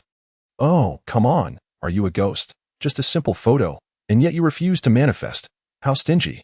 Fang Jing, after posing for quite some time, still failed to catch a glimpse of the celestial beings. If you won't take my picture, then I shall do it myself, she declared, raising her phone to capture her own reflection, indulging in a moment of self-admiration. After photographing herself, she turned her lens towards the scenery, relishing the beauty around her. Celestial beings, look at this one. Is it not splendid? It perfectly showcases my towering stature and features akin to Panin, she remarked, addressing the empty air in a whimsical manner. A gust of wind swept through, dislodging countless leaves that silently descended to the ground. Fang Jing, lost in thought, awaited a response that never came, leaving her heart heavy with disappointment. Oh, celestial beings, you who are so mighty, could you grant me a spatial pouch? No. Then how about bestowing upon me the art of transformation? Still no? What of the peaches of immortality from the Queen Mother of the West? Consuming one would grant me eternal life, she mused, imagining the wonders that could be gifted to her, envisioning herself transformed into an invincible little warrior. Upon returning home, Fang Jing encountered her younger sister and several children huddled around the spot where the little bear cub had once been tethered. "What are you all doing?" she inquired, setting down her hoe and basket. "What, the bear cub has escaped," she exclaimed, rushing closer to inspect the situation. The rope that had once secured it lay severed, the cause of which eluded her. Though the frayed end bore signs of gnawing, frustration surged within her. Her anticipated steed had vanished, just like that. Promises of raising a bear for riding had come to naught, with one cub having fled previously and now another following suit. It felt as though fate had dealt her a cruel blow, leaving her to question the fairness of the celestial beings. The disappearance of the little bear cub was inconsequential in the grand scheme of things, particularly to Fang Jing that if need be, she could venture into the mountains to capture another. Besides, there was still Xiong who, once grown, could be trained as a worthy mount. Fang Jing observed Xiong pondering whether to nurture him into a magnificent steed. Though she suspected her younger sister would oppose the idea. If all else failed, perhaps he could serve as her sister's mount instead. Unbeknownst to Xiong Fang Jing's thoughts were far from innocent. He was solely preoccupied with play and sustenance. Along the wall of the house, she dug 2 rows of deep trenches, sufficient to accommodate the bamboo. With a depth of half a meter, she planted 2-meter-long bamboo poles upright, crafting a roof from large bamboo sheets to keep the rain at bay. Inside, she laid down fine bamboo branches and leaves, completing the makeshift abode. She ushered Xiong inside, and he obediently wiggled his little behind into the shelter, seemingly aware that this would be his new resting place. Fang Jing then tied a rope to the bamboo at the entrance, leaving him to settle in peace. Time meandered slowly, and Fang Jing felt the hours drag on. With ample food and drink at home, the worry of hunger was alleviated. She found herself dozing in a bamboo chair beneath a tree, occasionally glancing at the children and at Fang Dao. In that moment, she resembled a wealthy landowner, and had she held a stick in her hand, the resemblance would have been even more pronounced.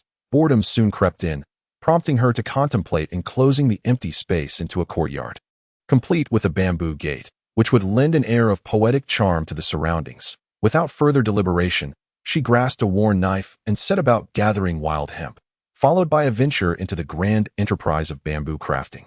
2 days later, just after breakfast, Fang Jing was busy crafting a bamboo gate beneath a tree. As she surveyed the courtyard, she deemed it nearly complete. A nearly 2-meter-high bamboo fence enclosed the open space, and with the exception of the absence of a gate, half of the work was accomplished. Over the past few days, villagers had come to assist in tying ropes or cutting bamboo, which had hastened Fang Jing's progress in constructing the yard. "Jinghua, Xiaotanzi," voices called from outside the courtyard. "Who are you?" Fang Jing, standing to inspect the group of ragged individuals outside, noticed they carried wooden frames and had bundles slung over their backs. The adults appeared as scruffy as the children. "Jinghua, I am your little uncle. This is your aunt, and this is your cousin, along with your 2 younger female cousins." A middle-aged man outside pointed and introduced each person to Fang Jing. Fang Jing stared blankly at the so-called little uncle, aunt, 1 cousin, and 2 cousins. She had no recollection of this body's past life and was unaware of any such relatives. The so-called little uncle appeared to be in his 30s. While the aunt looked about the same age, the cousin seemed around 10, and one of the female cousins appeared to be about 7, with the youngest being 4, similar in age to Fang Jing's younger sister.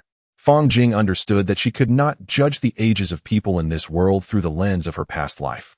For instance, the little uncle, who looked to be in his 40s, was actually only in his 30s. This was a result of the hardships of the times.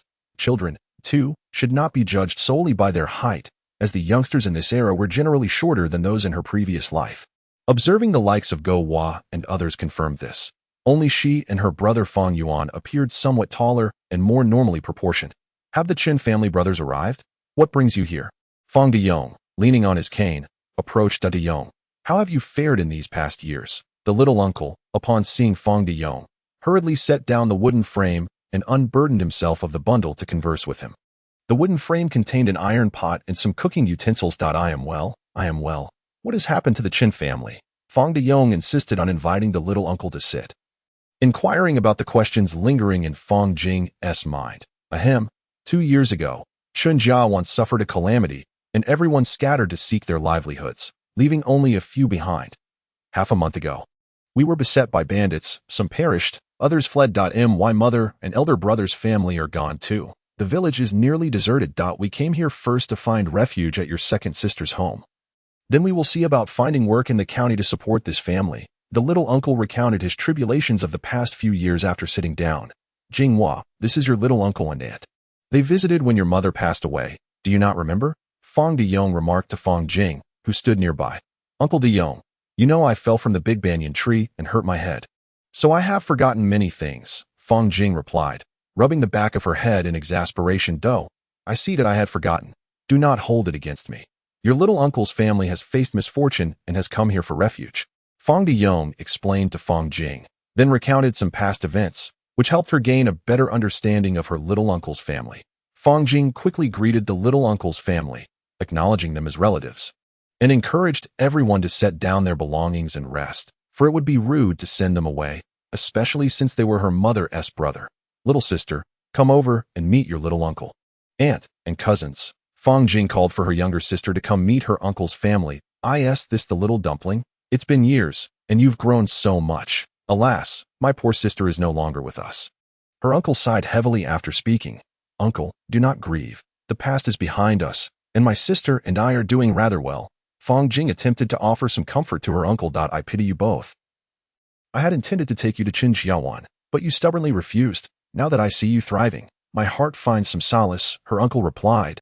Unfamiliar with the past, Fang Jing listened to her uncle's words without expressing her own opinions. Uncle, I presume you haven't eaten? Allow me to prepare a meal for you, she offered. Unaware of the distance her uncle had traveled to reach Fangjia village, at least a 4-hour trek to the nearest village, she guessed they must have spent the night in the woods. Otherwise, they would not have arrived at such a late hour, assuming they had come from the market town. In truth, Fang Jing was somewhat mistaken. Qin Erlin and his family had indeed come from the market town.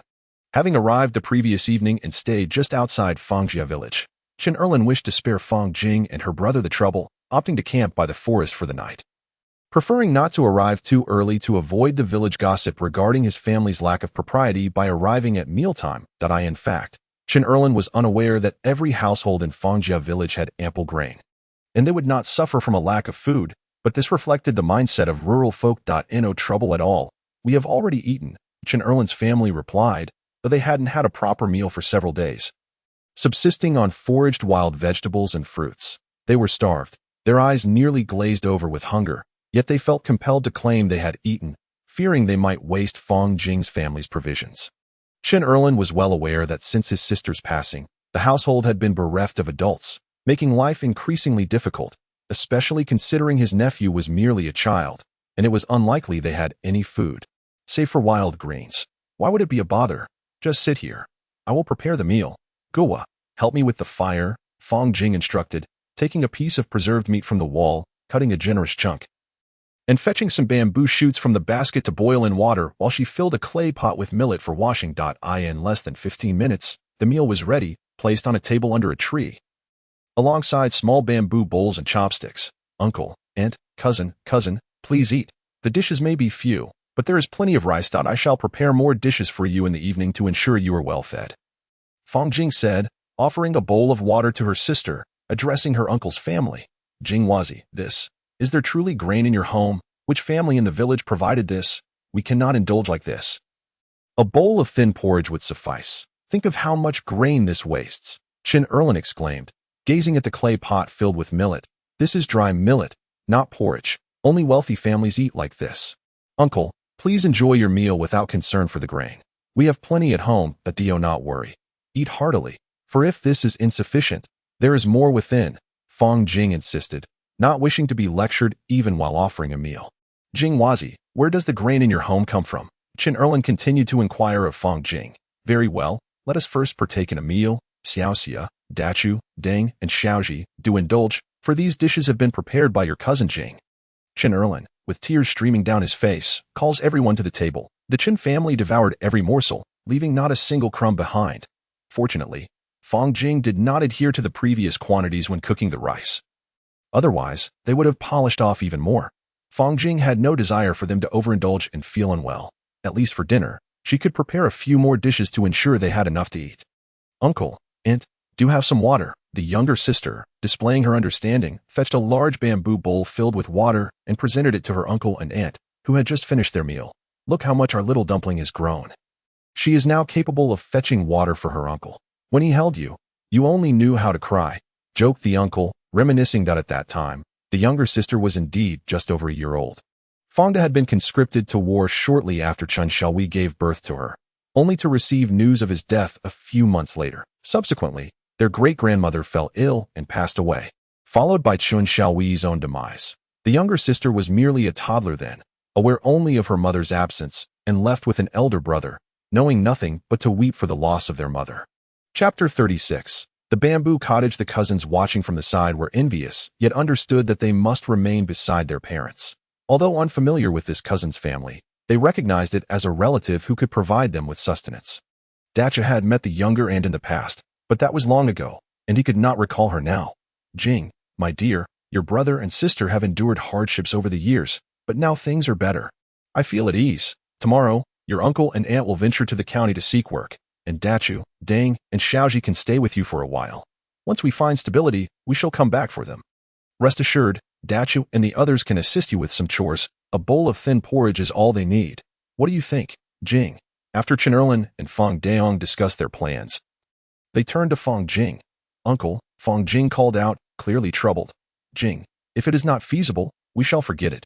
Tomorrow, I will take them all to the county, Chen Erlin remarked, noticing Fang Jing's discomfort. Uncle, what do you mean by that?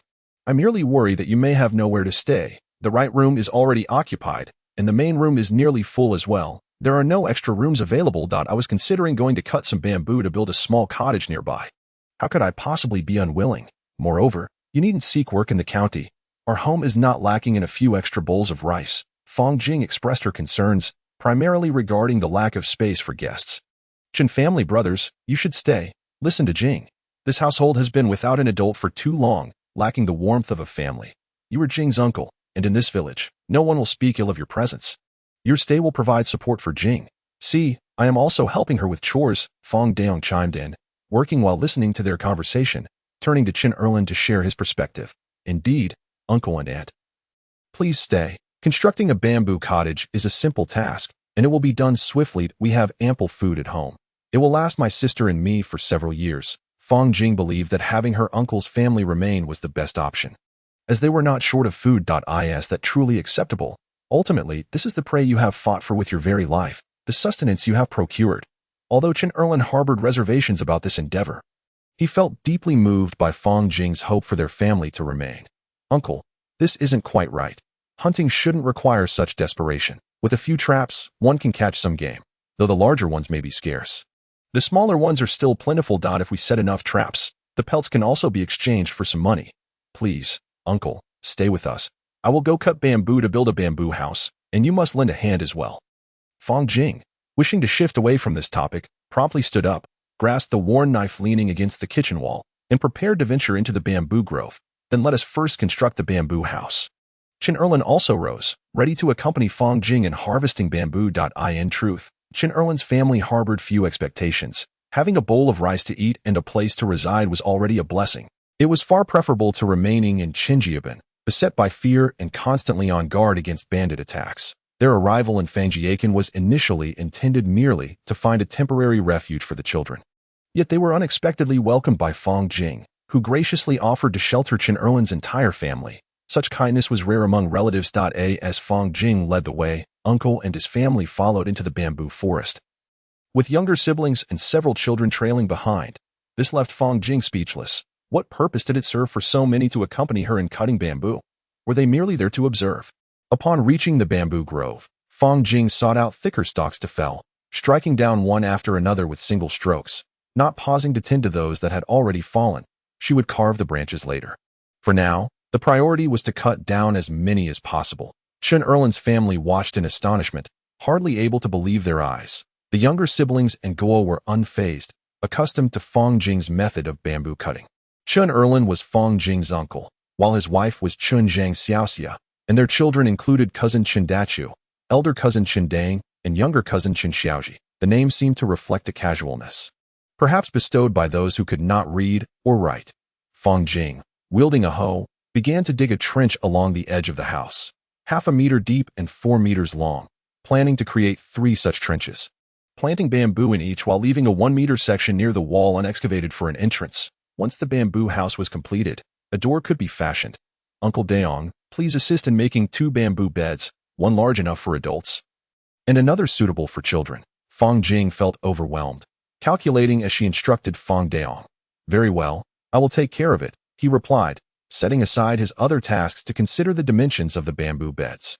Fong Jing, armed with her worn knife, returned to the bamboo grove, where the children remained, accompanied by Xiong Er, who was digging for bamboo shoots, eliciting laughter from the little ones. Fong Jing selected a bamboo branch, approximately 2.5 meters long, using it to measure and saw the bamboo. After cutting a few pieces, she felt satisfied with the results and proceeded to measure all the bamboo accordingly. Time slipped away as they worked, the sun dipping toward the west, and a semblance of the bamboo house took shape, with only the roof remaining. It was then that Fong Jing realized they lacked a ladder to complete the roof. Uncle Daong, does anyone have a ladder tall enough? If not, I shall construct one from the leftover bamboo. Fong Jing meticulously constructed a bamboo wall before inquiring about Fong Daong. Upon arriving at Fong Daong's residence, she found only an elderly woman at home, with no sign of Aunt Xiao. Consequently, she posed her question to the old woman, who directed her to a small shed, indicating the presence of a ladder. Grateful for the guidance, Fong Jing took the ladder and proceeded inside the bamboo dwelling, propping it against the wall. Climbing up, she grasped a bamboo piece, only to realize, oh dear, how am I to manage this? There is no support on this side of the wall, this won't do. Descending once more, she contemplated her options. Perhaps I could drill a long line of holes in the wall to accommodate the bamboo. But then how would I secure it? Fong Jing felt a wave of frustration wash over her. Ultimately, she decided against drilling holes in the wall. Instead, she resolved to lay the bamboo horizontally across the bamboo walls, securing it with hemp ropes. Of course, the bamboo on either side would need to be shorter. Otherwise, the horizontal bamboo would prevent the bamboo pieces from lying flat. Fong Jing then ascended the ladder with a battered knife, vigorously striking one of the bamboo poles, driving it into the ground. She repeated this action until she deemed it satisfactory. Uncle, could you assist with this? Please tie the bamboo pieces together with hemp rope. Then place another piece on top and secure it, after which we can lay the bamboo pieces and fasten them. This will complete the bamboo house, she urged. The sun was beginning to set, and she needed to prepare dinner. Aunt, could you please hand me the bamboo? Uncle and Aunt, is that all right? Fong Jing noticed the sun reaching its zenith, realizing that soon it would be too late to cook. Go ahead, Jinghua, we will manage, they replied. Chen Erlin observed Fong Jing's construction efforts, fully understanding her instructions, and contemplated trying his hand at it. As the sun began to descend, Fong Jing finished preparing the meal, serving 3 dishes: stewed rabbit meat with yam, stir-fried rabbit meat with bamboo shoots, and sautéed wild vegetables. Satisfied that the bamboo house was nearly complete, she hurried to assist with the final touches, moving the bamboo bed into the dwelling, which could now be considered a livable home. Uncle, we can build a bamboo door tomorrow, and that will suffice. However, I must apologize for the inconvenience today. Now, let us dine before the food grows cold. After helping to tidy up, Fong Jing called everyone to the table. A small table was surrounded by 3 adults, 1 young adult, and 7 children, all gathered around, each holding a bamboo bowl and chopsticks, eagerly devouring the delicious meal. However, it was the ever-curious Xiong Er who was most affected by the enticing aroma, irresistibly drawn to the table despite having consumed ample bamboo shoots in the afternoon. Jinghua, why does this dish smell so delightful? What makes it so delicious? This texture is both smooth and tender. What is it? Chen Erlin inquired, having no knowledge of yam but relishing its taste, which was unlike anything he had previously experienced. This is called yam, Fong Jing explained. It grows underground, quite deep, about 2 to 3 feet down, but it tastes wonderful, soft, and slippery, making it suitable for the elderly. Fong Daong interjected with an explanation. The food prepared by my cousin is truly delicious, exceedingly fragrant. Even Xiong Er is eager to partake. Cousin, my sister claims Xiong Er is a panda, but aren't bears generally fierce? Isn't Xiong Er a carnivorous beast? Chin Dachu, savoring the delectable meal, also questioned the nature of Xiong Er, his understanding limited to the perception of bears as fearsome creatures. The Chen Erlin family expressed their desire to hear Fong Jing elucidate why the giant panda is referred to as cat bear. Moreover, they were curious about the fact that such creatures are kept at home, engaging in playful antics daily. Although they may be small now, do they not grow to potentially bite, Cousin, the iron-eating beast does not consume iron. It derives its name from licking the salty broth of iron pots. The iron-eating beast is indeed the giant panda, also known as the cat bear. Do you not see that the face of a bear bears some resemblance to that of a cat, while its body resembles that of a bear? Thus, the combination yields the term cat bear. Fang Jing paused her chopsticks to explain the origins of Xiong Air Dado. It truly does resemble one. No wonder it is called a cat bear, as it is indeed a product of a cat and a bear, remarked Aunt while glancing at Xiong Air amidst her meal. Aunt, this is not a creature born of a cat and a bear. Fang Jing exhibited great admiration for contemporary perceptions, acknowledging that one must concede, this is a truly imaginative leap. After dinner, everyone reclined on their chairs to rest, with insufficient seating. Several younger ones sat upon bamboo. Fortunately, today they did not completely overindulge. They merely felt quite full, as the rice prepared in the earthen pot by Fang Jing was measured to ensure ample nourishment. Cousin, how do you catch rabbits? May I learn from you? Chen Dacha gazed at Fang Jing with envy and admiration for her ability to catch rabbits. Even the dog, sitting on the ground, perked up at Chen Dacha's inquiry. Eager to hear Fang Jing's response, catching rabbits is quite simple.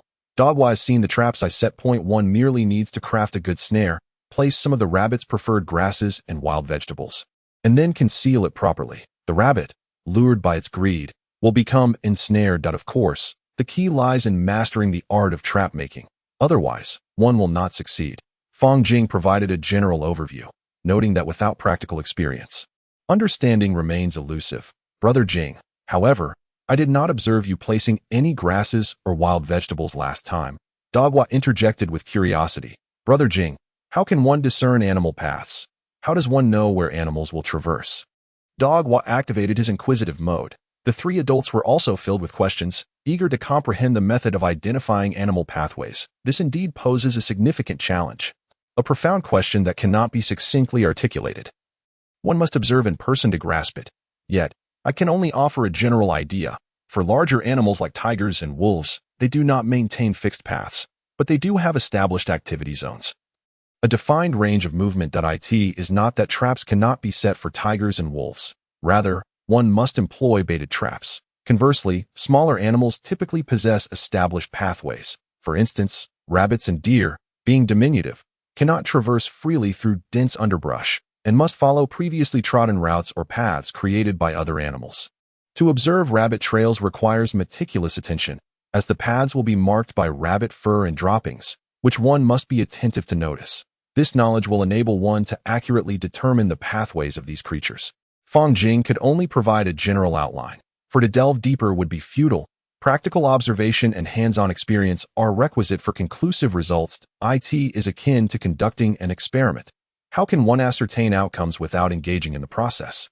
Speculation? Congratulations, you may join the ranks of the theorists. Is that so? Jinghua, does this not resemble the need to dispatch scouts in warfare to explore the terrain or to investigate along the route? Fang Daong is not particularly well-versed in the art of hunting. However, for seasoned veterans who have braved the battlefield, matters of warfare are well within their grasp. Uncle Daong's insights are quite comparable, as both emphasize the necessity of thorough reconnaissance, leaving no trace overlooked, followed by meticulous confirmation before setting traps. This can be regarded as having achieved half of the success, with the remaining half contingent upon ensnaring the quarry. Listening to Fang Daong liken hunting to warfare, Fang Jing perceives little distinction and thus provides a somewhat analogous explanation. Brother Jing, may I accompany you tomorrow to set traps? I wish to learn. I want to catch a mountain chicken for my grandmother. Dogwa's aspiration is to master the art of hunting. Cousin, I too wish to follow you tomorrow to learn how to set traps. I want to catch a mountain chicken for my sister. Cousin Chindachu also expresses his desire to accompany Fang Jing the following day. Very well, you may join me tomorrow to learn the craft of trapping. Fang Jing affirms with a nod. They are good children. Fang Daong and Chen Erlin commend the two youngsters, recognizing that despite their impoverished circumstances, they are already eager to learn the skill of trapping animals to provide sustenance for their families. A testament to their forward momentum. Uncle, Aunt, you should retire to the bamboo hut to rest soon. The situation is not particularly favorable at the moment, so we must make do. Tomorrow, Aunt will use the fabric from the house to make a few outfits and bedding. I will also ask Uncle Daong to weave 2 bamboo mats, so we can sleep more comfortably on the bamboo bed. Fang Jing articulates her plans for the coming days while seated on a bamboo chair. Addressing her uncle and aunt at the table. Jing, This is already quite good. We can eat our fill and have a place to stay, rather than sleeping by the roadside or in the woods. These past days, we have been living haphazardly by the roadside or near the woods, foraging wild vegetables and fruits. Now, we eat well and are full, with a bamboo hut to stay in. This is a life that even emperors cannot boast of. Chun Erlin expresses his satisfaction with their current situation. Though residing with his niece's family is not as comfortable as his own home, it is a lifestyle he has never experienced in his 30 years of life. I know not what kind of life emperors lead, but we must simply make the best of our own lives. From now on, uncle, aunt, and my cousins, you must not feel constrained. This place shall be your home. You should feel at ease here. If you continue to act so reserved, I shall be at a loss as to how to proceed. Fang Jing observes the cautious demeanor of her uncle's family today. Fearful and apprehensive, even when it comes to sharing a meal, as they seem to gauge her reactions before serving themselves, which pains her heart. Jing, this is not right. In a few years, you will need to find a wife. And little Talanzi will grow up and need to marry as well. Our current circumstances are inconvenient, and we cannot remain here without proper standing, Chen Erlin remarks, contemplating the future of their lives. Uncle, let us not dwell on such matters. My family is scarce, consisting only of my sibling and me. As the only elders to us, should you depart, not only would the villagers speak ill of me, but where would we go to seek you out? To neglect our elders would be to abandon our own kin. Must our elders then seek their own livelihood? Fang Jing reflects on the reality that her family now consists solely of her mother's relatives, and they number only 5. Therefore, dear uncle and aunt, as the sole elders of our sibling duo, it is imperative for you to remain and cultivate this household. In the future, when our younger cousin matures, he will need to find a suitable partner, and our younger female cousins must also seek their own matches. Even if my sibling and I were to find partners ourselves, it is essential that there be family to support us. Is it not? Moreover, had our mother still been alive, she would undoubtedly wish for you to refrain from seeking your fortunes elsewhere. Otherwise, she would have been quite displeased with me. Jing Wazi is correct. We are indeed a family. How is it that my poor little sister has departed so soon? Chen Erlin spoke with tears in his eyes. Listening nearby, my little sister also began to weep, longing for our mother. Although her memories of her are growing increasingly faint, for anyone, the thought of their mother, regardless of time or circumstance, is an indelible sentiment. Do not cry, little sister. I am here. In the future, I will look after you, as will our uncle and aunt, and our older cousins will care for you too. You must grow up happy and beautiful, for our mother watches over us from the heavens. Fang Jing consoled as she held her little sister on her lap, gently patting her back. Under Fang Jing's soothing embrace, the little sister ceased her tears, though she soon drifted into slumber. Fang Jing sighed, lamenting the harshness of the world. Jing Wazi, please hand me the little dumpling. The aunt approached, extending her arms to take the little sister, aware that the profound maternal instinct would provide greater comfort. Fang Jing willingly passed the little sister to the aunt. Aunt, please carry her into the main room to sleep, and take Da Ying and Xiao Ji with you as well. I and Uncle Dachu will sleep in the bamboo house. It is safer that way, Fang Jing proposed, sharing her thoughts on the arrangements. She believed that women and children should reside in the main house, while the men, being sturdy, could manage in the bamboo shelter without much concern.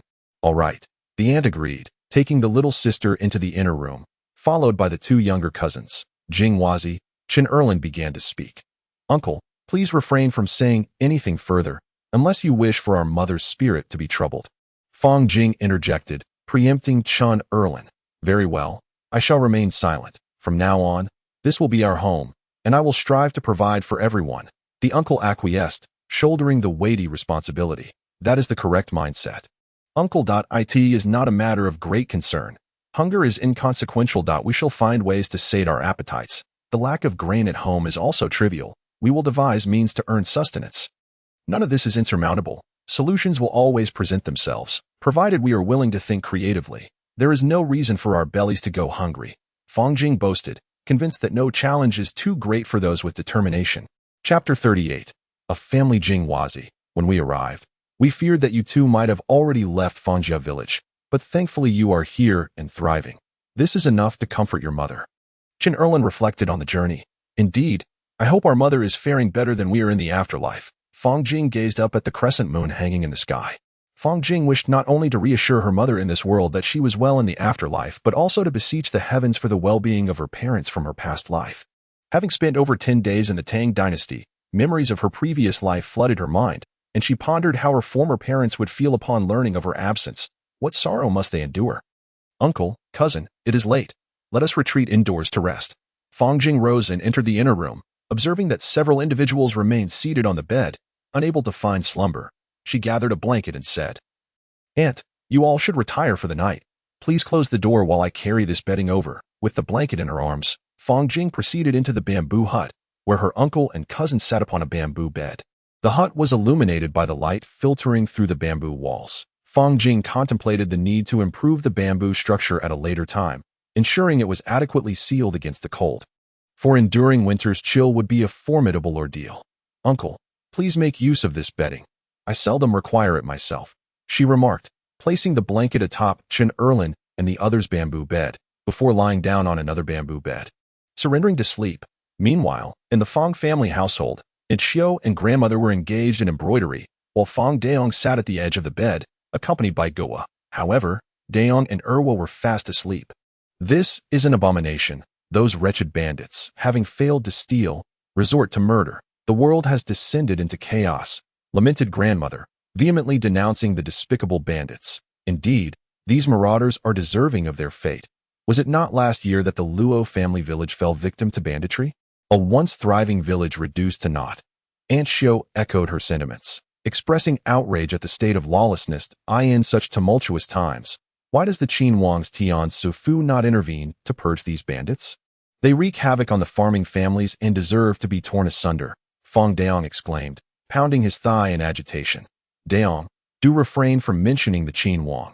Had you not followed his troops to the battlefield, what fate would have befallen your legs? Or Xiaoda? How many men from Fangjia village remain? Grandmother interjected, keen to temper Fang Daong's fervor with a splash of cold reality. Mother, I am well. I shall no longer speak of the Qin Wang. He acquiesced, though the grim reality of dwindling numbers among the men of Fangjia village weighed heavily upon him. Though the village's corvée duties had been lifted, taxes still loomed, and the grain harvested barely sufficed for each household's sustenance. Had the men of Fangjia village still been present, their plight would not be as dire. Mother, today, Brother Jing has promised to teach me how to set traps tomorrow. Once I acquire the skill, I shall catch a few pheasants to nourish grandmother and you. Goa chimed in after the adults had finished their discourse. Your brother Jing is indeed a capable person. Learning to trap under his guidance is wise. But do not venture alone into the depths of the forest. I heard the village chief warn everyone today that he heard the growls of bears echoing through the mountains yesterday morning. Aunt Xiao cautioned, concerned for her son's safety. As dawn broke, the three occupants of the bamboo hut awoke, the chirping of insects and birds increasing in volume, heralding a new day for the tranquil Fangjia village.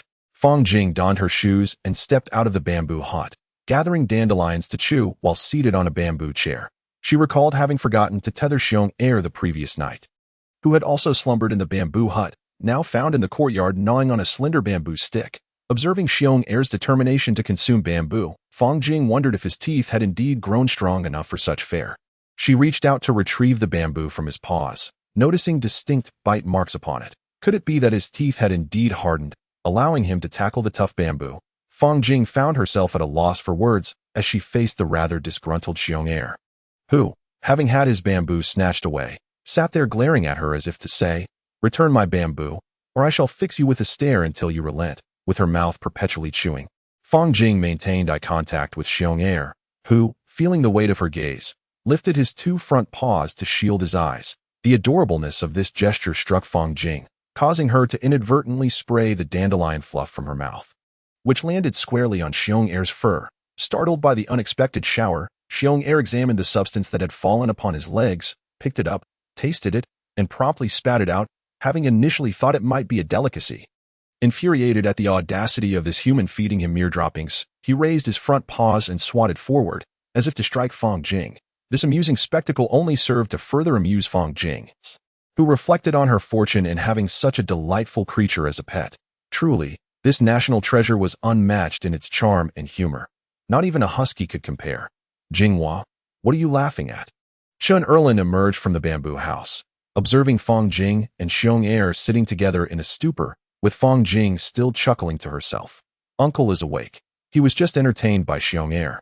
Fang Jing replied, her gaze falling on her uncle's attire, contemplating whether she should request her aunt to prepare something more presentable, as she found his current outfit rather unsightly. At that moment, her aunt also opened the door and stepped out, followed by two younger cousins who appeared to be still half asleep. The youngest sister had yet to make an appearance, presumably still in slumber. Jinghua, they're not little anymore. They can contribute to the household chores. The sun is up, and they ought to rise to assist with some tasks, her aunt asserted, believing that in Fang Jing's household, laziness would not be tolerated. Aunt, let them sleep. They are still quite young. What work can they possibly do? There is hardly any work to be done around here. I certainly do not wish for my cousins to be burdened with chores at such a tender age. Dang, Xiaoji, go back to sleep a little longer, Fang Jing interjected, not wishing to be a miserly taskmaster. Her easygoing nature inclined her to embrace a more relaxed lifestyle in the Tang Dynasty, free from the constraints of rigid expectations, which seemed excessively burdensome. Dang and Xiaoji exchanged glances with their mother and then with Fang Jing, uncertain whom to heed. Cousin, we are already awake and do not need to sleep any longer. Cousin, I can do plenty of chores, gather firewood, cook, I can do it all, Dang proclaimed tearfully to Fang Jing. At that moment, the youngest sister also emerged from the house and approached her seated brother. Dang, from now on, you shall play with Xiaoji and Tuanzai. You need not concern yourself with chores unless occasionally asked to light a fire or fetch water. Understood? You are still quite young. You must eat well to grow taller and stronger. So you can help your cousin in the future, Fang Jing reassured the seemingly tearful Dang. Biaojie, you must eat plenty as well, so you can grow tall and strong, just as my brother told me. Fang Yuan chimed in, taking Dang's hand, hoping to encourage her cousin to heed her brother's advice. Let us leave it at that for now, as everyone is awake. What tasks do we have at our disposal? Chen Erlin interjected hurriedly, wishing to alleviate any potential awkwardness. Aunt and uncle, today, uncle is working on the bamboo gate, while over here, a bamboo shelter is being constructed for Xiong Air, similar to the one that was dismantled yesterday. Aunt has been sewing clothes and bedding over the past few days. If you observe Da Chu, Da Ying, and Xiaoji, none of them possess a single decent or clean piece of clothing. Aunt, you can sew, right? Please make each of them 2 sets of summer clothing and 2 sets for winter. Fang Jing thinks this arrangement is feasible. Furthermore, Aunt, you and uncle should each have 4 sets of summer and winter clothes made for yourselves. It is essential to replace what you are currently wearing. I would not wish for my aunt to appear in tattered garments, as that would reflect poorly on me. Fang Jing no longer expects uncle's family to treat this place as their own home right away. It will take time for them to gradually feel at home. For now, they must present themselves as the hosts. Jinghua, this is simply unacceptable. So many garments require an immense amount of fabric. What we have is still wearable and can be cleaned. Chen Erlin quickly interjected. Aunt and uncle, please heed my words and refrain from discussing this further. Fang Jing's expression turned stern. Cousin Ying, brother has mentioned making you new clothes. Please do not cry. Brother believes that young ladies should always dress beautifully. Look, this is the pair of shoes brother bought for me, and I also had Aunt Xiao make me a new outfit, though I have yet to wear it, as I will wait to bathe first. Fang Yuan eagerly tugged at Da Ying's hand, chattering away. Jinghua, this truly cannot be. Aunt listened to Fang Jing's plans, realizing that no biological mother could have been so generous. Upon arriving at her nephew's home, so many fortunate events had unfolded in the blink of an eye. Aunt, feel free to sew. There is fabric in the basket inside, so you may use it as you please. 5 rolls of fabric should suffice for anything. Fang Jing was generous and did not concern herself with the thoughts of Chen Erlin's family. In a moment, I will take Da Chu and Go Hua to the edge of the forest to learn some skills. Whether they prove useful in the future remains to be seen. But acquiring knowledge is never a disadvantage, Fang Jing remarked as she noticed Fang De Yong approaching with Go Hua. Uncle De Yong, please do not come so early every day. There is no rush, so it is better to take your time. Fang Jing felt a twinge of compassion each time she saw Fang De Yong arriving early to work. After all, there is no sun yet. It has simply become a habit. You continue with your tasks and do not worry about me. Fang De Yong was diligent and industrious. Da Chu, Go Hua, grab the knife, hoe, basket, and hemp rope. Let us be on our way. We might need to dig up something later. Chapter 39. Teaching Fang Jing led the 2 children toward the mountains and forest. Fang Jing walked ahead with empty hands while Go Hua carried the knife and basket, and Da Chu shouldered the hoe and hemp rope. Their division of labor was indeed commendable. Upon reaching the forest's edge, Fang Jing began to teach Go Hua and Da Chu how to identify plants that animals enjoy, particularly the root vegetables that are sweet and favored by wildlife. Meanwhile, back at home, Aunt and Uncle, along with the little ones, were anything but calm. Jinghua had just mentioned that there were 5 rolls of fabric at home. Initially, it was thought to be a casual remark, likely only 1 or 2 rolls at most, but it turned out to be true. When Jinghua stated the intention to make clothes and bedding, it would indeed be carried out. Just earlier, I overheard the Fong family brothers discussing a few matters, and it seems that listening to Jinghua is indeed wise. In the future, this household ought to heed her words more closely. Chen Erlin recently conversed with Fong Dayong and discovered that Fong Jing was quite casual at home, yet exceptionally graceful in social interactions, embodying a genuine warmth. My dear, with such a considerable amount of fabric, it must be of significant value. If it were to be fashioned into clothing and bedding for us, would that not be a waste? The Jing family is not affluent, he mused. Although Zhang Xiaoxia admired the fabric, she was acutely aware of Fong Jing's family's circumstances. And, my brother is wealthy, indeed, he has plenty, she interjected, as Fong Yuan and De Ying Xiaoji entered, eager to hear Zhang Xiaoxia's words. This so many coins. This must amount to nearly 10 guan. Zhang Xiaoxia exclaimed, gazing at the copper coins spread beneath the straw mat in astonishment. My dear, do as Jing suggested and craft a few sets of clothing and bedding. Jing has a kind heart and wishes not to burden us. Just remember that, while I go to prepare the bamboo doors and shed. Chen Erlin resolved to follow Fong Jing's approach, setting aside any further musings. To Chu, Go-Wa, look here, this is rabbit droppings, and this is rabbit fur. Now observe, is this little path not less trodden than the others? You can see it most clearly by lying down. Fong Jing was instructing the 2 young ones on tracking. Cousin, indeed. So this path belongs to the rabbits? Can we set a trap here? Dechu inquired eagerly. Yes, Dechu, this rabbit path is correct, but you must also discern whether it is a new path or an old one. If it is new, then a trap can be set, but if it is old, it is best not to, as rabbits tend to avoid old trails. Fong Jing further guided them in their discernment. Jinggu, I believe this is a new path. The droppings are fresh, and the grass appears recently nibbled, Go-Wa offered after a thorough observation. Excellent. Go-Wa, you have observed well. This path is indeed new, as long as we set the trap properly. There is a chance of catching a rabbit. However, some clever rabbits might evade capture, while the more naive ones are easier to ensnare, Fong Jing concluded, albeit with an acknowledgement of the uncertainties, which thrilled the 2 youngsters. Now let us sit over there, and I will teach you how to make hemp rope snares. Fong Jing pointed to a nearby spot and walked over, taking hemp string to begin crafting smooth. Circular rope, cousin, is this how it's done? Dechu, eager to learn, watched closely. Jinggu, is this correct? Go-Wa asked, though his urgency was less pronounced than that of Dechu. Yes, very good, just like that. Make several more. And if you have any questions, feel free to ask me. I will be right here observing, Fong Jing encouraged, pleased with the children's capacity to learn. Although they had not received formal education, their desire for adventure and understanding of hunting remained unfettered. Typical of rural children. All right, that should suffice. Let us head out to set some traps, and later we will make some hanging snares, she decided, rising to lead the way. 2 young children embarked on a journey to seek a path, all the while ensnaring themselves in various traps. Among them, Fong Jing occasionally offered guidance, refraining from taking direct action, allowing them to navigate and execute operations independently. The outcome of such practical endeavors was that the children's skills increasingly improved. After completing the fixed traps, they ventured deeper into the forest. Soon, we began to fashion baited foot traps, utilizing similar knot techniques, but requiring some branches and food. Observe as I demonstrate once, then you may attempt it yourselves. Fong Jing instructed. She initiated the process of teaching the children to create foot traps, a complex undertaking that hinged upon mastering a clever technique. With a swift motion, she used a longer stick, gently placing it down, causing the branches to spring up and ensnaring the stick. Brother Jing is incredible, exclaimed Go-Wa in admiration. Cousin is amazing, added Dechu, equally in awe. Fong Jing gained 2 enthusiastic admirers, her heart swelling with joy. She then allowed the 2 children to proceed step by step with their experimental operations, offering guidance when they erred and praising them when they succeeded. Ultimately, the children learned the art of crafting simple foot traps. Both young ones felt a surge of excitement.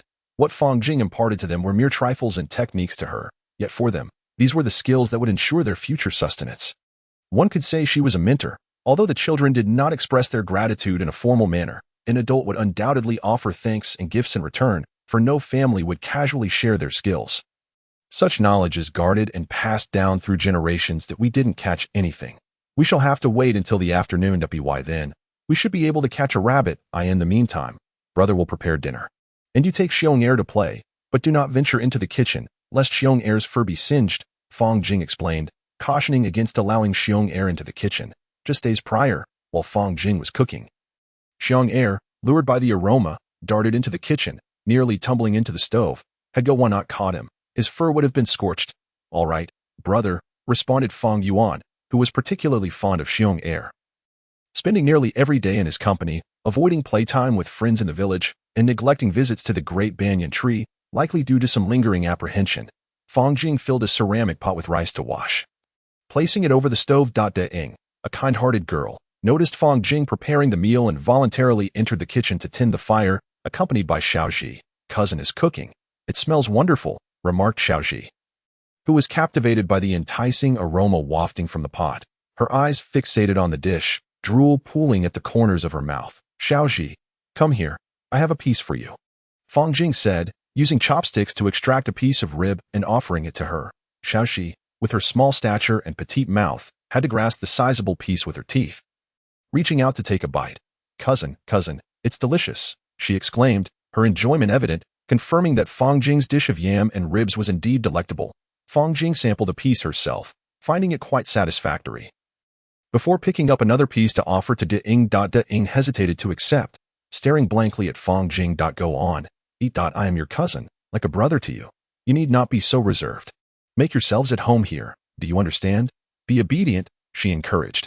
Fang Jing finds herself quite vexed by De Ying's constraints, utterly at a loss as to how to navigate the situation. If she speaks lightly, the status quo remains unchanged. Yet, if she speaks too sternly, she fears she may wound the child's heart. Thus, she resorts to a blend of emotional appeals and authoritative tones. In Chapter 40, the culinary creations of Fang Jing have already become the most esteemed in Fangjia village. With the enticing aroma wafting far and wide at this moment, Aunt Xiao is also preparing a thin porridge with some greens. Upon catching the delightful scent emanating from Fang Jing's home, Aunt Xiao swallows hard. The fragrance from Jing's house is so rich. I wonder what delectable dish she is crafting, remarks Aunt Xiao. Nearby, Granny Dia and the others also express their yearning as they catch a whiff of the enticing aroma. Indeed, the meals prepared by Jing are so enticing that even this old woman could devour several large bowls. I dare say the emperor has never feasted on such exquisite fare. Granny concurs. Grandmother, the dishes made by brother Jing smell wonderful. Little Erwa expresses his longing to dine at Fang Jing's, dreaming of bowls brimming with rice and the meat he craves most. Do not weep, Granny, comforts Gawa. Everyone, wash your hands. It is time to eat. No need to rush. We must prioritize our meal, calls Fang Jing as she sets the table beneath the tree, arranging the bowls and chopsticks. Jing, consuming such lavish meals daily seems wasteful, remarks Chen Erlin, observing the mountain of millet rice and 2 large platters of dishes. This feels more suited for a wealthy household than a humble farmer's fare. What a way to squander resources, brother-in-law, without a hearty meal. How can one muster the strength to work? Only with a full belly can one have the energy to labor and the clarity of thought to devise means of earning and procuring food. Otherwise, one would merely focus on filling their stomach, Fang Jing expounds, her elaborate reasoning clear, yet somewhat challenging for the listeners to fully grasp. As the table is crowded with diners, Fang Jing realizes the need to upgrade to a larger table to avoid inconvenience. The bamboo chairs are taller than the small table, requiring one to bend down awkwardly to reach the dishes, an uncomfortable and unfamiliar position. She contemplates whether she might create a few embedded holes in a wooden board to assemble a proper dining table. Believing that crafting one should not pose much difficulty, especially with Fang Da's assistance. After breakfast, Fang Jing's aunt voluntarily rises to clear the dishes, with Da-ing lending a hand. Fang Jing appreciates this gesture. Yet Xiong is displeased. You all have indulged in delicious food while I have yet to eat, he protests, clinging to Fang Jing's leg and climbing up. It dawns on Fang Jing that she has forgotten to feed Xiong. She retrieves a bamboo bowl containing the last remnants of rice and broth, placing it before Xiong, who finally enjoys a delectable breakfast. Otherwise, he would surely cause a fuss. Little sister, please take Xiong to the bamboo grove later to forage for some bamboo shoots. Otherwise, just this one bowl, 1 tea suffice, Fang Jing advises as she watches Xiong feast, noting how much he can consume. I'll remind you, her little sister responds, resting on a bamboo chair. Observing Xiong eat on the ground, feeling that she has not eaten as much as he Why can Xiong'er eat so much? She wonders. After a brief respite, everyone resumed their labors. Fang Jing picked up the wooden planks one by one, examining and measuring them, concluding that they were suitable for constructing a table. She then procured a straight bamboo stick to serve as a measuring tool and, using De Yong's small chisel, marked the planks. With careful precision, she began to slice the wood into equal lengths. Unfortunately, there were no carpenters in Fangjia village. Otherwise, a planing tool would have smoothed the boards. She then commenced the task of drilling holes and shaping the joints. Fang Jing possessed great strength and her innovative thinking diverged significantly from that of Fang Dayong and the others. Her speed was also beyond their comprehension. Fang Dayong theorized that her sudden insight resulted from a fall from a tree, a revelation that he found acceptable. However, the Qin Erlin family struggled to come to terms with Fang Jing's behavior, perceiving her cousin as somewhat eccentric, unbeknownst to Fang Jing. The way the Qin family regarded her was akin to viewing a curious creature. All she wished was to complete the table swiftly, for it would provide a proper place for meals. Suddenly, a small fruit fell from a tree, striking Fang Jing on the head. She looked up and surveyed her surroundings. Everyone was engrossed in their respective tasks. De Yong was weaving bamboo mats. Her uncle and cousin were crafting a bamboo door, while her aunt sat on a chair sewing garments, a basket of fabric resting on her lap. Her younger cousins and sister were absent, likely foraging for bamboo shoots in the grove. Puzzled, Fang Jing wondered who had struck her.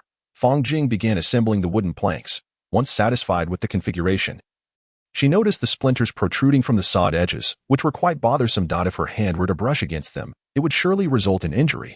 Contemplating how to eliminate the splinters, she realized her current tools were inadequate. Chopping them away with a knife was an option, but it would be impossible to achieve a flat surface that way. As Fang Jing pondered, her gaze inadvertently drifted towards the distant stream, and a sudden idea struck her. She hoisted the large plank and made her way towards the water's edge. The people in the courtyard were startled, wondering what Fang Jing intended to do with such a hefty piece of wood. Their curiosity piqued as they followed her with their eyes. Upon reaching the stream, she walked along its bank for about 100 meters until she spotted a sandy shoal, littered with smooth pebbles. She discarded the larger stones, leaving only the fine sand. Fang Jing placed the plank atop the sand and pressed down forcefully with both hands, methodically rubbing it in a clockwise motion, then counterclockwise. After a quarter of an hour, she lifted the plank to inspect her work, deeming it satisfactory, though she resolved to continue smoothing it a bit longer. De Yong, since we lack a planing tool, I had no choice but to use the fine sand by the riverbank, she explained hurriedly. This has effectively smoothed it out, preventing splinters from causing injury. Did you come up with this idea? It's brilliant, Fang Dayong exclaimed, visibly excited. In the past, I always struggled with splinters when crafting items. This method would have been invaluable. Fang Jing perhaps considered the solution to be rather straightforward, not warranting such enthusiasm. Yet Fang Dayong held a different view. Ignoring his reactions, she proceeded to fit the crossbeams into the table legs and began attaching them to the wooden top. Using a worn-out knife, she carefully tapped the legs into the pre-drilled holes at each corner. Once assembled, she flipped the table over and placed it on the ground, finding it intact save for a small protrusion from one of the leg holes. Fang Jing picked up Fang Dayong's small chisel and began to carve slowly and gently. She aimed to smooth it out without damaging the tabletop. Thus her movements were somewhat restrained. At long last, the square table was completed, a task that consumed nearly 2 hours of her effort. It was a creation born of her own hands, instilling her with a profound sense of accomplishment. Standing before the table, she admired her handiwork, considering it a remarkable piece worthy of the World Furniture Exhibition. Brother, look, this is the bamboo shoot that my cousin and I dug up. Isn't it enormous? Fang Yuan, along with her 2 younger cousins, rushed in from outside the fence, proudly displaying their large bamboo shoot before Fang Jing. Indeed, it is quite large. You must be tired after all that effort. If you are weary, please sit and rest. If you are thirsty, go fetch some water from the kitchen, Fang Jing observed, shaking her head at the sight of the children, whose legs were likely covered in mud from the long digging session, their brows glistening with sweat. Brother, I want to go. I want to go. The youngest sister leaped from her chair, eagerly expressing her desire to accompany Fang Jing to the small river to catch fish.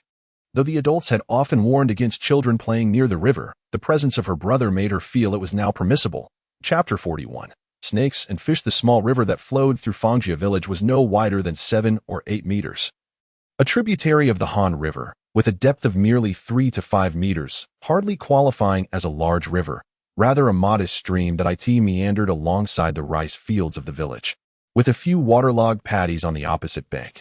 However, the proximity of the mountains hindered the expansion of more fields. The irrigation for the paddies primarily relied on water diverted from this small river, which sustained the villagers. The water appeared a pale blue, concealing the bottom from view, while the banks were overgrown with weeds, suggesting the potential presence of snakes or rodents. Fang Jing led the 4 children to the riverbank. Setting down their basket and broken knife, and wielding a bamboo fork, she began to prod through the underbrush. Suddenly, a nearly 2-meter-long, pale yellow grass snake darted out. Fang Jing swiftly stepped on its neck and twisted her leg forcefully, sending the snake to its demise, though its body and head continued to flail. Yikes! The sudden emergence of the grass snake startled the group of children. "Cousin, be careful. That snake is huge. It might be venomous," Chu exclaimed as the snake made its appearance. Chu, fear not. This species is non-venomous. It is a common grass snake. If it bites, it may draw a little blood or cause mild itching. But do avoid being bitten. Should it happen, simply mash some dandelion and apply it to the bite, Fang Jing reassured, holding up the now lifeless snake for Chu to see. The other 3 children, initially frightened, retreated but craned their necks to observe the snake in Fang Jing's hand, listening intently to her words. "Cousin, are you certain it's truly non-venomous?" Chu inquired, still somewhat skeptical. "Indeed, as long as it is this type of snake. It poses no threat," Fang Jing confirmed with a nod. The children, now sufficiently alarmed by Fang Jing's cautionary words, quickly distanced themselves, wary of the already deceased snake. Yet their vigilance brought Fang Jing a sense of relief. Upon reaching the riverbank, they all stepped onto the sandy shore, the fine sand providing a refreshing sensation that delighted the children, who joyfully ran about. Fang Yuan's shoes became quite dirty, prompting Fang Jing to assist her in removing them. Before she too took off her shoes to step onto the riverbank, Fang Jing, clutching a bamboo fork, gazed intently into the water. Although she spotted numerous small fish, the larger ones remained elusive. She pondered whether they were hiding amidst the aquatic plants at the riverbank. With such blazing sunlight, it was indeed unlikely for them to emerge, complicating her fishing endeavor. As she contemplated her strategy for catching fish, the children were busy scavenging along the riverbank. Approaching them, she discovered they were collecting small snails and river clams, an admirable find. Yet they needed to gather more, for a scant amount would render the effort rather futile. Observing the limited expanse of the riverbank, she realized that there was not much to be gathered. Without further ado, Fang Jing descended into the river, using her hands to feel along the muddy riverbed, taking whatever she could find. Once more, she submerged herself, this time swimming toward the tangled weeds along the riverbank. When her feet finally touched the muddy bottom, she reached out into the water plants, determined to grasp whatever lay within, convinced that the fish were predominantly nestled among the foliage. Suddenly, a fish the size of her palm leapt from the water's surface. Fang Jing, catching sight of it, swiftly reached out, but misjudged her timing, causing the fish to leap ahead. "Brother, there are fish! There are fish!" Fang Yuan exclaimed, hopping and calling out from the riverbank. "Indeed, there are fish, but do not venture into the water," Fang Jing cautioned, wishing to avoid any mishaps involving the little ones. She continued her pursuit, and soon, a larger fish sprang from the water. This time, Fang Jing was quick and deft, capturing it in her grasp. With a flick of her wrist, she tossed the fish onto the riverbank, where the children erupted in exuberant shouts, clamoring to catch it. However, once the fish landed, its slippery body made it nearly impossible for the children to secure it. After ensuring her younger sister's feet were washed and shod, Fang Jing carried her basket and 3 bamboo forks, leading the children homeward. The surplus bamboo fork felt rather superfluous to her, as it had served no practical purpose, leaving her to sigh inwardly in frustration, contemplating discarding it. "Jing, you've caught quite a few fish in such a short time. That should sustain us for several days," De Jong remarked enviously, eyeing the contents of her basket filled with fish, clams, and snails. "Uncle De Jong, there are plenty of fish in the stream. Perhaps you could weave a bamboo basket to catch them without needing to wade into the water," Fang Jing suggested, believing that too much immersion in the water was unwise, as one could never know what lurked beneath the surface. "Can a bamboo basket really catch fish?" "Isn't required?" De Jong questioned, seemingly unaware of the intricacies of fishing. The Fang family hailed from the arid northwest, where water was scarce, and fishing was traditionally done with nets, leaving him unfamiliar with the concept of a bamboo basket for such purposes. "That I will explain it to you another time," Fang Jing replied, shifting her focus to the task at hand, processing the fish, snails, clams, and the 3 snakes she had also caught. She fetched a basket from the house to place the fish inside, including 3 grass snakes. "Jing, those are poisonous. You cannot eat them. Throw them away," Chen Erlin exclaimed, astonished as Fong Jing retrieved the snakes from the basket. "Uncle, these are grass snakes. They are non-venomous, not to be confused with poisonous snakes. And they are indeed edible. I even intend to make a dragon and phoenix soup," Fong Jing hurriedly clarified, eager to avoid any misunderstandings. "Chen family brothers, this snake meat is safe for consumption. One merely needs to remove the head. In our past military campaigns, when food was scarce, we often resorted to catching rats and snakes for sustenance. As long as one is not bitten, it poses no threat," De Jong recounted, sharing his own experiences to affirm that snake meat was indeed edible. Chen Erlin fell silent, for he was acutely aware that in Qingjiwan, encountering a snake typically resulted in its demise, with no one ever having consumed one. The unfortunate truth was that when a snake bit a person, the chances of survival were virtually non-existent, thus instilling in him an intrinsic fear of these creatures. Fong Jing, unfazed by any of this, carried 2 baskets towards the ditch to tend to her tasks. She skinned the snake and gutted the fish, while the snails and river clams were set aside to be nourished in oil for a few days. However, there were no extra buckets at home, save for a single iron pot brought by her brother-in-law, which she decided to use for the snails and clams. Remembering the lack of oil, she resolved to wait until nightfall when it would be darker, hoping the deities would provide some to chew. "Go to Gowa's house and ask him to come over. We'll check the traps in the mountains shortly," Fong Jing called out to Chu, who was dispatched to summon Gowa while she began to gather the necessary items.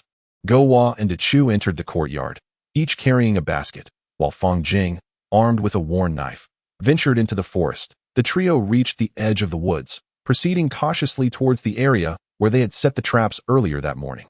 The dense underbrush and thorny thicket slowed their pace considerably. Had it been Fong Jing alone, she would have bounded ahead with ease. Their journey was arduous, yet they eventually arrived at the first trap, only to find it empty, devoid of any catch. Moving on to the second trap yielded the same disappointing result, causing the 2 children to feel disheartened, believing they had failed to learn Fong Jing's skills.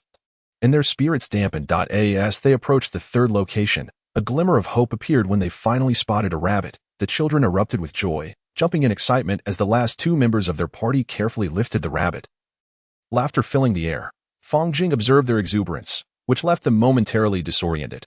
Once their laughter subsided, they began chattering incessantly, one child speculating on how many more animals they could trap, while the other pondered how to prepare a delicious meal for their mother. Unperturbed, Fong Jing remarked, "You may do as you please. What we gather will be what it is, and if we fail to trap any pheasants or wild chickens, I shall have to catch one myself to ensure tonight's dragon and phoenix soup is not in vain. Keep your voices down. We must avoid attracting larger animals that might approach upon hearing us." Fong Jing was quite weary of the endless chatter from the 2 children after inspecting a few simple traps.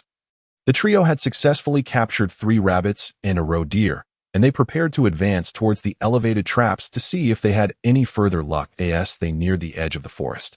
Fong Jing instructed the 2 children to continue ahead while she intended to catch a wild chicken. However, the children were eager to observe her technique. "I have already taught you how to trap rabbits. Catching a wild chicken is no different. I noticed a few ahead and planned to sneak up on them, especially since I can run swiftly," she explained, switching to an enticing tone to engage the children. "Brother Go, I merely wish to learn how to catch wild chickens," Taichu expressed straightforwardly. "Brother Jing, I too wish to learn how to catch wild chickens," Gowa chimed in. Chapter 42. A surge of anger. Fong Jing dashed off towards the left and away from the 2 children, covering a distance of 1 or 2 miles before activating her scanning vision to search for wild chickens. Suddenly, a wild chicken came into view, and with a swift motion, she lunged forward, capturing it effortlessly.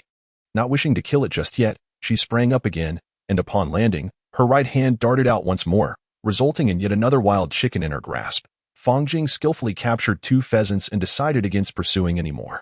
With 2 pheasants and 3 snakes, she had enough for a grand pot of dragon and phoenix soup. If she added 4 braised fish, it would be more than sufficient for everyone's dinner. Holding 1 pheasant in each hand, she bounded towards the 2 little ones, less than a mile away, and only then did she commence her leisurely stroll forward. "Cousin, did you catch pheasants? You caught 2? How did you manage that?" Chu, upon seeing Fong Jing approach with the 2 pheasants from beside a tree, eagerly inquired. "Jinggu, that's wonderful," said Go Wa, shrinking his neck in apprehension, genuinely fearing that Fong Jing might reprimand him, for she had done so on several occasions in the past. As Fong Jing led the 2 little ones home, They animatedly discussed their plans to set traps again the following day. Gowa, let us make a big trap for wild boar tomorrow. I've never tasted wild boar meat. Last time, I saw someone carrying a wild boar that was this big, Dechu remarked, gesturing to indicate the size of the boar. Jinghua, have you truly caught so much game? Chen Erlin gazed in astonishment at the baskets containing rabbits and the 2 pheasants. Zhang Xiaoxia was equally astounded, nearly dropping her basket in disbelief. Father, mother, this is what Gowa and I caught with our traps, Dechu declared, approaching Chen Erlin and Zhang Xiaoxia with the 4 rabbits from the basket. You caught these? Not your Jinggu? Chen Erlin, suspecting his son of deceit, threatened to strike Dechu with a bamboo stick. Uncle, don't be hasty. They really did catch these rabbits with their traps. I merely taught them how to set them. I didn't assist in the actual trapping. Dechu is not lying, Fang Jing quickly interjected, keen to prevent her uncle from punishing Dechu. For it would be utterly unjust. Is this truly the case? You are not deceiving us? Uncle sought confirmation from Fang Jing, as Aunt and Uncle De Yong simultaneously fixed their gaze upon her, hoping to glean the truth from her words. It is indeed thanks to Jinghua's excellent teaching. Otherwise, how would they have learned to set traps and hunt? You must be grateful to Jinghua for imparting this skill to you. Do not forget it. Keep it in your hearts. De Yong understood that his son and Chun's son had learned the art of hunting from Fang Jing, ensuring their future sustenance, even in poverty. They could trade their game for food. Gowa, bow your head to your Jinggu, De Yong urged, pulling his son towards Fang Jing to pay respects, which startled her. The prospect of capturing a trap and a bow in one fell swoop was unexpected. Yes, yes, Dechu, quickly bow to your cousin. Zhang Xiaoxia joined in, pulling Dechu alongside her to show reverence to Fang Jing. What are you doing? Get up. I am neither a celestial being nor a deity. You need not bow to me, Fang Jing hastily intervened, lifting the 2 little ones up. I taught them to set traps not for any grand reason, but because we are family. If a family cannot communicate, what does it mean to be a family? Let us not speak of such matters again. If you do, we shall cease to be a family. Fang Jing was quite displeased at this moment. Fang Jing was indeed quite irate. Her anger did not stem merely from the formality of a family discussing matters in a divided manner, but rather from the fact that the adults from both families insisted that the 2 children kneel and bow to her. Deep down, Fang Jing felt a profound resistance to this notion. She believed that even in death, one should not bow to oneself. Wasn't this akin to cursing oneself to an untimely demise? In her previous life, aside from bowing to the deceased, such gestures rarely manifested, and even during New Year's celebrations when one bows to elders, Fang Jing could only comprehend it without fully endorsing the practice. Yet now, while she was still very much alive, to bow to oneself felt absurd. Only a deity or a corpse would warrant such reverence. Fang Jing was neither a deity nor a corpse, and thus she simmered in silent frustration, seated in her chair. Of course, she could understand that children, under appropriate circumstances, might bow to their parents or elders, but the frequency should not be excessive. A single bow during the New Year sufficed in her opinion, and it ought to be reserved for suitable contexts. Fang Jing found it perplexing how people in this world operated, and she could hardly fathom the thoughts of the adults and the children. She wished to address matters based solely on her own insights and understanding, illustrating the clash between modern ideals and those of the Tang Dynasty, which inevitably led to misunderstandings. The adults could not grasp why Fang Jing was so incensed, while the 2 children feared that she might disallow them from employing the methods she had imparted to them. Brother, yes, I even let Xiong Er be held by Xiao Xiao and Xiao Lingzi. At first, Xiao Lingzi was too timid to hold it, but Xiao Xiao is unafraid. Fang Yuan regarded Xiong Er as her little pet, which, despite its gentle nature, was initially daunting for Xiao Lingzi to embrace. Once they become accustomed to it, they won't be afraid anymore. Has Xiong Er been mischievous? If it has, then it deserves a good scolding and should be denied food. Fang Jing feared that Xiong Er might act foolishly. Brother, Xiong Er can be quite naughty. Sometimes it refuses to walk and insists on being carried by me, but it's getting heavy. Soon, I want to be able to carry it. Fang Yuan was concerned that Xiong Er would grow too large for her to manage. Xiong Er will grow quickly. By next year, it will be much bigger, and then little sister surely won't be able to carry it. At that point, little sister, you can ride on it for fun. And that way, you won't have to carry it. Fang Jing contemplated the necessity of training Xiong Er to serve as a mount. Otherwise, it may become increasingly difficult to manage. Indeed, Xiong Er, you must grow swiftly so that you may carry me henceforth. As Fang Jing observed her younger sister crouching down to converse with Xiong Er, She found the scene exceedingly endearing and heartwarming. Lifting her gaze, she noticed the adults still standing at the periphery. While the children remained silently in place, the atmosphere was undeniably awkward. Uncle, Aunt, Uncle de Jong, please do not harbor any resentment towards me. This is simply my temperament. Let us not dwell on the matter of bowing anymore. As a family, we should not speak in divided tongues. Let this issue be laid to rest. Everyone, please continue with your tasks, for I must prepare the meal. After addressing the three, Fang Jing rose, carrying the mountain chicken that had its feet and wings bound into the kitchen. Dying rushed into the kitchen to stoke the fire, and Fang Jing regarded her thoughtful cousin with warmth in her heart, feeling fortunate to have a younger sister, a cousin, and a sister-in-law. She placed a bamboo bowl on the ground, plucked the feathers from the chicken's neck, and began to prepare it. After finishing with 2 chickens, she had a large bamboo bowl filled with blood, and she commenced the process of scalding and plucking the feathers. Once completed, she grabbed a basket and set off to the waterway to handle the rabbits and deer, boil water, then add the mountain chicken to the pot, skimming off the blood froth. Afterward, boil more water and introduce the snake meat into the pot, once again removing the blood froth. Pour out the water and begin to stir-fry, starting with the pieces of mountain chicken, followed by the addition of the snake meat. Requesting some spices from the divine, I incorporate them into the stir-fry, allowing the delightful aroma to waft through the air, though it is not yet fully cooked. Subsequently, transfer the mixture into a clay pot and simmer it gently over low heat. Fang Jing discovers that there are no clay pots available for cooking, as her uncle has only brought an iron pot, which is currently being used to cultivate river snails. With no other option, she reluctantly seeks to borrow a clay pot from Uncle de Jong's household, inviting Grandma and Aunt Xiao to join them for a taste of the dragon and phoenix soup. Little sister, please go to Aunt Xiao's house and ask Go-Wa to bring a clay pot. Also, kindly invite Aunt Xiao's family over for dinner. Fang Jing shouts to her younger sister outside. Jinghua, just bring the clay pot, and there's no need to invite them for dinner. They can prepare their own meal at home. De Jong quickly interjects upon hearing Fang Jing's call to her little sister. Uncle de Jong, there is an abundance of food tonight, and this is something you have not tasted before. It would be wonderful for Grandma and Aunt Xiao to come over and sample it.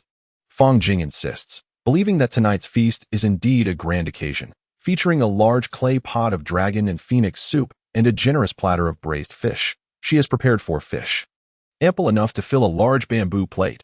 Go-Wa arrives with the clay pot, and Fang Jing eagerly takes it to prepare rice. After washing the rice, she places it on the earthen stove in the courtyard to begin cooking. Go-Wa, why has your mother come up? Fang Jing inquires, noticing only Go-Wa as presence. My mother is skinning a rabbit, and Grandma is assisting her. Little Daonzi and my younger siblings are watching. They will come over once the rabbit is prepared, Go-Wa explains promptly. All right, then please help me keep the fire going for the rice. Just maintain a strong flame, Fang Jing instructs, satisfied with the situation. Before turning to the kitchen, brother, it smells so good. What is cooking in the clay pot? Fang Yuan asks, standing beside the stove, inhaling the enticing aroma and glancing up at her brother. In this clay pot, we are making dragon and phoenix soup. It is absolutely delicious. Be sure to eat plenty when it's ready, Fang Jing replies, intentionally omitting the fact that the soup contains snake and chicken. Knowing it might deter the little ones from eating, Fang Jing begins to stir-fry, pouring oil into the pot, adding a pinch of salt, and frying the fish one by one before setting them aside. She incorporates some wild ginger and garlic, then returns the fried fish to the pot, adding water and allowing it to simmer over medium heat until it is ready to be served. Chapter 43, Dragon and Phoenix Soup. Everyone, wash your hands. Dinner is ready, Fang Jing announces to the group. The elder men sit around the large dining table, while the women and children gather at the smaller table. However, Fang Yuan sits at the larger table, where her brother serves her rice and dishes. Brother, you need not help me. I can manage on my own, Fang Yuan protests, feeling discomfort as she watches her brother carefully remove fish bones for her, questioning why it must be so complicated when she is quite capable of eating without assistance. I'm simply concerned that you might choke on a fish bone, Fang Jing replies, naturally wanting to help her little sister avoid any mishaps. Brother, I want to choke. I can eat by myself, Fang Yuan insists, feeling that Fang Jing's attentiveness is excessive. Very well, eat on your own, but do be cautious of the bones, Fang Jing advises gently. Everyone observes the interaction between the siblings, feeling a sense of warmth in their camaraderie. Their harmonious relationship evokes both admiration and a hint of sadness among the onlookers, not for their own circumstances, but for the parents of these 2 children, whose absence is deeply felt. Brother, This longfeng soup is incredibly fragrant and delicious, even surpassing the taste of braised pork. Feng Yuan, who cannot forget the flavor of braised pork, also agrees with the delightful taste of longfeng soup, which brings immense enjoyment to Feng Jing that if it's delicious, one should indulge a bit more in the soup and eat less rice. Feng Jing, the chef, genuinely hopes that everyone relishes their meal. At least the little ones are continuously enjoying their food, while the adults must maintain a semblance of restraint. Everyone should eat heartily and not hold back. If one doesn't eat today, it may spoil by tomorrow. Feng Jing has already savored a bowl and has prepared another serving of longfeng soup. Eating the meals prepared by Jinghua every day is truly a blessing. I had never realized how delectable food could be until now. Surely, even the emperor has not tasted such exquisite dishes. I, as an elderly woman, feel content, believing that my life has been worthwhile, as I reflect while eating. Grandma, the best days are yet to come. You will witness go while finding a wife and perhaps having a child, whom you can help care for. Feng Jing listens to her grandmother's words, pondering the struggles of life where hardship precedes happiness, and one still endures hunger, which is the essence of life's suffering. Nevertheless, Feng Jing yearns to witness a family of 5 generations living together. Capturing such a moment in a photograph would surely provide a cherished memory for future descendants. Indeed, Jinghua speaks the truth. The best days lie ahead. The elderly lady is still well enough to await Gowa's future bride, so that she might assist him in raising a child. Grandmother also hopes to live to see that day. After all, everyone wishes for longevity to watch over their offspring. Jinghua wisely reassures, Mother, the days ahead will improve, and you will help Gowa with his children. Feng Daong also wishes for his mother to live longer. Everyone inherently desires their elders to enjoy a longer life, even if just for an extra day. After such poignant sentiments, silence envelopes the table as everyone continues to eat in quietude. Regardless of age, all comprehend the weight of the previous discussion, harboring their own thoughts while still enjoying their meal. However, on the large communal table, some dishes remain uneaten, not due to unpalatability or excess, but because each person carries their own concerns, leaving a little food as a token of hope for a better tomorrow. A wish for each coming year to be brighter. This serves as a heartfelt desire. Meanwhile, the food on the small table has been entirely consumed, with the little ones thoroughly satisfied, their appetites smaller yet unceasingly engaged as they relish every drop of the longfeng soup. Brother, will you make this longfeng soup again tomorrow? Even as today concludes, Feng Yuan's thoughts are already on the morrow, stemming from a simple desire to eat well after having endured hunger in the past. We'll see tomorrow, her brother muses, planning to prepare something even tastier for his little foodie. Feng Jing remains unaware of her little sister's true thoughts, assuming she is merely being greedy. Brother, is there even better food? Feng Yuan is indeed yearning for delectable dishes, and there is more to be had. Yes, there are even more delightful treats. Tomorrow, I shall think of something special for you, her brother assures. Feng Jing also wishes for her little sister to be well-fed and happy. With snacks and playtime, as this is what a child's childhood should encompass, Feng Jing rose to prepare a meal consisting of various dishes and soup, along with the leftover fish head, which she carefully arranged for Xiong-er. Upon seeing the food, Xiong-er's spirits soared, and he hurriedly dashed towards Feng Jing. Observing Xiong-er devouring the food from the large plate, Feng Jing felt a surge of joy, laughing and calling out. Oblivious to the reason behind Xiong-er's vocalizations. As she began to tidy up, and Xiao and her mother-in-law quickly joined her in clearing the bowls and sweeping the wooden table. Everyone should just sit and relax. There's no need to worry about who does what, Feng Jing encouraged, halting Aunt Xiao and her mother-in-law's movements. Once everything was cleaned up, night had fallen, and a somewhat waning moon hung in the sky, its silvery light illuminating the small courtyard and casting a gentle glow. This allowed everyone to unwind in the yard, finding solace even in mere silence. Little sister, please pull Xiong-er away. It's almost climbing onto me. If I end up scolding it, don't blame me, Feng Jing said as she rested in a chair, listening to Feng De and her uncle engage in casual conversation. However, Xiong-er's persistent attempts to climb onto Feng Jing made her want to give it a good smack. Humph, bad brother, you mustn't hit Xiong-er, her little sister warned, shooting a glare at Feng Jing. Unfazed by Feng Yuan's disdainful look, Feng Jing only wished for her sister to take Xiong-er away, at least to prevent it from causing mischief nearby. As the evening wore on and the night began to cool, conversation dwindled among the group. Feng Jing instructed her mother-in-law to take her sister, Dao Ying, and Xiao Ji inside to sleep, maintaining the same arrangement as the previous night, which suited her just fine for now. Lying on the bamboo bed, Fang Jing stared vacantly into space, devoid of thoughts or sights to occupy her mind. If someone were to observe her at that moment, they would see her eyes, a pure and brilliant blue. Each day, the sun dutifully rose in the east and set in the west, appearing promptly over the nearby hills of Fangjia village. Never arriving late nor leaving early, Fang Jing opened her eyes, embracing the vitality of a new day, and glanced around the bamboo house. Her uncle and Dechu had long departed from the bamboo bed. Already dressed and stepping outside, the sun was high in the sky, its rays piercing and somewhat uncomfortable for Fang Jing. Everyone was busy with their respective tasks in the courtyard, and she had no notion of when they had all awakened. She knew she was the laziest among them, as her little sister was already playing with Xiong Air in the yard, not to mention the others. "Brother, why did you just get up? We've been awake for quite a while."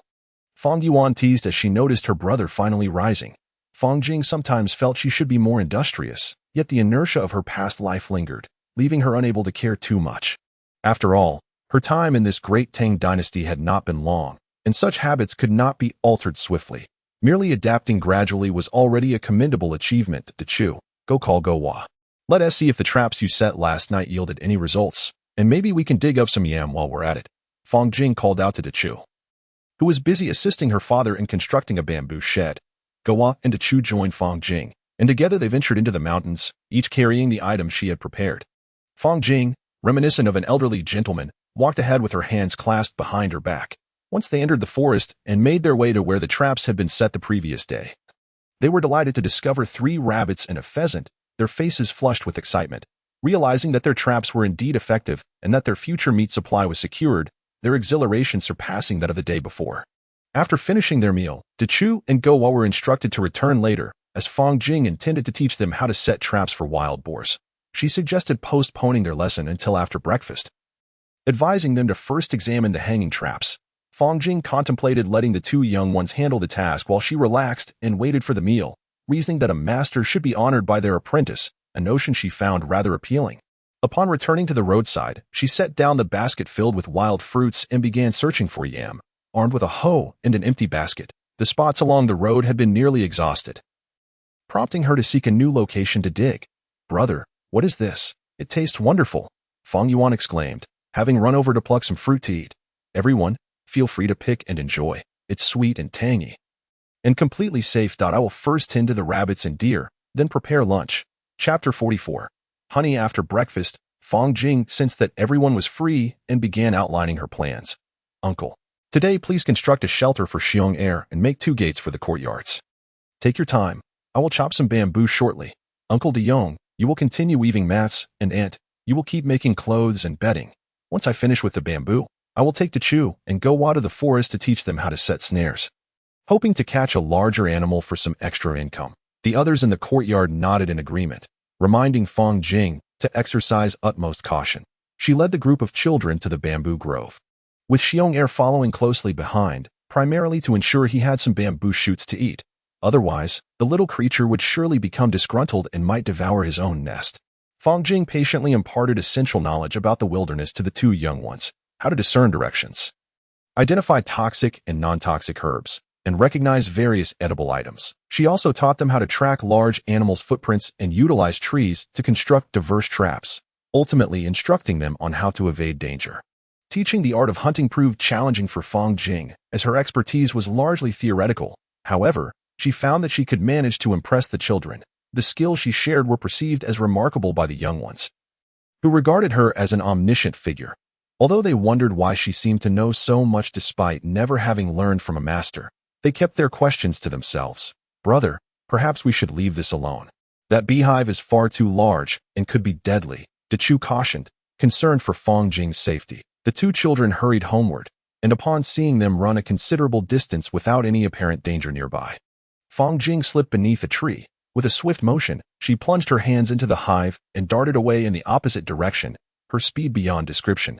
Her hands were soon coated in honey, which she eagerly licked off, savoring its delightful sweetness that warmed her heart. Upon realizing that her arms were also sticky with honey, she ceased licking and hurried back home, disregarding the honey that dripped along the way.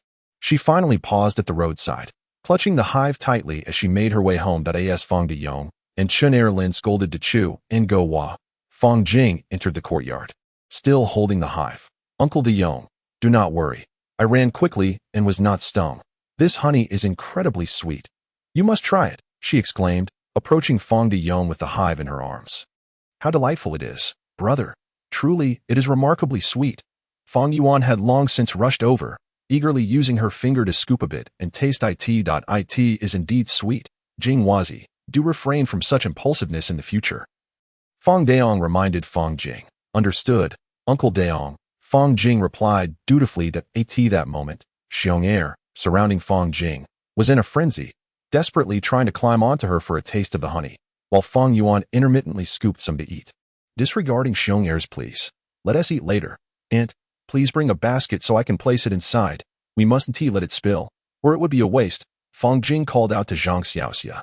All right, Jing Wazi, Zhang Xiaoxia responded, bringing over a large basket and placing it on the table. Fong Jing placed the honeycomb inside the basket and then squatted down, allowing Xiong Air to lick the honey from her hands and body. Everyone come over and indulge. Daying, Xiaoji, go grab some, Fong Jing urged, noticing that the others were hesitant to partake. It's truly sweet. Jing Wazi, do be careful in the future. Chen Erlin expressed his concern for Fong Jing's safety.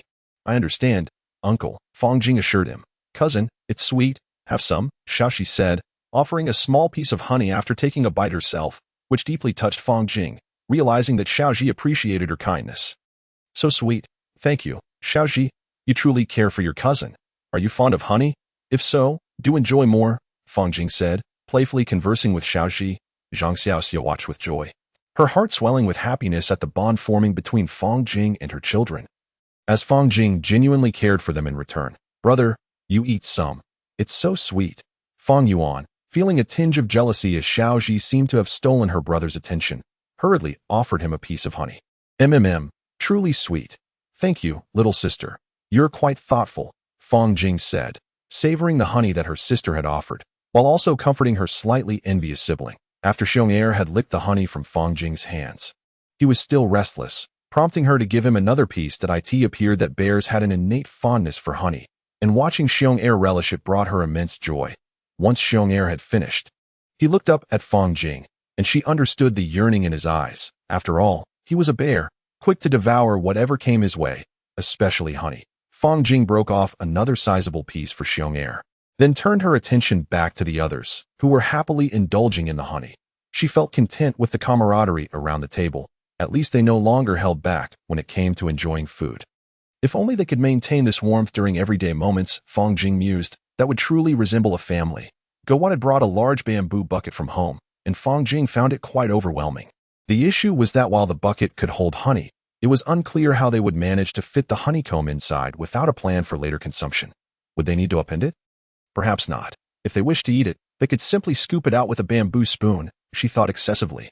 Eldest sister, second brother, have a taste, Gowon exclaimed as he placed the bamboo bucket into a basket to prevent it from tipping over, all the while cradling the honeycomb in his hands and bringing it over in a smaller basket, offering 2 pieces to the 2 little ones who had followed him into the room. Grandmother, this is from Jinggu. She shared some with me. Please, have some. It's so sweet, Gowon explained while handing a piece of honeycomb to his grandmother. Such a large piece. How frightening it must be. Have you truly not been stung? It's a relief if you haven't, for these mountain bees can be quite formidable. One must exercise caution to avoid their stings. The description provided by Dogwa has indeed startled Granny. Yet she wishes no harm to anyone. At this moment, numerous mountain bees have begun to swarm around Fong Jing's home, all eager to dart towards the beehive on the table. Fong Jing occasionally swats at them, certainly hoping that none of these bees sting anyone. Aunt, there are several bamboo buckets I made previously in the right room.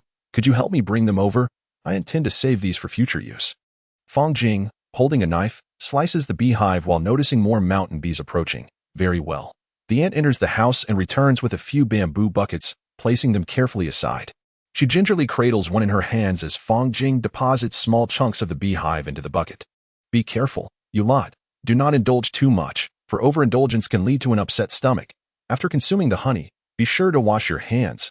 Otherwise, the mountain bees may pursue you, and heaven forbid you get stung. Once Fong Jing has filled all the buckets with honeycomb, she places them inside the house and emerges to find the little ones still at the table, relishing the honey. Fong Jing is concerned that these children do not consume too much, as an influx of uninvited guests could lead to chaos. She places a basket on the ground for the eager bear, Air, to lick clean. Otherwise, air could drive everyone into a frenzy. Chapter 45. The professor's achievements. The day passes swiftly. The bamboo fence in the yard has been connected to the bamboo gate, and the bamboo matting is now woven. Fang Jing stands in the courtyard, facing the rising sun, admiring her pleasing abode and feeling a sense of satisfaction within. Of course, it would be even better if the main house were entirely made of bamboo. Currently, the main house is constructed of earth and bricks with a roof of mud and thatch, which offers a somewhat idyllic ambience. Yet it does not harmonize perfectly with the bamboo structures. Uncle Daong must assist in crafting additional items, such as bamboo cabinets, and thus, the little uncle is also lending a hand to expedite the process. Fang Jing's family lacks farmland. After her ancestors and parents passed away, they were to be removed from the household registry, consequently leaving them without land. In truth, the land still exists, but it remains unplanted. Since Fang Jing is still a minor, she cannot be granted land until she reaches 18 years of age. Fang Jing ponders the uncertainty of her little uncle and aunt's future employment. Believing it prudent to inquire with the village chief, the family possesses grain, meat, and an abundance of wild vegetables, yet winter poses challenges. Fang Jing contemplates cultivating a vegetable patch, recognizing the necessity of growing her own produce. At this moment, she is not inclined to embark on such endeavors, her thoughts already drifting far beyond, envisioning a greenhouse for winter to cultivate leafy greens, ensuring a supply of fresh vegetables even in the cold season. She considers acquiring seeds, convinced that a deity could procure them for her. However, unbeknownst to Fang Jing, the deity in her mind will not provide any seeds, perhaps reflecting her own naive hopes. She imagines a plot of land where she could cultivate shepherd's purse, Chinese cabbage, asparagus lettuce, eggplants, and green beans, ensuring a supply of soybeans for stewing with pig's feet. Even in winter, one might sprout and enjoy fresh produce. This may indeed be a lament of the era, for what is there to eat in such scarcity? After enjoying a hearty breakfast and taking a brief respite, Fang Jing set off with a group of little ones to forage for bamboo shoots. Naturally, Xiong Er insisted on joining. If he were to be left behind, he would throw a tantrum, exhibiting a skill he had inexplicably acquired, managing to deceive everyone around him. Fang Jing suspected that he had learned this from the village children, as it seemed unlikely he could master such tricks without guidance. The group arrived at the bamboo grove, where the little girls assisted Xiong Er in gathering smaller bamboo shoots, while the Chu and Go Hua helped Fang Jing peel the shoots. However, Xiong Er sought to reap the benefits without any effort, stubbornly clutching the bamboo shoots that Fang Jing had just unearthed, much to the amusement of all, as Go Hua struggled to wrest them from his grip. Fang Jing held a fondness for bamboo rats, yet had long neglected to catch any due to her busy schedule, and had completely forgotten about it. To Chu, Go Hua, when you have time, please set some traps in the bamboo forest to catch a few bamboo rats. Their taste is truly delightful, she advised the two children. Pausing her work with the hoe. To Chu promptly ceased peeling the bamboo shoots and dashed home, while Fang Jing resumed her digging, surrounded by the little ones who assisted with peeling. Today, Dia and Erwa also joined, primarily because Go Hua frequented Fang Jing's house, leaving no one to care for them. Breakfast consisted of rice paired with yesterday's roe deer meat, complemented by cured pork ribs and sautéed wild greens. All savored with great delight, largely due to Fang Jing's addition of chicken essence to the dishes. In truth, cooking relied heavily on oil, spices, and seasonings. The precise heat control was rather inconsequential in this era. After the meal, as the sun ascended in the sky, everyone lounged beneath a tree, the gentle breeze causing Fang Jing to squint and doze off. Even the usually restless Xiong Er lay nearby, peacefully sleeping, a testament to their carefree existence. Auntie, accompanied by Daing, tidied up. It was not that she lacked the desire to cook, but rather that she feared her culinary efforts would only suffice to feed Xiong Er. With no one else willing to partake. As noon approached, Fang Jing rose from her seat and headed to the kitchen to retrieve a worn knife. She intended to gather some hemp rope but discovered only a few strands remained. Contemplating the matter, she resolved to cut more hemp near the forest later, as they had already consumed quite a bit for the traps, and there was an abundance of wild hemp nearby. Chu, Go Hua, let us procure some hemp rope.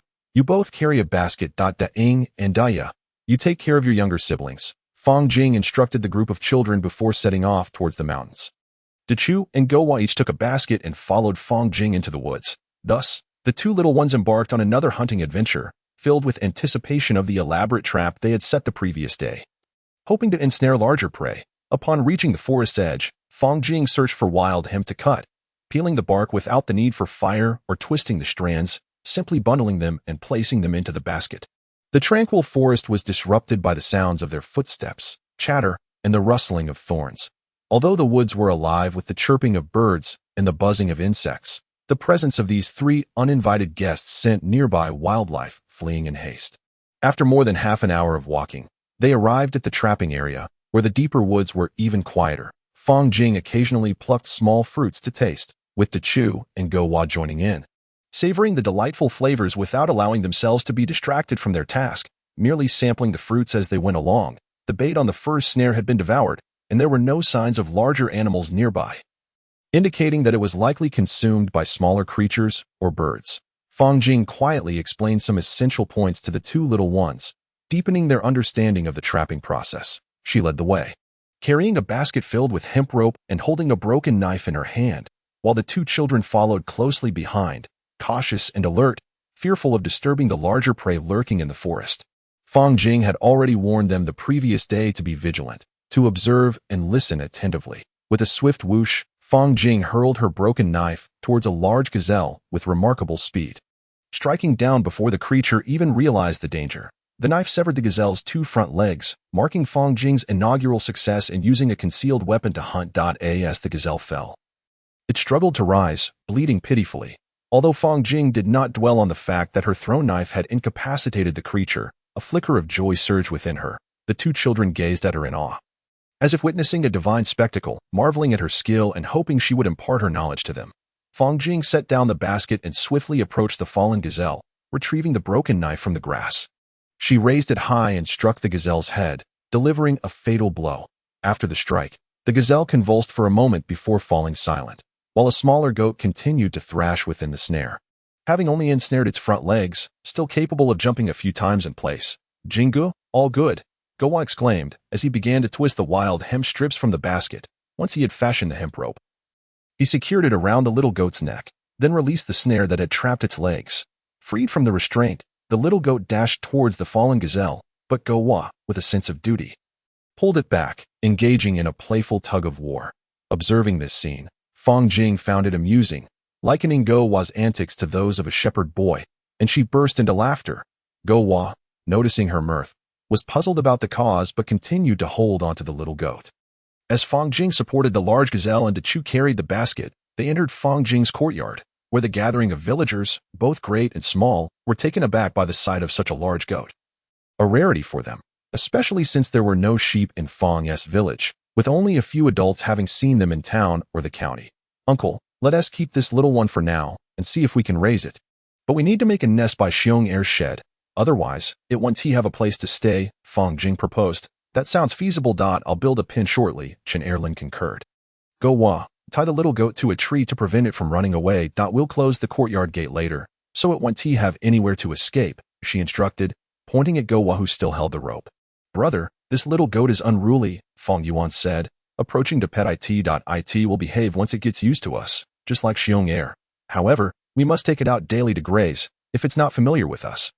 "It won't be obedient," Fang Jing explained, confident that the little goat would acclimate in time, though it was not feasible just yet that we still need to venture into the forest to check on some traps we haven't examined. And this large goat will require Uncle De Yong's assistance to skin it. Fang Jing believed it prudent to venture into the forest once more, reasoning that having set so many snares, there must surely be other prey. "Jingwazi, you two should go. We can manage," she declared. Fang Daong concurred, reassuring Fang Jing that they were fully capable of skinning the goat and preparing the meat. "Very well, Uncle Daong, and you, little uncle, I shall carry this to the water ditch for now while you proceed to skin and butcher over there. Dachu, take an empty basket and gather some hemp stalks. We shall need them when we delve back into the woods shortly." With that, Fang Jing bore the antelope towards the water ditch, while Dachu, carrying a basket filled with hemp stalks, made his way towards the mountain forest. After placing the antelope by the water ditch, Fang Jing hastened to catch up with the two boys, and together they ventured deeper into the woods. Chapter 46. Let us sell it for money. After inspecting 3 consecutive snares, all of which yielded no signs of any game, Fang Jing felt it necessary to wait another day or two. If there was no activity after 3 days, it would likely prove futile to expect any catch. Dachu, Go-Wa, crouched down and remained silent, Fang Jing instructed as they approached the next snare. She had already sensed some commotion ahead, the noise quite pronounced. Peering through her scope, she was taken aback to find a large wild boar ensnared. It was indeed a colossal beast, at least double the size of the one Fang Jing had caught previously, unable to escape as all three of its legs were trapped.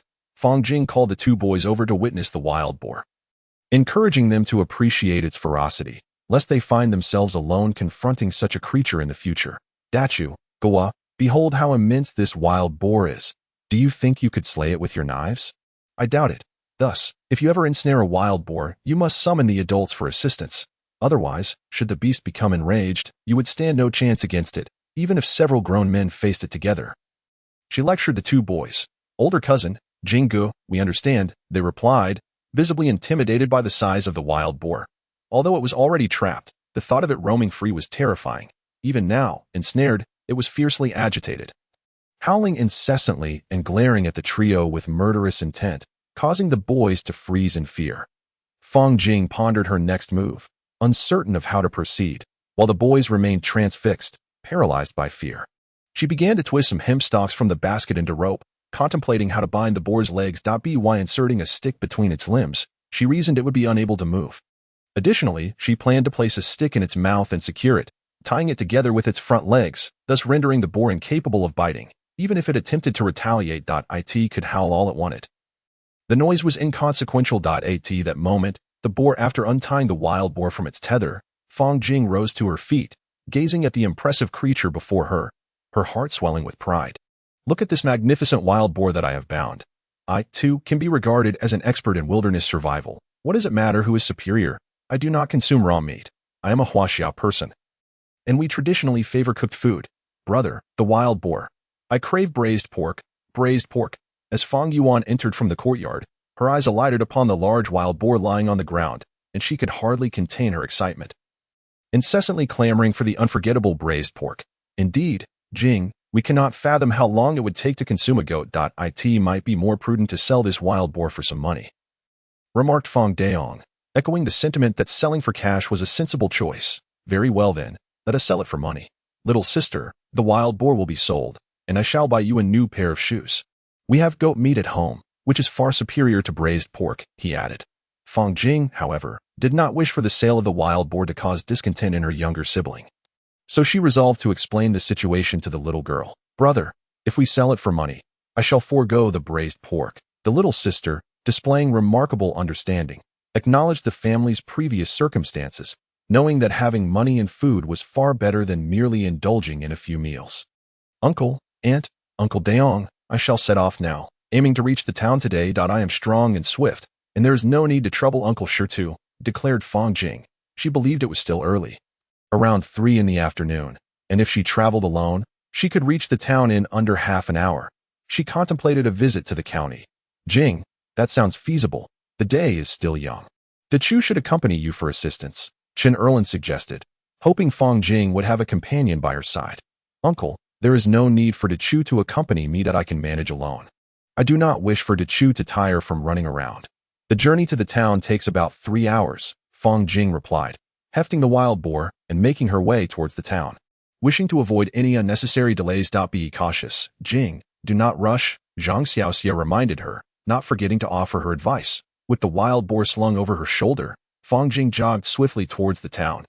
As she neared the outskirts of Fangjia village, she activated her leaping mode, propelling herself towards the county with remarkable speed, skillfully avoiding major roads or populated areas to remain undetected. In what felt like no more than half an hour, the towering city walls of Liping County loomed before her. Fang Jing paused in a secluded thicket, then continued toward the city gate, feigning exhaustion. Upon arriving at the city gate, the same soldiers were on duty as last time.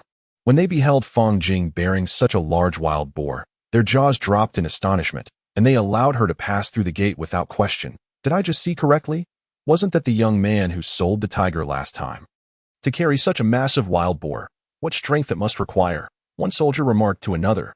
Indeed, I have never seen a wild boar of such size, nor have I encountered a warrior as formidable as him. The other soldier exclaimed, his face alight with amazement. Fang Jing, undeterred by the commotion at the city gate, shouldered the wild boar and made her way towards the location where she had previously sold the tiger skin. Passers-by, shopkeepers, and onlookers alike, upon witnessing a lone individual carrying a hefty wild boar weighing 700 to 800 pounds through the streets, instinctively chose to maintain their distance, murmuring in hushed tones, gasping in astonishment, and even causing some young children to cry out in fright. Upon arriving at the street from her previous visit, Fang Jing set the wild boar down from her shoulders, feigning heavy breaths. "The wild boar I hunted today is still alive. If anyone is interested, please come closer for a look," she announced loudly, immediately drawing a crowd. "Excuse me, young sir, did you hunt this wild boar? How much are you selling it for?" inquired a man who appeared to be a shopkeeper. "Indeed, this wild boar is my catch, and I am asking for 60 guan, Fang Jing replied. Unfamiliar with its true worth, she recalled her family's words that it was valued at around 30 guan. Hence she quoted a price double that to entice potential buyers. After all, others sold dead boars, whereas hers was alive. 60 guan, that seems rather excessive. "I usually pay just 20 guan, the shopkeeper retorted, expressing his discontent with Fang Jing's lofty price. "Dear sir, 60 guan is quite reasonable. This wild boar is still very much alive and weighs over 700 pounds, Fang Jing clarified, adding, "You cannot simply undervalue it without consideration." Moreover, she casually mentioned that the boar's stomach could be beneficial for those with gastric ailments. "Is what you say true?" questioned a well-dressed scholar from the crowd, intrigued by Fang Jing's claim that I wouldn't dare assert it definitively. "You may consult a doctor or healer, for they possess greater knowledge than I," Fang Jing replied, evading any guarantees. "What this young man says is true. The stomach of a wild boar can indeed benefit those suffering from stomach illnesses, and consuming it can enhance one's appetite," chimed in a physician from the gathering. "I shall take this wild boar, but you must carry it to my home," declared the previously mentioned scholar, directly addressing Fang Jing. She felt elated. She had merely hoped to entice a buyer for 30 guan. And now, to her surprise, a willing patron had surfaced, ready to pay 60 guan for her boar.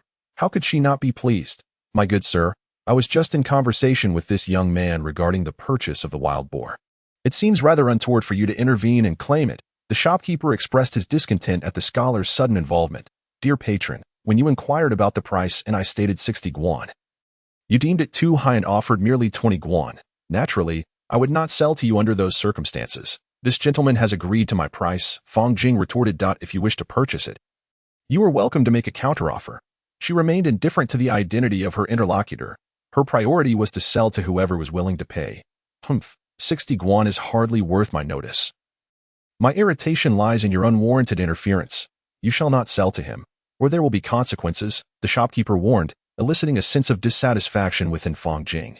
"Then, if you do not permit me to sell to him, do you intend to purchase the wild boar yourself? If so, I have no objections to a straightforward transaction. Cash for the goods," she replied, unperturbed, ready to conclude the deal. Though Fang Jing felt a sense of dissatisfaction, she had no choice but to sell the wild boar first. Chapter 47. Captured. "Carry the wild boar and follow me. Once we arrive at the destination, the payment will be provided," the innkeeper, appearing quite authoritative, instructed Fang Jing. Without any suspicion, she offered an apologetic gesture to the scholar-like gentleman from earlier, hoisted the wild boar, and followed the innkeeper down another street, a throng of onlookers trailing behind.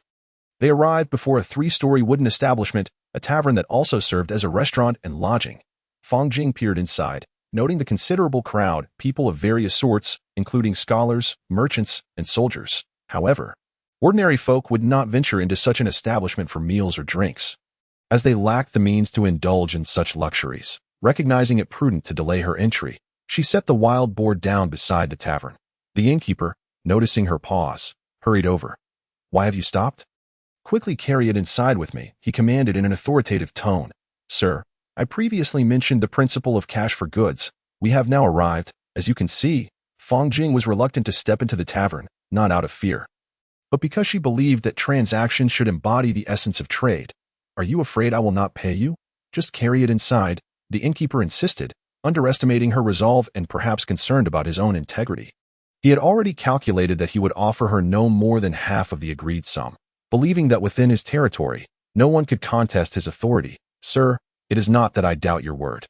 My elders instructed me to adhere to the principle of cash for goods, and I cannot defy their wishes." Fang Jing offered a casual excuse, hoping to maintain the integrity of the transaction. "Very well, I shall summon someone to fetch your payment," replied the innkeeper, who then entered the tavern and called for a servant to bring out 2 baskets of copper coins, placing them before Fang Jing while instructing 4 other servants to prepare to lift the wild boar. Wait, sir, you stated the wild boar was to be sold for 60 guan, yet these 2 baskets contain merely 30 guan. Are you attempting to deceive me? Fang Jing was not naive. She understood the weight and value of the copper coins clearly. When did I deceive you? I never claimed it was 60 guan. I have consistently stated it was 20 guan, and I offered you an additional 10 guan for bringing the wild boar here. Do not judge my intentions with a petty mindset. The innkeeper's words infuriated Fang Jing.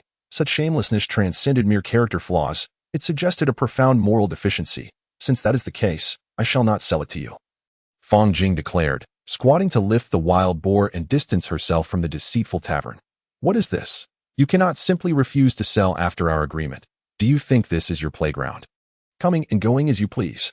Are you not afraid I shall summon the authorities to apprehend you? The innkeeper, observing Fang Jing's intent to leave with the wild boar, felt a mix of trepidation regarding her strength and an unwarranted confidence.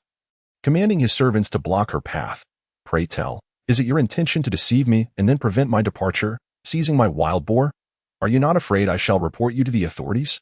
Fang Jing retorted, standing her ground against the innkeeper's audacity. Although Fang Jing is uncertain about the officials' conduct, it can be presumed that they too must adhere to the principles of law and evidence. Right, ha ha. Are you planning to report me to the authorities? I am truly unperturbed by your threats of official complaint. You insist that I sell you this wild boar for 60 guan. Is this not an act of coercive purchasing? Go ahead, summon the constables. After the shopkeeper finished speaking, he addressed one of his subordinates, saying, "Gentlemen, why have you surrounded me? I am merely a vendor of wild boar. This shopkeeper deceived me into coming here and now refuses to purchase the boar at the agreed price of 60 guan. Naturally, I am unwilling to sell and intend to leave. It is only now that the shopkeeper has obstructed my exit and called you here. Gentlemen, I implore you to act justly on my behalf. Many witnesses are present." Fang Jing set down the wild boar and explained the situation to the 5 constables, hoping they would advocate for him. "Do not attempt to evade responsibility. You are insistent on selling this wild boar to me, which is why I summoned the constables. The shopkeeper cares not for the number of witnesses, nor will any come forward. For this is his territory. Apprehend him. We shall deliver him to the county office for questioning shortly. One of the constables remarked to his companions. Without hesitation, the 5 constables approached Fang Jing with thick hemp ropes, binding him swiftly. Fang Jing was taken aback. Is this truly the nature of the constables in this era? Where is the fairness and justice? Was it not promised that the Tang Dynasty was a flourishing age, where all lived in peace and prosperity, where doors could remain open for 30 days without the fear of theft? What has become of equitable commerce? Is it truly the case that a commoner like myself can be seized in such a manner? The constables escorted Fang Jing to a side chamber of the county office, where the county lieutenant conducted his business. Upon entering the chamber, Fang Jing observed the official seated at the main table with curiosity. Is this what Tang officials look like? Goodness, he appears to be an ordinary person, merely dressed in simple attire and a fine robe. His complexion perhaps slightly better than others, simply cleaner and fairer. Who is present? What is the matter? Speak up, the county lieutenant inquired. Reporting to the county lieutenant, I am Zhao Pu, the shopkeeper of Lingwei Tower. Today, I encountered him selling a wild boar weighing 200 to 300 jin on the main street, and we agreed on a price of 20 guan. He then carried the boar to my tavern, intending to receive payment there. However, upon arrival, this fellow noticed my tavern was bustling with patrons and demanded 60 guan. Naturally, I was unwilling to comply, yet he insisted, casting the wild boar at my tavern's doorstep.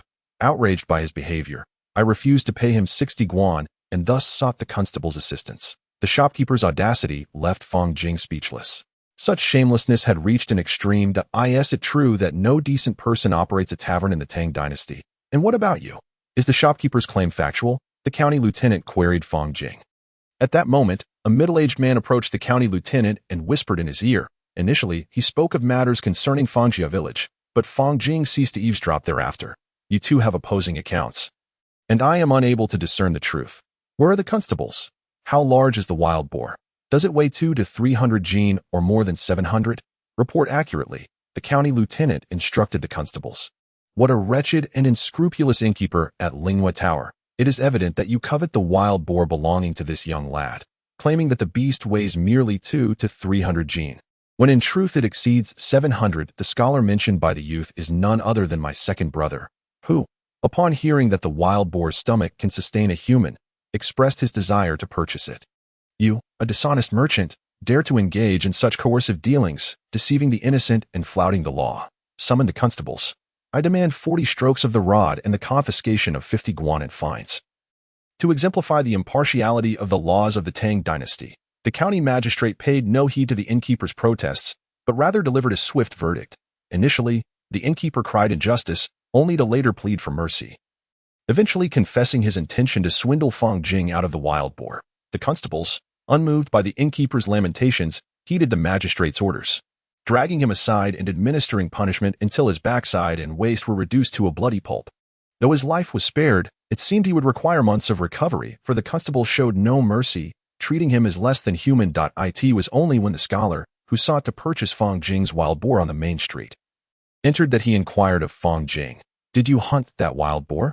While I have yet to witness the size of a 700 gene boar, you appear to be merely a youth. How did you manage to capture such a creature?" The magistrate directed his question towards Fang Jing, who expressed his gratitude. "Please sell the wild boar to me. I shall have my second brother bring you the copper coins shortly. This matter is also my second brother's fault, so I implore you not to hold it against him." Ultimately, the magistrate purchased the wild boar and provided some context regarding the situation. A quarter of an hour later, the magistrate's brother arrived, accompanied by several individuals bearing 4 baskets of copper coins. After completing the transaction with Fang Jing, they departed without uttering a word. In Chapter 48, The Past of My Father, Fang Jing remained oblivious to the identity of the magistrate.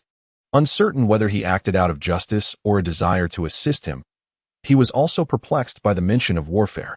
While he was not entirely familiar with the duties of the magistrate, he gathered an understanding from the day's events. The Tang Six Codes document that the Tang Dynasty appointed 1 county magistrate, 1 deputy magistrate, and 1 county constable, with counties categorized as upper, middle, and lower.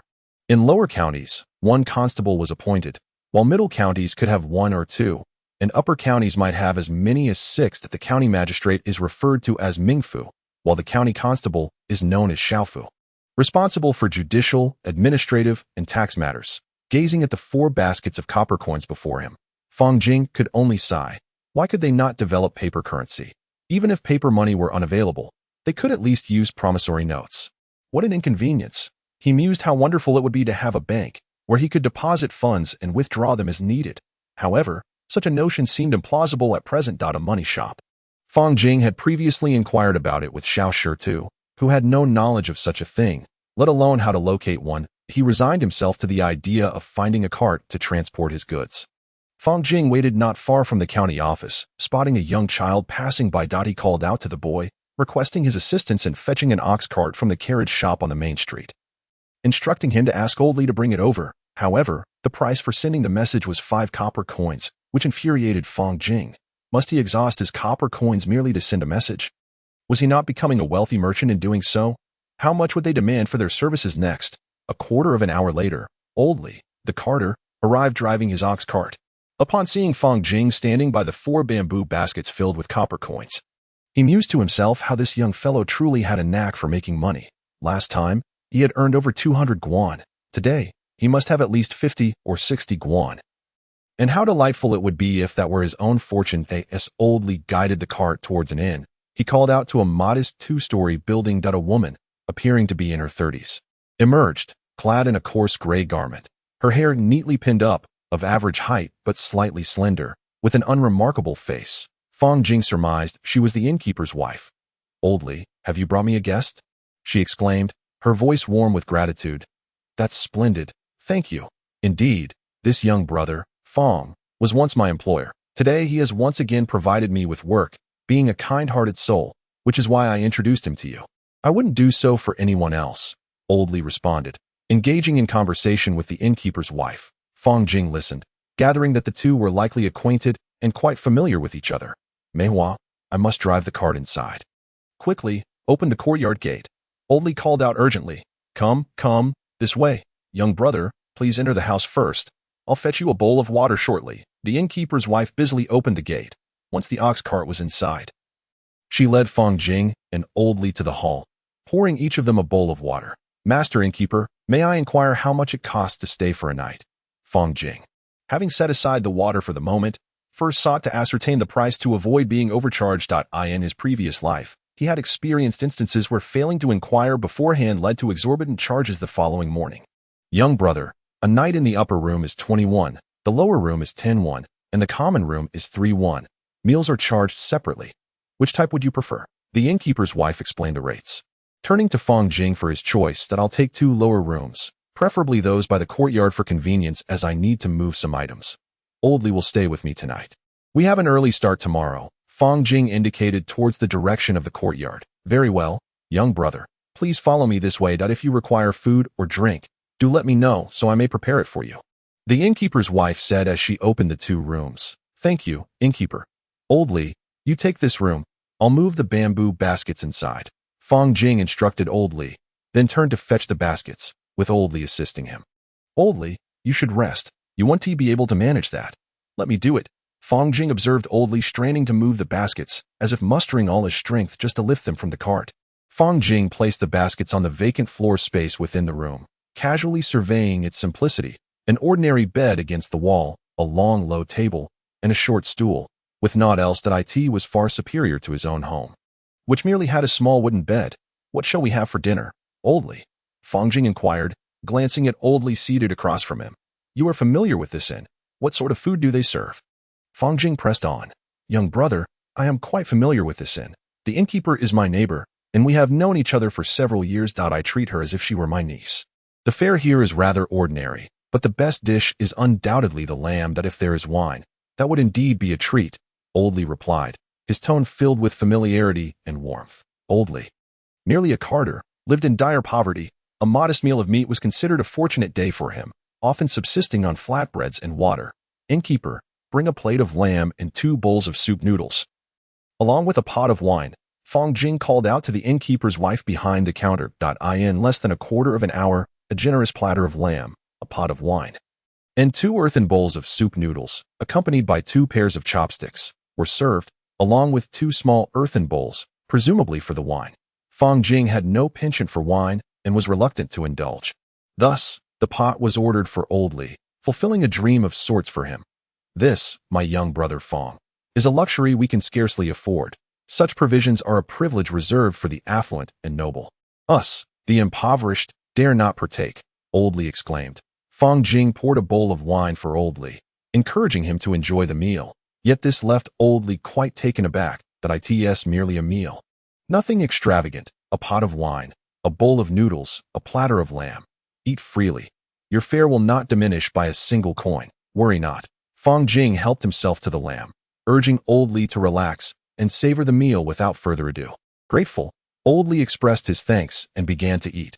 After their repast, the evening was still young. The inn was sparsely populated, with less than half of the rooms occupied, mostly by those in shared lodgings. Only a middle-aged man at another table was seen enjoying his soup noodles, likely a merchant or traveler. Oldly, may I inquire about your journeys? Where do you typically transport passengers? Fong Jing asked. His curiosity piqued about the vastness of the Tang Dynasty. Although the route from Fangjia village to Shahe town and then to Pingli County had few villages, mostly dense forests and thorny wastelands, he was eager to learn more. My young brother Fong, when we are hired for transport, we usually travel nearby. Venturing too far is unfeasible, as even the oxen would struggle. At most, we reach Jinju, beyond which is impractical. Jinju is considerably larger than Pingli County, with a denser population, Oldly replied, offering a brief description of Jinju, as he seldom ventured farther. His trips to Jinju were solely for delivering goods, a means of survival, not for leisure. Fong Jing wished for Oldly to elaborate further, but it seemed he could offer little more. However, Meihuan knows more than I. She has visited Chang'an, Oldly remarked, hastily summoning the innkeeper to join their conversation. Upon hearing the innkeeper's wife mention Luoyang, Fong Jing recalled that his father had perished in battle there, and he wondered if her husband had met a similar fate. Innkeeper, you mentioned that your late husband fell in Luoyang. May I inquire under which general he served?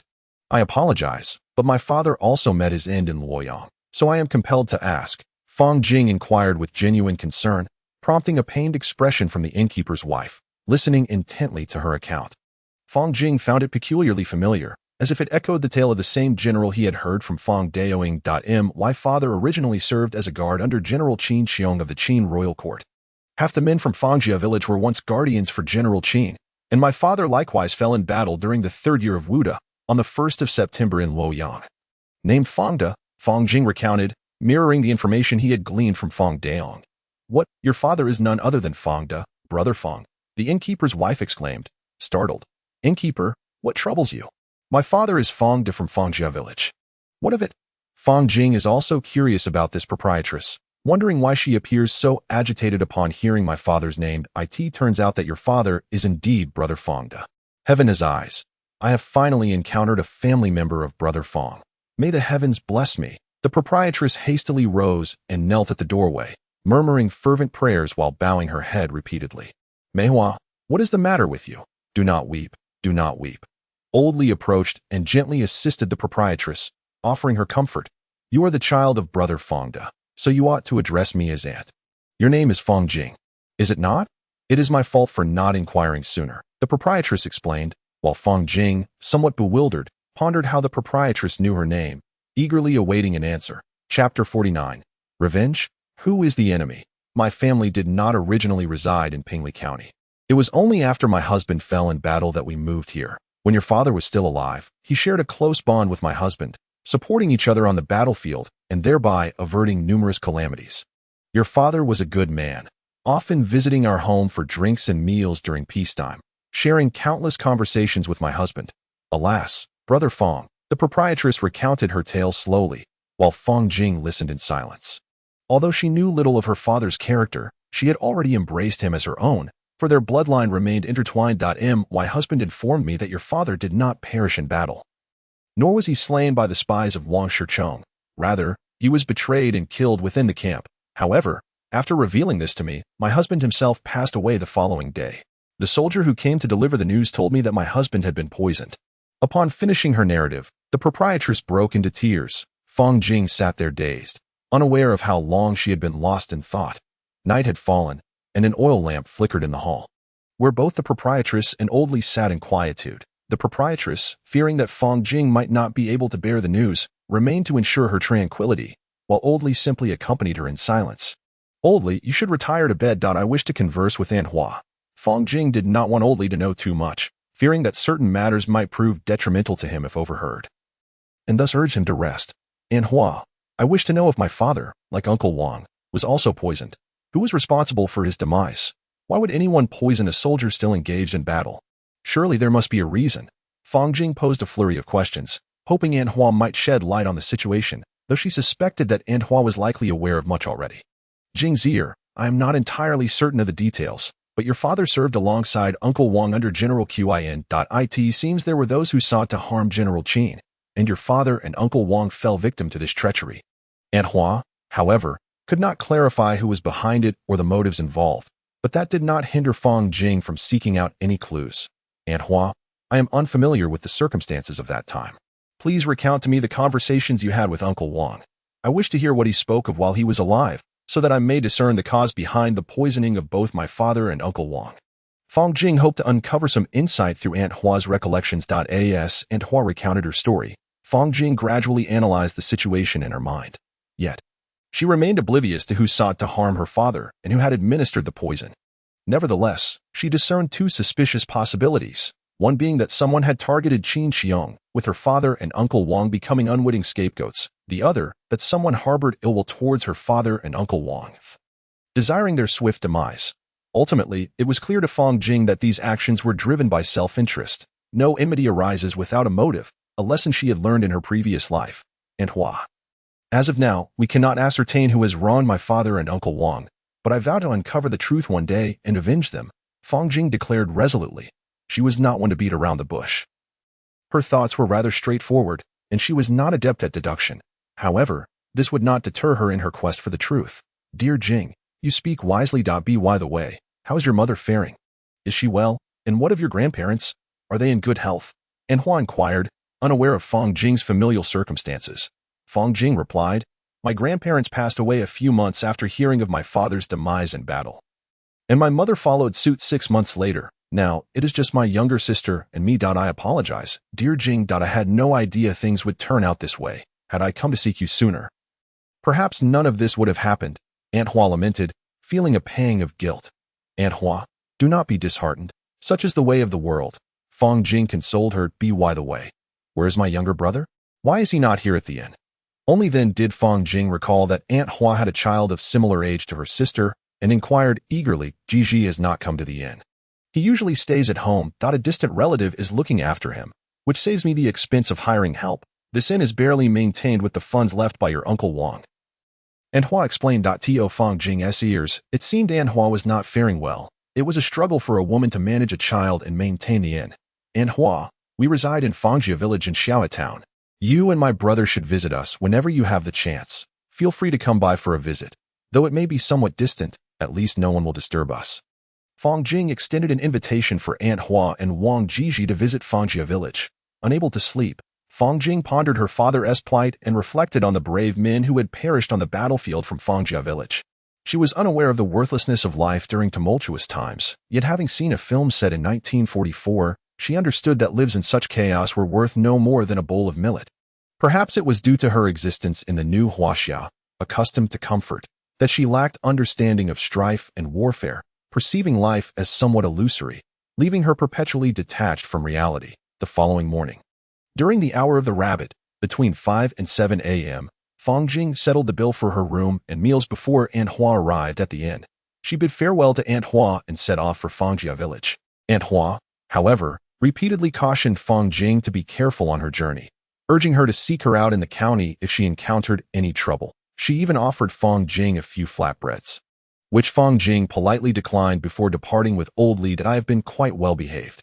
Yesterday, I ate a large bowl of rice," Fang Yuan announced, expressing her good behavior at home, mentioning that she had consumed a substantial bowl of her aunt's less than palatable cooking, which was evidently unappetizing. Typically, she would eat more than 2 bowls, often lamenting that she had not eaten enough. "Uncle, there is no issue. Please allow the ox cart to enter," Fang Jing said, opening the door and calling the children to stand back to avoid any accidents with the cart. "Dear uncle, please refrain from moving these heavy baskets. Allow me to assist you instead." Upon observing Chun Erlin straining to lift the baskets from the ox cart, Fang Jing could only utter these words.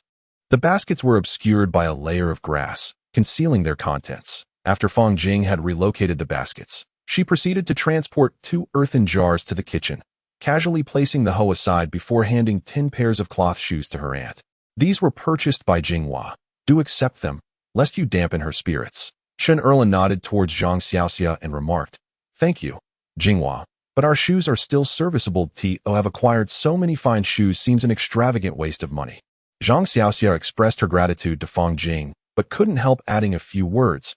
"It is also due to our family's financial constraints. We prefer to save some money for emergencies. As frugality is always wise, that it's nothing, just a few pairs of cloth shoes, which hardly cost a fortune. Look at Dang and the others. Their shoes are so tattered they resemble mere threads that I cannot bear for my younger sisters to present themselves in such a disheveled manner." Fang Jing was not merely being magnanimous. It was rather a matter of personal discomfort to see her cousins, such charming young girls, reduced to a beggarly appearance. "Thank you, cousin," the 3 children said, bowing in gratitude to Fang Jing. "Oh, please, do not mention it today as your elder brother. It is my duty to care for you. If you are not well fed or properly dressed, it reflects poorly on me as your brother, and I would not wish for the day when you might blame me for that." Fang Jing spoke candidly, hoping to settle the children's hearts. "Brother, what about me? Why have I received nothing?" Fang Yuan, noticing that her brother had only bought gifts for her cousins, felt a pang of emptiness and ran over to cling to Fang Jing's leg, playfully demanding attention. "Of course, how could I forget you? I have prepared 2 special items for you. Just wait a moment while I fetch them." Fang Jing wished to spare Fang Yuan any discontent. She entered the side room and retrieved 2 items from the copper coin basket, which she had long concealed there, having received them from a celestial being. "Here you go, little sister. This is a bell to adorn Xiong Heir's neck. It jingles merrily, and this is a lovely doll I picked out for you. Is it not delightful?" Fang Jing presented a pet bell and a fabric doll to Fang Yuan. "Thank you, brother. You are the best," Fang Yuan exclaimed, her eyes fixed solely on the doll, her words of gratitude directed at her brother, though her gaze betrayed her true focus. Chapter 50. Memories. All the little one's eyes were drawn to the fabric doll in Fang Yuan's hands. In their eyes, it was the most exquisite treasure, far surpassing the shoes. Children harbor a whimsical world of fairy tales, and upon seeing the beloved doll that Fang Yuan held, it embodied the enchantment of their dreams. Fang Jing felt a sense of helplessness, realizing that her well-meaning actions had inadvertently led to this scene. It left her with a peculiar discomfort, as if she had committed some transgression. Boldly, "Here, take this money, and please help me deliver these items to Aunt Hua. I apologize for the inconvenience. We have no provisions prepared at home, so I must trouble you to purchase some supplies in town." Fang Jing handed Oldly 100 coins along with a basket. In the basket lay 2 preserved rabbits, some remaining cured wild boar meat, a bamboo bucket of honey, along with a few dried bamboo shoots and some yams. Fang Jing conveyed the culinary methods to Oldly, who was to relay the message. "Fang Xiao brother, this." Oldly gazed at the 101, pondering what to say. "Listen to me, this still requires your assistance in transporting a few items. I apologize for the trouble, and please extend my regards to Aunt Hua." Fang Jing interrupted Oldly before he could continue. "Very well, Fang Xiao brother, thank you. I shall ensure that the items and words reach their destination." Oldly departed with his ox cart, while Fang Jing accompanied him to the large banyan tree. And on the way home, Fang Jing pondered the state of the village. Although the immediate food shortage had been alleviated, preventing starvation, the villagers' complexions were as bleak as ever, not dissimilar to her own family's situation.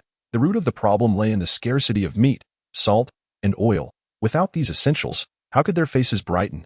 "Brother, brother!" Fang Yuan emerged from a throng of small children, racing to Fang Jing's side, clinging to her leg with a cloth doll in her arms. "What's the matter? Why are you all out here instead of at home?" Fang Jing was exasperated by the rowdy children, utterly baffled by their refusal to stay indoors. "Just now, Xiong snatched my doll. Look, its clothes are all torn and dirty." Fang Yuan held out the doll for Fang Jing to see. "What's this?" Xiong only nibbled a bit. "It's nothing serious. It can be washed, and it will be fine. Just make sure Xiong doesn't get to it again." Fang Jing examined the doll, finding little wrong with it, and offered comfort to her younger sister. "Yes, I won't let Xiong see it again. If it bites my doll again, I will hit it." Fang Jing couldn't help but chuckle at her sister's fierce expression, as if she could truly challenge Xiong, who was on par with her. "Didn't you put a bell on Xiong?" Fang Jing noticed the absence of the familiar jingling sound from home. Suspecting that her sister had yet to adorn Xiong with the bell. "I haven't done that yet," Fang Yuan replied, looking at Fang Jing. "She cousin, here is the doll to play with for a while. But please don't break it." Fang Jing observed her sister's rare generosity. Little Ji clutched the doll, beaming with joy, her eyes nearly squinting in delight as she cradled it to her chest. Alternating between gleeful glances and laughter, Fang Jing took a piece of hemp rope, untwisted it, and reformed it into a finer strand before threading the bell for Xiong. The playful creature seemed to delight in the sound, occasionally tapping it with its front paws, ecstatic at the noise it produced. Fang Jing squatted down, watching Xiong frolic, finding amusement in the scene. "Uncle, Aunt, Uncle Daong, please come inside for a moment." Fang Jing rose and called to the busy Chen Erlin and Fang Daong. Chen Erlin and his wife, along with Fang Daong, were puzzled as to why they were summoned indoors. Setting aside their tasks, they entered the house. "Uncle, Aunt, Uncle Daong, these copper coins are from the sale of the wild boar. We received a total of 60 guan. After purchasing some items in town, which cost nearly 6 or 7 guan, this is what remains." Fang Jing gestured towards the coins in the 4 baskets. However, Chen Erlin and his wife were bewildered by the purpose of this information, and Fang Daong found it even more peculiar that he was called in merely to be shown the copper coins. "Uncle Daong, I have a thought to share. The wild boar was ensnared by Dachu and Dagwa, hence the money must be divided." Fang Jing's words left the 3 in astonishment. "Jinghua, this is unacceptable. Without you, those 2 little ones could never have captured the wild boar, nor could they possibly sell it for profit. Let us not speak of dividing the money any further." Uncle Daong was the first to voice his dissent. "Indeed, Jinghua, without you, how could they have ensnared the wild boar? This money is rightfully yours, so let us cease any talk of division." Chen Erlin concurred with Uncle Daong. "Jinghua, this cannot be. Those 2 little ones lack the capability, and it is you who has taught them, and they have only just begun their learning."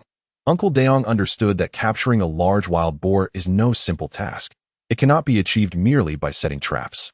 From what he had heard of hunters in the past, none could easily capture such a creature. "Uncle Daong, trust my judgment. Let us proceed as suggested and refrain from further discussion. Fairness in all matters brings peace of mind." Fang Jing resolved the matter, wishing for no further debate. As for this money, it shall be kept by my aunt. Additionally, there are the proceeds from the sale of the tiger skin in the other basket. And beneath the straw mat lies several strings of cash, amounting to roughly 60 coins, sufficient for our household needs. Fang Jing lifted a basket filled with 20 coins, which she carried with both hands. Though it seems merely 20 coins, it weighs nearly 200 pounds, a burden that an ordinary person cannot lift alone. It requires two to carry such an amount. Uncle Daong, will you accompany me to your home? Or shall you wait here? Fang Jing inquired once more, hoping that Uncle Daong would join her. Jinghua, this is not appropriate, was Uncle Daong's continued objection. Come now, Uncle Daong, let us not prolong this discussion, if you insist. I shall no longer teach Dogwa. Fang Jing occasionally found herself at a loss for words, resorting to threats to navigate the overly sentimental matters at hand. Upon arriving at Uncle Daong's home with the basket of coins, only Aunt Xiao was present, as the other children had gone to Fang Jing's home to play with dolls. Jinghua, what is this? Where did you acquire such an abundance of coins? Aunt Xiao exclaimed upon seeing Fang Jing enter with the basket full of coins. Aunt Xiao, this is the money from the sale of the wild boar, to be divided into 3 portions. Myself, Dachu, and Dogwa, each receiving 20 coins, which is the profit from the wild boar they trapped. Fang Jing set down the basket and provided a brief overview of the situation. Grandmother, Aunt Xiao, Uncle Daong just conveyed the same to me. I do not wish for our families to be at odds over 20 coins. And I trust you do not wish for me to cease teaching Dogwa, either. Fang Jing once again employed a form of pressure to compel them to accept the arrangement. Jinghua, this is not acceptable. And Xiao also believed that her Dogwa lacked the capability. After all, this is 20 coins. Uncle Daong, please come sit and rest for a moment, and we can converse. Fang Jing felt that there was little else to discuss at this point. So she invited Uncle Daong to sit down for a chat. Jinghua, speak your mind. After just dividing the 20 coins, Uncle Daong felt somewhat uncertain, sensing that he owed Fang Jing too much. Uncle Daong, I wish to inquire about my father's matters. Yesterday, while in the county town selling the wild boar, I encountered a shopkeeper named Huang Mei Hua, who shared some information about my father. Therefore, I wish to ask Uncle Daong what he knows about my father's past. Fang Jing conveyed the matters concerning the county town to Fang Jing, yet she refrained from specifying the cause of her father's demise, primarily because it was likely that Fang Daong himself was also unaware. Ah, Huang Mei Hua. Isn't she the wife of Captain Wang? What is she doing in the county town? Fang Daong expressed his confusion, noting that Li had mentioned that Captain Wang's wife ought to be in Chang'an. Uncle Daong, I heard from Aunt Hua that her husband also perished in battle, which is why she has come to the county town, Fang Jing remarked casually. Uncle Daong, do you happen to know where my father was buried after dying in battle? And what of the other uncles from Fangjia village? Where did they fall and where are they interred? Fang Jing yearned to uncover more information. Chapter 51. A thought occurs to me in Fangjia village. Those valiant men who perished in battle were seldom afforded the dignity of a proper burial. Instead, they were hastily interred by conscripted laborers who merely dug shallow graves nearby. Or their bodies were transported post-conflict by civilians tasked with collecting the dead before being buried. After the chaos of battle, the ground was often littered with the fallen, their identities obscured in the haze of warfare. Even if one recognized a familiar face, it was but a fleeting lament before the grim reality of one's own fate loomed. Fang Jing did not fully grasp the brutal nature of ancient warfare, yet she could envision the era of cold steel, where victory hinged on the sheer number of combatants, the length and quality of their weapons, and their reckless charge into battle, all under the guidance of capable commanders. Fang Jing struggled to reconcile the notion that so many bodies could lie in a single grave, their identities lost to time and circumstance. Compounded by the daunting task of excavation and identification, an endeavor fraught with complexities, she listened to Fang Daong's words about the 49 remains. She acknowledged the formidable challenge ahead, yet felt compelled to pursue this quest for knowledge. Go-Wa, please summon the village elder. Inform him that we have important matters to discuss. Fang Daong called out to Go-Wa, who was still playing with a group of children. Go-Wa brought the village elder to Fang Jing's home. Upon entering, the elder did not inquire about the important matters. Instead, he observed Fang Jing, who sat motionless in a chair, her chin resting on her hand, lost in thought.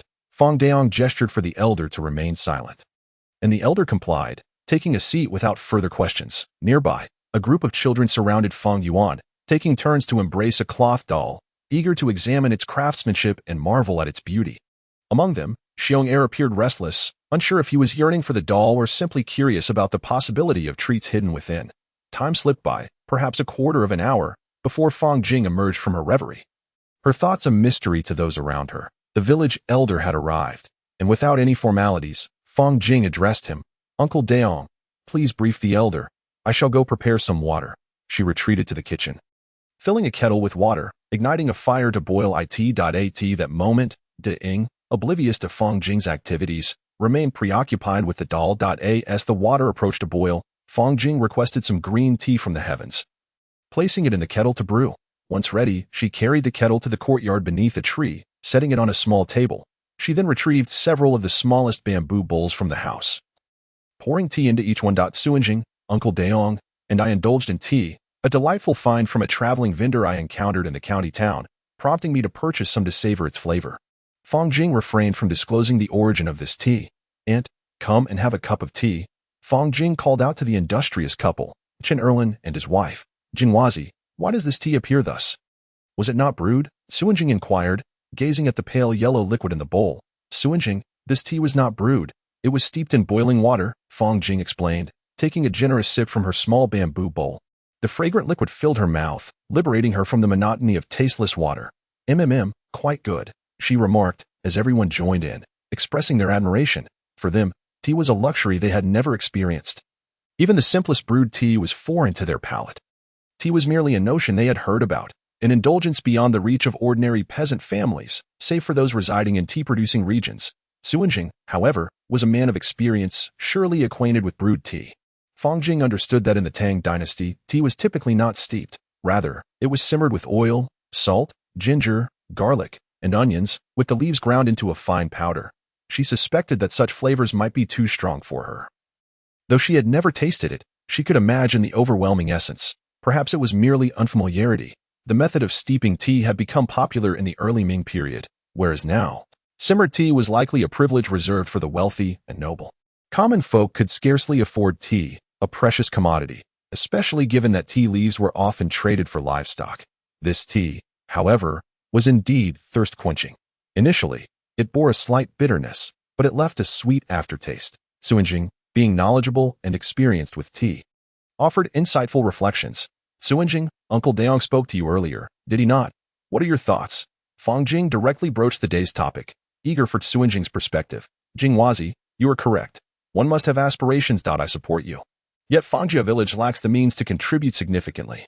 Thus, I am uncertain of how I can assist." Suanjing expressed his support, acknowledging the dire economic circumstances of Fangjia village, which was verging on destitution. "Suanjing, it is imperative that you compile a record of all the men from Fangjia who have perished in battle, noting distinctive features such as what they carried into war or any physical peculiarities like missing fingers or crooked feet. The more detailed, the better, for it will aid in identification should I locate them." Fang Jing conveyed her uncertainty about how to proceed, yet some characteristics would be easier to trace, thus requiring Suanjing to document them from each household. "Suanjing, please make use of this scrap paper for now. I have not procured a brush, only this grass paper. You likely possess a writing implement that I am illiterate, so I would appreciate if you could write clearly for future reference, or perhaps I may learn to read in time." She handed Suanjing a stack of approximately 100 or so sheets of ordinary paper. She hesitated to admit her illiteracy, as the Tang Dynasty employed traditional characters, while she was only familiar with simplified ones. "Suanjing, do not weep. As a descendant of the Fang family, it is my duty to undertake this." Fang Jing comforted him, though she struggled to find the right words to offer solace, with tears streaming down her face. Muramasa departed from Fang Jing's home, leaving an air of silence in the courtyard. Among those present, it was perhaps Fang Daong who felt the most deeply affected, followed closely by the Chen Erlin couple.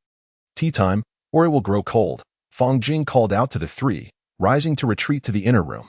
She emerged carrying several bamboo bowls and a bamboo bucket filled with honey.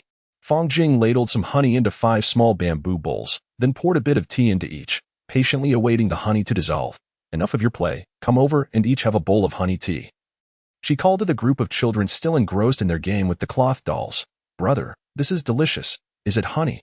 Though it has a slight bitterness," Fang Yuan remarked after finishing her bowl of honey tea.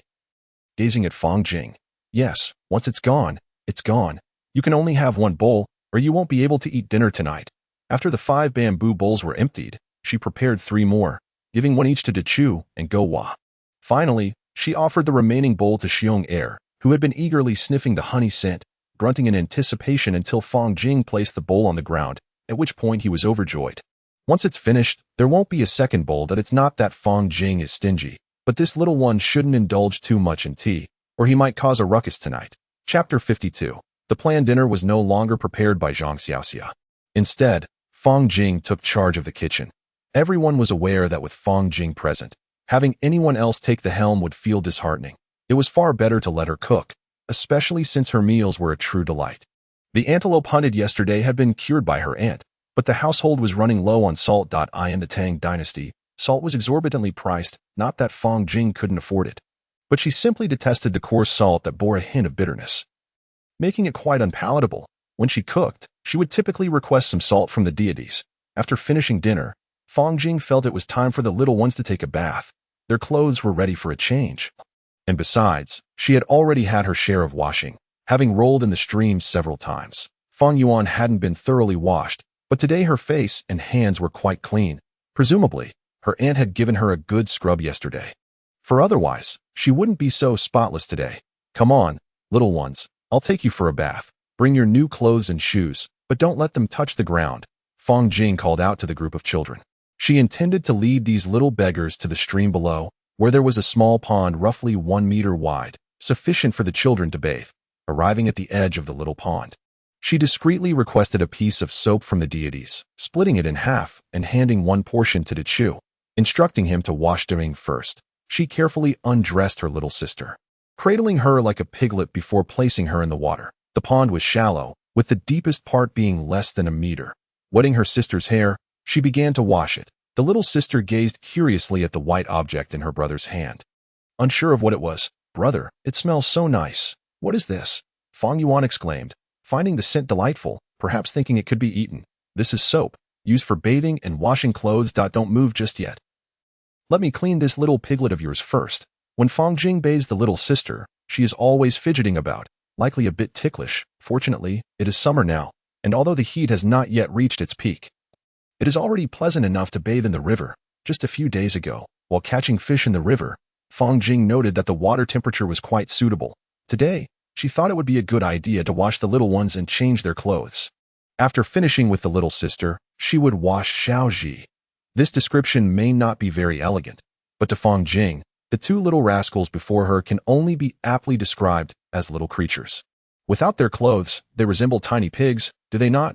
Fong Jing herself had not truly bathed in quite some time, and now she found herself relishing the experience. After soaking in the tub for a while, she began to wash up. Once done, she tied her long hair back and proceeded to lather all the soiled clothes with soap, scrubbing them diligently. The garments were so filthy that Fong Jing contemplated discarding them altogether. This was already her third application of soap, and the water in the tub had taken on a murky hue. Qin Erlin and his wife were at a loss for words to describe Fong Jing, feeling as though she was capable of anything. Perhaps this is the essence of a child from a humble background maturing early. Ordinarily, the task of bathing and washing the children would fall to their aunt.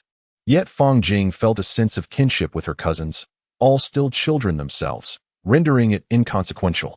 Besides, they were all family, and there were no taboos amongst them. Thus, Zhang Xiaoxia went along with Fong Jing's initiative. "Jinghua, this is quite commendable." Even the aunt did not think of this.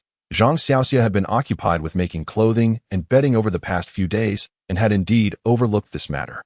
"Aunt, it's not a big deal. Whether we think of it or not is the same. Preparing in advance is merely for the winter." Fong Jing was indifferent to the situation. By the way, "Aunt, we should put some bamboo leaves in the bedding when the time comes. Otherwise, it won't suffice for winter. When you have a moment, please ask Aunt Xiao about it. I'm not entirely sure myself." Fong Jing offered this reminder, concerned that her aunt might be unaware. "I see. So that's why there are no cotton fillings here. Bamboo leaves. Then, that sounds good. I shall ask when I have the time." Zhang Xiaoxia responded to Fong Jing. "Uncle, today I casually inquired with the village chief. It is indeed possible to settle in Fangjia village. However, as outsiders, we are not entitled to land allocation. My suggestion is that even without land, we could cultivate a few acres ourselves or purchase some. What do you think, Uncle?" Although Fong Jing was not well versed in farming, she understood how to manage it. The main issue remained a lack of land to cultivate. "Jinghua, if no land is allocated, what shall we do? We cannot rely solely on hunting. That would be perilous. What if someone gets injured? Buying land is beyond our means. Perhaps we could cultivate some land ourselves." Chun Erlin expressed his concerns, anxious about the prospect of relying on hunting indefinitely. Buying land was prohibitively expensive, and while reclaiming land was feasible, there were simply not enough hands available, which would slow the process down. Coupled with the fact that newly cultivated land yields low returns. Uncle, I can go and clear some land when I have the opportunity. Cultivating 2 or 3 acres can be done quite swiftly. Our family does not require an abundance of land. A few acres will suffice, and the taxes on these lands will be minimal, just enough to sustain our household, Fang Jing assured him. Fang Jing was aware that Fangjia village possessed a considerable amount of arable land. However, the yield of rice was merely a few dozen jin per mu. This was attributed to several factors. Firstly, the quality of the rice seeds was subpar. Secondly, the soil lacked sufficient fertility. And thirdly, the management practices were woefully inadequate. Although the land allocation per person approached 100 mu, it was deemed commendable if half of that were truly cultivable. Moreover, in comparison to Fang Jing's previous life, the area amounted to just over half a mu, with outdated cultivation techniques leading to alarmingly low yields. The tax burden was heavy, leaving scant provisions for personal consumption. For instance, according to regulations, Aunt Xiu's family was entitled to 120 mu of land. However, due to Fang Dayong's disability, they received only 60 mu, while the women were allocated 30 mu.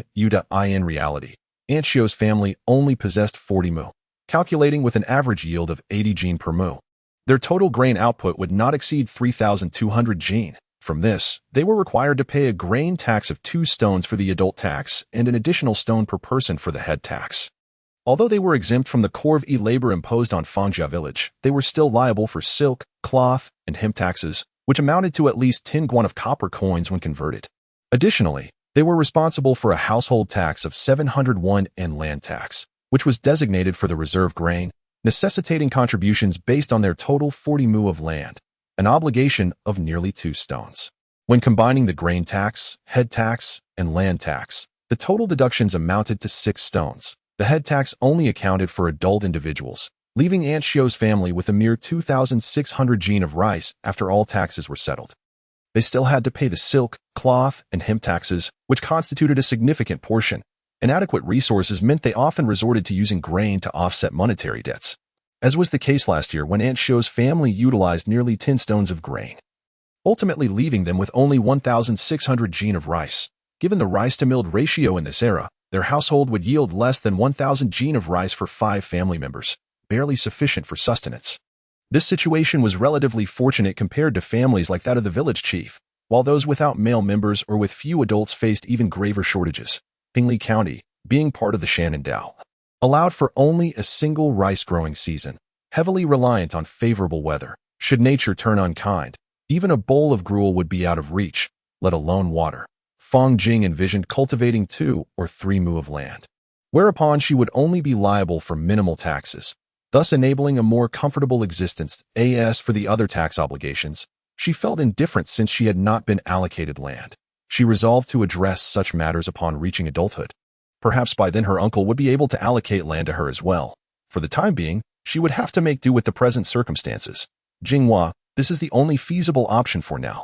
Once you are eligible for land allocation, you can cultivate more, thereby increasing your grain production, Chen Erlin remarked, feeling quite disheartened by the lack of land allocation, yet resigned to await future possibilities.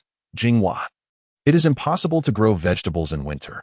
Any crops planted during that season would succumb to frost and ruin, Zhang Xiaoxia interjected, skeptical of Fang Jing's notion of selling vegetables in winter, deeming it nearly impossible unless one were a deity. And you will soon see that it is indeed possible to grow greens in winter. It simply requires purchasing some vegetable seeds from the county town. Fang Jing responded. Although she lacked extensive knowledge about greenhouse cultivation, she retained some understanding from her previous life, grasping the fundamental concepts of temperature, humidity, and sunlight, and believed it would not be overly challenging.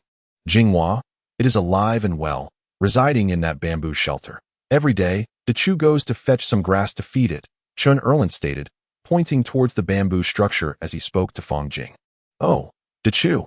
Each day add a bowl of water for it, and sprinkle a bit of salt for it to drink. Otherwise, over time, it may easily fall ill. All creatures require salt, just as we humans do.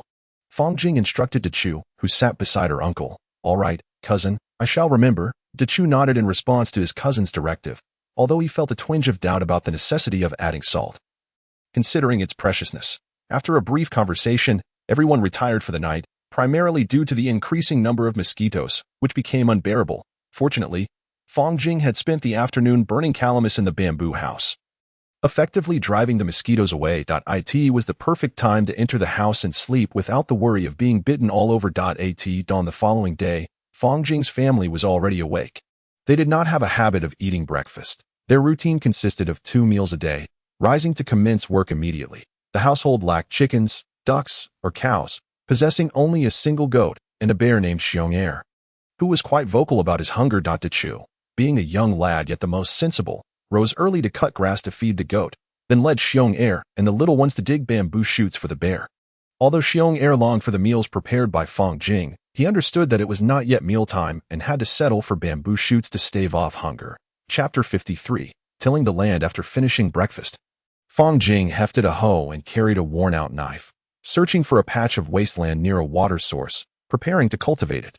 Though aware of the challenges of land clearing, she did not perceive it as overly difficult. With her strength and speed, she was determined to clear at least 3 acres that day. Moreover, the wasteland was merely overgrown with weeds and small trees, and while there might be stones, they would not deter Fong Jing's vigor. "Cousin, how should we proceed?" Chu and a group of little ones had gathered, while the adults remained at home attending to chores. Although they intended to assist, Fong Jing had managed to dissuade them. "If you all are here, how can I work? Stay close, but be cautious. There may be snakes or insects around, so keep your distance to avoid being bitten," she cautioned the children as she wielded her old knife. Pondering the best approach to clearing the land, could I perhaps set it ablaze first? Otherwise, with so much underbrush and small trees, this could take an eternity. Chu, take them a bit further away. I plan to burn this area shortly. If the flames grow too fierce, be sure not to let them reach you. Fong Jing believed that burning would be effective and swift. However, she needed to establish a firebreak to prevent a raging inferno from spreading into the forest, which would lead to dire consequences for her. Fong Jing requested a lighter from the heavens, and on a whim, also asked for a pack of cigarettes. She had entirely forgotten her habit of smoking until the thought of the lighter reminded her of it. After placing a cigarette in her mouth and lighting it, she took a puff, only to find it quite distressing, resulting in several coughs. Her body had evidently not been accustomed to the smoke, making her realize she needed to practice more. Otherwise, she might transform from a habitual smoker into a model citizen. The fire ignited the weeds, and as the flames danced in the wind, Fong Jing swiftly began to carve out a firebreak with her knife. The blaze raged for over half an hour before it finally extinguished. Once the fire had died down, she called the children over to begin collecting the remnants. "Cousin, look, a rabbit, a rabbit." Dang pointed towards the ashes not far ahead, exclaiming about a rabbit, its fur completely singed. Dachu hurried over to retrieve it, and the children, filled with excitement akin to a surge of adrenaline, clamored to investigate if there were other prey to be found. However, Fong Jing intervened, warning them that should they venture into the desolate ashes, they would emerge not merely as Africans but as something entirely transformed. Do not go down there. You will soil your new shoes and clothes, and I shall have to wash them tonight. Stand aside, for it is dark and grimy, Fong Jing declared, promptly tossing the most exuberant Xiong aside. Fong Jing and Dacha busied themselves amidst the charred wasteland, emerging moments later with a collection of 7 or 8 rabbits, as well as partridges, eggs, and even some snakes and mice, a veritable bounty. Fong Jing, wielding a hoe, began to till the earth but soon realized that her progress was sluggish. Sheer strength alone would not suffice. Contemplating the need for a change in strategy, she declared, "Dachu, come here. Use the hoe to dig out those small roots and cast them aside. I shall fell a tree to fashion a plow. This method is far too slow." She handed the hoe to Dachu and ventured into the forest to chop down a tree, crafting 2 makeshift shovels, with the top of the wooden handle resembling a round stick, designed for ease of pushing. Dang had collected all the burnt creatures into a basket and was now keeping company with the 2 children nearby. Xiang sat on the ground, clutching a charred mouse with his front paws, indecisively sniffing and gazing at it. Fong Jing paid them no mind, driving the wooden shovel into the barren land and pushing forward with vigor. She felt this was a task she could accomplish alone, while others might struggle. As Fong Jing progressed with her shovel, Dacha paused, observing how Fong Jing efficiently cleared the land, uprooting the charred roots in her wake. Realizing her own pace was too slow, she opted to follow closely behind Fong Jing, collecting the small roots instead. In less than half an hour, Fang Jing had cleared an area of 2 mu. Though the remnants of small roots and stones remained. At this juncture, she was compelled to halt and gather the stones and roots. For her shovel had become damaged and was no longer usable, its blade worn down significantly. Once she and Dacha finished collecting the stones and roots, she picked up another wooden shovel and began to push through a different patch of wasteland. Her speed was such that nearby villagers, laboring in the fields, were taken aback by her remarkable efficiency, while it took others an entire day to clear a mu of land, often requiring the effort of the whole family. Fang Jing managed to clear 2 mu in merely half an hour. Whispers of her transformation circulated, claiming that after her fall from the tree, she had gained an extraordinary prowess. Truly, she was becoming increasingly formidable. With strength that astonished all who witnessed it, Fang Jing continued her arduous toil, clearing the land, and once finished, she busied herself collecting small tree roots and stones. She then engaged in meticulous inspections and edge trimming, remaining occupied until the sun reached its zenith. Satisfied with her progress, she strolled over to a nearby tree to rest, lighting a cigarette as she savored a can of ice-cold cola, feeling utterly delighted. As Fang Jing smoked and drank her soda, she gazed at the freshly cleared land before her, yet noticed that a portion of the adjoining land remained untouched. Perhaps she would cultivate it later and erect a vegetable greenhouse? Fang Jing found the idea quite feasible, but the sun's intensity was overwhelming, and she was reluctant to exert herself too much, despite the greenhouse's alluring prospect. After a half hour, she finally completed the task of clearing the land for the greenhouse. Content, she tossed aside her wooden shovel and shouldered her hoe and worn knife as she made her way home, opting not to clear the weeds, which lay buried beneath the soil, conveniently enriching it with nutrients. She planned to return in half a month to plow it a few times, which would suffice. Upon reaching home, she took a brief respite before heading to the kitchen, carrying a kettle to fetch water from the ditch. "You little ones, if you wish to have honey tea, come and fetch a small bamboo bowl," she called out. After preparing the tea, Fang Jing brought it to the small table and announced to the cluster of children, "Uncle De Yong and Aunt, take a break and have a cup of tea. If you have nothing to do, feel free to boil some water. The tea leaves are in the wicker basket in the right room." She directed her words towards the 3 adults. "Indeed, the tea brewed by Jing is truly delightful," remarked Chen Erlin, appreciating the flavor. "While Jing's tea is excellent, it is rather costly. Such tea is only affordable for wealthy families or those in official positions," Aunt remarked, well aware of the household struggles and always seeking to save a little money. "A common trait among farming families. Brother's tea is delicious and quite sweet," commented the younger sister, savoring the honey tea and finding it to be pleasantly sugary. "Aunt, it's beneficial to drink more of this tea for one's health," Fang Jing added, unsure of what else to say, torn between honesty and deception, ultimately opting for pleasant words. "By the way, Uncle, I've cleared the wasteland," estimating it to be about 5 acres. Mentioning the newly cultivated land, she casually informed Chen Erlin. "What? Jing, you've cleared 5 acres of wasteland so swiftly?" Fang Daong exclaimed in surprise. Clearing land was no trivial matter. Most families worked together and struggled to clear even an acre in a day, yet Fang Jing accomplished 5 acres in just over an hour and a half, which was truly astonishing. "Cousin is remarkable." Using a wooden shovel, she worked swiftly and efficiently, while we could only assist by picking up stones and roots, added to Chu, who had been sipping honey tea nearby. "Jing, this is astonishing. Your speed is truly exceptional," Chen Erlin stammered, rendered speechless by her prowess, hearing of the 5 acres cleared, and stared at Fang Jing in awe, though she said nothing. If her son stated it was done, it must be true, yet she marveled at Fang Jing's capability, realizing she was more than a match for dozens of others. This moment, she merely regarded Fang Jing, internally expressing her admiration that in times past, my father, mother, and I, alongside Dogwa's mother, would toil together to cultivate a patch of land. It would take us 2 days to clear just one plot, though with the assistance of an ox, we could expedite the process to about a day. However, it is estimated that Jinghua could now clear dozens of acres in a single day. Alas, one can only lament that my brother lacked the fortune to remain longer among us. As Fang Daong reminisced. He sighed deeply. To Chu, "Come with me to gather these rabbits and mountain chickens, and we shall forage for some wild vegetables. For dinner tonight, we will prepare mountain chicken pieces and perhaps a scrambled egg dish, as we have a good dozen of these mountain chicken eggs that are of little use now." After approximately a quarter of an hour, Fang Jing turned to Chu and said, "Very well, cousin, but shouldn't we check on the traps we set in the woods? We haven't inspected them for 2 days." Chu was particularly concerned about the traps, always eager to discover what they had caught.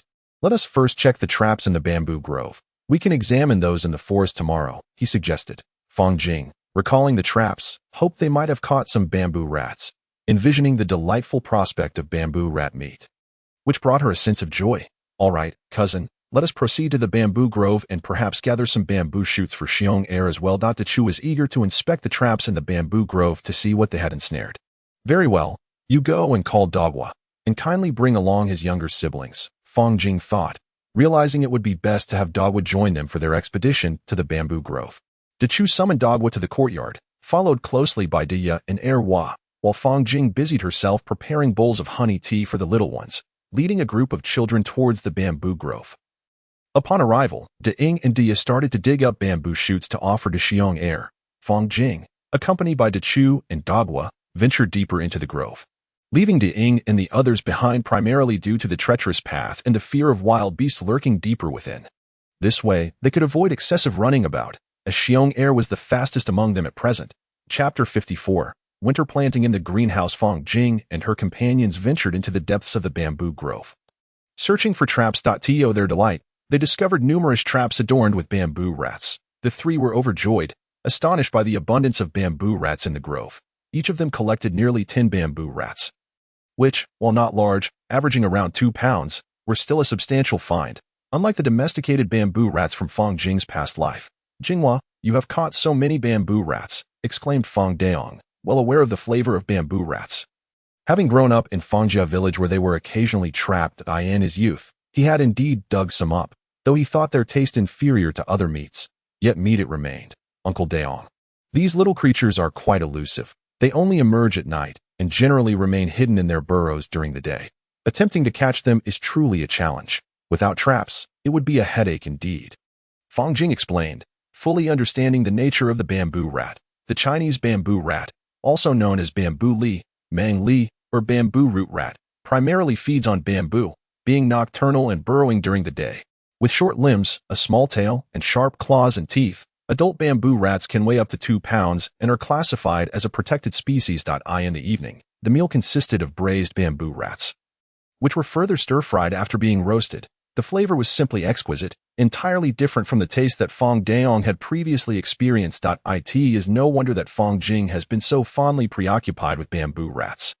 Indeed, they are delicious. Fang Daong now finds himself contemplating that if he could indulge in bamboo rats daily, he would have no desire to exchange them for anything else. After dinner, everyone sat in the courtyard to relax.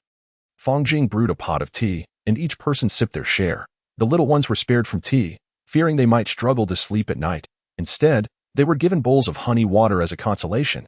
The harvest in the fields was complete, and taxes had been collected, leaving each household with only a meager supply of food to get by. The women were busy spinning hemp and weaving cloth, while the men of Fangjia village sought any work they could find. The physical limitations they faced made life quite arduous for every family. Occasionally, Fang Jing would discuss with the village headways to assist the community, considering gathering medicinal herbs or other items to increase their income. At this moment, Fang Jing was erecting a bamboo shed in the newly cultivated fields, an endeavor she deemed crucial. She had also planted rice seedlings in 2 additional plots ahead of schedule, enriching the soil with ample manure and teaching Chen Erlin and his wife some basic rice field management techniques. Though these techniques were merely simple tasks such as drainage, fertilization, and weeding, Fang Jing hoped to harvest the rice before winter set in, ensuring that her family would have some grain yield this year. However, amidst these efforts, an unfortunate incident unfolded that caused her great distress. When she sought seeds from a deity, she discovered that the deity was unwilling to provide any, leading her to curse the deity for several days. Encountering such a miserly deity, who wouldn't even part with a few seeds, left Fang Jing disillusioned, having always believed that deities were omnipotent. How could she expect to enjoy better meals in this era? As a protagonist who had traversed time with a golden finger, she felt as though this deity was merely a gatekeeper.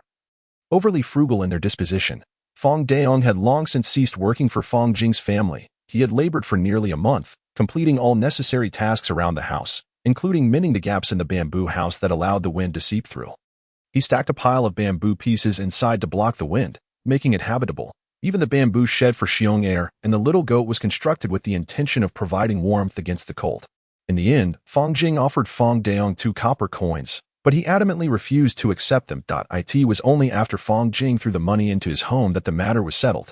Little uncle, bend that bamboo stick a bit. Yes, just like that. When you insert it into the ground, go deeper. Good, just like that. The entire Fong family was lending a hand, even Xiong-er, despite being more of a hindrance than a help. Xiong-er had grown quite large over the nearly 4 months spent at Fong Jing's home, having been well fed and cared for, now resembling a round ball. Little sister, hold on to Xiong-er, don't let him knock it down. If he does, I shall throw him away. Fong Jing was infuriated as Xiong-er approached to nibble on the freshly inserted bamboo, causing her to flare with anger. Brother, Xiong-er is just hungry, don't throw him away. Fong Yuan serves as the guardian deity of Xiong-er. Whenever Fong Jing strikes Xiong-er or tosses it away, Xiong-er invariably seeks solace from Fong Yuan, a testament to their deep bond. Therefore, you must take Xiong-er away. If this continues, the bamboo shelter will remain unconstructed, and come winter, we shall have no greens to eat. Fong Jing feels helpless towards Fong Yuan. She cannot bear to strike or scold. So she resorts to counsel. All right, brother, I will lead Xiong-er a bit further away so it won't dismantle the bamboo shelter. Fong Yuan drags Xiong-er away, and Xiaoji occasionally nudges Xiong-er along. De-ing, you need not interfere. Go play with your sisters. This task is not suited for you. Off you go, enjoy yourselves. Fong Jing hurriedly shoos away De-ing, who clutches a small bamboo stick. The couple, Chen Erlin and his wife, are filled with joy at the sight. With such a protective brother at home, they feel profoundly reassured. Once the children grow up, with Fong Jing watching over them, who would dare to bully the little ones? That would be akin to courting disaster. After 2 hours of labor, the family of 4 finally completes the bamboo shelter. Fong Jing stands by, admiring the 3 finished structures, her heart brimming with satisfaction. Once they lay some straw mats atop the shelters, it will be truly complete, and they can begin planting vegetables within.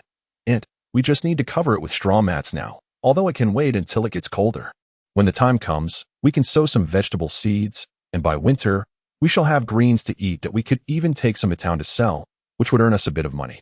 However, Aunt, you must remember to uncover the mats in the morning and cover them again in the evening on days it doesn't rain, so the plants can soak up the sun.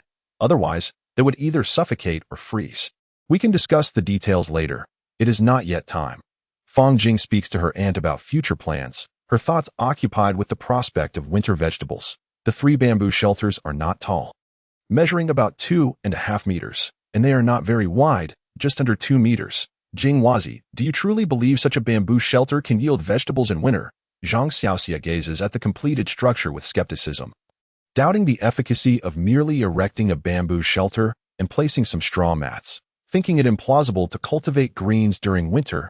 If it were that simple, surely everyone would be growing vegetables in winter by now. Aunt, it's too early to say. We shall wait and see when the cold arrives. If it proves impossible, we can always add a few braziers inside. As long as the temperature is sufficient, it should work well enough. Fong Jing cannot guarantee that this method will indeed yield winter vegetables, but she recalls that it was feasible in her previous life, uncertain if it will hold true now. If Jing Wazi says it's possible, then it surely must be. However, if we do have vegetables, how much will they sell for?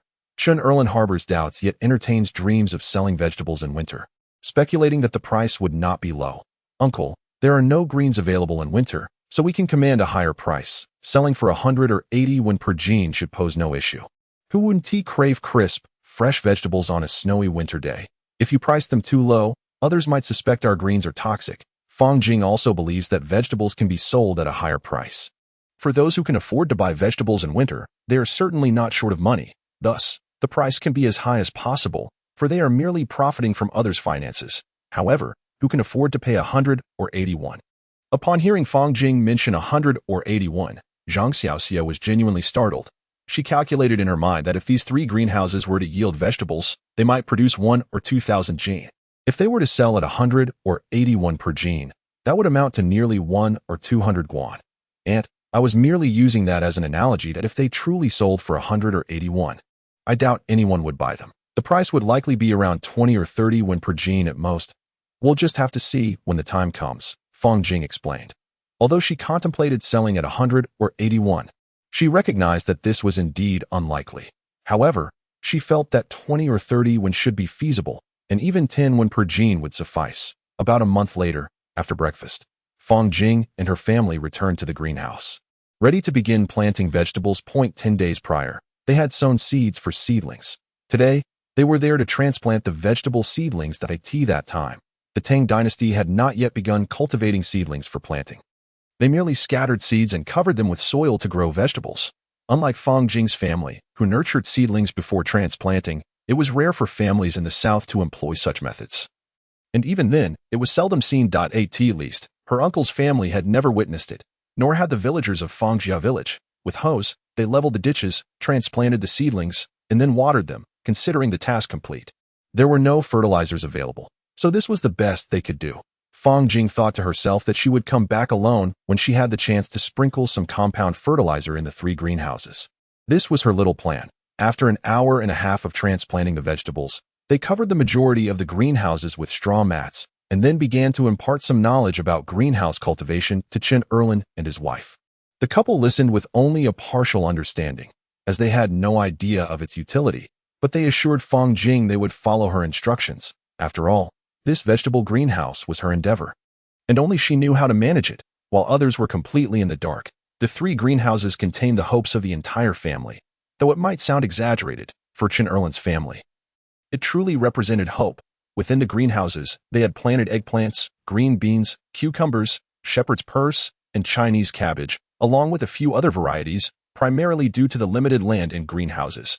Otherwise, Chen Erlin and his wife would have surely filled the entire Fangjia village with their crops. Chapter 55. Winter vegetables. While the villagers went out to gather wild fruits, Fang Jing's family was busy harvesting rice, having no time to pick fruits. Their 4 acres of rice fields yielded nearly 1,800 jin of rice, which left Chen Erlin and his wife beaming with joy, unable to contain their smiles. This was an unprecedented occurrence. No one could have imagined that 4 acres would produce such an abundant harvest. In truth, the reason these 4 acres yielded so much grain was that Fang Jing had requested some fertilizers from the deities. Otherwise, this newly reclaimed land would not have produced such a bounty. In the past, this 4 acres would equate to barely over 2 acres of arable land, thus producing more than double that would be considered satisfactory, of course, assuming the rice was of a high grade. In an era devoid of fertilizers and quality seeds, the remarkable yield of grain truly convinced Chen Erlin's family of the efficacy of Fang Jing's methods. They believed that as long as the fields were enriched and managed properly, bountiful harvests were attainable. After harvesting the rice, Fang Jing and her family remained at home to collect wild fruits from the villagers. However, it was inconceivable for Fang Jing to stay idle. She needed to venture into the mountains to protect against wild animals and unforeseen events. The past 10 days had exhausted her significantly, but after gathering an ample supply of wild fruits and notifying the villagers that they could no longer collect more, she finally concluded the fruit-gathering endeavor and commenced the fermentation of the fruits at home. Lacking sufficient earthen jars, she had no choice but to borrow some, as her household had already purchased 8 large jars, leaving no room for additional purchases without straining their resources. The right room, the inner chambers, the kitchen, and the bamboo hut were all brimming with fruits, nearly leaving no space to step. This prompted Fang Jing to expedite the fruit fermentation process, enlisting her aunt and Aunt Xiao to assist her in completing the task, resulting in a total of 16 jars of fruit juice, which he meticulously sealed to await fermentation. Winter in Fangjia village was indeed harsh, but for Fang Jing's family, it was considerably more bearable. Fang Jing had requested some cotton from the deities, which her aunt sewed into their clothing, providing warmth despite the slightly cumbersome fits. Long as they were warm, the bulkiness was of little concern. The first snowfall silently blanketed Fangjia village, and upon waking, the family found themselves staring at a half-foot thick layer of snow in the yard, somewhat bewildered. Just yesterday, all was well, and now, the ground was entirely covered in white. The Chu gathered some dry hay and placed it in the bamboo shelter for the little goat, ensuring it could nibble on some dry fodder. Meanwhile, Xiong Er's bamboo shelter remained open, never having been closed. As Xiong Er had grown accustomed to this home, proving impossible to chase away. At that moment, Xiong Er was nestled in the corner of the bamboo shelter, asleep. In such deep snow and frigid weather, it seemed only animals with fur could withstand the cold. "Brother, it's so cold. The snow is falling heavily," exclaimed Fang Yuan, just out of bed, stepping into the yard and shivering as she looked at her brother. "Indeed, the snow is quite heavy. If you're cold, go to the kitchen to warm yourself by the fire, or stay inside. It's not a day for wandering about. Even Xiong Er knows not to play outside in this weather," Fang Jing replied, glancing at Fang Yuan and finding her resemblance to a little chubby bear rather amusing. It seemed only her aunt would dress the little one so warmly. the world was cloaked in a silvery shroud. With distant mountains and forests adorned in snow, the remaining greenery was completely concealed, and as far as the eye could see, it was an expanse of white. Human eyes cannot endure gazing at a single color for too long, lest they suffer harm. Lingering too long on the color of snow could lead to more than just minor injury, potentially severe damage, ranging from snow blindness to serious impairment. Fang Jing recalled a scene from a movie in her past life, where a long sword was wielded in the snowy expanse, sweeping aside the snow before soaring into the sky, performing elegant aerial maneuvers while holding the sword with one hand. It was a breathtaking sight that made her yearn to try it herself. Fang Jing was uncertain whether such lightness of foot truly existed, yet she believed in its possibility. If lightness of foot were non-existent, how then could she explain her arrival in the magnificent Tang Dynasty? The affairs of the world are often beyond clear articulation, eluding scientific validation. Where, one may ponder, do ghosts and monsters reside? They must have their hidden abodes, concealed from the eyes of humanity. Or perhaps it is merely that people are unable to perceive them. Fang Jing contemplated whether there were yetis or snow insects atop the Tianshan Mountains, realizing that only by witnessing them could she ascertain the truth. She harbored a desire to visit Tianshan one day. Yet at present, she was eager to experiment with the sensation of gliding across the snow with her lightness of foot, wondering if it were indeed possible to tread upon snow without leaving a trace. Dechu, De-ing, Xiaomei, Xiaoxi, come here. I shall kindle a fire for roasting, lest you catch a chill. Abandoning her thoughts of agility, Fang Jing observed the little ones huddled together, pondering that it was best to first start a fire. Chen Erlin and his wife were also preoccupied with various trifles, and Fang Jing chose not to voice any concerns. After all, there was little to be done at home on a snowy day. What could be better than warming oneself by the fire while awaiting the preparation of a meal? Breakfast consisted of some soup pancakes, and she felt disinclined to engage in much else. Primarily due to the wintry weather that dampened everyone's spirits, it was far more appealing to sit by the hearth after a meal than to venture outdoors. However, Fang Jing could not contain her curiosity and wished to check on the greenhouse, hoping to see if it was time for harvesting. If so, the snowy day could still yield some fresh vegetables. With a basket in hand, she stepped outside, and Dechu, with nothing to do, followed suit. Eager to observe the growth of the vegetables, his mind already envisioning a taste of greens, they knew better than to lift the straw mat covering the greenhouse on a snowy day. For doing so could jeopardize the vegetables within. Upon lifting the edge of the mat, they entered the greenhouse, which stood nearly 2.5 meters high.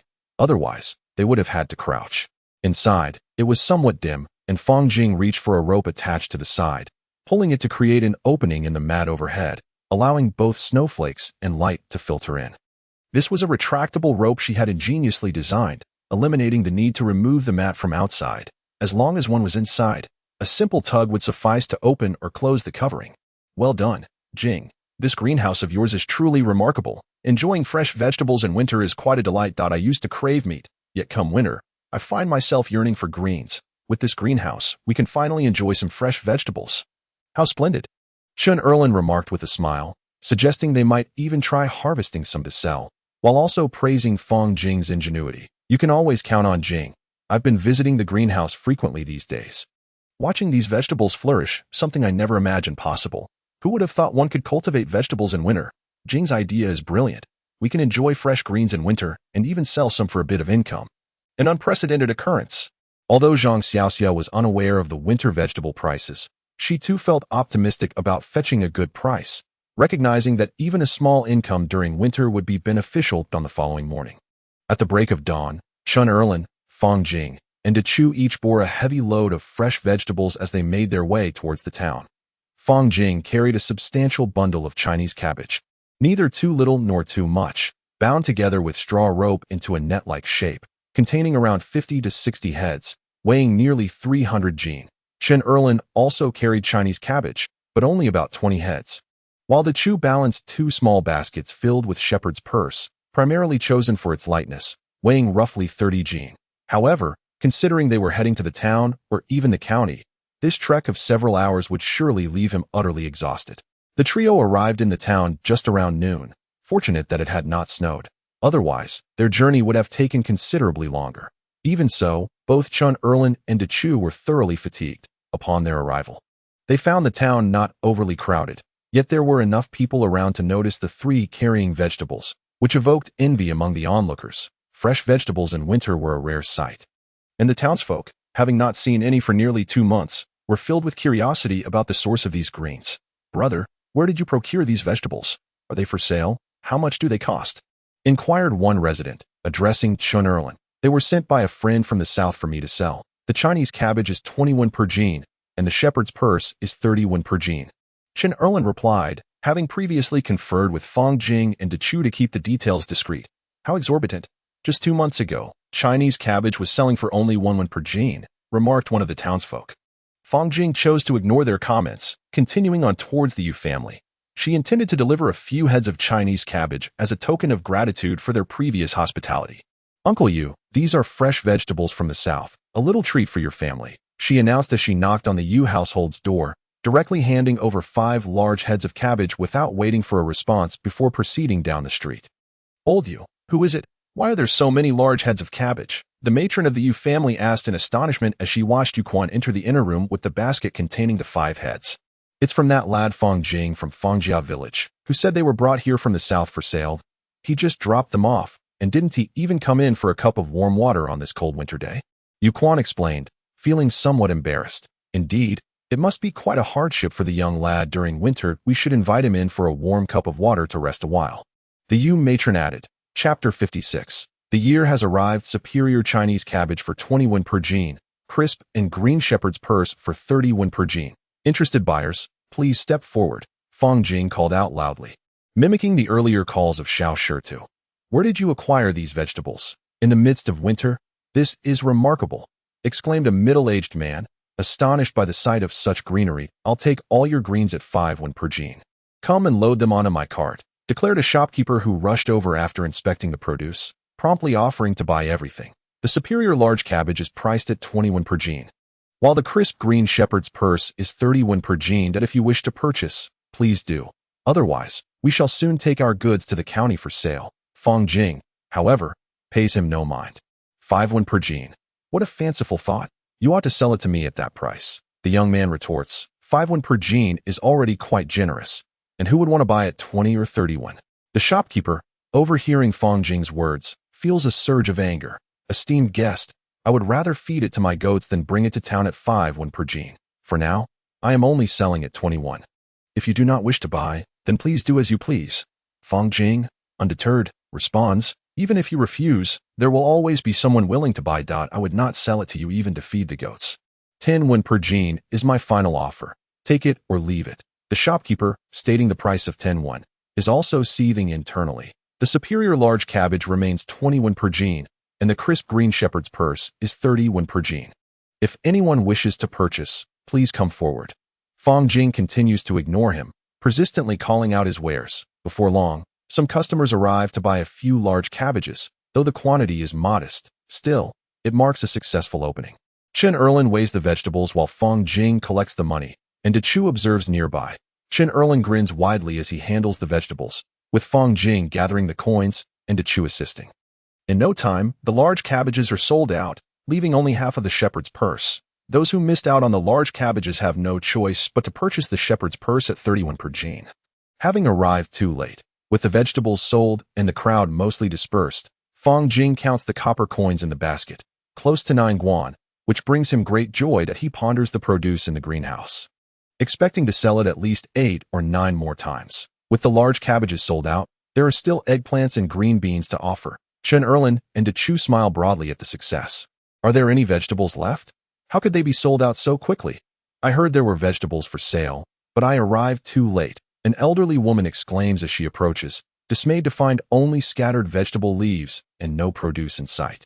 "Madam, they have all been sold, but if you wish to buy, you will have to wait a few days. More will arrive from the south soon," Fong Jing explains, not wanting this potential customer to leave, as that represents lost revenue. "Do not purchase his vegetables. They are inedible," the irate shopkeeper interjects, attempting to undermine Fong Jing without being overly explicit, hoping to pressure him into selling at a lower price next time. "Is there any issue with my vegetables? Everyone can see for themselves. Look, I am eating them.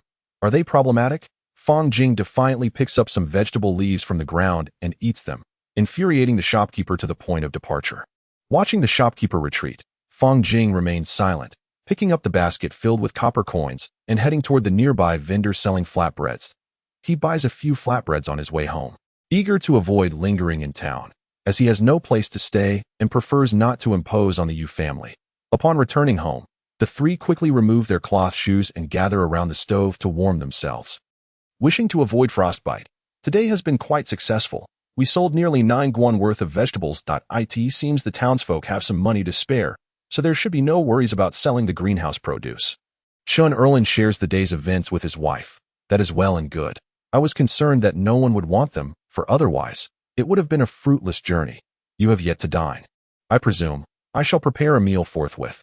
Zhang Xiaoxia felt a sense of relief. After their meal, Fang Jing and her family sat by the hearth, warming themselves, each absorbed in their own thoughts. Although their musings were largely similar, they all aimed towards a positive outcome. Uncle and aunt, in a couple of days, let us harvest some vegetables to sell in the town that we shall only sell there once, and then proceed to the county town. There are but a few families in the town, and they cannot purchase much, whereas in the county, with its multitude of people, I am confident we shall sell more swiftly and in greater quantities. Fang Jing articulated her plans. Very well. I shall heed your words, Jing.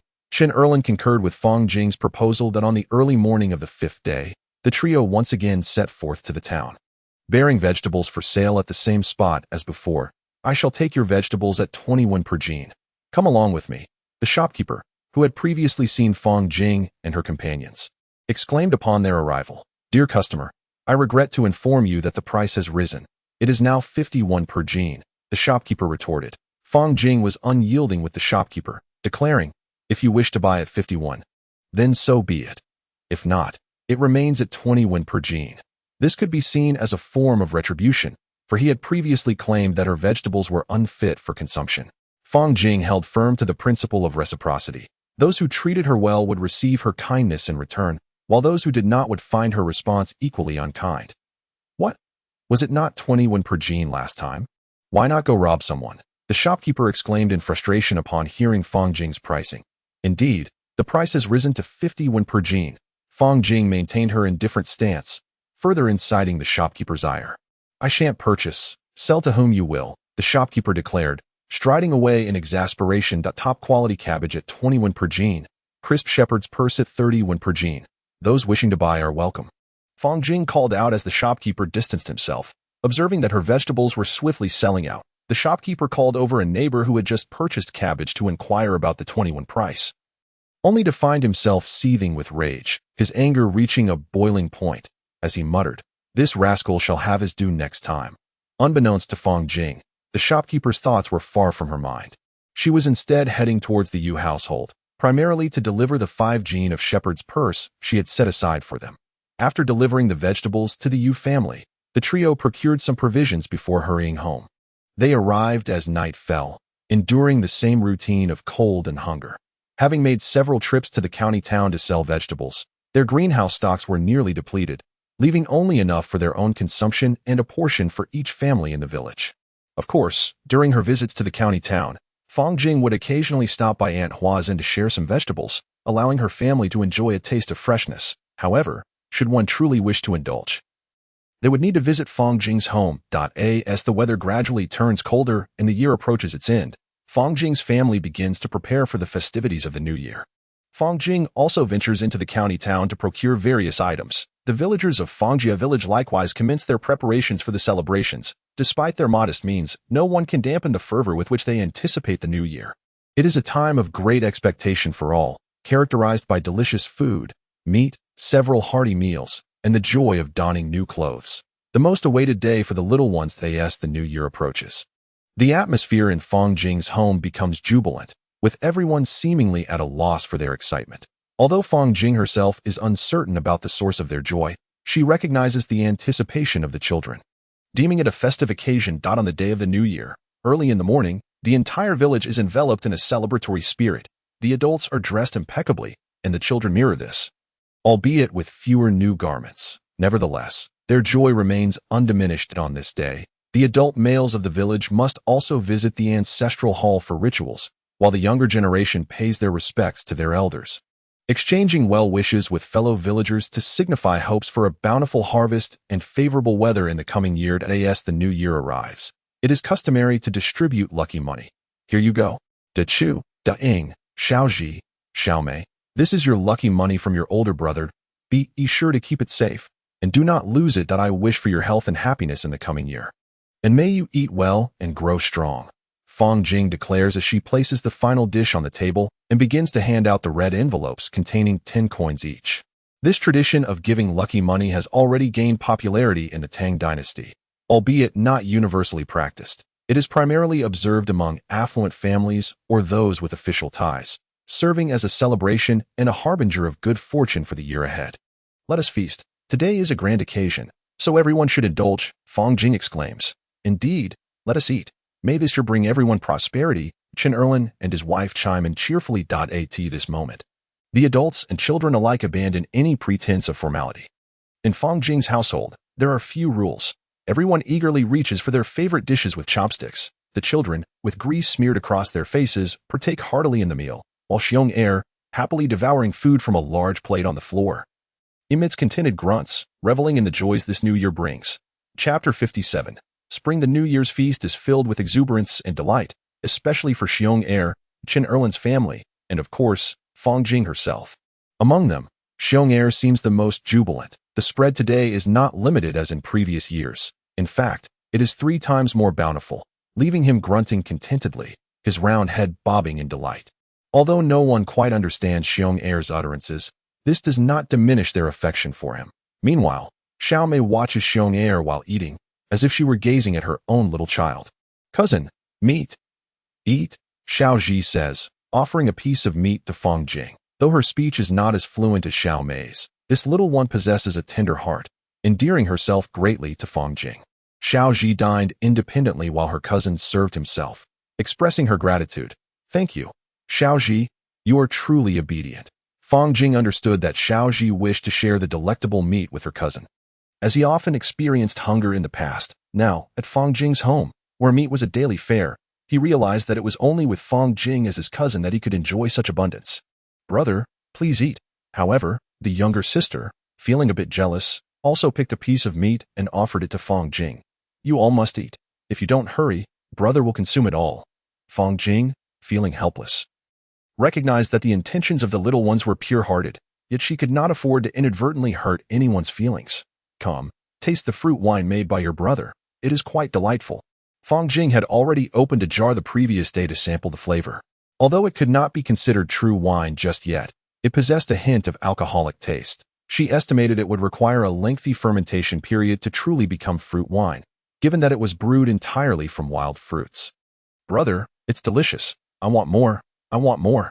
After finishing a bamboo bowl of the fruit brew, Fang Yuan eagerly called for another serving from Fang Jing.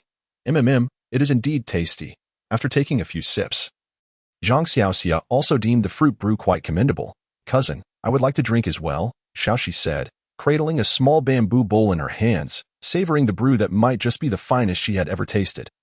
Surpassing even honey water in flavor, everyone joined in, relishing the abundance of fruit brew.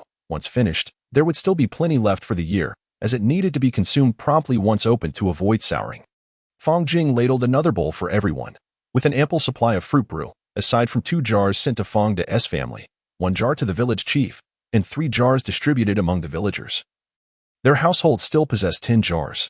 Fang Jing encouraged everyone to drink heartily, but reminded them that they must also eat, as there was an abundance of dishes prepared after the New Year's meal. Everyone sat back to relax, feeling quite full, including Fang Jing herself. Although she was not particularly unfamiliar with the festivities of the past year, it felt somewhat lackluster. She recalled her childhood in her previous life, when the new year was a time of great anticipation, filled with an array of snacks, various activities, and the custom of paying respects to elders and relatives. However, in the Tang Dynasty, there was no such tradition of New Year greetings. At most, one would simply inquire about the well-being of their elders, utter some kind words, or present a gift to show respect. In the following days, Fang Jing often found herself absent from home, engaging in various pursuits, leaving her family puzzled about her whereabouts. The cold weather and heavy snowfall made it impractical for them to follow her outside. Fang Jing was not merely out for leisure. She intended to experiment with a technique reminiscent of the martial arts she had seen in her previous life-esque dramas. She requested a Tang Dao from the celestial beings, a weapon akin to a sword. Though with a slanted tip rather than a pointed one. Fang Jing had a deep appreciation for the beauty of the Tang Dao, which she preferred to refer to as a sword. Noting that it was indeed a sword in the Tang Dynasty, not a knife, with the Tang Dao in hand, she attempted a flurry of movements, though none produced the desired elegance. Undeterred, she recognized her lack of foundation and subsequently requested a laptop and a collection of martial arts films. Retreating to a secluded stone beneath the mountains to watch them at her leisure, the relentless wind and snow enveloped the tranquil mountain forest, where only the sound of the wind and falling snow can be heard. Yet, beneath a stone, a cacophony of clanging echoes, Fang Jing gazes intently at the computer screen, diligently mastering every martial arts move depicted in the film, her mind rehearsing each technique. She has been absorbed for nearly an hour and a half. Over the course of several days, Fang Jing's swordsmanship has become increasingly proficient, and with a mere flick of her wrist, she can sever a tree, a testament to the quality of her blade. Forged from excellent steel, Fang Jing also practices the so-called lightness skill, though her progress remains modest.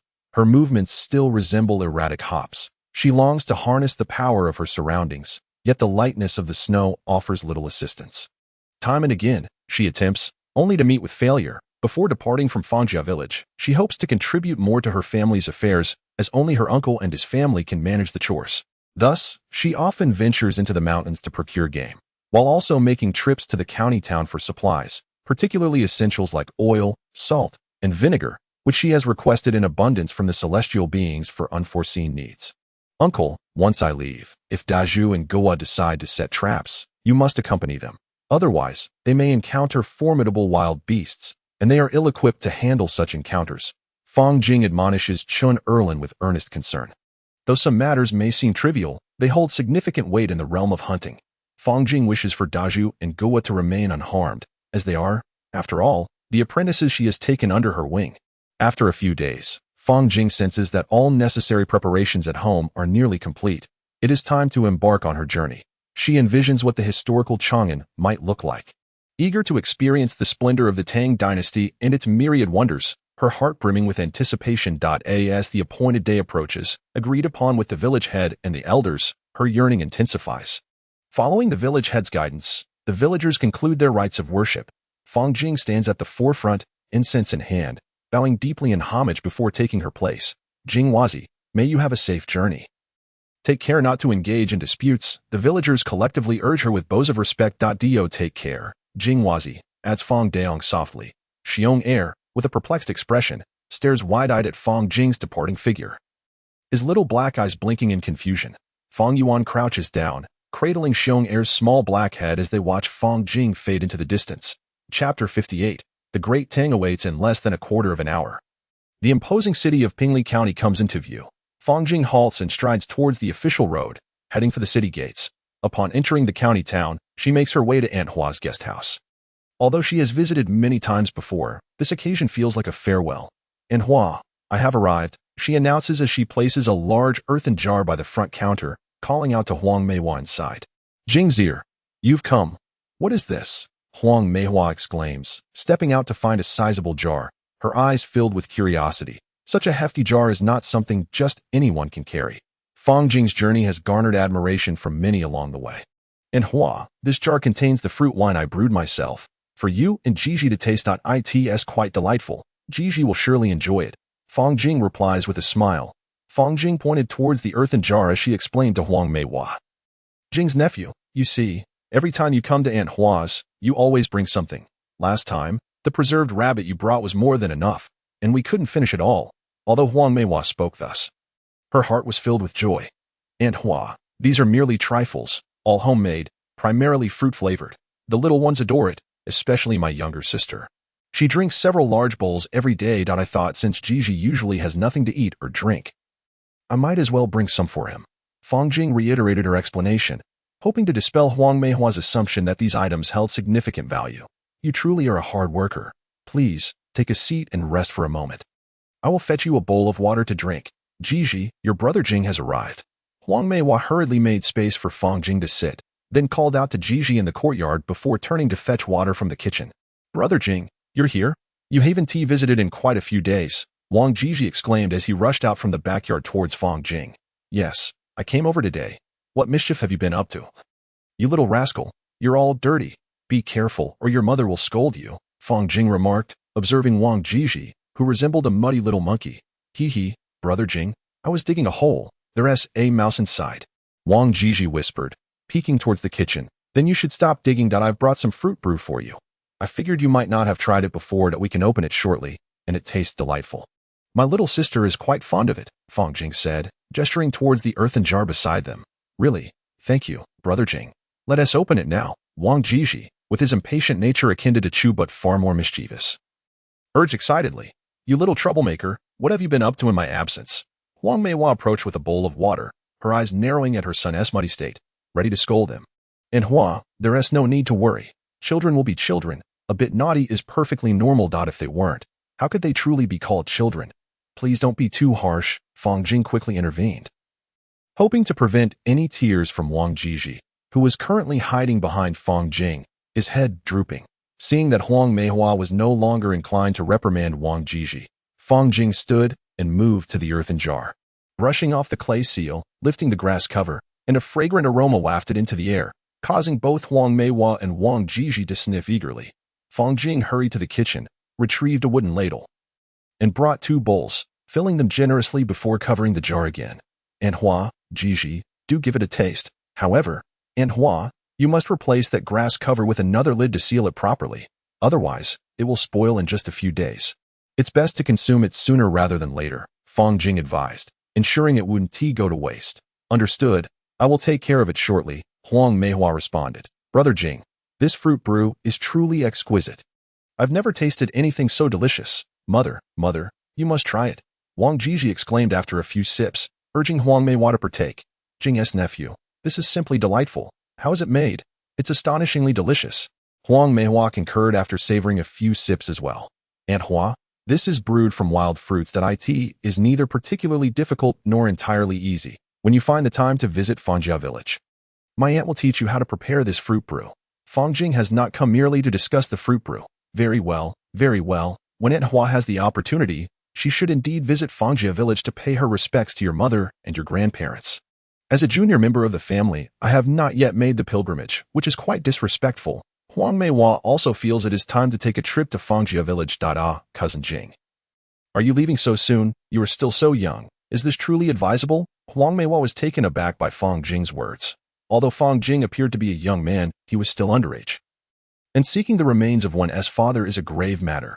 Can the people of Fangjia village truly entrust this task to him? Quickly now, kneel and bow to your older brother Jing. Expressing gratitude for his quest to find your father's remains, Huang Meihua urged Jiji to kneel down, but Fang Jing stopped them. Aunt Hua, please refrain from such gestures. My father and Uncle Wang were as close as brothers. Such formalities are unnecessary and would only distress the spirits of my father and Uncle Wang. Fang Jing wished to avoid any further bowing. The villagers of Fangjia were well aware of his aversion to such customs. Save for his ancestors. Aunt Hua, this matter is concluded. I must be on my way. Please take care of yourselves. If the inn can no longer sustain itself, sell it, and then go to Fangjia village to seek out my little aunt and uncle. They will know what to do. The bond between our families cannot be severed by mere circumstances. Aunt Hua, Jiji, take care. Fang Jing gathered his belongings and sword, stepping outside and heading toward the northern gate of the county. Cousin Jing, take care. Huang Meihua called after his retreating figure. Older brother Jing, be cautious. Wang Jiji echoed Huang Meihua's sentiments as they watched him depart. Fang Jing traversed through the northern gate of Pingli County, striding purposefully towards the main road. Occasionally, a cart laden with goods would lumber towards Jinju, yet Fang Jing would not adhere to the well-trodden path. Instead, he ventured into the forest, swiftly soaring northward, startling flocks of birds and forest creatures in his wake. As he darted among the dense woods and peaks, he would pause now and then to observe the surroundings, keen to discover any flora or fauna. It was a rare occasion for Fang Jing to leave Fangjia village and explore other woodlands. He was eager to see what life might exist beyond. He had already noticed several types of plants not found in Fangjia village, perhaps due to the geographical variations. However, he did not expect to encounter an abundance. It was only beyond the Qinling Mountains that a greater diversity of flora and fauna might emerge, as the differences between the north and south predominantly hinge upon the Qinling-Waihe line. Fang Jing soared swiftly, her relentless flight becoming somewhat wearisome. While not overwhelmingly exhausting, it nonetheless strained her eyes, which were constantly seeking out places to rest and gather strength. She found herself calculating distances in her mind. Otherwise, fixating her gaze for too long would become quite uncomfortable. A break was necessary. At that moment, Fang Jing perched upon a stone atop a mountain peak, gazing into the distance at the majestic Jianzhou city. Clutching a bottle of beverage, a gift from the heavens, she marveled at the grandeur of the ancient city, pondering the immense time, effort, and resources it must have taken to construct such a colossal settlement. Truly remarkable. Seated on the stone, sipping her drink, Fang Jing's thoughts wandered to the ancient wisdom and ingenuity that had birthed such a magnificent city. It was hard to fathom how a metropolis of this scale could be erected without mechanical assistance. The architects, commanders, coordinators, and laborers all played pivotal roles in this monumental endeavor. In an era devoid of cement, steel reinforcement, and cranes, it was evident that not just anyone could traverse through time and build a city at will. Such feats were far beyond reach. Only the ancient wisdom of the Huaxia people could have achieved the construction of a grand city like this, having previously been astounded by the city of Pingli County. Her encounter with Jianzhou City left her utterly speechless. Fang Jing contemplated the grandeur of the Tang Dynasty's capital, Chang'an, imagining it to be 10 or 20 times larger than Jianzhou City, filling her heart with anticipation. Jianzhou City, part of Huaxiaoankong, lies nestled against the Qin Mountains to the north and the Bam Mountains to the south, with the Han River flowing east to west, traversing Ankong City from west to east. During the Tang Dynasty, Jianzhou was designated as the Hanin Prefecture, with its administrative seat located within the city, which included 6 surrounding counties in the first year of the Taikong era of the Western Jin Dynasty. The name Ankong was derived from the intention of providing everlasting prosperity, tranquility, and well-being, thus giving rise to its appellation. Anlin Tower was constructed in homage to this name. Fang Jing flew to the edge of the official road and began to make her way toward the southern gate of Jianzhou City. The thoroughfare grew lively, populated by porters bearing burdens, travelers with packs, and carts drawn by oxen, all traversing on foot. The clothing of the individuals was mostly tattered and worn, often dirty, with few appearing well-kept. Those like Fang Jing, who were clean and tidy, were evidently from affluent households. As she approached the city gate, Fang Jing paused, her gaze drawn to the inscription above the archway that read Jianzhou.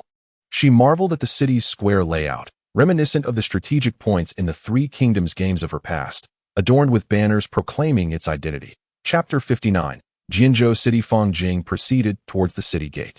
Following a throng of pedestrians moving slowly towards the archway, akin to a sluggish siege. Who goes there? What brings you to Jianzhou? The sentinels guarding the gate, noticing Fang Jing's burden and the elegant longsword she wielded, its length accentuating her refined appearance, approached her cautiously.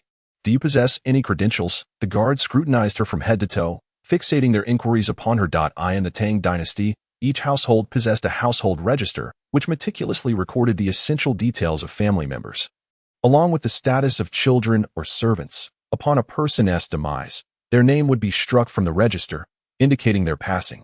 Similarly, any physical impairments would necessitate a correction in the records. If an individual developed a mole on their face, it too would require annotation in the household register. Otherwise, discrepancies in identity could arise, leading to considerable inconvenience.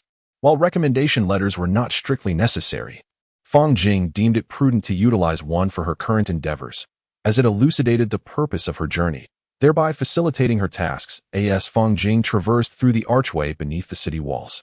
She entered the vibrant city of Jianzhou, a realm of bustling activity far surpassing that of Pingli County. The streets were thronged with people, flanked by a myriad of shops, and the pedestrian traffic was abundant.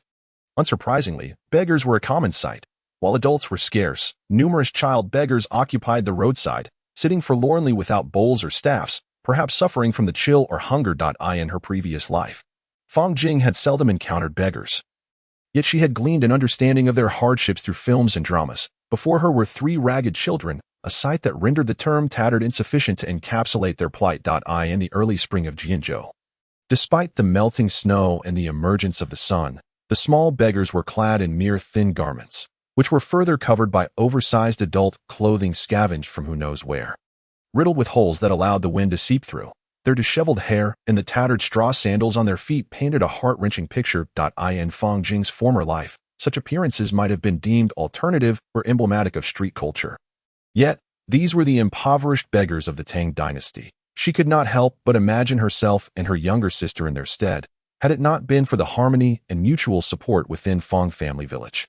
She would have undoubtedly been reduced to begging on the streets alongside these children, exposed to the biting cold. Fong Jing fought against the tide of tears threatening to spill, deeply unsettled by the scene before her and fervently wishing to shield her sister from such a fate. A profound urge to assist these children welled within her, yet she remained uncertain of how to extend her help, stirring the tenderest part of her heart. Resolutely, she approached a food stall, unfastening her bundle to procure several coins, and purchased 10 flatbreads. Drawing closer to the child beggars, she extended the flatbreads towards them, unable to discern their genders through their disheveled appearances. "Take these flatbreads. I cannot offer much more," she said, as she handed them the bread along with 20 cash coins. The child beggars gazed at her with palpable fear, their eyes reflecting a profound trepidation. Fong Jing, bewildered, could not comprehend what had transpired in their lives to instill such fear of a stranger's kindness. "Do not be afraid. There is no need for concern that it's merely some food and a handful of coins that I cannot assist you beyond this, for I too have a little sister of similar age," she reassured them, persistently placing the flatbreads and coins on the ground before them, while gesturing towards the smallest beggar, before stepping back to afford them some space. The little beggars, having seen the person who had just fed them retreat into the distance, eagerly seized the pancakes from the ground and devoured them. The eldest among them cautiously broke one in half and handed the other half to the youngest, who ravenously consumed it. Perhaps it was true. The little beggars exerted all their strength to eat the pancakes, which filled Fong Jing with sorrow. She could not fathom how long it had been since they had last eaten. Fong Jing could empathize with the discomfort of an empty stomach. And even more so, she understood the bliss of having something to fill it. After the three of them finished off 2 pancakes, they felt a surge of energy, hastily stowing away the remaining pancakes in their clothing. Along with their copper coins, though it seemed like a jest, it was an undeniable reality. Lacking water, they carelessly drank from a nearby ditch, and Fong Jing could scarcely imagine how filthy the water in Jianzhou City could be, which only deepened her distress. Choosing not to witness any more, she turned away, unwilling to let this unpleasantness taint her journey ahead. As she walked, she observed the overall landscape of Jianzhou City. Perhaps it was due to her previous Life Fest visit. Though it was not the same, it still filled her with excitement at the sight of the city's vibrancy. This Jianzhou City, nestled along the banks of the Han River, had undoubtedly endured countless battles throughout ancient times. It would not be an exaggeration to call it a city steeped in warfare. In ancient times, when people contended for dominion, they would invariably aim to seize the great cities along the rivers first. Otherwise, how could they navigate downstream or mount advantageous offensives? As Fong Jing continued her forward march, she gathered a modicum of understanding about Jianzhou. Not having brought much copper with her, she realized she could not remain outside for long. Although she had 3 guan of coins in her bundle, it would only suffice for a month or 2 at most, enough for basic sustenance or lodging. Should she indulge more freely, she would find herself in dire straits in a matter of days.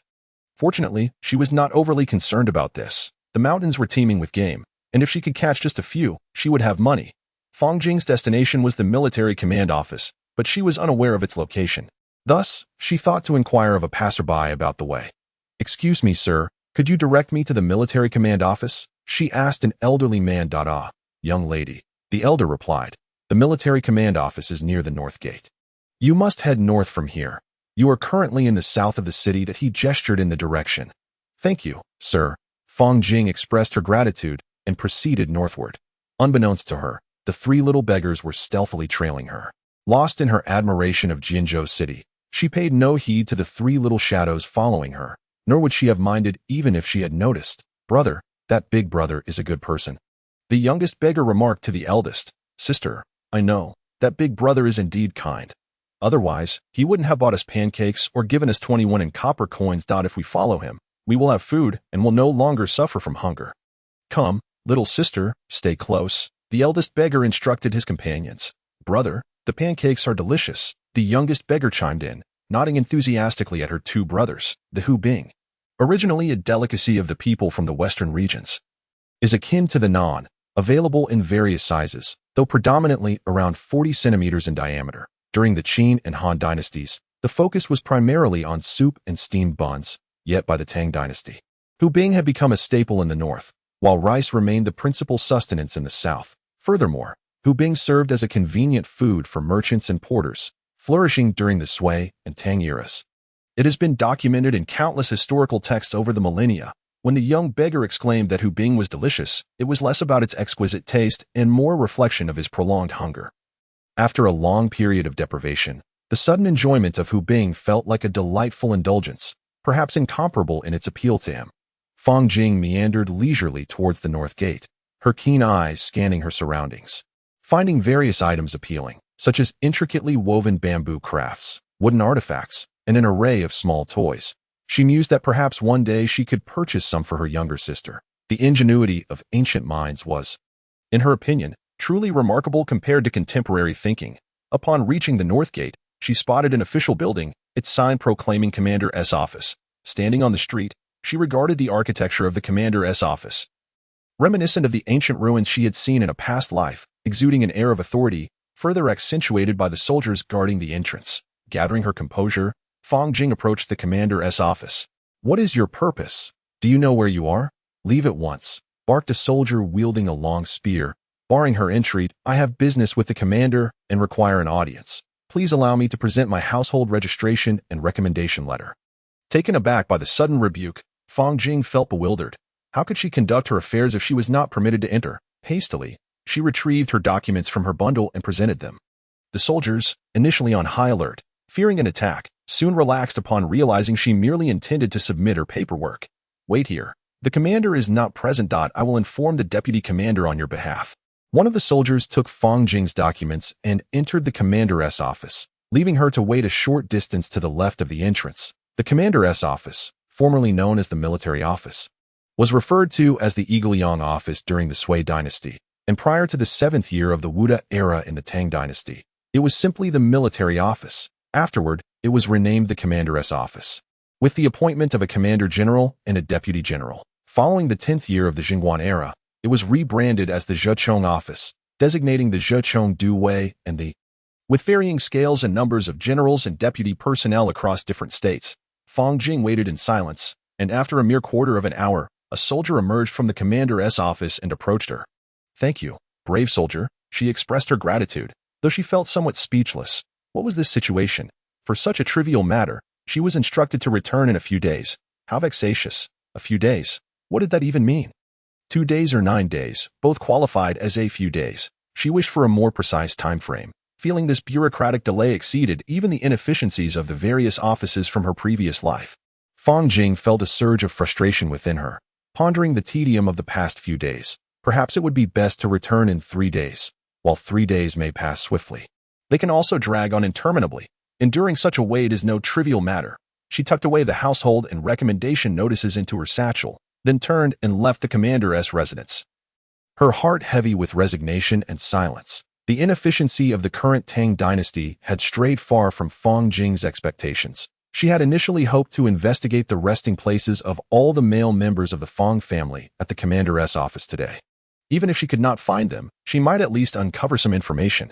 Following that, she could consult the military department in Chang'an, where records surely existed. Yet now, it seemed she had veered off course. Chapter 60. 3 little beggars with her head bowed. Fang Jing made her way towards the center of Jinju City, seeking an inn to stay for a few days. However, upon lifting her gaze, she was taken aback to see 3 little beggars from the south of the city. She wondered how they had come to beg here. Was the northern part of the city better than the southern? After all, there were hardly any shops here, lacking the vibrancy of the southern district. Approaching the 3 little beggars, she noticed they began to retreat.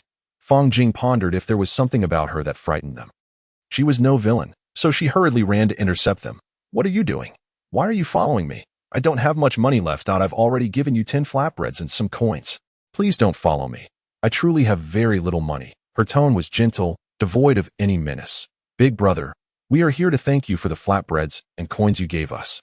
The eldest of the little beggars replied softly, fear and concern evident in his voice. "Oh, there's no need for thanks. I mentioned I have a little sister about your age. Where are your guardians? Why are you out begging at such a young age? Don't your parents care for you?" Fang Jing inquired about their circumstances, feeling that without any adults, these 3 little ones would truly struggle to get by. She wondered if the local government would take notice. "How long have you been away from home? Do you have a place to stay?" Fang Jing squatted down to address the smallest beggar, directing her questions at the eldest. "Outside the city? Are you staying with relatives?" she continued. "Will you take me to see?" Fang Jing suggested, as she had no place to stay either. She figured it would be harmless to take a look. If it came to that, she could always find a secluded hillside to hide away for a few days. Thankfully, she harbored no aversion to the living conditions of others. Otherwise, she would not have been able to speak so kindly. Indeed, Fong Jing was not picky about her accommodations. She was a laid-back person who needed only a roof over her head. Perhaps she could even find a place to stay for free. Saving some coins, however, her intent was not solely to save money. She merely preferred to avoid tasteless meals and hoped to prepare something for herself. "Big brother, shall we go now?" The three little beggars, having lowered their guard, invited Fong Jing to see where they lived. Following the three little beggars for around half an hour, they finally passed through the southern city gate. Throughout their journey, they were the subject of many curious glances, with onlookers suspecting that Fong Jing was somehow involved in something dubious. A young man, cleanly dressed and possessing a fair, delicate appearance, trailing behind three ragged little beggars, certainly tarnished his reputation. As Fong Jing walked, he garnered a plethora of glances from passers-by, some kind, but the majority were laden with disdain, though perhaps the kind were scarce due to a general lack of understanding or perhaps an overwhelming desensitization born from frequent exposure. Or perhaps it was a worldview that fostered such apathy. By now, Fong Jing had distanced himself significantly from the southern city gate, at least 3 miles away, where a dilapidated thatched hut stood nestled beside a grove of trees. The structure was made of mud and straw, with earthen blocks forming the walls and a roof of mud and straw. It had a single doorway, devoid of both door and window, and the roof was in a state of disrepair. With only a small corner at the far end showing any semblance of stability, the ground was strewn with some thatch, indicating that this was indeed the dwelling of the three little beggars. Beside the thatch lay a pile of tattered blankets, filthy beyond belief, far dirtier than those that once adorned Fong Jing's home, so much so that it could hardly be called bedding. It was a mystery where the beggars had procured such rags. The small, ramshackle hut was utterly bare, devoid of any other belongings, though even if there were, what possessions could three beggars possibly claim as their own, aside from a roof over their heads and tattered clothing? What could they possess? "You three live here," Fong Jing remarked, dismayed.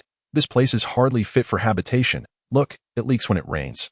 After surveying the dismal shelter, he turned to the three little beggars in an attempt to dissuade them. The eldest beggar looked at Fong Jing with eyes full of helplessness. "Alas, brother, I do not know. I thought there would be some places to stay in Jinju City. Does the government not care for you?" Fong Jing was genuinely perplexed and pressed them for more information. "The government, they only chase us away. They do not concern themselves with our plight. There are many like us in the city. Just as destitute. We can only beg near the southern gate. We are forbidden from going elsewhere. If we stray too far, the guards will come to capture us, even if we manage to collect some coins. We must surrender a large portion to them, or else we cannot remain by the city gate." The little beggar's lamentation shattered Fong Jing's previous notions. He had heard tales in his past life of beggars who collected alms to hand over to those who controlled them. But was this not precisely what was unfolding before him, collecting money only to hand it over to the guards? Could this truly be the Tang Dynasty? Perhaps the so-called era of peace would only commence after Li Shimin ascended to the throne. And Fong Jing held on to a flicker of hope for change, though he doubted its likelihood. In this era, human life was woefully undervalued. Wherever profit could be gleaned, there would be those ready to exploit the vulnerable for their own gain. Hence, Fong Jing held little hope for the future. "How about this? You wait here while I procure some food. Stay put," he instructed before swiftly darting towards the mountains and forests, with the sun still shining brightly. Fong Jing dared not run too fast. Should he be seen, he might be mistaken for a monster and end up roasted on his spit. Fong Jing ventured into the forest and captured 2 rabbits. She also requested a pot with ears from the deity, along with some rice to fill it, and a few condiments for cooking, which she mixed together and placed in a freshly carved bamboo bucket. With her burden in hand, she made her way to a dilapidated hut. Upon returning, the 3 little beggars were perplexed about Fong Jing's purpose in the woods, but upon seeing her approach with 2 rabbits and an unfamiliar iron pot, they quickly surmised that she had procured food, and with it, rice. The 3 little beggars licked their lips in anticipation as they gazed at Fong Jing and the cooking pot. "Please gather some large stones, while I fetch firewood. We shall feast on rabbit meat and rice this evening," Fong Jing instructed. Noticing the absence of an earthen stove, she decided to construct one herself, all the while considering the need to gather firewood. "Come, you assist me by adding wood to the fire for cooking, while I roast the rabbits." Fong Jing called upon the eldest beggar for assistance, as she began to grill the rabbits, applying spices with her hands. And soon the delectable aroma wafted through the air, drawing the attention of all 3 little beggars, particularly the youngest, whose mouth watered profusely. "Soon we shall dine, but not just yet," Fong Jing remarked, lifting the lid of the pot and slicing the rabbit meat into the nearly cooked rice with a small knife. "This bamboo bowl will be used for our meal. I will first mix these ingredients into the rice." She set the pot lid aside on the ground, chopped garlic and scallions into the lid, sprinkled them into the pot, and then covered it again, extinguishing the fire. Fong Jing discovered that while there were bowls and chopsticks available, there was no spoon for serving the rice. Thus, she used her sword to cut a piece of bamboo, fashioning it into a spoon with her small knife, which she deemed perfect. By this time, the sky was nearing darkness, and Fong Jing felt the rice was ready to be served. However, the fire for roasting the rabbits had dwindled, prompting her to add more wood to increase the flames, ensuring visibility would not be lost during their meal. She filled each bamboo bowl with 2/3 of rice, followed by the rabbit meat. "Let us begin. It is bound to be delicious. My little sister adores my cooking," Fong Jing declared as she lifted her bowl and chopsticks, taking a hearty mouthful, feeling invigorated. The journey had not been overly exhausting, but savoring a warm meal on such a chilly, dark night was indeed a luxury. The three little beggars also dug into their bowls, eating with fervor. Midway through their meal, they all began to weep in unison, leaving Fong Jing bewildered. "What is the matter? Did you burn yourselves? What has happened?" she inquired, pausing her own meal. "Brother, we have never tasted such exquisite food. If only our father and mother were still alive, they could savor this delightful meal too.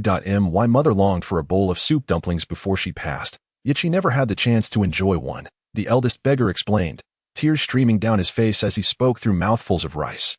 "Alas, do not be disheartened or sorrowful. When my little sister and I were together, we too struggled to find enough to eat, going to bed hungry each night on straw mats, always yearning for a delicious bowl of rice. Even without vegetables," Fong Jing said, her inability to comfort evident. She sought to change the subject, as she had always been at a loss for words in such situations, belonging to the realm of the inarticulate. As night descended, the southern city gate had long been shut. The three little beggars and Fong Jing had devoured every morsel of food, leaving not a single grain behind. The three young urchins were uncomfortably stuffed, gazing longingly at the flickering fire, while Fong Jing pondered how to spend the night. Should she, like a character from a martial arts drama, sit in vigil throughout the night? To her, that seemed absurd. All she desired was to sleep. Yet, how was she to pass this evening? Chapter 61. A difficult dilemma. The three little beggars sat quietly on a large stone, observing Fong Jing with admiration, thinking to themselves how fortunate they were to have such a kind elder brother who had treated them to flatbreads in the afternoon, given them coins, and prepared such delectable meals for them in the evening. Though they remained unaware of where this brother procured the rice and pot, they unanimously agreed that the food he prepared was the finest they had ever tasted, bar none. "May I inquire, when did your father perish in battle, and where did he fight?" Fong Jing suddenly posed a question to the three little beggars. "Brother, my father died in battle 5 years ago, in Luoyang. My mother said he originally served the king of Qin, but was later reassigned to serve General Qin," the eldest beggar recounted, sharing what he knew with Fong Jing, albeit puzzled as to why she asked. "What, 5 years ago, Luoyang, General Qin?" Fong Jing was taken aback. What a coincidence. They all perished in Luoyang. That truly made them comrades in arms with her father. She found it perplexing that none of these soldiers' descendants seemed to receive any care or attention, including herself and her little sister. Were they truly to be discarded and neglected? What sort of government was this? Fong Jing felt a surge of indignation, yet had no outlet for her anger. Was this the way of the ancient world? Perhaps it was merely a consequence of the dynastic changes. "Brother, can we accompany you to Luoyang?" The youngest beggar raised his head, looking at Fong Jing with pleading eyes. "That may not be feasible. The journey spans thousands of miles, and I cannot take you with me. However, if you have any relatives who might take you in, I could escort you to them," Fong Jing replied, knowing she truly could not bring them along.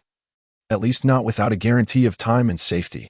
Our relatives will not take us in. We were cast out," the eldest beggar insisted. "Brother, do not worry. We can do anything. We can be of service. Please, take us with you," the eldest beggar earnestly implored Fong Jing, even kneeling alongside the other two. Fong Jing was at a loss for words. She lifted the three of them up, having no desire to meet an untimely end. Yet she was equally uncertain about what to do. For the moment, she simply could not take them along. Otherwise, she would be beset with troubles, having to care for one and then another, and she might soon find herself resembling a caretaker. "Perhaps I shall visit the government office tomorrow and inquire. Surely, they ought to provide shelter for you homeless children," Fong Jing suggested, hoping the officials would take notice of these abandoned youths. Brother, the government will not assist us. Even if they take a bribe, they will cast us out in a few days, the eldest beggar lamented, wishing for a refuge where the three siblings could survive, but realizing it was a remote possibility. For the officials who accepted money would hardly be inclined to care. Fang Jing felt helpless. She decided to set the matter aside for now and focus on her own affairs in Jianzhou before addressing these concerns. She could not simply take them in and then neglect them. That was not the way she conducted herself in the world. Upon the appointed time, I shall assess the situation. Once I conclude my affairs in Gold State, I will devise a means to secure you a place of refuge. Fang Jing gazed silently at the heavens, fervently hoping for a modicum of mercy from the divine. The four individuals huddled around the fire, occasionally exchanging words, the chill in the air growing ever more pronounced. While Fang Jing remained largely unfazed, the other three inched closer to the warmth of the flames. Indeed, the temperature has dropped. Let us retreat indoors to rest, Fang Jing stated, rising to extinguish the fire, leaving behind a single burning log, which she carried to the dilapidated straw hut and propped against the crumbling wall to provide some illumination for the humble abode. This is for the three of you. Follow my lead. Open it, lie inside, and pull this side shut. Yes, just like that. You may also burrow into sleep, Fang Jing instructed, demonstrating the use of the sleeping bags. Afterwards, she extinguished the torch and cast it aside, placing her bundle beneath her head as an improvised pillow. With her longsword resting beside her, she crawled into her sleeping bag and zipped it up. Ready for slumber. It was unclear whether it was the fullness from their meal or the warmth of the sleeping bags, but the three little beggars soon drifted off to sleep. Fang Jing, however, found herself unable to doze off, her mind swirling with a myriad of thoughts, each more perplexing than the last, leading her nowhere. Dawn broke the next day. Fang Jing arose to find the three children still peacefully slumbering, and chose not to disturb them. She took her toothbrush and a bit of toothpaste, and made her way to the stream to freshen up. After her morning routine, feeling a sense of ennui, she returned to her former pursuits, venturing into the mountains to hunt for prey. Thus, Fang Jing and the trio of beggars spent 3 days together, the time passing in a haze of monotony. Occasionally venturing into Gold State City to glean information, whether useful or not, gradually deepening her understanding of the Tang Dynasty and this city. In a modest chamber, a middle-aged man sat behind a low couch on the left, while another, similarly aged, occupied the right. There was no table between them, merely a large wooden frame containing various unknown items, papers, wood, metal, and other assorted materials. Who are you? What brings you to my military office? Inquired the man seated at the right. Fang Jing stood a short distance from the entrance, gazing at the interrogator, who wore a cap and a green robe. Are you Fang Jing? Asked the man on the left, similarly attired. Do you understand that this matter is of great significance?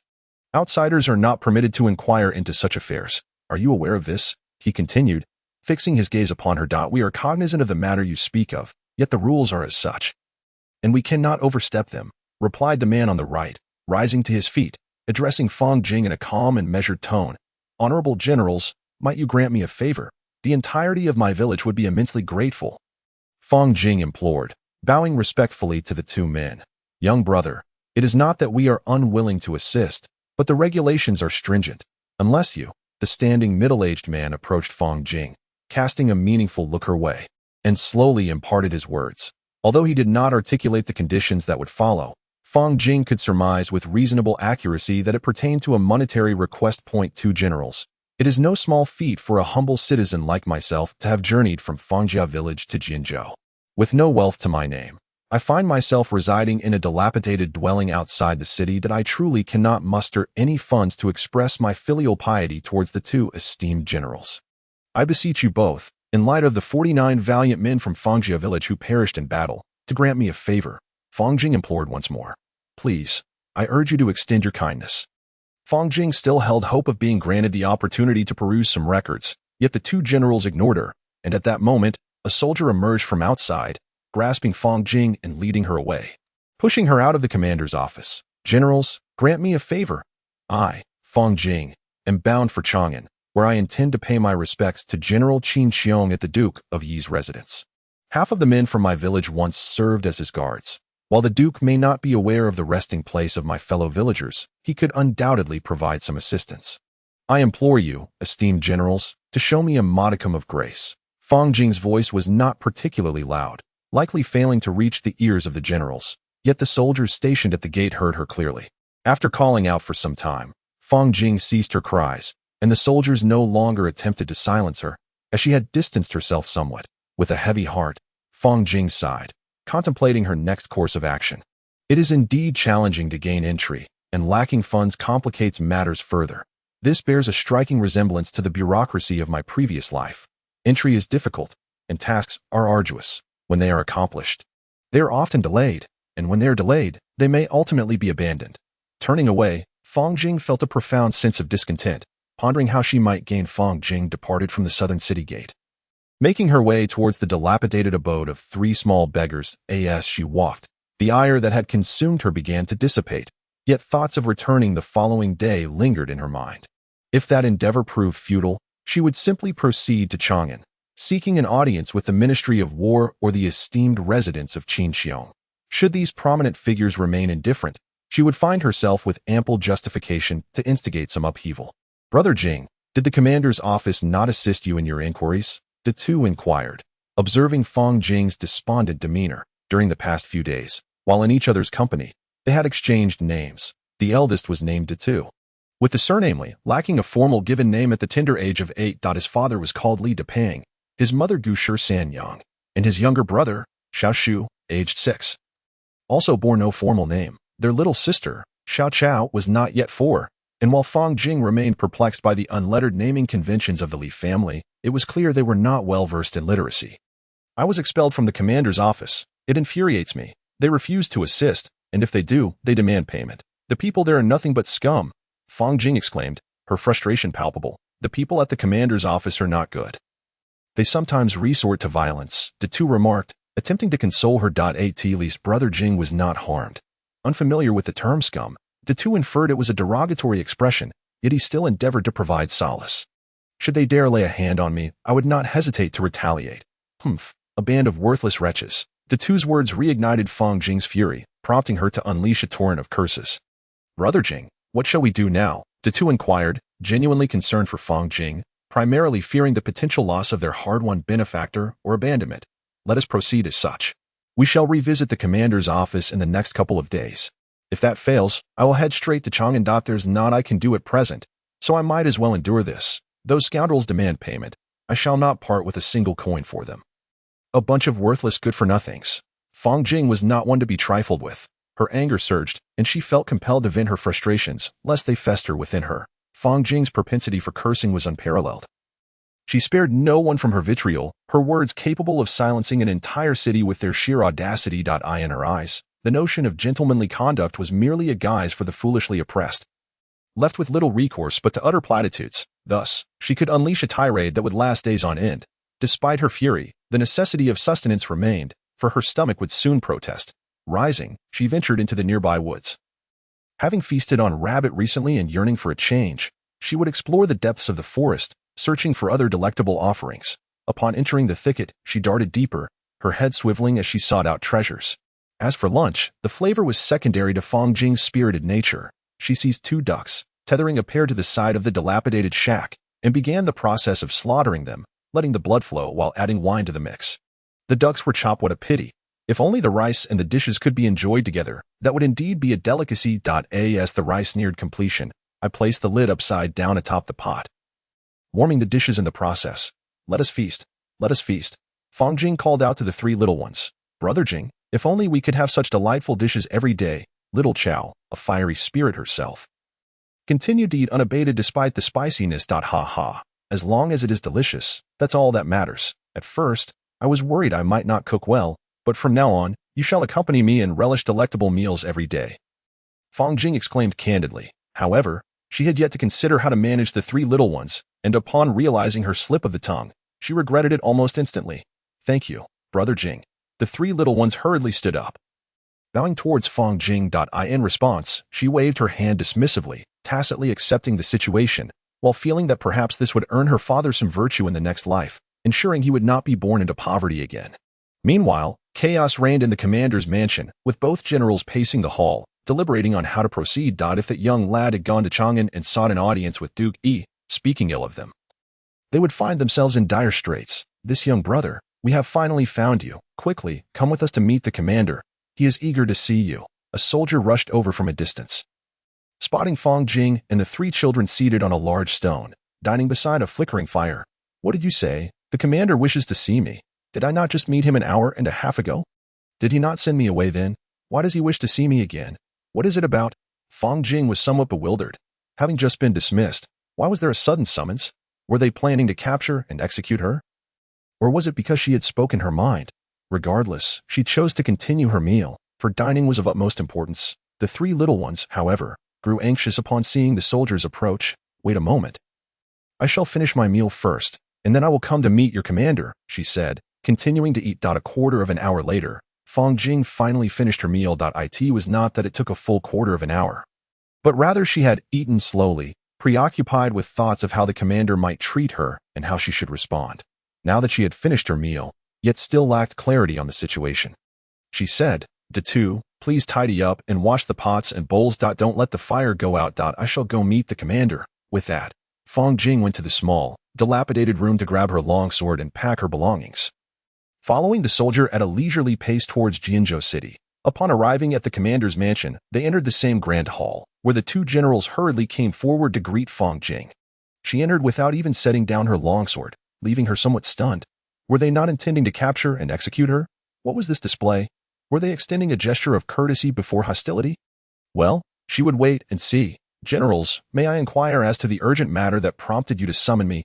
Fang Jing bowed to the two generals and inquired earnestly. The young man remarked, "It was our oversight earlier. We have already conducted a thorough inquiry into the matter you wish to examine. The reason for summoning you here is to present this information, which will undoubtedly facilitate your search." As he spoke, the middle-aged man seated at the right side of the table handed a stack of papers to Fang Jing. Upon casually perusing the documents, Fang Jing noted that at least 2/3 of the residents from Fangjia village were listed, while nearly 1/3 remained absent. Folding the papers neatly, he tucked them away within his garments, his mind racing with curiosity about the peculiar arrangement of collecting fees in the morning and offering free service in the afternoon. "Thank you, esteemed generals. It appears that there are still some names missing from this roster. Might I inquire if you have completed your review?" Fang Jing ventured to ask about the absent 1/3 of the individuals. Although he was uncertain whether the two generals had indeed conducted a comprehensive review, he felt compelled to voice his query. "My young friend," one of the generals replied with a hint of embarrassment, "we have thoroughly examined the records, and we have only documented these 30 or so men from Fangjia. For the others, you would need to consult the Ministry of War." "Thank you, esteemed generals. With this matter resolved, I shall not further intrude upon your time. Farewell." Fang Jing expressed his gratitude, eager to depart now that he had acquired the information he sought, wishing to avoid any potential complications. "My young friend, as you travel to Chang'an, you must certainly visit the Ministry of War. I have heard you intend to pay your respects at the Duke of Yi's residence. When the time comes, please speak favorably of us." The two generals said, bowing respectfully to Fang Jing. "Rest assured, I shall indeed pay my respects to the Duke of Yi during my visit. However, I cannot guarantee the impact of my words as a mere commoner." "I hope you will understand," Fang Jing replied, realizing that the generals were apprehensive of the Duke of Yi. He initially thought it was his own charm that inspired their admiration, and he couldn't help but feel a sense of amusement. "Thank you once again, esteemed generals. Farewell," Fang Jing concluded, turning to make his way toward the main gate of the commander's residence, dismissing the affairs behind him. He thought to himself, "Why should I concern myself with your flattery? As long as you do not speak ill of me, that should suffice." Chapter 63.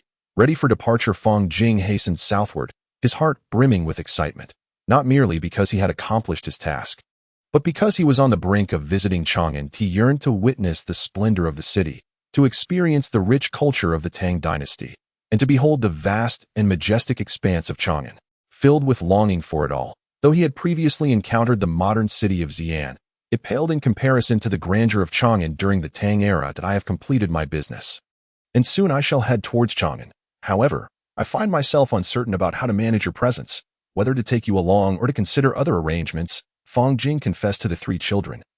Acknowledging his indecision, "Brother Jing, we are capable of anything. We can assist you in every way. Please, take us with you," Datu exclaimed, as he and his siblings prepared to kneel in supplication. Fang Jing quickly intervened, urging them to sit by the fire instead, his mind racing for a viable solution, though nothing satisfactory came to him. After a brief moment, Fang Jing lifted her head and gazed at the three small children, who remained as cautious as ever, their eyes brimming with helplessness. In that instant, a plan began to form in her mind. Soon, I shall venture into the mountains to hunt a couple of bears, sell their pelts for some coin, and procure clothing for you all, perhaps even a few donkeys, and then we shall make our way to Chang'an.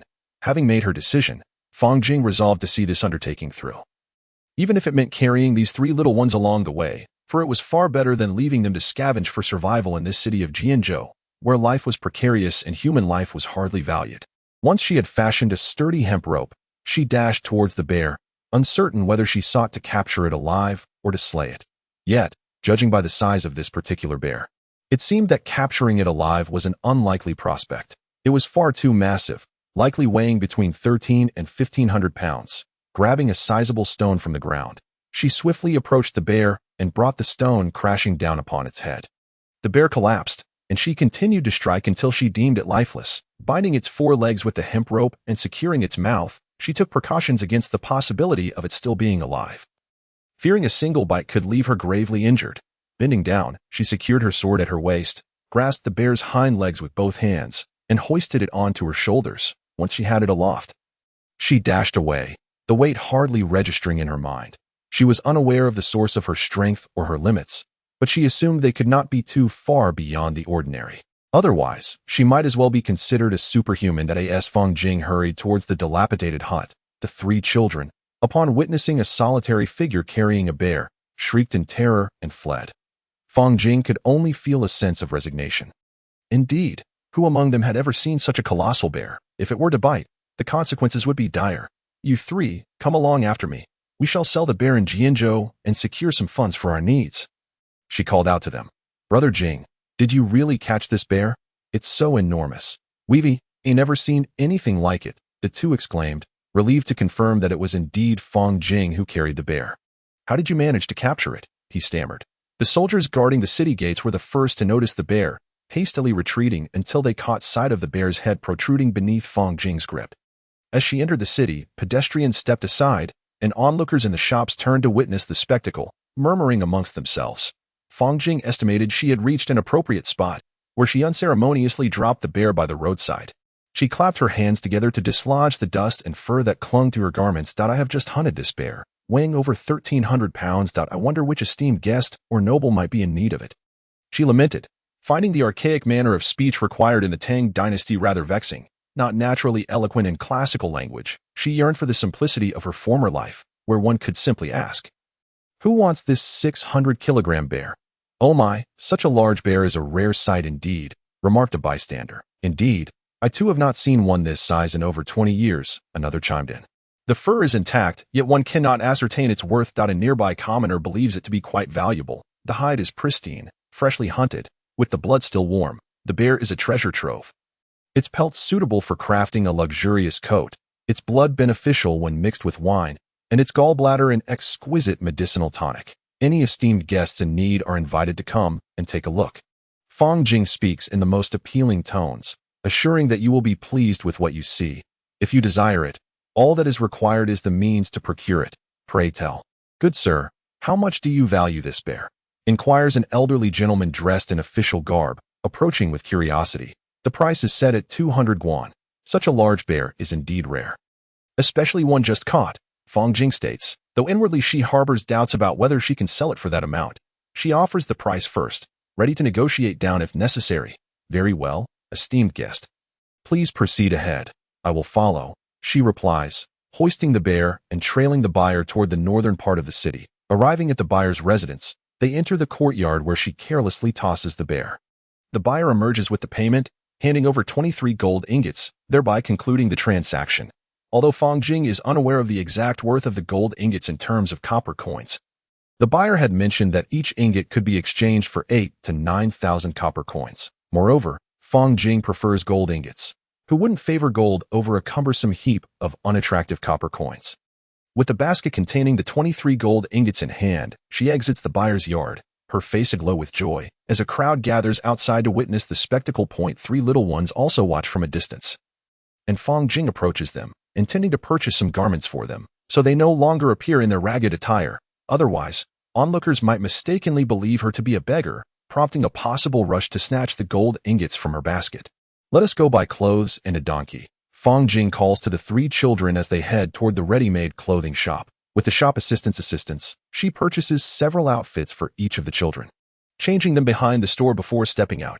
The beggar clothes are discarded without regard for the storekeeper's approval. After all, she has paid for them, and they must accept it. The three little ones, now clad in fresh attire, appear considerably more cheerful, though their faces and hair remain quite dirty. They can wash up later. For now, they need to buy a donkey in the eastern part of the city. Without a mount for their journey to Chang'an, walking would be a self-imposed hardship. Fang Jing, accompanied by the three children carrying bundles of clothing and shoes, makes their way to the livestock market, which is only available in the eastern city. Upon arrival, they successfully purchase 3 sizable donkeys, each around 4 years old. While horses are also for sale, Fang Jing cannot ride one, and besides, horses are typically reserved for individuals of higher status. Common folk are not permitted to purchase them. Cattle can be bought, but only with the necessary documentation and registration at the local government office. Accepting this, Fang Jing opts for the donkey, which is far less complicated to acquire. Payment is all that is required. Unlike the cumbersome process for purchasing cattle or horses, leading 3 donkeys out, preparations were made to head towards the dilapidated little house. 3 donkeys were sufficient, as there was no need for a cart. They were merely to carry people and goods. Each of the 3 little ones would ride 1 donkey, while another would be laden with everyday necessities, which seemed quite adequate. The clothing and shoes for the 3 children cost nearly 4 gold coins, not exorbitant, yet not particularly inexpensive either, with each set of clothing and shoes exceeding a gold coin. The 3 donkeys, each valued at almost 7 strings of cash, were comparable to the price of a cow, which also required 7 strings. Horses, on the other hand, were even more costly. One would be hard-pressed to acquire a decent horse for less than 20 strings, and one of superior quality would demand nearly 50 strings. Throughout the journey, the 3 little ones were filled with exuberance, bouncing about and raising their voices considerably. This warmth, a rare experience since the absence of their parents, instilled in them a sense of hope and reliance. Perhaps the very reason for their joy. After moving 3 sacks of yellow beans into the little house, they noticed that evening was approaching, a time for dinner, although it was still a bit early. It did not dampen Fang Jing's spirits. With money and donkeys at her disposal, what was there to fear? The only concern was a few minor inconveniences, hardly significant. Fang Jing whistled cheerfully as she untied 2 wild ducks from one side, preparing to commence the duck slaughtering. Though they had duck for breakfast, it was necessary to have duck again for dinner. Wasting food would invite divine retribution. After dinner, Fang Jing meticulously cleaned everything, including giving the 3 little ones a thorough wash. Despite the cold weather, she had a pot to boil water. Otherwise, bathing in the stream could have resulted in them freezing to death. It was only due to her good spirits that she thought to bathe the children and even trim their hair, which harbored a few lice, just as she and her younger sister had experienced before. Fang Jing had procured some lice medicine from the heavens, for without it, these pests would be impossible to eliminate. After washing, she had the 3 children sport a buzz cut. She cared not whether they resembled monks or little ones, as she herself had sported a similar haircut last year, which had grown out over the past few months.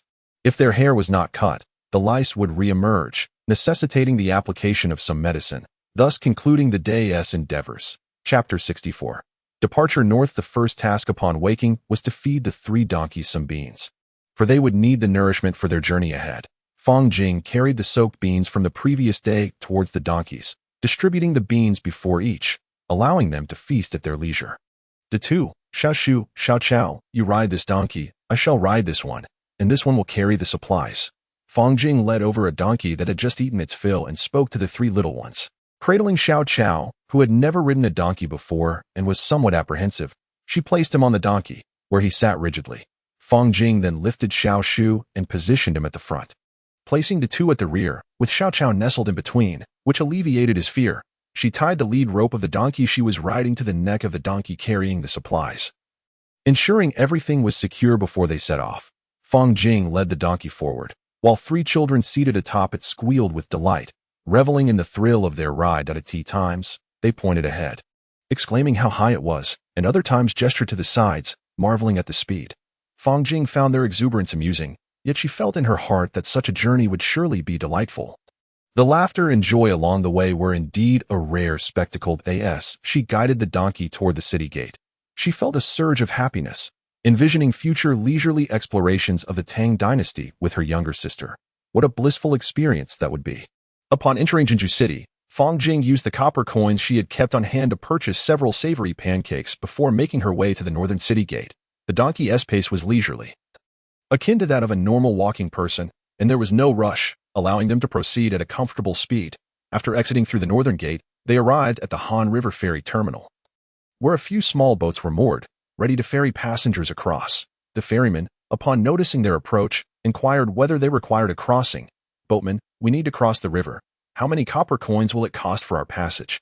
Fang Jing asked, calculating that with 3 donkeys and 4 people, it should amount to just a few dozen coins. "Esteemed guest, our boats are small and can only carry you in 2 trips. It will be 20 coins for both boats. This is my brother. Rest assured, we have been ferrying on the Han River for decades," the ferryman explained, gesturing toward a fellow boatman nearby. "Very well, I trust the seasoned ferryman," Fang Jing replied, finding no cause for concern. With 2 wooden boats, they would just manage to accommodate them. The river's current appeared mild, which further reassured her. They guided the donkeys onto one boat and then ushered the others onto the second. Finally boarding themselves, the ferryman skillfully maneuvered the oars, and as they drifted several meters from the shore, Fang Jing felt a sense of calm wash over her, observing the surface of the Han River flowing with a gentle rhythm. She gazed into the distance where numerous boats traversed the water, while others were engaged in fishing. The riverbank was bustling with people. Although Fang Jing had witnessed many scenes before, this non-mechanical tableau was unlike any she had encountered. If someone were to capture this scene on canvas, it would surely be a masterpiece. The banks of the Han River were approximately a mile apart, and within a quarter of an hour, they had reached the opposite shore. After paying the ferrymen 20 coins, they resumed their journey. While the ferrymen prepared for their next crossing, Fang Jing led the donkeys westward, uncertain of her precise direction. Fang Jing recalled the maps from her past life, where the northeast was dominated by mountains, and the northwest also led into high terrain. She chose the northwest path at random, primarily driven by curiosity to witness the Qinling Mountains, and to see what the official roads traversing them looked like. Furthermore, as long as she headed north, she would eventually arrive in Chang'an. In truth, Fang Jing's decision to head northwest was indeed prudent. For upon reaching the northern edge of Shirquan County, she would encounter the famed Shu Road. The Shu Road was a vital thoroughfare in ancient times, and ultimately, she would need to travel along the Zawudo, a segment of the Shu Road, to reach Chang'an. The various roads within the Shu region were predominantly constructed during the Warring States period, or at least initiated then, although subsequent dynasties also contributed to their development. Numerous historical texts and records attest to this fact. Historically, travel necessitated movement from south to north. However, the terrain of Shu is characterized by its lofty mountains, dense forests, and numerous rivers. Furthermore, Shu is abundant in a variety of resources, which necessitated the construction of several routes leading to the region for the purpose of transporting these goods and facilitating military campaigns, thereby expediting travel. Fang Jing, leading the donkey, ambled forward. Although they traversed an official road, it lacked the vibrancy of the Han River. The primary waterway was economically favorable, while the costs of land travel were significantly higher. Thus, one could frequently observe various boats navigating up and down the river. "Do you know where we currently are?" Fang Jing inquired. The 4 of them, along with 3 donkeys, had journeyed for a day without encountering any signs of civilization, merely following the official road. Yet they remained oblivious to their precise location. "Jinggu, I too am unaware of our whereabouts," came the response. The 2 glanced around but could not discern their location, which was understandable, as they had only remained in Jinju City and had never crossed the Han River.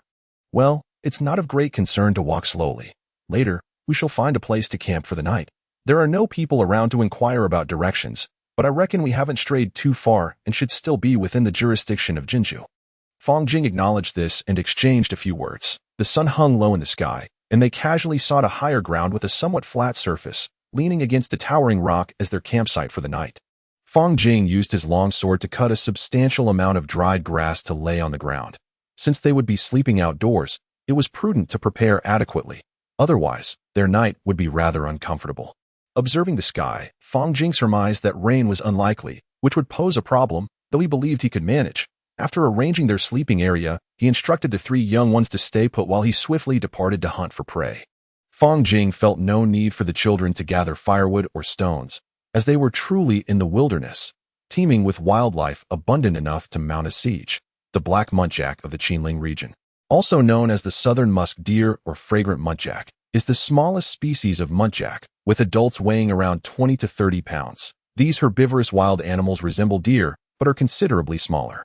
They inhabit altitudes of approximately 2,000 meters, although they can also survive at lower elevations. Currently, only about 100 of these rare creatures have been discovered in the wild in Huaxia.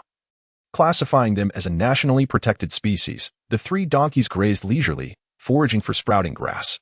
Fang Jing planned to feed them some dried beans after dinner and tie them to a tree, lest they bray loudly during the night. As the crescent moon ascended into the sky, illuminating the forested wilderness, Fang Jing glanced around, listening to the myriad of insects chirping. He felt reassured that there were no large animals nearby.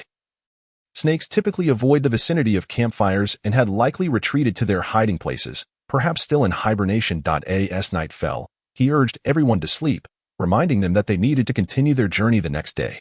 Jingge, you mentioned that there are tigers and leopards in these mountains. Do you think they might come here? One of the young ones asked, a hint of concern in their voice. The young tree glanced around, a hint of trepidation in his voice as he inquired of Fang Jing. Certainly, there are creatures lurking about, but they would never venture near us. Even if they did, I could easily dispatch them, thus ensuring our slumber remains undisturbed. Fang Jing harbored no fear of tigers or leopards. However, she remained blissfully unaware that her careless words had instilled fear in the hearts of the three little ones. Do not fret, dear siblings. My martial prowess is formidable. Should a tiger or leopard approach, I shall vanquish it before it even recognizes its mother, she proclaimed, uttering phrases incomprehensible to the children, yet reassuring them of her ability to slay a tiger or leopard, which ultimately coaxed them into their sleeping bags. It is unclear how long they slumbered, but the braying of a donkey roused Fang Jing from her drowsy state, leading her to believe dawn had arrived. She quickly sat up, only to find the world shrouded in darkness, the donkey's cries persisting. As she gazed towards the source of the commotion, she was taken aback to see a leopard accompanied by two cubs encircling three braying donkeys. The sight startled her. Were they intent on tearing apart her steed?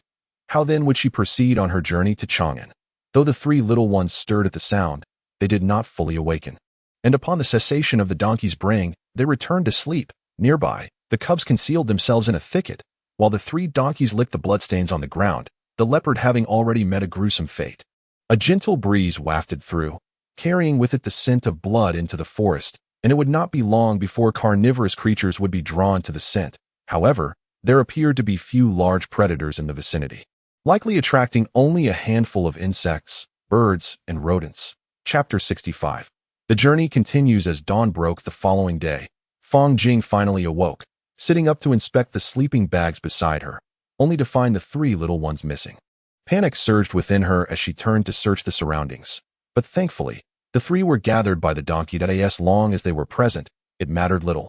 She hoped they would not wander too far, lest they become prey for the mountain's tigers or leopards, in which case they might as well be raised as cubs. Seated before the extinguished campfire, she felt an emptiness within, her mind adrift in a haze of confusion, utterly lost as to her whereabouts, identity, or purpose. Brother Jing, look, a kitten, exclaimed Xiao Chao, approaching with a small creature still mewling, proudly presenting it to Fang Jing. Where did this come from? Oh, this is not a kitten. It is a leopard cub, she realized, the initial shock from the unexpected arrival jolting her memory of the previous night's encounter. She had slain a leopard, leaving the two cubs unattended before returning to sleep. Brother Jing, there is a dead leopard by the donkey, its head severed. Did you kill it last night? De Tu chimed in, recounting his observations upon waking, clearly convinced that Fang Jing was the one responsible for the leopard's demise. Yes, indeed, the leopard intended to attack the donkey, so I arose and dealt with it. Without further thought, Fang Jing replied, observing Xiao Shu, who had also brought a leopard cub alongside De Tu. She pondered whether they all perceived the cubs as mere kittens. Are you all planning to raise these two little ones? They are not kittens. They are leopard cubs and quite challenging to care for. As they journeyed northward, carrying these two little creatures would surely complicate matters. It might be wiser to inform them of the difficulties involved and suggest they abandon the cubs altogether. Brother Jing, I shall take care of them. I shall take care of them, the little grass in the young tree busily said to Fang Jing, fearing that she might not want these two small creatures. Very well, if you are willing to nurture them, then do so. After all, their mother was slain by me yesterday, and soon I shall skin her and feast upon her flesh. Fang Jing could only nod in agreement to their intentions. Two little ones tending to two young leopards, How splendid it would be to stroll through the streets together. Fang Jing then resumed feeding the donkey beans, disregarding the rope, and began to prepare breakfast, as they would be on the road all day until evening. She needed to make some grilled meat to take along for the journey. After finishing breakfast and packing their belongings, she divided the cooked meat strips among the 3 little ones, allowing them to eat a bit when hungry and drink some fresh water from the bamboo bucket when thirsty. The 2 little ones clutched their perceived kittens and slowly made their way down the official road. Little boys, carrying their school bags to school. Fang Jing hummed a tune out of boredom. This is a song titled Reading Boy, originally sung by Taiwanese artist Chui Yiding. That is Fang Jing sang this children's song. Riding leisurely on the donkey, she occasionally swayed her head. Behind her, the 3 little ones were quite spirited, while Fang Jing, feeling somewhat idle, sang to pass the time. Truth be told, she wasn't particularly skilled at singing. She merely recalled a few songs from her childhood in her past life, while contemporary songs eluded her memory. This song, Reading Boy, was perhaps her favorite from her previous life, accompanying the childhood of many born in the 80s and 90s. Fang Jing was no exception. Brother Jing, teach us to sing the song you are singing. Little Grass was particularly eager to learn this delightful tune, as it was easy to remember and pleasing to the ears. Little boys, carrying their school bags to school. Fang Jing patiently taught the 3 little ones the lyrics, and they followed along, albeit somewhat out of sync and slightly off-key. Occasionally, she would correct their pronunciation, ensuring they sang more smoothly together. As they progressed, it seemed the 3 little ones picked up the song rather quickly, likely because it suited their age and sounded delightful in their innocent voices. You must sing in unison, don't compete. It sounds best when sung together. Listening to the trio sing Reading Boy, Fang Jing occasionally offered her feedback, and the 3 little ones remained in high spirits, singing continuously. If my brother were here, I would give you a beating. Fang Yuan shouted at a child standing in front of a nearby village, shaking her small fist. Ha ha. Your brother is not here now. I merely wanted to take Xiong Air out to play. You're such a miser, little Tuanzi. The child, Fang Xiaoping, affectionately nicknamed Xiaoping too, was tugging on Xiong Air's leash, pouting and shouting at Fang Yuan, Don't pull my Xiong Air. Don't pull my Xiong Air. Seeing Xiong Air being dragged out of the courtyard by Xiaoping too, Fang Yuan sat on the ground, wiping her tears and crying out, How dare you bully little Tuanzi? I will beat you to death. Hearing the commotion between little Tuanzi and Xiaoping too, Gua rushed over to confront Xiaoping too, throwing punches indiscriminately. Gua, do you dare hit me? I dare to confront your family. Dia and Erwa. Although Xiaoping too may not stand a chance against Gua, he certainly has the upper hand over Dia and Erwa, infuriated after being bested. Xiaoping too vows to retaliate against them, yet Gua is relentless, persistently pummeling him. Xiaoping too cries out in anguish, his tears cascading down as he continues to threaten Dia and Erwa. Wailing in desperation, hoping that passing adults might come to his aid. Perhaps he even harbors thoughts of one day avenging himself upon Gowa's siblings. Uncle Shirtu, Gowa is attacking me. Xiaoping Tu sobs as he reports to Xiao Shirtu. Uncle Shirtu, it was Xiaoping Tu who bullied Xiao Tuanzi and Xiaoji. That is why I struck him. Gowa asserts boldly. Fearless, he declares that no one shall dare to bully Xiao Tuanzi. Anyone who does shall face dire consequences. Uncle Shirtu, it has been many days since Jinggu left. I wonder how he is faring. Gowa anxiously inquires, his gaze fixed on Xiao Shirtu. Upon entering the courtyard, he notices Xiao Tuanzi and Xiao Ji, who are cradling bare air, and his thoughts drift to Jing Ji's whereabouts, whether he has reached Chang'an or not. Perhaps in their eyes, Chang'an is not too distant, merely a few days' journey away. Gowa go, Fang Yuan calls out, her eyes still glistening with tears, her expression one of innocence. That do not worry, Xiao Tuanzi. If Xiaoping too dares to return, I will deal with him, and so will the Chu Go. But where is the Chu Go? Is he not at home? After entering the courtyard, Gowa realizes that the house is empty. Save for Fang Yuan and Xiao Ji, Gowa Go, my cousin Ing and cousin Jia, along with my little uncle and aunt, have gone to work in the fields. It's just me and Jia at home. Fang Yuan informs him. Gowa Go, would you like some fruit brew? Could you help us scoop some? Jia and I cannot reach it, she adds. Fang Yuan, feeling a sense of longing with Gowa's arrival, yearns for a bowl of fruit brew, but the earthen jar is too high for her and Xiao Ji to manage. That it's truly delicious. Jing Ji's brew is exceptionally sweet. We have an entire jar at home. Yet my mother forbids us from opening it, saying it's reserved for later. I haven't had any for days. Gowa exclaims, savoring the brew.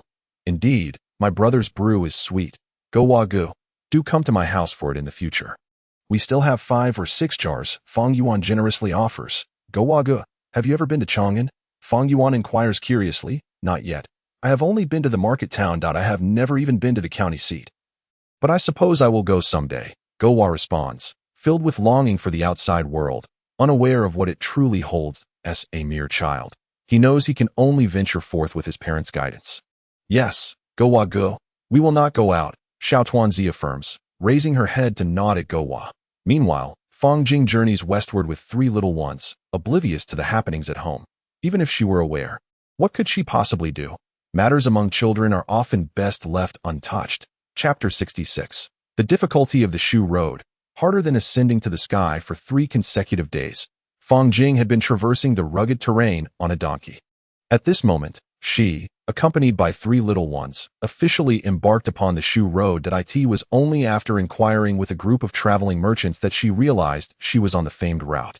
While it is said that the official roads are arduous, she discovered that they pale in comparison to the formidable challenges presented by the Shu Road itself. As Fang Jing and her companions continued their journey, the path grew increasingly treacherous, the route narrowed, and at times, they were compelled to dismount and proceed on foot, which significantly slowed their progress. However, this also afforded them the opportunity to behold the breathtaking scenery of the Qinling Mountains.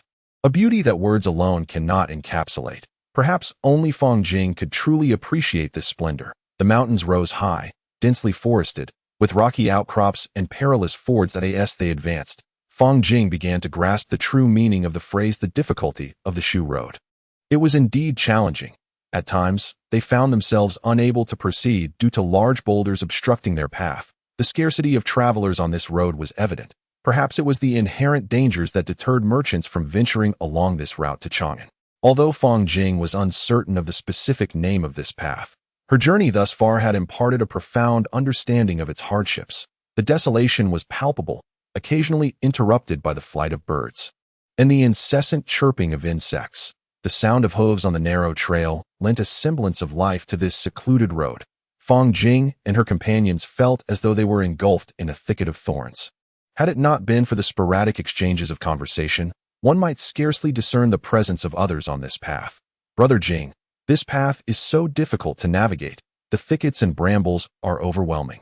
They have torn my new clothes, complained Xiao Chao, clutching her beloved little leopard, as she voiced her grievances to Fang Jing, who was walking ahead. Xiao Chao, be careful of your footing. Do not fall. Clothes can be mended. But if you injure yourself, that would be troublesome, Fang Jing replied, feeling somewhat exasperated by the challenges of the Shu Road. It was a predicament they could not escape, for they had chosen this route themselves.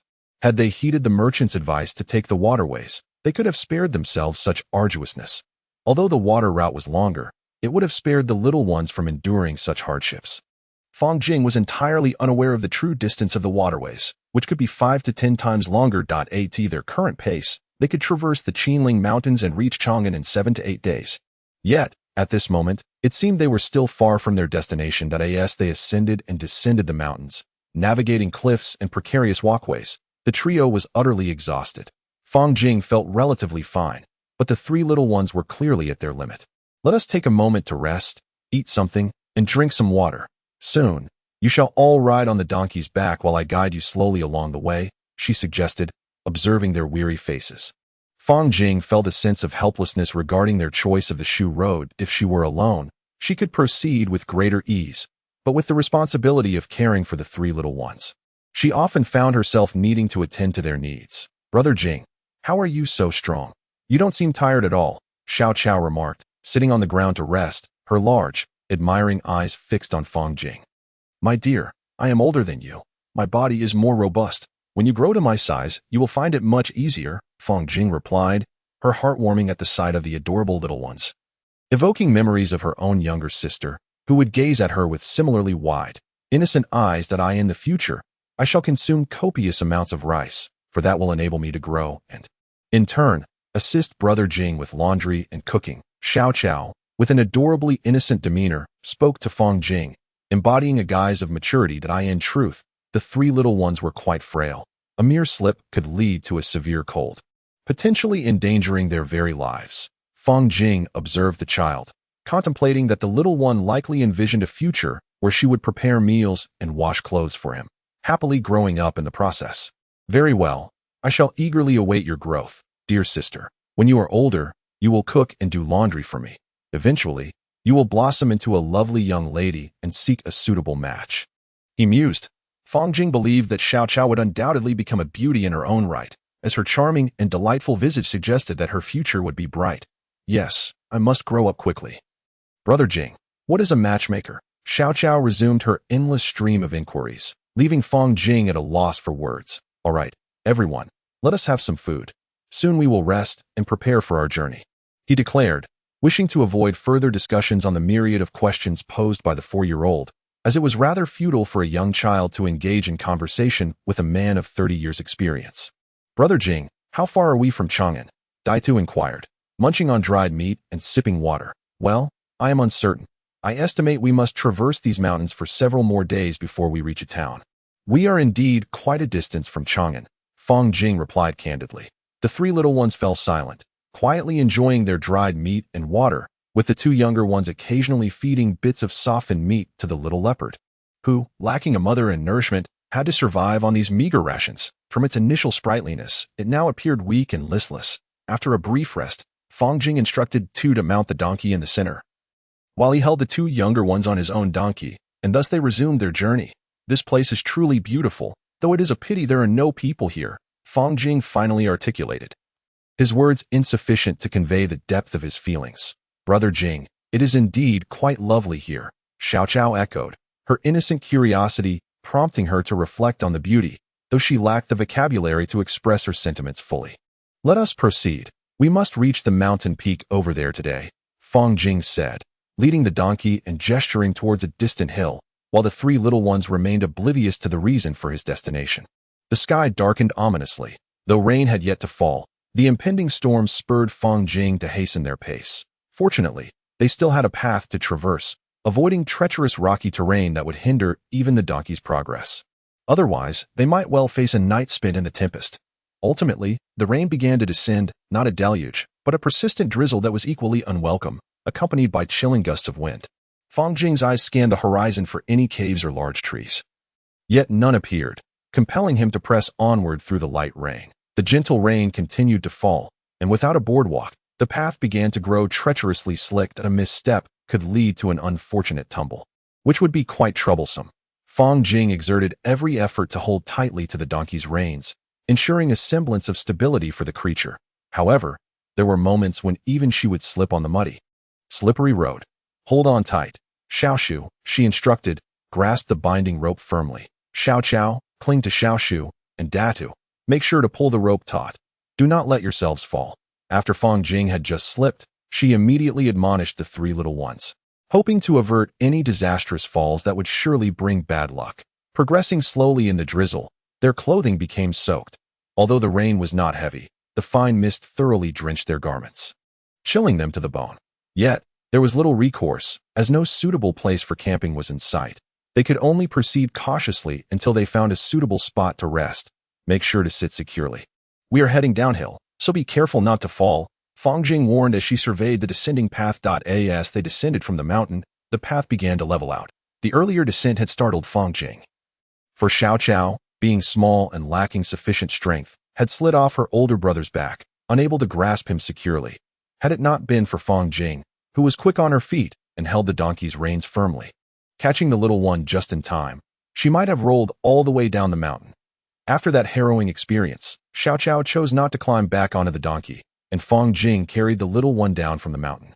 Wishing to avoid another perilous descent, should they tumble down, survival would be questionable. The little one was frightened nearly to death, clinging tightly to Fang Jing's clothing, trembling in her embrace, perhaps from the shock or the cold. Soaked fabric. Look, Jing Gij, there is a house ahead, Datu exclaimed from atop the donkey's back. After rounding a bend, he spotted a structure a short distance away.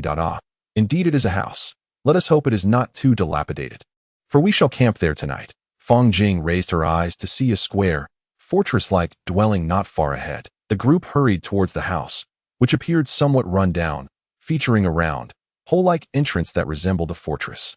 However, Fang Jing was certain it must be a relay station, For to the right of the house stood a large grass shed with wooden supports topped with thatch. Once she set the little one down and removed the burdens from the donkey's back. Fang Jing led them inside. The interior was empty, devoid of any furnishings save for a pile of coarse grass in one corner, and featured a single doorway with 3 small square windows. After depositing their belongings, she unwrapped some fabric and retrieved clean, dry clothes for the 3 little ones, instructing them to place their soiled garments on the cloth. She then took her sword and stepped outside to gather firewood. Knowing that without it, they could not expect a comfortable evening, Fang Jing hurried back with a long stick, propping it near the fire pit, and spread everyone's clothes out on it, gradually warming them by the fire. She reflected that the relay station must be situated near a water source. Otherwise, how could the inhabitants procure water for cooking? Thus, she realized her assumptions had been overly simplistic. Fang Jing collected a few stones from outside the house, assembled a stone stove, boiled some rice, and began to roast rabbit meat. Only then did she change her clothes, primarily out of concern that repeated excursions might leave her drenched. Amu extends his heartfelt gratitude to the readers and friends willing to peruse his book. Amu acknowledges his lack of talent, whether in word choice or sentence structure. There may be shortcomings, and he kindly asks for the reader's understanding. Should you happen upon this book, please exercise patience and take a moment to read.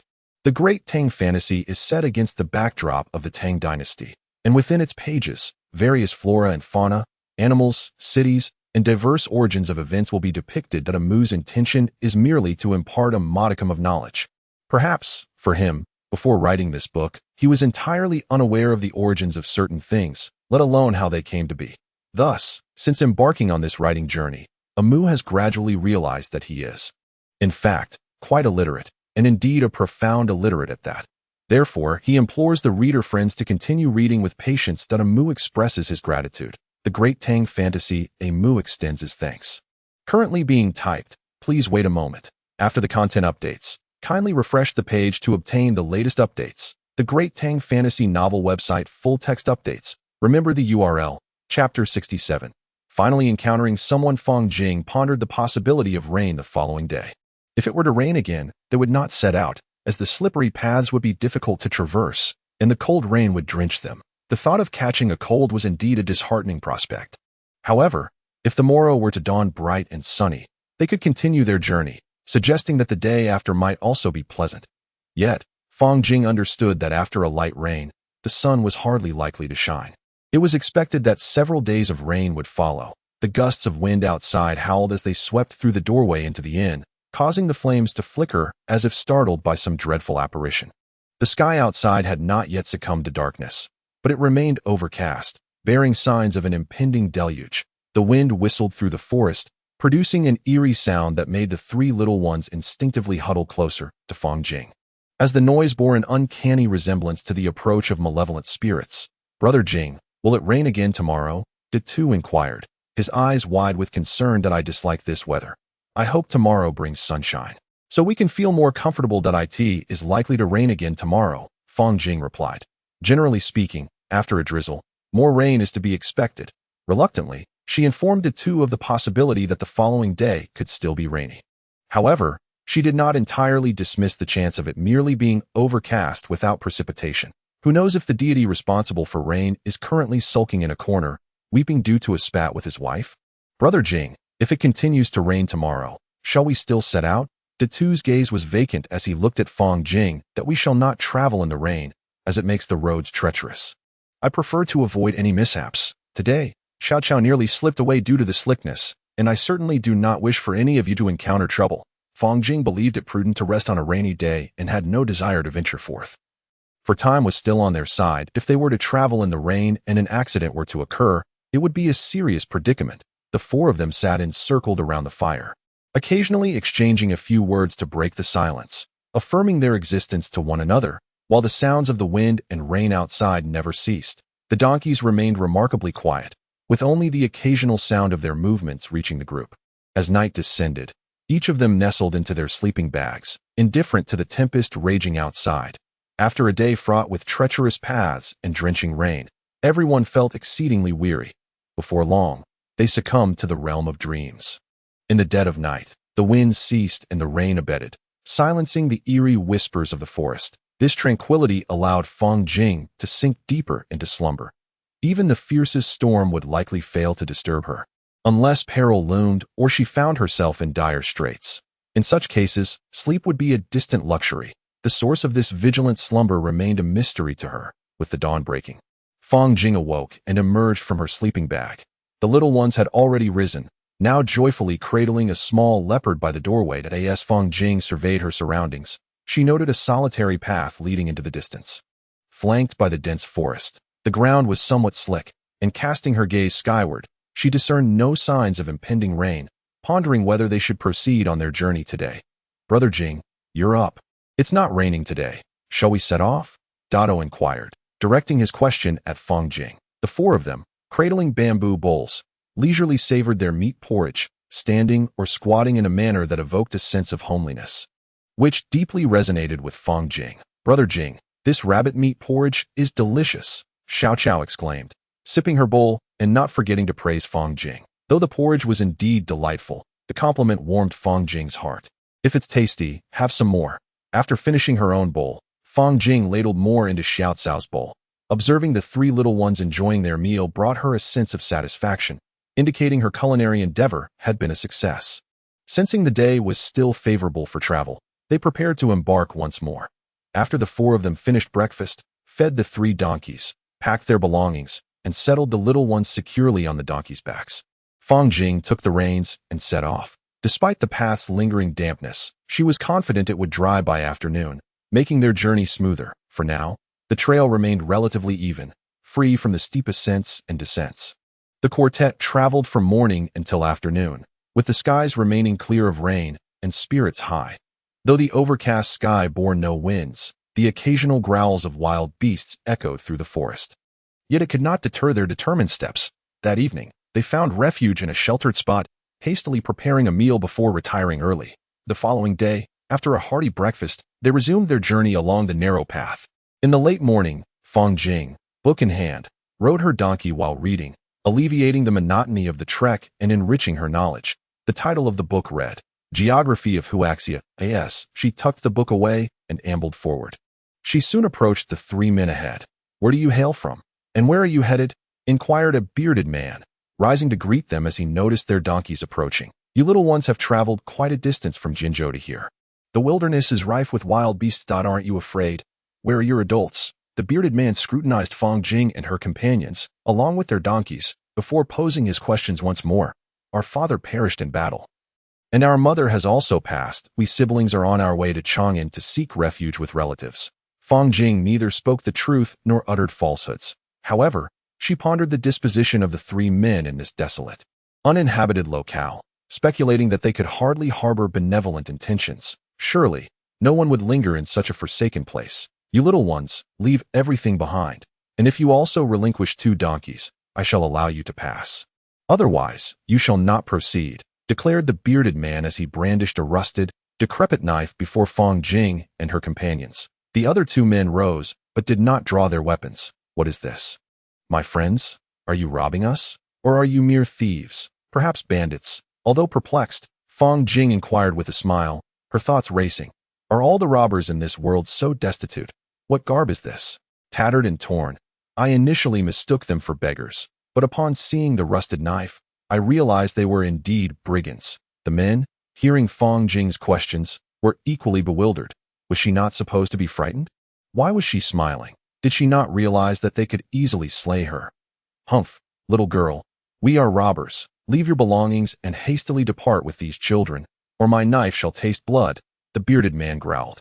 Momentarily lost for words, and thus followed Fang Jing's lead, glaring fiercely at her and her group. That moment, Xiao Qiao and Xiao Shu began to cry, perhaps genuinely frightened, as they frequently encountered such situations before, not with robbers, but encounters that were hardly distinguishable. The brigands, overwhelmed by the cries of the 2 children in this desolate wilderness, found themselves increasingly agitated. "Cease your weeping.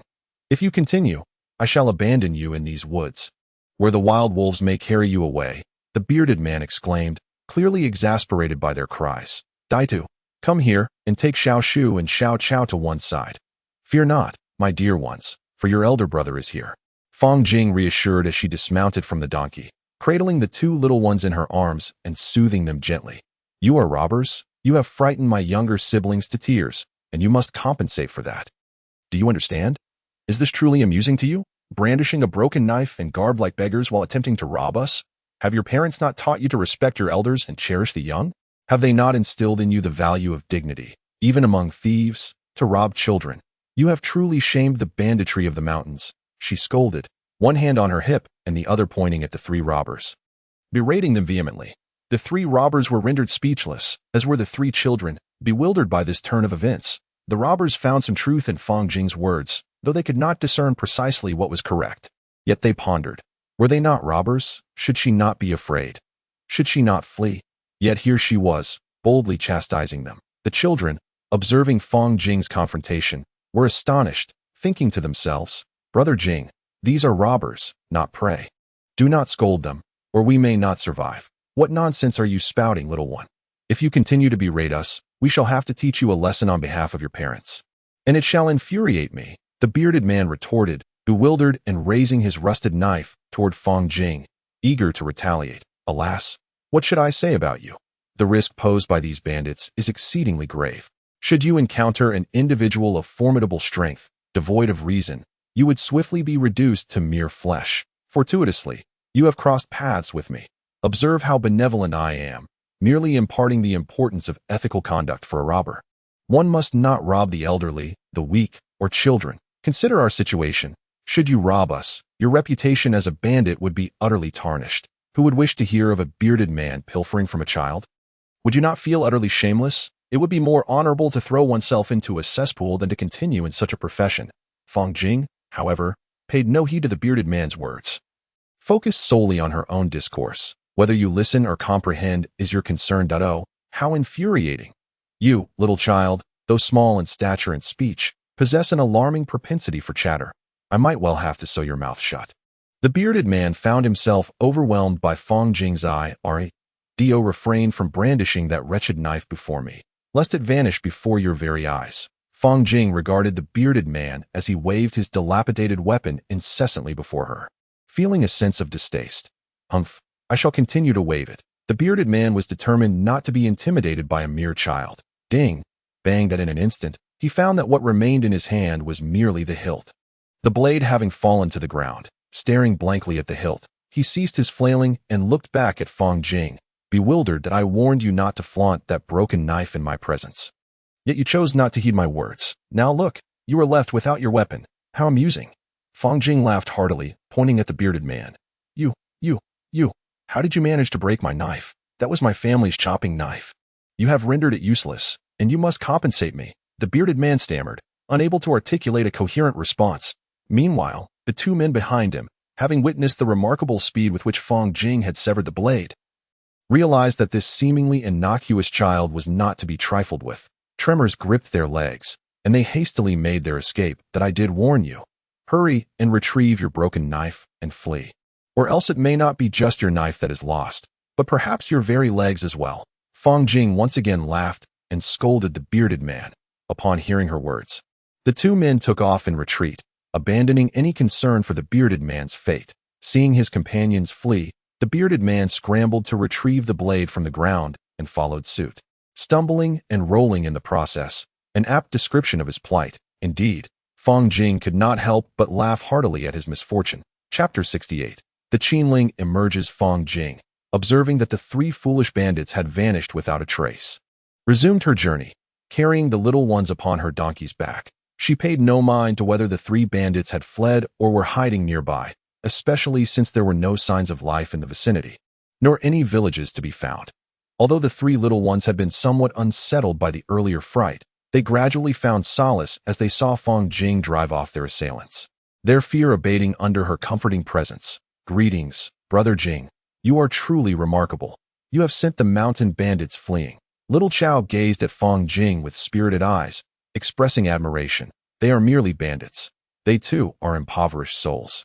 If it weren't for their desperate circumstances, who would willingly resort to such a life?" Fang Jing pondered, believing that these bandits were not true brigands, and he held no desire to confront them. Recognizing that they were driven to such measures by their plight, "That I must tell you, there was a time when I aspired to be a flying thief," Fang Jing reminisced. However, upon reflection, I realized that there is little merit in such a life. Instead, I chose to remain at home, cooking and playing with my little sister in bare air, enjoying a cup of tea now and then. That is far more gratifying than living as a thief. Brother Jing once dreamed of being a thief, but can thieves truly fly? Little Chow's curiosity ignited a flurry of questions, drawing Fang Jing back into his daydreams of thievery. Alas, I possess great strength. Climbing a tree or leaping from one rooftop to another is child's play for me. Although I am indeed powerful, it does not mean I can simply soar through the air. I am the foremost master of the great Tang, unmatched in the world, yet I cannot fly at will. Doing so would tarnish my reputation as the greatest martial artist. Fang Jing unabashedly boasted of his prowess. Their banter painted a joyful scene, and the recent encounter with the bandits had only fueled their conversation, providing ample amusement as the day transitioned into evening. Fang Jing and his companions halted beneath a large stone out of the wind. Having seen no end along their journey and thus settling for a suitable camping spot, that the two take the donkey over for a drink. I will be preparing dinner soon. As the eldest, you must keep a watchful eye on little Shu and little Chow, for there are times when I am too occupied to attend to them, Fang Jing instructed, observing the two children frolicking not far away, likely playing with the two little leopards. After establishing the campsite, he began to hunt for food to cook, knowing that once night fell, they would be dining in darkness. Having spent several days together, the bond between Fang Jing and the three children had naturally deepened. Should he settle them in Chang'an, it was likely they would cry out in protest at being separated from him. But as their dependence on Fang Jing grew over time, he began to contemplate whether bringing them to Chang'an was the right decision. If he could find a family willing to take them in and treat them kindly, he would consider placing them there. However, if the situation felt unsatisfactory, he was reluctant to subject the children to further hardship. Dinner consisted of mountain chicken, prepared simply as long as it tasted decent. In the mountains, Fang Jing had little inclination to focus on culinary art, yet he ensured that the three little ones ate their fill. After the meal, he fed the donkeys some dried beans and soaked others in water, preparing for the next day's feeding. Once his tasks were complete, he settled beneath the large stone, watching the fire and engaging in conversation with the three little ones. What do you wish to do once we arrive in Chang'an? Fang Jing inquired of the children, curious about their aspirations for their future. Brother Jing, I wish to create a cage for Xiao Hua, as it keeps running away. Xiao Chow was the first to voice her thoughts. Xiao Hua is the name she bestowed upon the little leopard. Upon hearing this, Fang Jing was left speechless, for naming a male leopard Xiao Hua would surely elicit a rejection if it could understand, accompanied by an internal exclamation of disbelief. Brother Jing, I want to prepare delicious food for Xiao Hu, so it can grow quickly and protect us in the future. Xiao Shu, though the least talkative, harbors the most thoughts, perhaps having faced much bullying in the past, yearns to never be victimized again. Brother Jing, I simply wish to care for my younger siblings, providing them with food and shelter, free from oppression, even if it means enduring some hardships. That the two, the eldest, also thinks primarily of his younger siblings, occasionally entertaining minor schemes, but with no malice. He merely hopes to ensure a good life for them, a desire that is entirely justifiable. Indeed, it is best for you three siblings to remain together, regardless of the hardships and exhaustion. The eldest is like a father, thus the two must look after his younger siblings, watching them grow into adulthood. In these troubled times, unity is essential. We must not part ways. Fang Jing sincerely hopes to see the three siblings together in the future, and even in her old age, to witness their bond endure. A truly beautiful thought. As their conversation continued, the night deepened, and they all retired into their sleeping bags, spending a night devoid of words or dreams, until the dawn's braying of donkeys roused them all. Oh dear, what a cacophony so early in the morning. Whenever Fang Jing hears the braying, she feels an overwhelming urge to dispatch these noisy creatures. No wonder they are called braying donkeys, as silence is not in their nature. Well, she resolved to endure that a new day of travel commenced under a gloomy sky, occasionally graced by a gentle breeze. Perhaps this was a place where Fang Jing could relate to the Qinling region. Though devoid of both rain and sunshine, it brought a touch of joy to their party of four. They would occasionally gather twigs or budding flowers along the roadside, engaging in idle chatter with Xiao Chow. Perhaps their conversations were trivial, yet they added a sprinkle of joy to their journey. During the span of 7 leisurely days, Fang Jing and her companions progressed slowly, encountering a series of minor incidents, not significant, but certainly plentiful. For instance, The two fell asleep and tumbled from the donkey's back, and Xiao Qiao nearly toppled off while ascending a slope. Countless such small events strengthened the bond between Fang Jing and the three siblings. Perhaps this was precisely what she needed for the time being. I possess a little donkey, which I have never ridden. One day, on a whim, I decided to mount it to head to the market. With a small whip in hand and a sense of pride swelling within me, I suddenly found myself covered in mud. Fang Jing rode atop the donkey, holding a twig, swaying her head, and singing a nursery rhyme, while the three little ones chimed in, turning the tranquil mountain path into a scene of merriment as the sounds of various creatures echoed through the surrounding forests. From time to time, you ought to sing a few lines. Otherwise, the effort would be for naught. It resembles the song of the scholar, which you should also sing to I. In the future, you will have the opportunity to attend school, for education brings enlightenment and discernment of right and wrong. Fang Jing did not forget to impart wisdom to the three little ones, perhaps influenced by the unique reverence that the Tang Dynasty held for scholars. At the very least, the children harbored a keen aspiration for learning. "Brother Jing, can I also study?"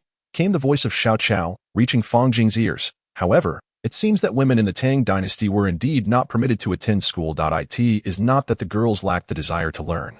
Rather, it was the teachers who did not accept them. This circumstance has led to the majority of women being uneducated and lacking in profound understanding. Nevertheless, human nature is inherently kind, and thus most women possess considerable wisdom. Although Fang Jing was uncertain about the true openness of the Tang Dynasty, it was likely that women were still barred from formal education. Only the aristocracy and affluent families, those with official status, could afford to hire a tutor to educate their daughters at home. "Brother, can we study?" Xiao Qiao turned to look up at her elder brother, her eyes brimming with anticipation.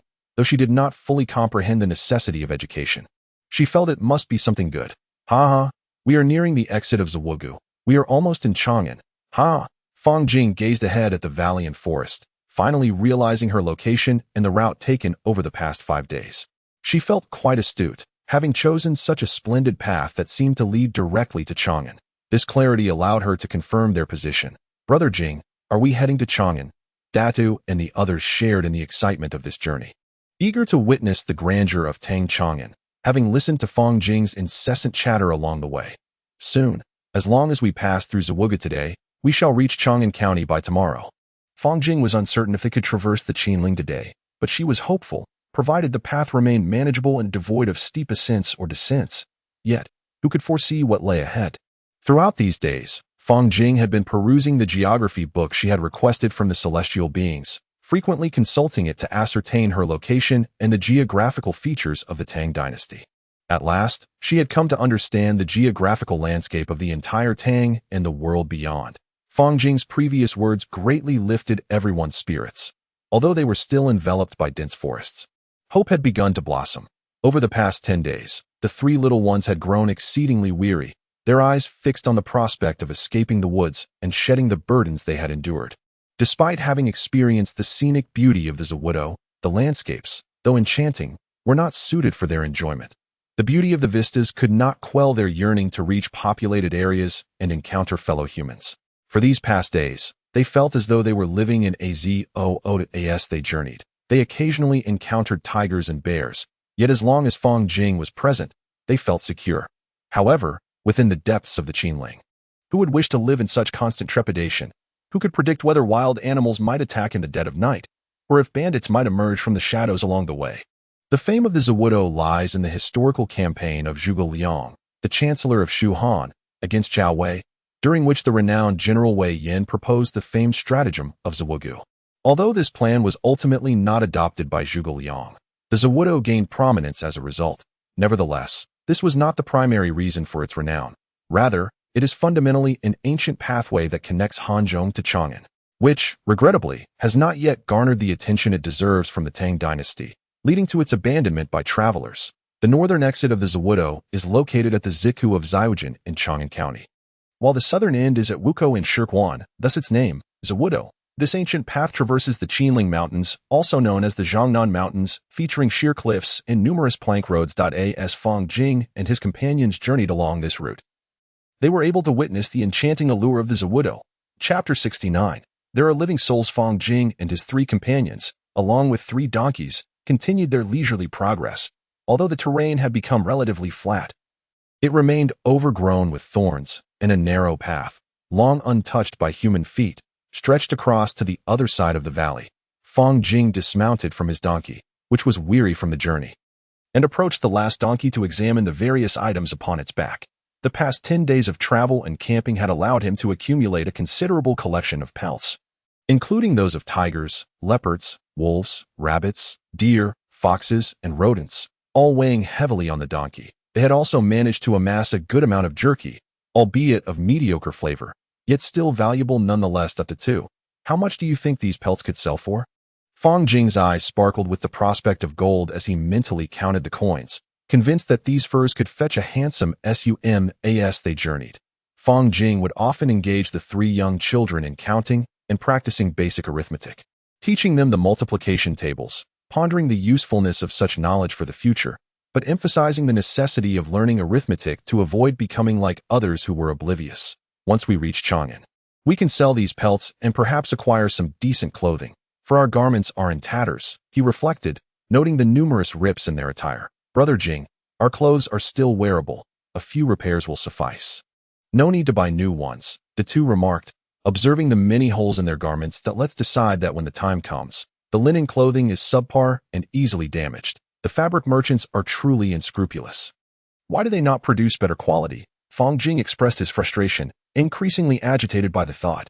When I have the opportunity, I shall ensure that these dishonest merchants are hung from the towers of Chang'an, and their fabric sliced into strips, allowing them to experience the consequences of their actions, he plotted, intent on confronting these unscrupulous fabric traders and alleviating his pent-up resentment. As dusk approached, Fang Jing reluctantly began to search for a place to set up camp.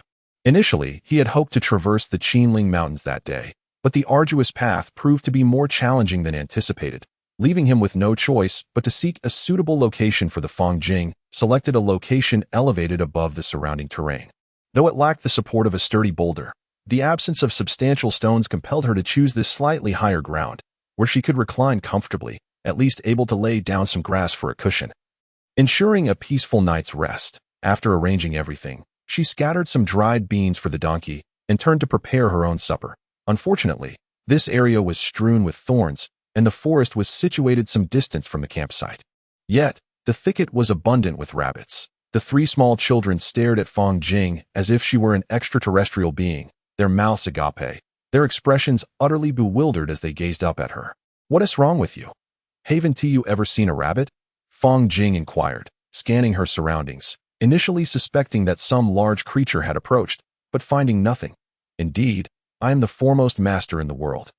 Did I not inform you previously? Fang Jing suddenly realized that her earlier capture of the rabbit had inadvertently revealed her swift movements, a testament to her negligence. It seemed she had been too careless.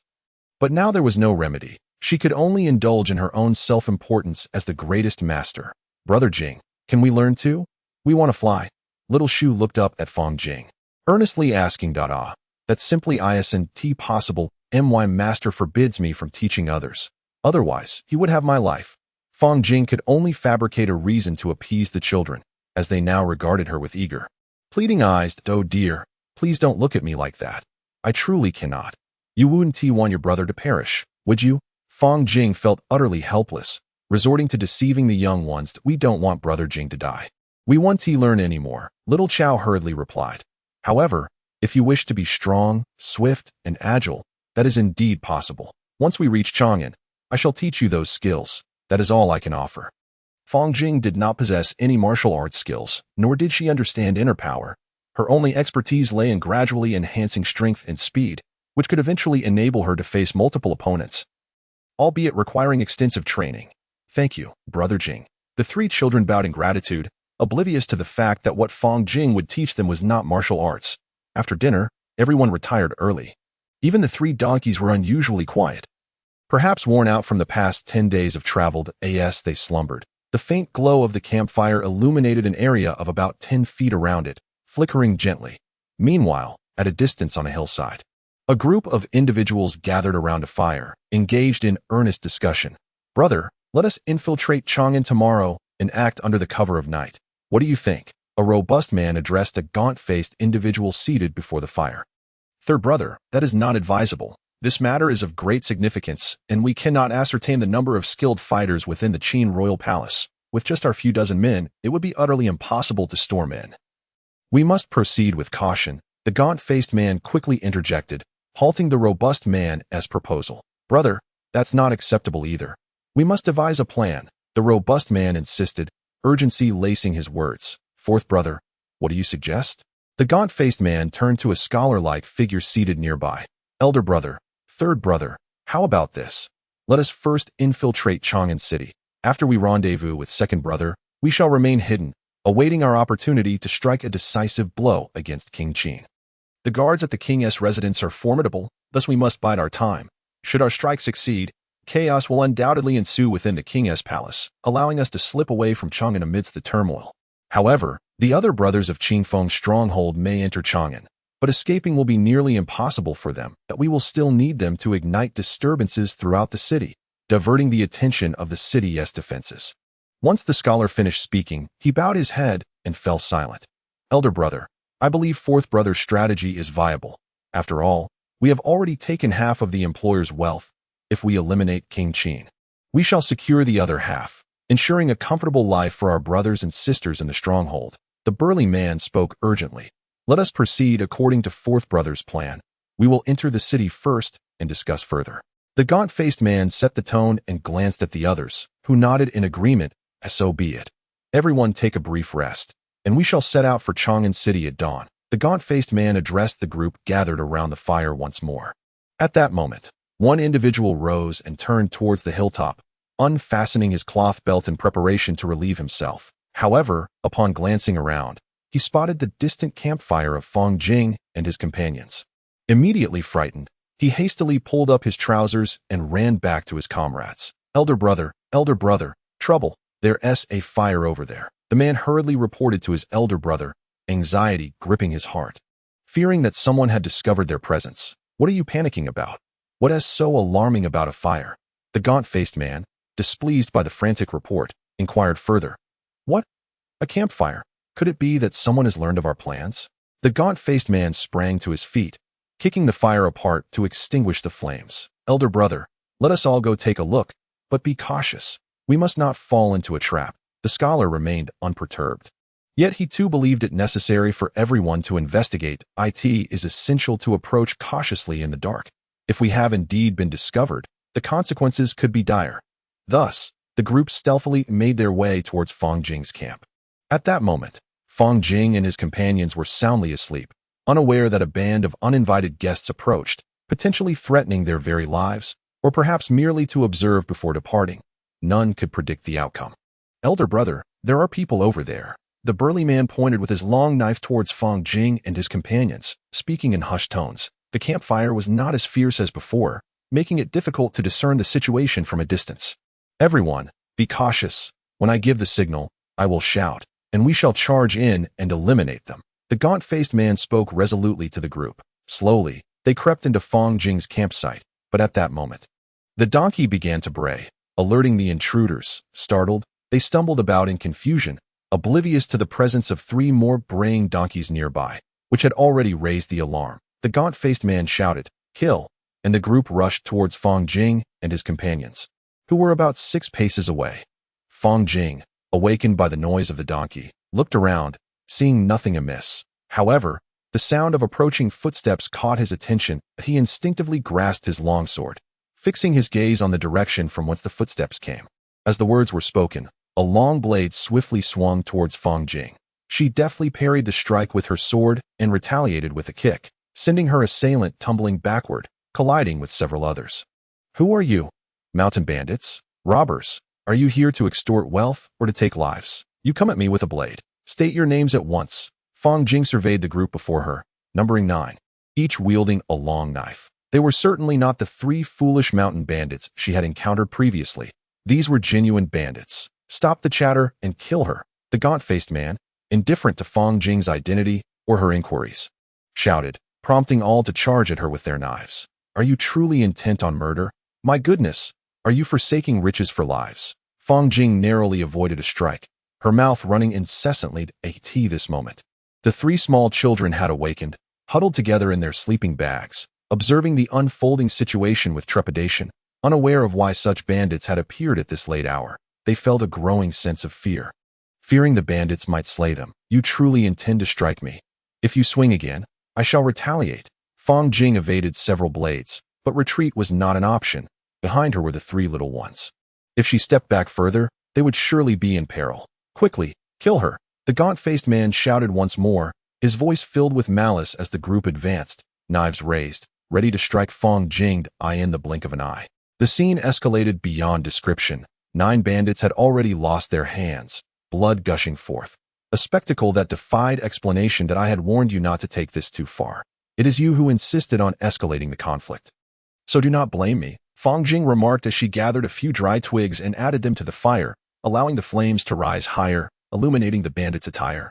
They stood there, arms crossed, muttering amongst themselves. You foolish bandits, do you truly think you can rob us, just the 4 little children?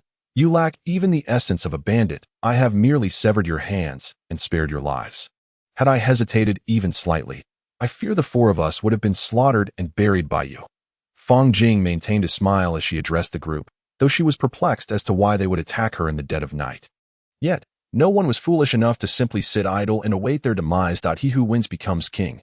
He who loses becomes a vassal. Whether you kill or spare, the choice is yours. But the gaunt-faced man clutched his severed arm. He remained silent, disdain etched across his features. How audacious! You come to kill us and yet expect sympathy. I shall spare you this time out of respect for your lives. Otherwise, I would treat you as mere prey to be skinned and buried. And yet, you continue to prattle on, truly believing I lack the courage to take a life. Fang Jing listened in disbelief, finding his audacity astounding. Retrieve your severed hands and depart swiftly. You have frightened my younger siblings enough. I have not demanded compensation, which should suffice. Now, leave. If you do not, I shall indeed take a life. Fang Jing declared loudly, unwilling to endure their incessant chatter any longer. The group of 9 stared at her, as if she were a fool. Yet their desire to survive prevailed. They gathered their severed hands and long knives and hastily retreated in the distance. The group of individuals appeared as though they had consumed a bitter herb.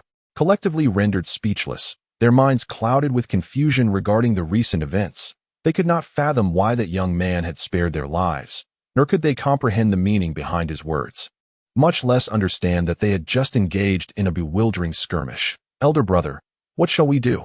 Asked the brawny man, using a piece of cloth torn from his own body to bind his severed arm. Lifting his gaze towards his elder sibling, 4th brother, why did that lad choose to spare us? Inquired the gaunt-faced man, his internal perplexity unwavering. Elder brother, it seems we have miscalculated. That youth was likely merely passing through, fortuitously crossing paths with us. That I had presumed they were aware of our intentions. Yet just moments ago, I observed several young children on the mountain above, who would possess such audacity to confront us, fully aware of our actions, while accompanied by youngsters. Therefore, I believe we have indeed erred in our judgment, the scholar lamented. Alas, what shall we do? Our right hands are severed, rendering us incapable of wielding our blades for vengeance. How shall we proceed with our plan to ambush the king of Qin? Cursed be that wretched boy, spat the gaunt-faced man in bitter frustration. Elder brother, we were oblivious to what had transpired, and our hands were severed in an instant. That boy must be a demon. One member recounted the events of their lost hands, bewildered by the swiftness of the attack. Was that even human speed? It must surely be the work of a malevolent spirit. Indeed, elder brother, that was far too swift. We did not even see his movements, and our right hands are gone. He is undoubtedly a fiend. The brawny man echoed, recalling the earlier incident with a firm conviction that Fang Jing was indeed a creature of darkness. 4th brother, could that lad truly be a demon? His speed was so extraordinary that we could not perceive it. The gaunt-faced man queried the scholar. Elder brother, esteemed brethren, we failed to discern his form, yet his velocity was beyond our reach. Whether he is a demon, I cannot ascertain, but in this desolate wilderness, accompanied by children, one can only surmise, the scholar reasoned, a sense of trepidation creeping into his thoughts regarding the possibility of encountering a genuine malevolent entity. Elder brother, we must hasten our departure. The demon spared our lives, but we must not linger lest it pursues us. One member urged urgently. Let us go, go, go. Do not tarry. We shall make our way to Chang'an County, and soon seek a physician to tend to our wounds. The gaunt-faced man added, Anxious as the group began to tread cautiously towards the direction of Chang'an County. As dawn broke, Fang Jing and his companions awoke, hastily packing their belongings and preparing to embark on their journey. They had little appetite for breakfast, primarily due to their fatigue. The mountain bandits had roused them in the dead of night, leaving them in a state of unrest. They could only nibble on some dried meat for sustenance. However, the prospect of reaching Chang'an County that day brought a glimmer of hope, as they anticipated finding an inn to rest, bathe, and enjoy a much-needed slumber. You three, hold on tight and settle in.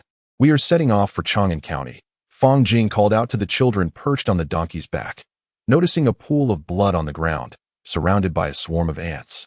He paid it no mind, mounting the donkey and leading the way forward. The youthful boys, with their school bags slung over their shoulders, sang merrily as they made their way to the schoolhouse. Fang Jing took the lead in singing, and the three little ones joyfully joined in, their laughter echoing along the journey. By midday, Fang Jing and her companions finally emerged from the Qinling Mountains, standing at the valley's mouth, gazing at the expansive plains beyond. A road stretched forth, leading to a quaint little town, and further in the distance lay a grand city. Fang Jing surmised that it must be the illustrious Chang'an as she peered into the distance. The imposing walls and vast fortifications of Chang'an came into view, although the details faded beyond that. "Look, that is Chang'an," Fang Jing exclaimed, pointing ahead and calling out excitedly to the three little ones on horseback. "Brother Jing, is that really Chang'an? Let us hurry," Xiao Chao urged eagerly, pressing Fang Jing to move faster. Though Xiao Chao was small and could not see the famed city, it did not dampen their spirits. After so many days of travel, were they not destined for Chang'an? "Brother Jing, let us set off at once," the two chimed in, equally thrilled. "Are we truly nearing Chang'an? We must hurry to see the city." At that moment, Fang Jing felt a surge of excitement. At last, she would no longer live as a wildling. She directed the donkeys toward Ziwu Town. The distance from the valley to Ziwu Town was not great. Merely a few miles. Indeed, the route from the valley to Ziwu Town began with a descent, followed by a level path. Fang Jing contemplated the rest they would take in Ziwu Town, hoping to enjoy some warm soup, as they had scarcely encountered anyone along the way. Although they had crossed paths with a couple of mountain bandits, it was best not to dwell on such unsavory encounters, lest it spoil their appetite. Upon entering Ziwu Town, the four travelers and their three donkeys discovered a bustling atmosphere. The lively cries of vendors filled the air, far more vibrant than the small and humble Xiao town. They dismounted and led the donkeys towards a tavern, where a straw awning provided shelter for the animals. "Esteemed guests, what fare do you desire?" A server, dressed in the garb of a tavern worker, greeted them as they approached. "We shall have 4 bowls of soup, pancakes, and 2 platters of lamb. Please take care of the donkey. We will settle the bill later," Fang Jing instructed as she handed the donkey's reins to the server. "Certainly, esteemed guests, please come inside," the server replied, leading them into the tavern and calling out for the order while tending to the donkey.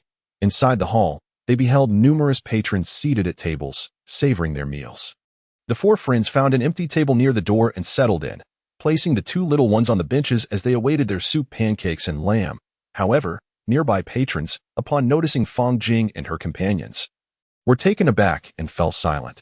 Exchanging furtive glances, they hastily tossed some coins and approached Fang Jing's table. "Great one, we were blind to your presence. Please spare us.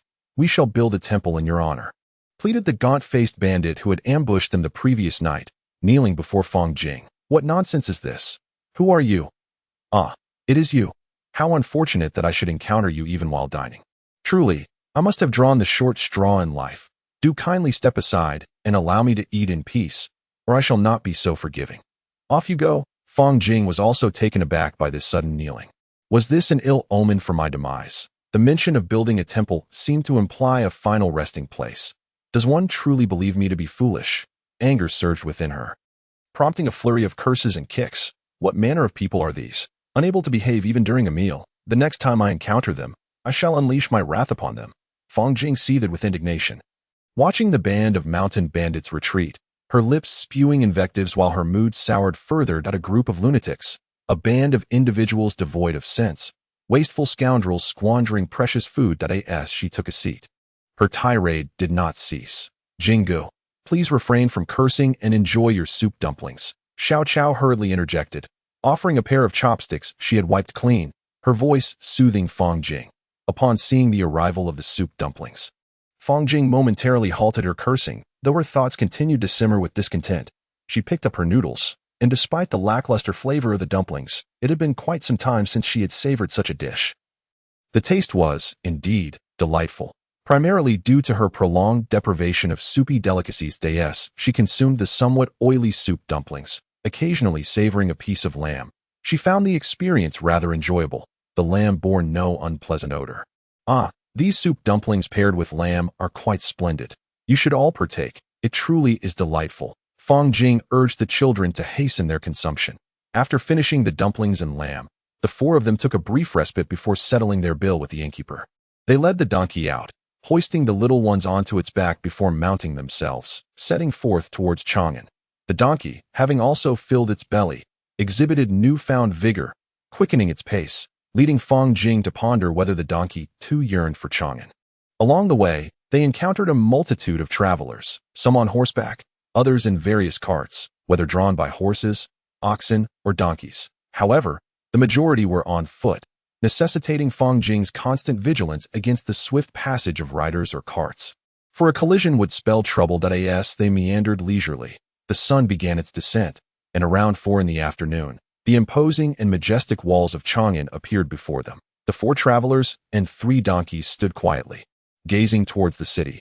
Perhaps they were awestruck, or perhaps they were simply admiring the view, each harboring their own thoughts. "How tall and grand it is!" exclaimed the 3 children in unison. "Indeed, it is quite magnificent. Soon we shall enter the city, and perhaps we will reside here in Chang'an from now on," Fang Jing mused as she dismounted and led the donkey towards the city gate. Chapter 71. The city of Chang'an. As Fang Jing and her companions approached the city gate, they encountered yet another queue. Although there were 3 gates, they were spaced apart, and each gate possessed 3 openings. Pedestrians utilized the side openings, while the central one was reserved for officials. Fortunately, the line moved swiftly. "What brings you to the Great Wall? Do you possess any credentials?" a soldier clad in armor inquired, halting Fang Jing and the 3 children along with their 3 donkeys. "Though we hail from Jinzhou, bound for the Duke of Yi's residence. Here is my household registration," Fang Jing explained, presenting the document to the soldier. "And what of the children? Do they not possess credentials?" the soldier asked, glancing at the little ones seated upon the donkey's back. "They do not. I encountered them begging in Jinzhou and, seeing their plight, took them under my wing. I had intended to seek a government institution to care for them, but alas, no one was willing. Thus, we journey to Chang'an, where I shall present them to the Duke of Yi for his consideration." Fang Jing once again offered an explanation, this time presenting a letter of recommendation to the soldier. "Please refrain from causing any disturbances once you enter the city. You may proceed." The soldier returned the household registration and the letter of recommendation to Fang Jing, allowing her entry into the city. Fang Jing carefully tucked away the documents, leading the donkey while guiding her 3 little ones into the city. They chose to enter through the Yinping Gate, and having perused geographical texts for several days, Fang Jing had a general understanding of the layout of Chang'an. Kindly informed the Duke of Yi that individuals from Fangjia Village in Xia Town, Pingli County of Jianzhou have arrived. One soldier instructed another after inquiring about Fang Jing and her companions. Unbeknownst to Fang Jing, the soldier who had questioned her earlier was merely doing his duty, as he typically did not scrutinize identities unless the individuals appeared suspicious. This particular soldier, a lieutenant from the Left Wu Guard, had examined Fang Jing's letter of recommendation, prompting him to notify the Duke of Yi. Even if Fang Jing had been aware of this, it would not have mattered, as a visit to the Duke's residence was inevitable. They were also required to report to the Ministry of War before ultimately heading to Pusan, Yongji, and Luoyang. However, a guide was essential, or they would surely lose their way. Upon entering the Yinping Gate of Chang'an, the 3 little ones could hardly contain their excitement. Perched upon the donkey's back, their heads swiveling as they gazed around with wide eyes, marveling at the sights. "Brother, look at that person with yellow hair," exclaimed Xiao Chao, spotting a foreign performer nearby. "Brother, look, there's a street performer," came another shout from her. "Brother, look, there are wooden puppets for sale," she continued. "Brother, what is that?" She pointed at a camel. "Brother, look at that tall building," she exclaimed again. "Brother, look." Her incessant calls filled the air. All right, Xiao Chao, no need to shout any longer. We've seen everything that we shall explore more of Chang'an tomorrow. And then you will discover how many unfamiliar faces and wonders await you," Fang Jing responded. unable to endure the persistent cries. And you needn't were such a pitiful expression. We must also find an inn. For darkness approaches, and without a place to stay, we shall be in dire straits. Fang Jing guided the donkey deeper into the city. Unsure of her exact path, she took a random direction, soon arriving at Huayanfang.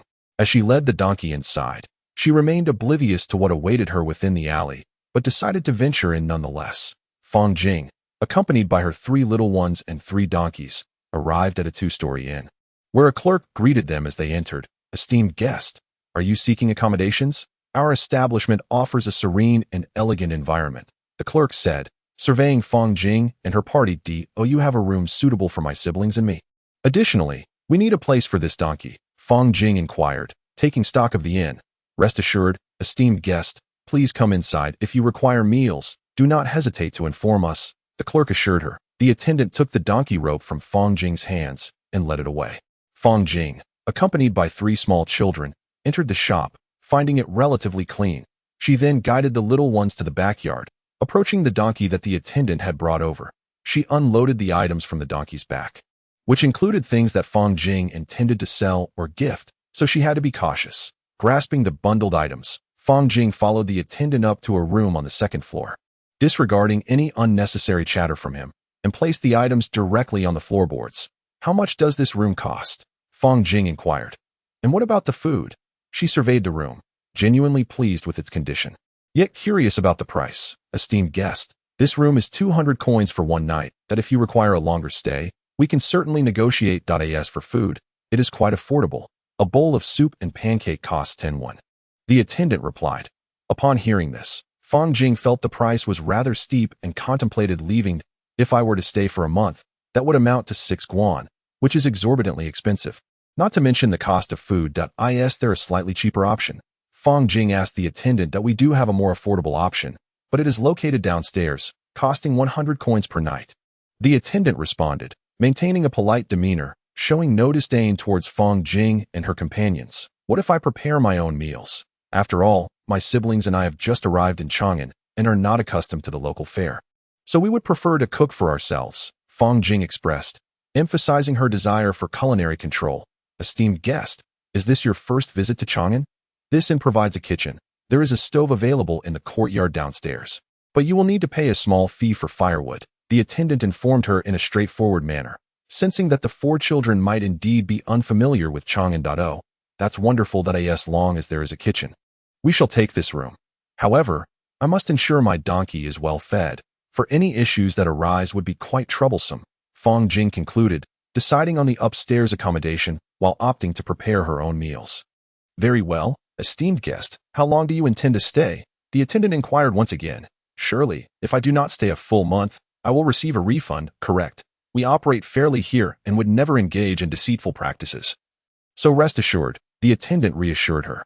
"Then how much must I pay you in advance?" Fang Jing asked the attendant, noticing that the 3 little ones were exploring the room, touching this and that. "Guests must first provide a deposit and also present identification," the attendant replied, looking expectantly at Fang Jing. Fang Jing unfastened her burden from her back, retrieving the household registration document and handing it to the attendant, along with all her coins. "These coins shall serve as the deposit. There are over 3 guan here, please count them. Additionally, these 3 are the children of my father's comrades and do not yet possess household registration," she clarified while handing over the items. The attendant accepted Fang Jing's coins, which, though not visibly significant in a bundle of 20 to 30 jin, felt quite heavy in his hands. He placed the coins on the wooden counter, glanced at the household registration document, and returned it to Fang Jing. "Your siblings' registration documents are not required here, but I advise you that if you plan to stay at an official inn, they will be necessary. We do not place such importance on it here." The attendant, having finished counting the coins, pondered whether he should convey additional information to Fang Jing to ensure he was well informed. However, upon turning around, he was startled to see Fang Jing unwrapping several large bundles. The sight of such an abundance of furs made him gasp. How much could they possibly be worth? Among them were even tiger pelts. Surely only skilled hunters could procure these. "Esteemed guest, are you a hunter? Such a collection of furs must be quite valuable. You should take great care of them," the attendant remarked, swallowing hard with envy. "These furs were acquired during our journey from Jinzhou and are to be delivered in a couple of days." Fang Jing replied casually. The attendant's heart brimmed with envy. Such exquisite pelts, destined for delivery, could yield a fortune if sold. What a pity! If you wish to procure food for yourselves, you may visit the West Market or seek out a vegetable stall. As for firewood, our establishment does not charge much, merely a single coin a day. Additionally, should you wish to sell these furs, the East Market is the place to go. One can fetch a good price there, frequented as it is by nobles and dignitaries. With that, the attendant descended the stairs, clutching the coins. Fang Jing, indifferent to the attendant's words, began to lay out and organize all the furs, preparing to present some to the Duke of E upon their visit in 2 days, while planning to sell the rest at the West Market the following day. Xiao Chao, are you all hungry? Let us go downstairs for a meal, Fang Jing said, observing the 3 little ones, who looked rather listless, while one cradled a small leopard. Brother Jing, I am hungry. Xiao Chao lifted her head to gaze at him. Fang Jing, taken by the innocent and pitiful expression, felt an inexplicable urge to shower them with affection, but realized it was indeed time for a meal, as darkness had begun to fall. Come, let us go downstairs for food. What would you like to eat? Tomorrow we shall prepare our own meal, but for today, let us eat something simple. With that, Fang Jing closed the door behind them and led the 3 little ones downstairs. Attendant, what do you have to eat? Please let me know what we can have, Fang Jing inquired habitually, but the attendant appeared bewildered. Oh, you have any vegetables? Let us see. Please prepare some greens, along with 2 plates of lamb and 4 large bowls of soup dumplings. Just those, Fang Jing decided, recalling that it had been quite a while since he had eaten vegetables. Esteemed guest, vegetables are somewhat pricey, the attendant informed him. No matter, just go ahead and prepare them, Fang Jing replied, unconcerned about the cost, understanding that with April approaching, the high price of vegetables was to be expected soon. The food was served, and the 4 of them sat on low stools around a short table, dining on their meal. Although they found the arrangement somewhat unfamiliar, they had no choice. After all, they were in the Tang Dynasty, where square or round tables had yet to make an appearance. After finishing their meal, Fang Jing and the 3 little ones sat back to rest, their eyes fixed on the inn's entrance, where darkness enveloped the outside and no passerby could be seen. Fang Jing stood up and stepped outside, eager to observe how the night in Chang'an unfolded, perhaps to admire its nocturnal beauty. Outside, it was pitch black, visibility was poor, and considering it was already late March, the moon would not rise early. Likely, it would be quite late indeed. Attendant, we have not bathed in over 10 days. Please take us to a bathing place, Fang Jing called out to the attendant. Good day, esteemed guest, the attendant responded. The city of Chang'an in the Tang Dynasty, also known as Daxing of the Sui Dynasty, spans a length and width of approximately 8 to 9 kilometers, with its formidable walls rising over 5 zhang. The walls of the neighborhood where Fang Jing currently resides reach a height of 2 to 3 zhang. Chang'an is oriented north to south, constructed in accordance with the principles of the I Ching, and is divided into 108 neighborhoods, corresponding to the 108 celestial deities. On either side, there are 2 markets. The Western market primarily features foreign commerce and industry, while the Eastern market caters to officials and nobility, offering rare treasures and curiosities. The city of Chang'an underwent 2 significant constructions during the Tang Dynasty, later adding the Daming Palace in the northeast corner, as well as the Xingqing Palace in the latter part of the Tang Dynasty. The capital was relocated to Luoyang, resulting in the demolition of several structures. Subsequently, much of the city was ravaged during the Huanqiao Rebellion towards the end of the Tang Dynasty. After Zhuan took Tang Xiaozong to Luoyang, he ordered the destruction of all buildings in Chang'an and the relocation of important artifacts and timber, marking the end of the Sui Daxing and Tang Chang'an city as it once was. Fang Jing gazed out of the window at Chang'an, unaware that in several centuries, the Tang Chang'an would no longer resemble its former glory. She simply appreciated the moment, perhaps because it is the capital of the Tang Dynasty. The 3 little ones had also risen from their beds, standing by the window to look outside. Finding it amusing, Fang Jing held Xiao Chao and pointed out various sights. After the 4 had washed up, they shouldered the bundles prepared the day before and took up their long swords as they exited the inn. At this point, the neighborhood gates had already swung open, and the streets were occasionally patrolled by officials or soldiers, not to mention the throngs of pedestrians. The Huayuan neighborhood where they were staying is conveniently located near the Xianping Gate and adjacent to the Western Market. Each neighborhood stretches nearly 1,000 meters in length and approximately 600 meters in width, although the sizes may vary slightly. The layout of Chang'an is fundamentally influenced by the principles of feng shui and the I Ching. which is reflected in the design of the neighborhoods, with wide streets ensuring they can accommodate horse-drawn carriages. Fang Jing leisurely led the three children northward, contemplating the sale of the remaining furs to acquire some copper coins. Little ones, little rascals, Fang Jing began to sing, and the three children joined in, with the two holding the hands of his younger siblings, while Fang Jing carried a heavy bundle and wielded her sword. Together, they joyfully made their way, with Fang Jing occasionally introducing them to new sights. Upon exiting the neighborhood, they observed the bustling streets, where people moved from one end to the other, with numerous corners and streets appearing every li or so. The four of them navigated along the neighborhood street, which lacked any major gates, save for four entrances leading into the neighborhoods. This, however, did not deter the presence of nimble thieves, particularly not Fang Jing, who had once aspired to be one herself. Arriving at the entrance of the Western Market, the cacophony within was unceasing, a veritable hubbub of human voices, so loud that it could be heard from a li away. Jinggu, where is this? So many people. Xiao Chao looked up at Fang Jing, while De Tu and Xiao Shu turned their gazes toward her as well. This is the Western Market. Look, it's bustling with trade.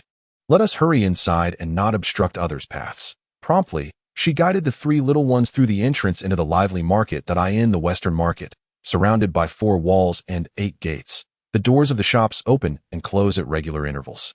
Most merchants are located in the Eastern and Western markets, yet each courtyard also hosts a few shops, or inns. The size of the Western Market is roughly equivalent to that of 8 residential blocks, featuring a variety of businesses and stalls that sell common goods, including numerous items transported from the Western regions. Fang Jing, carrying a burden filled with furs, made her way into the Western Market, closely followed by 3 small children who, perhaps fearing separation, clung to her side amidst the bustling throngs, including many people from the Western territories. Upon arriving at a stall dealing in furs, Fang Jing led the children inside, without paying heed to the murmurs or thoughts of others. Shopkeeper, do you purchase furs? She inquired directly, opening her bundle to reveal the scattered pelts. These are hardly worth anything. I'll offer you 6 guan. The shopkeeper replied dismissively after a cursory glance, recognizing that these furs were merely rabbit and roe deer skins, which naturally held little value. Oh, that's acceptable, Fang Jing responded. She picked up the 2 smaller bundles from her pack and placed them on her back, handing the bundle of furs to a shop assistant. Shopkeeper, please string the copper coins together with a rope. I can manage the weight. The assistant brought forth a large basket filled with 6 guan in copper coins. Very well, the shopkeeper instructed, and the assistant proceeded to tie the coins together and drag them toward Fang Jing. She remained silent, merely lifting the coins and departing with the children in tow. De Tu, Xiao Shu, Xiao Chao, look over there. There is something to eat. Do you see it? Let us go have a bite. Fang Jing said, her gaze catching sight of a vendor selling bright red fruits that resembled jujubes. Hurrying toward the stall of a foreign merchant, she felt somewhat foolish upon closer inspection. These were certainly not jujubes. Esteemed guest, might I offer you a taste? The merchant inquired softly, his command of the Tang language less than fluent. How much is this? Is it a lot? Is it expensive? Fang Jing asked, scrutinizing the foreign man before her, whom she presumed to be an outsider. Not expensive at all. 21 per jean. I have hundreds of pounds at my place, the merchant replied, detailing his price and quantity. Very well, I shall purchase some now. In the afternoon, please deliver 200 jean to the Minghui Inn in Huayuan Fang, and I will provide you with a deposit, Fang Jing decided, her heart racing at the sight of the dates. Exquisite treasures from Arabia, sweet and nourishing, indeed a rare find. She handed 2 guan to the merchant, requesting that he pack 1 jean for her to take along, unperturbed by the thought of him absconding. After all, as a foreigner, he could hardly escape without proper identification to conduct business in the Western Market. If you dare to run, congratulations, you would become a delicious roast. De Tu, Xiao Shu, Xiao Chao share this. It's called a date, and it's incredibly sweet, a delicacy from Persia, Fang Jing announced, distributing the dried fruits among the children, while she herself popped 3 into her mouth, untroubled by the prospect of poison. May I inquire, esteemed guest, at what hour shall I deliver it this afternoon? Hu Shang cautiously posed the question to Fang Jing. The date palm, scientifically known as Phoenix dactylifera, also referred to as Persian dates or sugar dates, is the fruit of the date palm tree, thriving predominantly in tropical and subtropical regions, especially in the Arab Middle East. Its flesh is soft as honey and sweet as nectar. Not only are date palms edible, but they can also be fermented in water to create a delightful beverage, known for its benefits in nourishing the body, alleviating coughs, soothing the lungs, and expelling phlegm.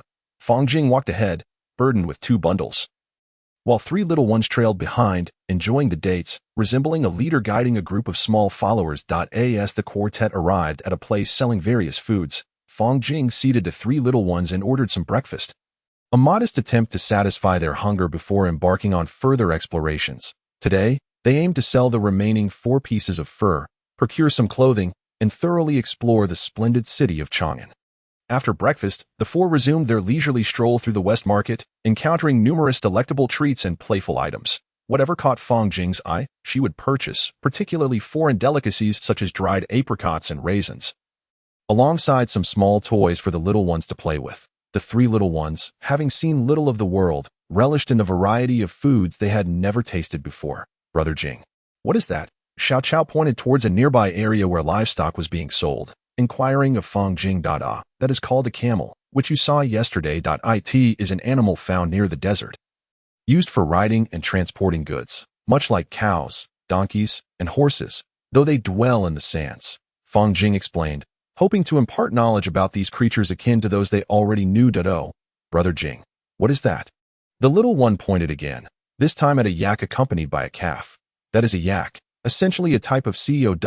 It resembles the cows we are familiar with, but they have long fur due to their habitation in perpetually snowy regions. Otherwise, they would surely perish from the cold. Fang Jing found himself once more answering a barrage of questions from the inquisitive child. Brother Jing, what is that? The little girl incessantly inquired. The group approached a shop near the north gate, where Fang Jing noticed a store that also dealt in furs. That he thought it prudent to sell the 4 pieces of fur promptly, as carrying them was becoming increasingly cumbersome. The shopkeeper approached, scrutinizing the items with keen interest, his hands deftly inspecting them. These 4 pieces of fur are indeed fine goods. What price do you intend to offer? He asked Fang Jing. Esteemed shopkeeper, these 4 pieces comprise 3 tiger pelts and 1 bear skin, all in excellent condition and of considerable size. Quite a rarity. I presume you have not encountered many like them.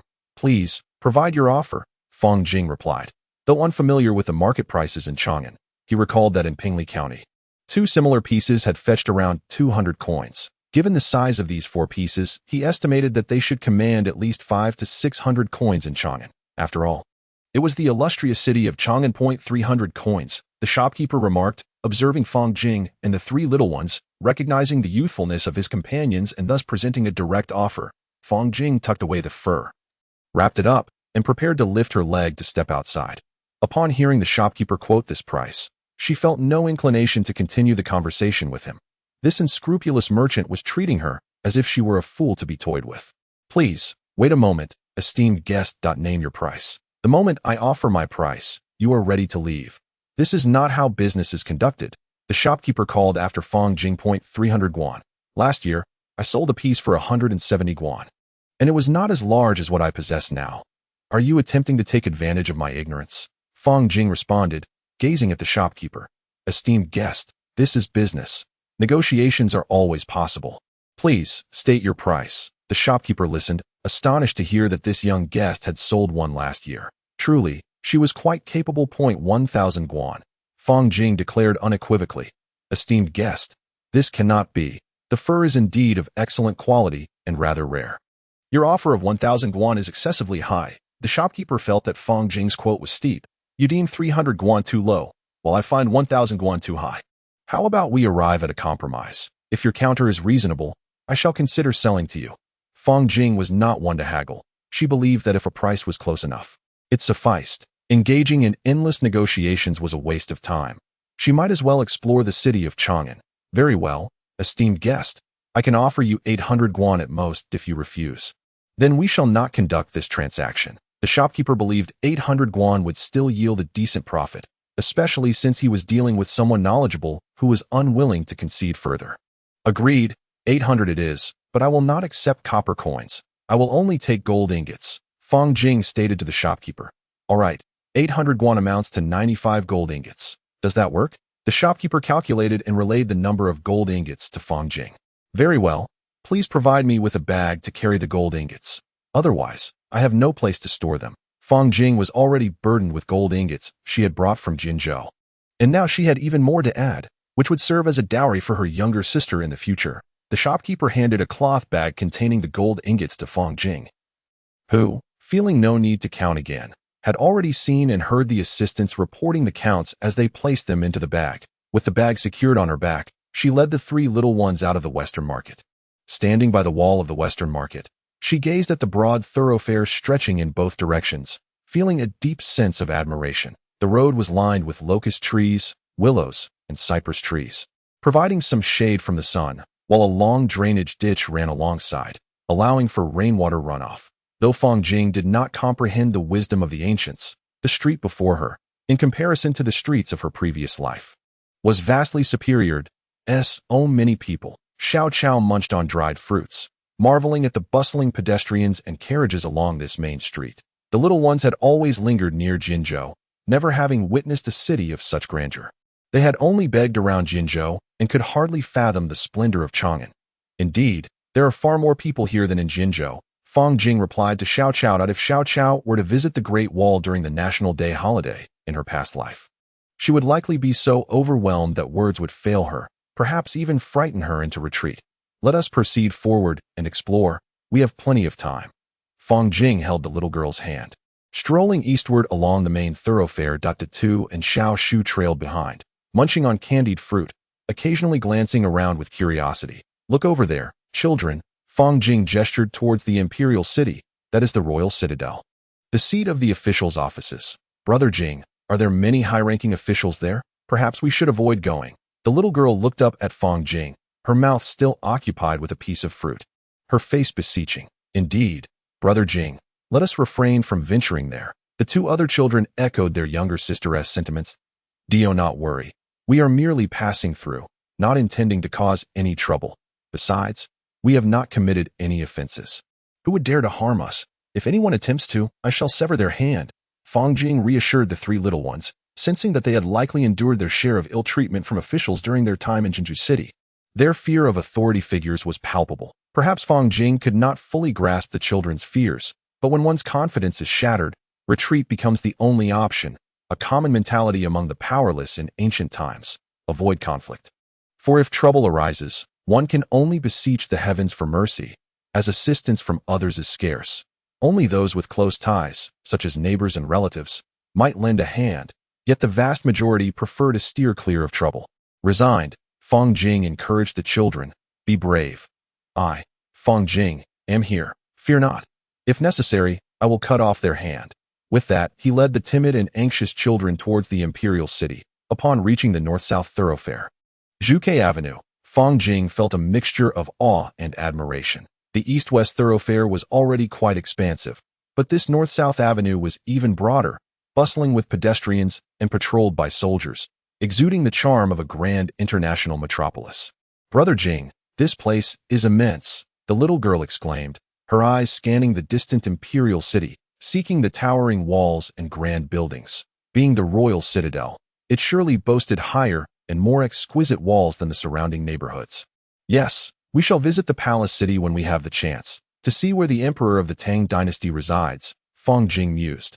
While the streets had indeed widened, he lamented the lack of time to explore the palace city, as various soldiers had begun to patrol the area surrounding the imperial city, suggesting that the palace city would be similarly guarded. Fang Jing leisurely guided the children towards Huayanli Fang. Despite the numerous alleys, he was confident he would find his way. Heading west would eventually lead them to the West Market, where Huayuan Feng awaited. Each alley bore its name upon its entrance, making it nearly impossible to get lost. Fang Jing found the absence of signposts rather vexing. In such a vast city, how could there be no markers? Visitors to Chang'an often found themselves disoriented. Did the residents commit the layout of Chang'an to memory? Yet, he reasoned that losing one's way was unlikely, as the city was constructed in a grid pattern, ensuring that no matter the path taken, one would eventually arrive at either the east-west or north-south thoroughfare. A day spent wandering through the city of Chang'an did not afford much opportunity to explore its myriad sights. Rather, the four companions merely circled around the areas governed by Chang'an County. This, however, cannot be attributed to Fang Jing and the others, for the quartet frequently paused to admire the bustling throng of pedestrians or to observe the city's architecture. At tea times, they would tend to the moods of the little ones. Or perhaps it was Fang Jing's personal inclination to do so. Brother Jing, is this pork delicious? inquired a small girl, gazing up at Fang Jing as he purchased a substantial piece of home-raised pork. After acquiring the groceries, they made their way towards the Minghui Inn, where several merchants were already gathered in front, conversing with the inn's attendants, while a few ox carts stood nearby. Indeed, we procured some items from the West Market, paid a deposit, and instructed them to deliver it here. Once I settle the payment, I shall return to inquire about a few matters, Fang Jing explained before rushing off to converse with the merchants. Dear guest, you will need to seek out the freight station. Just hand over the goods to them, and they will ensure their delivery to Jianzhou. Though the cost may be somewhat steep, the attendant advised Fang Jing upon hearing his inquiry. Observing the considerable load Fang Jing had just transported, the attendant anticipated that the price would indeed be elevated. Very well, thank you. Could you tell me where I might find a reliable freight station? Fang Jing asked, contemplating the suggestion. Certainly, the trustworthy freight station is located next door at the Zheng Freight Station in Chonghualeng. You need only visit tomorrow to inquire further, the attendant promptly informed him. Understood. Thank you, Fang Jing replied, reflecting on the attendant's words before expressing his gratitude and proceeding to the kitchen provided by the inn to prepare the meal. As Fang Jing cooked the braised pork, the delightful aroma wafted through the air, tantalizing not only the three little ones, but also drawing the attention of other guests in the inn. Fang Jing even portioned a small bowl of the braised pork for the attendant, who had previously inquired about the goods, eliciting heartfelt thanks from him. This was the first time he had encountered such a tantalizing scent in his life. Though he had yet to taste it, he was certain that a dish so fragrant must be exquisite. The four of them sat in their room, enjoying the meal, while the three little ones devoured the braised pork as if they had never tasted food before, eagerly snatching pieces for themselves. Fang Jing watched this scene with great satisfaction, feeling that as a novice cook, he was ready to graduate. That he chuckled inwardly in celebration. Unbeknownst to Fang Jing, a single bowl of braised pork nearly sparked a commotion in the hall. As the attendant prepared to take a bite, the innkeeper, noticing the bowl, swiftly snatched a piece for himself. Other guests, perceiving the enticing aroma and believing such delectable fare should be offered to them, felt slighted and rushed to the counter to claim the braised pork for themselves. This led to a heated argument between the innkeeper and a guest, almost escalating into a physical altercation. Meanwhile, the unfortunate attendant, who had not even tasted the meat, found himself subjected to scorn, lamenting silently. The heart of a poor soul is filled with sorrow. Chapter 74.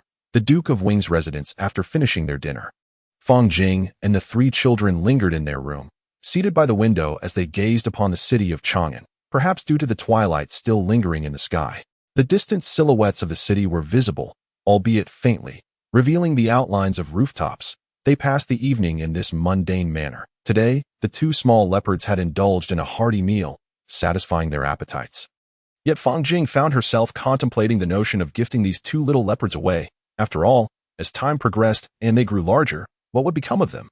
Fang Jing lit the oil lamp, illuminating the room. The four of them exchanged glances, at a loss for how to occupy themselves. In the corner of the room lay some items purchased earlier that day, primarily a selection of valuables, which naturally included newly acquired clothing and shoes. Fang Jing retrieved the newly purchased garments and footwear, distributing them among the three children. The little ones clutched their respective outfits and shoes, beaming with silly smiles. This was their second occasion to receive new clothes and shoes, and they were overjoyed, utterly at a loss for words. Brother Jing, look, aren't these shoes lovely?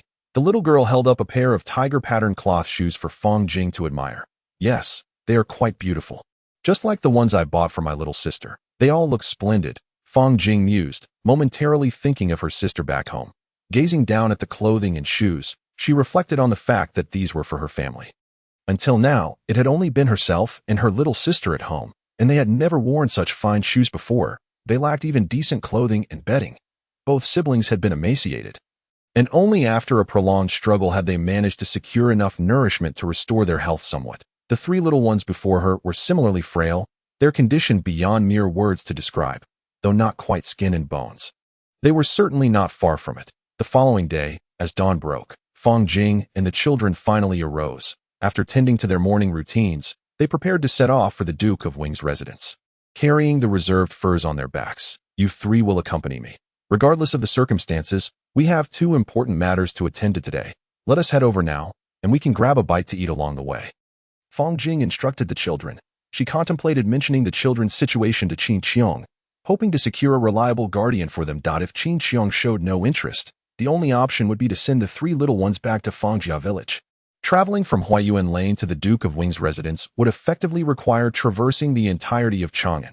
The distance from Huayuan Lane to the Eastern Market was over 6 kilometers, and while a person could cover it in about an hour at a brisk pace, with 3 children in tow, it would likely take closer to 2 hours. Of course, one could utilize oxen or horse-drawn carts in Chang'an, but Fang Jing thought it best to take a leisurely stroll to see the city, especially since the children had never experienced it before. This would afford them all a chance to broaden their horizons, and time was on their side, with the sun shining brightly at 8 or 9 in the morning. The warmth was pleasant rather than oppressive, especially since it was still not yet April, making for lovely weather. After exiting Huayuan Lane, Fang Jing led the 3 little ones along the street, munching on the freshly purchased flatbreads as they walked. As they journeyed along the path, they occasionally had to make way for passing ox-drawn carts, during which Fang Jing would take the opportunity to introduce the 3 little ones to their surroundings. The rammed earth structures of the alley walls were adorned with a coat of mortar, though some of it had begun to flake off. Overall, the walls maintained a commendable appearance, showing little sign of decay. Even if they were somewhat dilapidated, it was likely that the head of each alley would see to their repair. "Brother Jing, this is where we came yesterday." The 2 pointed towards the north-south thoroughfare, the abundance of trees here making it easier to remember. Indeed, this road, known as Zhuke Avenue, is where we entered yesterday. Fang Jing explained as he gestured towards the main road that we are headed to the alley across the street. I inquired with the attendants yesterday and learned that the estate of the Duke of E is located quite close to the East Market in an E-alley. Fang Jing began to lead the 3 little ones towards the center of the thoroughfare, preparing to cross to the East City, which fell under the jurisdiction of Wanyan County. "What are you doing? Have you lost your minds? Hurry up, move faster. I won't be responsible if you get hit."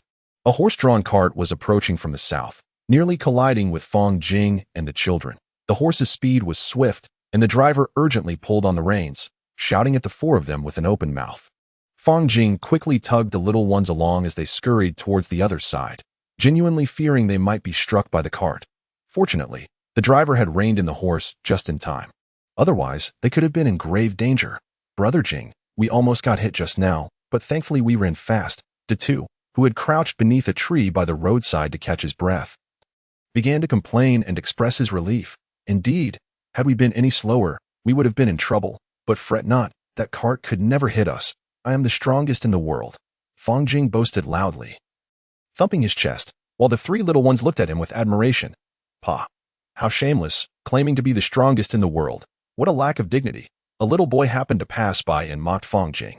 "Humph, my brother Jing is indeed the strongest in the world," Xiao Chao retorted, her head held high in defiance. "Pa, I am the strongest too. Why shouldn't I say so? How shameless," the little boy declared, pointing at himself as he made a face at Fang Jing and his companions. "Xiao Chao, stop arguing. He believes himself to be the strongest because he can make a fuss. Ha ha ha."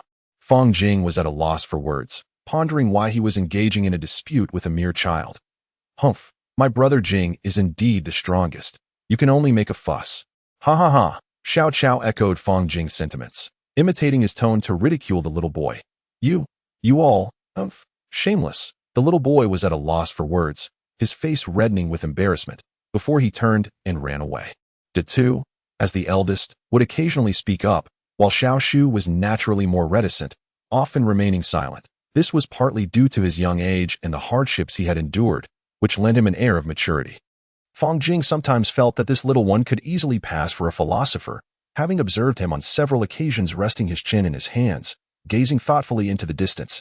Were it not for Fang Jing's understanding, one might easily mistake the little fellow for a budding philosopher. The delicate grass, being the smallest, is akin to a little girl. Both the large head and the small tree show great affection towards her. During mealtimes, they always ensure she is served first, and at night she sleeps in the middle, fearful that the chill might reach this little creature. Moreover, the sweetness of her words often endears her to Fang Jing, who, at times, is utterly enamored with the little girl. Furthermore, the 3 young ones have yet to fully grow their hair.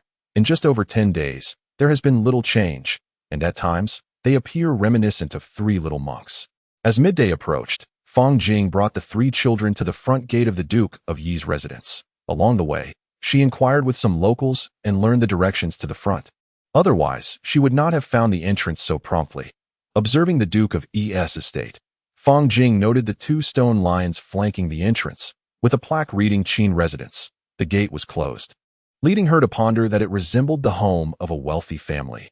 Yet she had confirmed that this indeed was the Duke of Yi's residence. Fang Jing stepped forward towards the grand gate and rapped upon a brass knocker, standing by and awaiting a response. While the three little ones displayed anxious expressions, the side gate opened, revealing an elderly man who scrutinized Fang Jing and her companions. "Who are you? Do you have business at my Qin residence?" he inquired, lifting his chin towards them. "I am Fang Jing from Fangjia Village, Shaoa Town, Pingli County, Jinju. My late father served as a guard for the Duke of Yi. I have come to Chang'an to pay my respects to the Duke. And here are my household registration and recommendation letters. I kindly ask you to present them to the Duke," Fang Jing replied, extending her hand to retrieve the documents from her bosom and presenting them to the gatekeeper. "You are indeed the Fang family from Jinju. Just the other day, someone from the city gate informed my Qin residents that individuals from Fangjia village were arriving. The Duke has been expecting you for some time. Yet we had not seen you until today. What has caused your delay?" the old man remarked, returning the household registration to Fang Jing before elaborating on the previous day's events. "Sir, upon entering the city the other day, it was already late, and being newly arrived in Chang'an, I was unfamiliar with the streets. Thus, we could only make our visit today. Unaware that the Duke was informed of our journey, that I sincerely apologize for any inconvenience caused," Fang Jing expressed, bowing in gratitude and apology to the elder. The old man then guided Fang Jing and her companions to a side hall, offering each of them a bowl of water before excusing himself to inform the lady of the house. As they entered, Fang Jing glanced around. The Duke of Yi's residence was not particularly large, significantly smaller than the military governor's residence they had known in Jinju. It consisted of a modest courtyard, with a feng shui wall at the front followed by the main gate. To the left and right were rows of guest rooms, and in the center was a reception hall, flanked by two side halls. Behind the hall lay the main family's backyard, which likely contained additional guest rooms, though Fang Jing could not see beyond and could only speculate. To the left of the courtyard appeared to be the servants' quarters, along with what resembled a kitchen, while a passage next to the right wing likely led to a stable or firewood storage. Although Fang Jing was not well versed in the architectural styles of ancient times, she surmised that the Duke of Es' residence did not accommodate many inhabitants. Historical accounts of Qin Xiong were sparse, and while Fang Jing lacked extensive knowledge, she was nonetheless aware of some details. Qin Xiong, styled Shu Bao, hailing from Shandong, was a general during the Sui dynasty. Following the turmoil of the Sui, he sought refuge with several military leaders, ultimately aligning himself with the Li Tang, becoming one of the enforcers within the Qin Wangfu. His wife, Jia, also from Shandong, bore him 3 sons. The first, Qin Huaidao, styled Li. The second, Qin Dao, whose name remains unknown due to the damage on the discovered epitaph. And the third, Qin Shandao. Fang Jing is perplexed as to why Qin Xiong is scarcely mentioned in historical records. Yet through available sources, she has gleaned some insights that it seems plausible that Qin Xiong had another wife, one who was perhaps his legitimate spouse, while Jia may not have held that status. Otherwise, why would Jia's son, Qin Huaidao, not inherit Qin Xiong's title, instead becoming merely a county duke? These questions leave Fang Jing in a state of confusion. She suspects that Qin Xiong's true wife may belong to a class of individuals whose identities are best kept from the annals of history. Or perhaps Li Shimin forbade any mention of her in the records. Furthermore, despite Qin Xiong's significant contributions as one of Li Shimin's enforcers, it appears that Li Shimin harbored a dislike for him, likely due to this issue regarding his legitimate wife. This could very well explain the sparse documentation of Qin Xiong and his descendants in historical texts, though this remains merely Fang Jing's speculation. Chapter 75. Enforcer Qin Xiong. A quarter of an hour later, Jia, with her pronounced pregnancy, entered the side hall and was taken aback to see Fang Jing and the others. "Madam, do be cautious.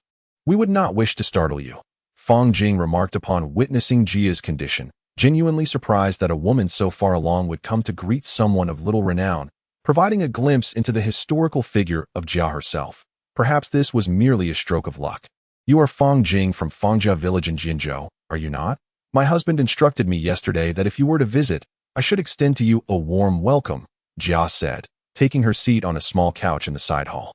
"Thank you, madam. We were unaware of your condition and had not prepared anything for you. In a few days, I shall bring some gifts, but today may seem rather abrupt. I hope you will forgive us." Fang Jing replied, feeling somewhat embarrassed as she had been preoccupied with presenting gifts to Qin Xiong. Neglecting his wife to travel all the way from Jianzhou to Chang'an to visit us is already a commendable gesture. My husband mentioned yesterday how your father sacrificed his life to protect him, for which we are immensely grateful, Jia said, rising promptly to offer her respects to Fang Jing. Please, madam, there is no need for such formalities. That was merely my father's duty, and I cannot accept your grand gesture, Fang Jing exclaimed, rushing to support Jia to prevent her from bowing, fearing any mishap could lead to dire consequences. Madam, it is not fitting. Although my father and the men of Fangjia village have passed, they did so with honor, facing the blades of battle where it was either one's death or survival, such as fate's caprice. Fang Jing responded, returning the gesture of respect to J.I.S. Fangjia village faring well these days. My lord is burdened with official duties and finds himself unable to spare the time to visit Fangjia village. Should there be any matters concerning the village, I kindly ask you to inform me. Although the Qin family may not possess the wealth of other noble houses, we are still capable of providing assistance. As the lady of the Qin estate, Jia possesses a certain gravitas. However, I am merely curious to discern the true purpose of Fang Jing's visit this time if it pertains to financial matters. Rest assured that the Qin family will not be stingy. We shall offer what is due. Alas, my lady, it is perhaps inappropriate for me to speak, yet since you have inquired, I shall share my thoughts. Listening to Jia's words, Fang Jing remained unaware of her true intentions, yet with her straightforward nature, she would surely divulge the matter at hand without hesitation. Qin asked, "What of the Fang family?" Suddenly, a loud shout from outside interrupted the conversation between Fang Jing and Jia, drawing the attention of all present in the side hall. Having met with Duke Yi, I am Fang Jing from Fangjia village. These are my younger siblings whom I encountered in Jinzhou, and I have brought them along to Chang'an. Today, I apologize for the intrusion and hope for your understanding. Fang Jing gazed at the robust figure before her and realized that this was indeed Qin Xiong, who appeared markedly different from the dashing portrayal in television dramas. Duke Yi, we have brought with us the skins of a tiger and a leopard that we hunted on our journey to Chang'an. I was uncertain what would be appropriate to present during my first visit to your esteemed residence, so I thought these pelts might be a rare offering. Fang Jing presented the bundle to Qin Xiong and performed a respectful bow. The elder gentleman named Qin Wan, standing beside them, accepted the bundle and opened it, revealing 3 tiger skins and 1 leopard skin, causing his hands to tremble in astonishment. Well done, sons of the Fang family. To hunt such magnificent beasts speaks to your strength, Qin Xiong remarked casually. Having initially assumed the pelts to be of lesser quality, yet he still offered his compliments as a mere formality. My lord, these skins are in pristine condition. They are far too valuable, Jia observed as Qin Wen examined the contents of the bundle. And she tugged at Qin Xiong's sleeve. Is this truly what you have hunted? Such grand tiger and leopard pelts? How could you, being so young, manage to capture such formidable prey? Upon seeing the pristine pelts displayed on the ground, Qin Xiong was equally taken aback. It was Brother Jing who hunted them. We have taken many more, in fact, and sold a number just yesterday, interjected a young girl standing behind Fang Jing, eager to defend her companion against any doubts. Duke Yi, these are not merely trifles. I possess little else to offer. It would be improper to arrive empty-handed on my first visit. Fang Jing felt somewhat awkward and sought to clarify her intentions.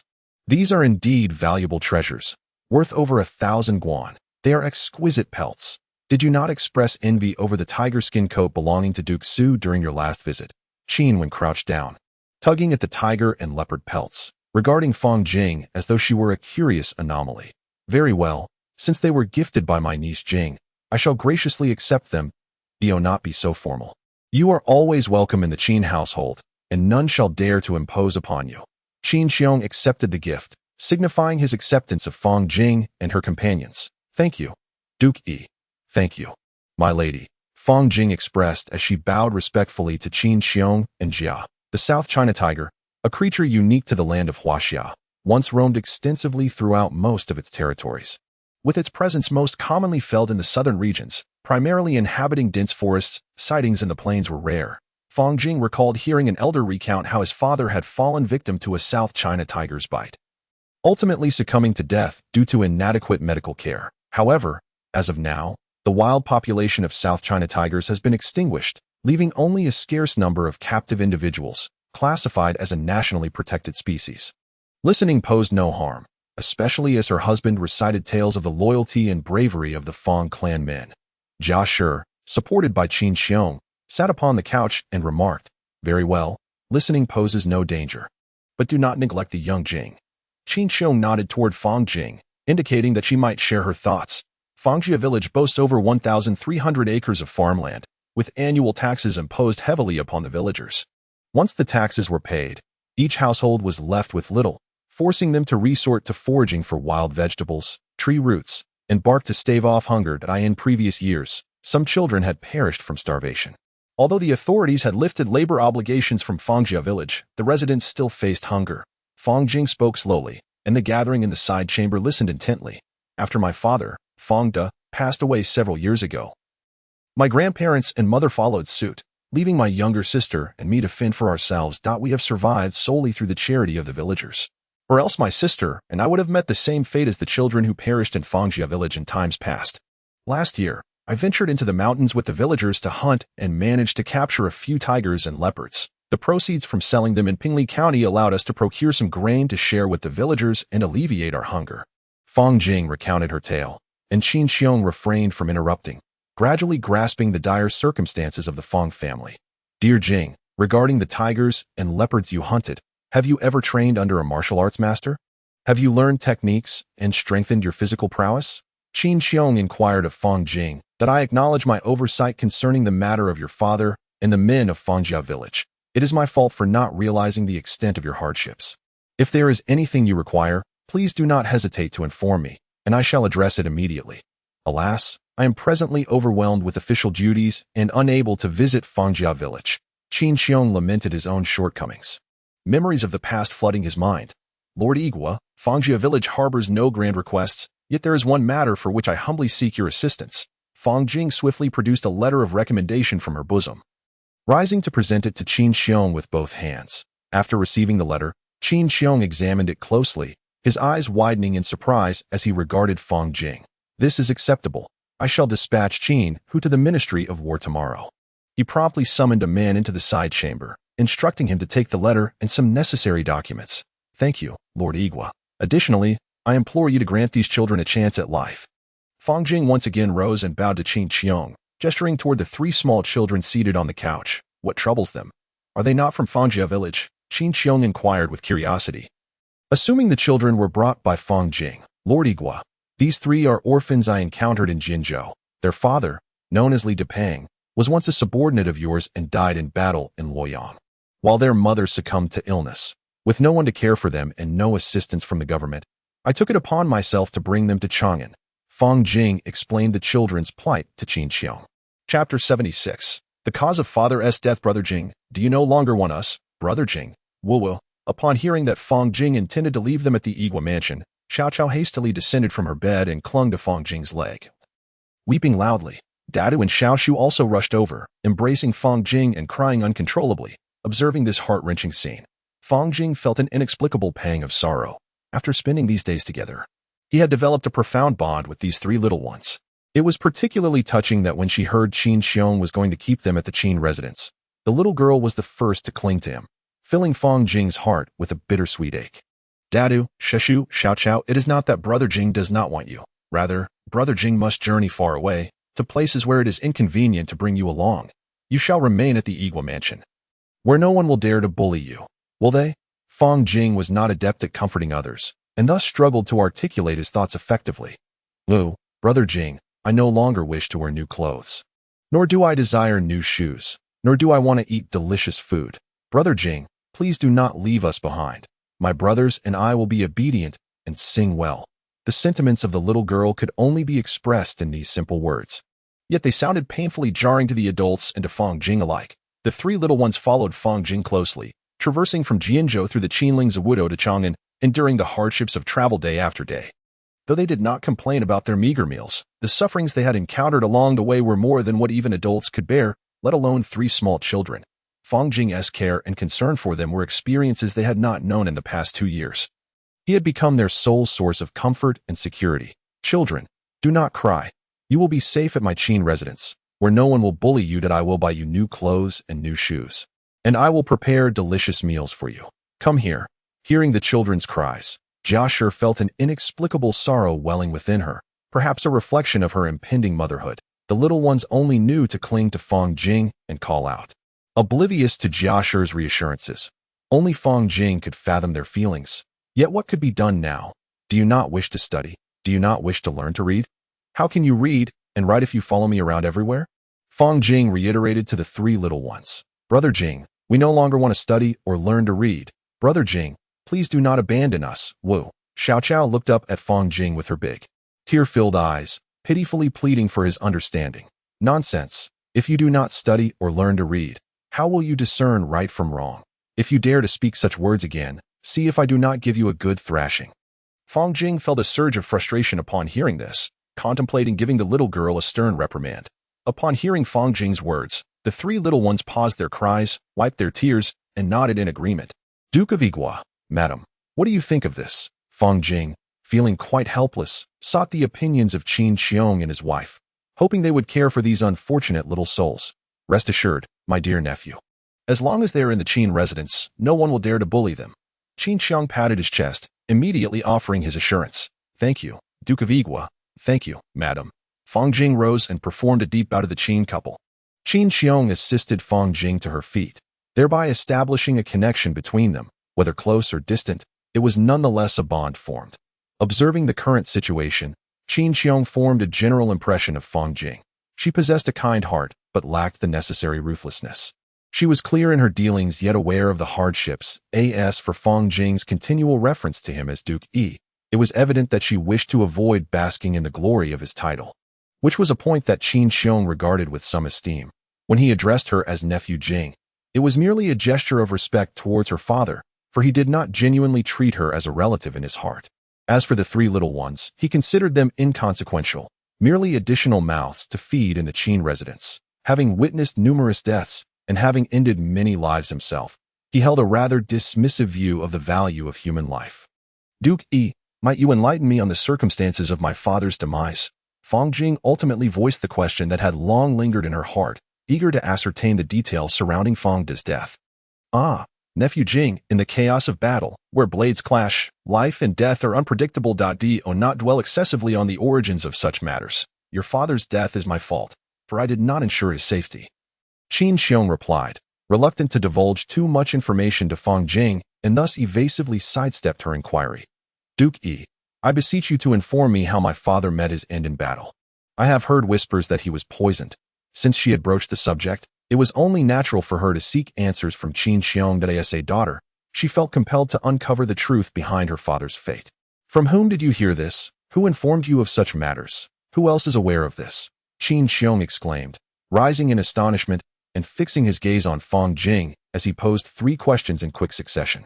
As the maid Xiaochun supported Jia in her departure, she advised Qin Xiong not to be angered and to address matters straightforwardly. Fang Jing observed this exchange carefully, analyzing the reasons behind her father's alleged poisoning.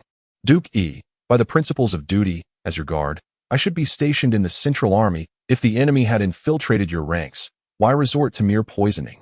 My father and the numerous relatives from the Fang family could not have all been poisoned by a few infiltrators. And this was not an isolated incident. The death of Officer Wang occurred the very next day. Therefore, I implore you, Duke E, to disclose the reasons.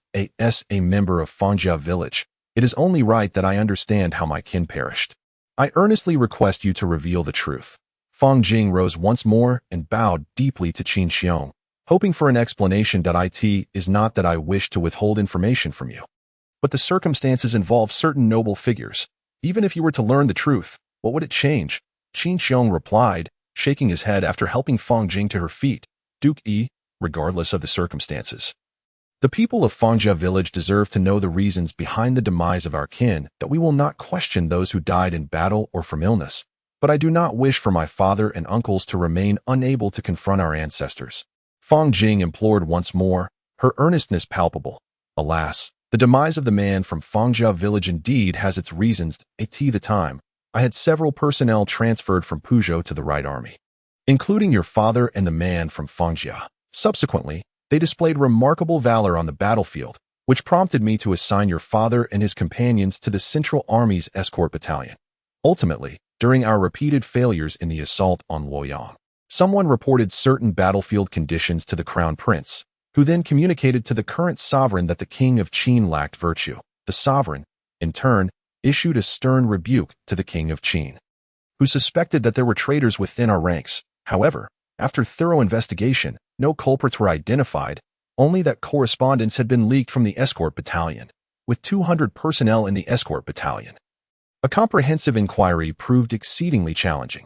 Consequently, the escort battalion was reluctantly restructured into the Tiger Guard. As Qin Xiong recounted the events in detail, Fang Jing and the three little ones listened quietly, not uttering a single sound. Lord E, might I inquire whose men were involved in the investigation? Were they yours or those of the king of Qin? Was it solely the Tiger Guard that suffered from the poisoning? Or were there others among the battalions as well? Fang Jing pondered the various possibilities, analyzing the circumstances and the beneficiaries. During the investigation, there were my men, the king of Qin's men, and those of Jingda. To contain the information, there were not many who conducted inquiries, and only the Tiger Guard fell victim to the poisoning. The other battalions were not made aware of this until the 5th day. Qin Xiong continued to inform Fang Jing about the events of that time. Fang Jing ceased her inquiries with Qin Xiong, as she had gathered a general understanding of the situation. Ultimately, she only needed to ascertain the potential beneficiaries. The only parties with a vested interest were the king of Qin and the crown prince. The king of Qin would not desire traitors hidden within his army, while the crown prince would wish for his appointed individuals to remain undiscovered. Yet, in the end, only these two would possess the clearest understanding of the truth. Fang Jing was uncertain of the direction in which to investigate. The events of many years past were unlikely to be known by anyone, save for these prominent figures. Thank you, Lord E. Fang Jing rose to pay her respects, then stood silently, gazing towards the entrance of the side hall. Chapter 77. A night mission to the Eastern Palace. Upon arriving at the warehouse, the four were greeted by a clerk. Esteemed guest, do you have goods to transport? Our Zhang's warehouse is considered the finest, second only to the official relay stations. The clerk began to extol the virtues of Zhang's warehouse. I wish to transport some provisions and valuables to Pingli County in Jianzhou. May I inquire about the pricing? Is safety guaranteed? Fang Jing observed as the clerk extolled Zhang's warehouse as if it were celestial. The goods were estimated to weigh nearly 1,000 jin, and the valuables, around 100 gold ingots. Fang Jing estimated the approximate weight and quantity of the valuables, reflecting that she possessed over 100 gold ingots, but preferred not to carry them all. A few tins would suffice for her expenses, as she would not require much in the future, save for occasional expenditures when hiring help. Esteemed guest, this may be somewhat costly. To transport 1,000 jin of goods to Pingli in Jinzhou would require more than 10 guan. And transporting 100 gold ingots would incur a fee of 15 guan. Do you wish to proceed with the shipment? The clerk inquired of Fang Jing. Very well, esteemed guest. We shall meet you tomorrow at noon at Minghui Inn. The clerk concluded before retreating into the warehouse. Upon returning to the guest house, Fang Jing called upon the little ones to assist in washing vegetables, lighting the fire, and preparing meals. This was indeed the moment she cherished the most. Perhaps it was due to the lamentable quality of the food in the Tang Dynasty, or perhaps she simply found her own culinary creations more to her liking. Ultimately, it was primarily because the Tang cuisine predominantly consisted of boiled and roasted dishes, with only a few cold dishes that were not to her taste. Although Fang Jing was aware that discussing these matters would be futile, as the three little ones possessed a disposition solely inclined towards acceptance, rather than rebuttal, a consequence of their upbringing. However, there was little she could do to alter their nature, nor did she have the time to attempt such changes. It would be a gradual process as they grew. Perhaps they could start by reading some books, which might help adjust their confidence in due course. As time passed during her casual conversations with the three little ones, they eventually drifted into slumber. After changing into a set of dark gray attire and shoes, and binding her face with a piece of black cloth, Fang Jing took up her long sword, opened the window, and swiftly darted northeast. Meanwhile, Xiao Chao, lying on her bed, remained awake, silently observing Fang Jing leap from the window into the night, refraining from making any noise or waking her brothers, merely gazing out into the darkness. After a few leaps, Fang Jing found herself atop the imperial city, crouching on the roof as she surveyed the palace complex. Uncertain of the inhabitants within, she understood that the numerous palaces made it impractical to search each one individually. Although she was aware that Li Jiansheng undoubtedly resided in the Eastern Palace, having perused several texts bestowed by celestial beings, she still feared the possibility of searching in vain. With determination, she propelled herself towards the Eastern Palace. The roads of the imperial city and palace were teeming with guards and patrolling soldiers, and Fang Jing was keen to remain undetected, exercising utmost caution. After a series of swift maneuvers, she arrived atop the highest structure of the Eastern Palace. Surveying her surroundings, she observed a multitude of palaces but remained clueless as to which one housed Li Jianqing, leaving her somewhat speechless. Who could have known there were so many palatial edifices interspersed with various trees? Despite the presence of numerous patrolling soldiers, Fang Jing had no choice but to assess the vigilance of the guards around her. As she watched from the rooftop, the patrolling soldiers passed by in succession. Eventually, she discerned a particular palace into which court maidens occasionally entered, leading her to believe that it was indeed Li Jianqing's residence. With renewed purpose, she soared to the roof of a brightly illuminated palace. However, as she soared through the air, she noticed that this palace was surrounded by guards lurking in the shadows. This further confirmed her suspicion that this was Li Jianqing's location. Upon arriving at the palace rooftop, she dared not move recklessly, fearing that the sound of her footfalls upon the dark gray glazed tiles might alert the guards or others nearby. Instead, she lay quietly on the rooftop, straining her ears to capture the sounds emanating from within the palace. I had thought my treatment of my younger brother was fair, yet he has chosen to complain to our father, who in turn chastised me. My younger brother is surely attempting to usurp my position as heir. This must be the work of those butchers from the Qin Wangfu. Pray tell, Mr. Feng, what insights do you possess regarding this matter? The voice of Li Jianqing reached Fang Jing's ears. Your Highness, this matter requires careful deliberation. The Qin royal palace is heavily fortified, and within the Tiansa mansion, there are astute strategists such as Du Ruhui and Fang Xianling. We must proceed with caution and thoughtful consideration. A male voice reached Fang Jing's ears, leaving her puzzled about the identity of this Mr. Feng, and she speculated on who he might be. Mr. Feng, what course of action should we take? How do we deliberate further? Are we to allow my second brother to frame me in such a manner? Next time, it will not merely be my father's reprimand, but an attempt to usurp my position as the crown prince. Li Jianqing's voice once again echoed in Fang Jing's ears, prompting her to ponder whether this indicated a power struggle between Li Jianqing and Li Shimin. Were they preparing for a confrontation? Your Highness, I shall seek out Wei Zheng and the others tomorrow to discuss this matter further and reach a decision, the voice of Mr. Feng suggested, somewhat languidly. With a raspy tone that hinted at age, Fang Jing surmised that this individual must be rather advanced in years. As various noises filtered through the palace, it became evident that Li Jianqing was in a foul mood. Having smashed several items in frustration and cursing Li Shimin in vehement terms, after a quarter of an hour passed with little sound, Fang Jing considered entering the palace to glimpse the historical figure of Li Jianqing, or perhaps to witness the prowess of such an esteemed individual. With remarkable agility, she darted to the grand entrance of the palace, noticing that the doors were not entirely shut.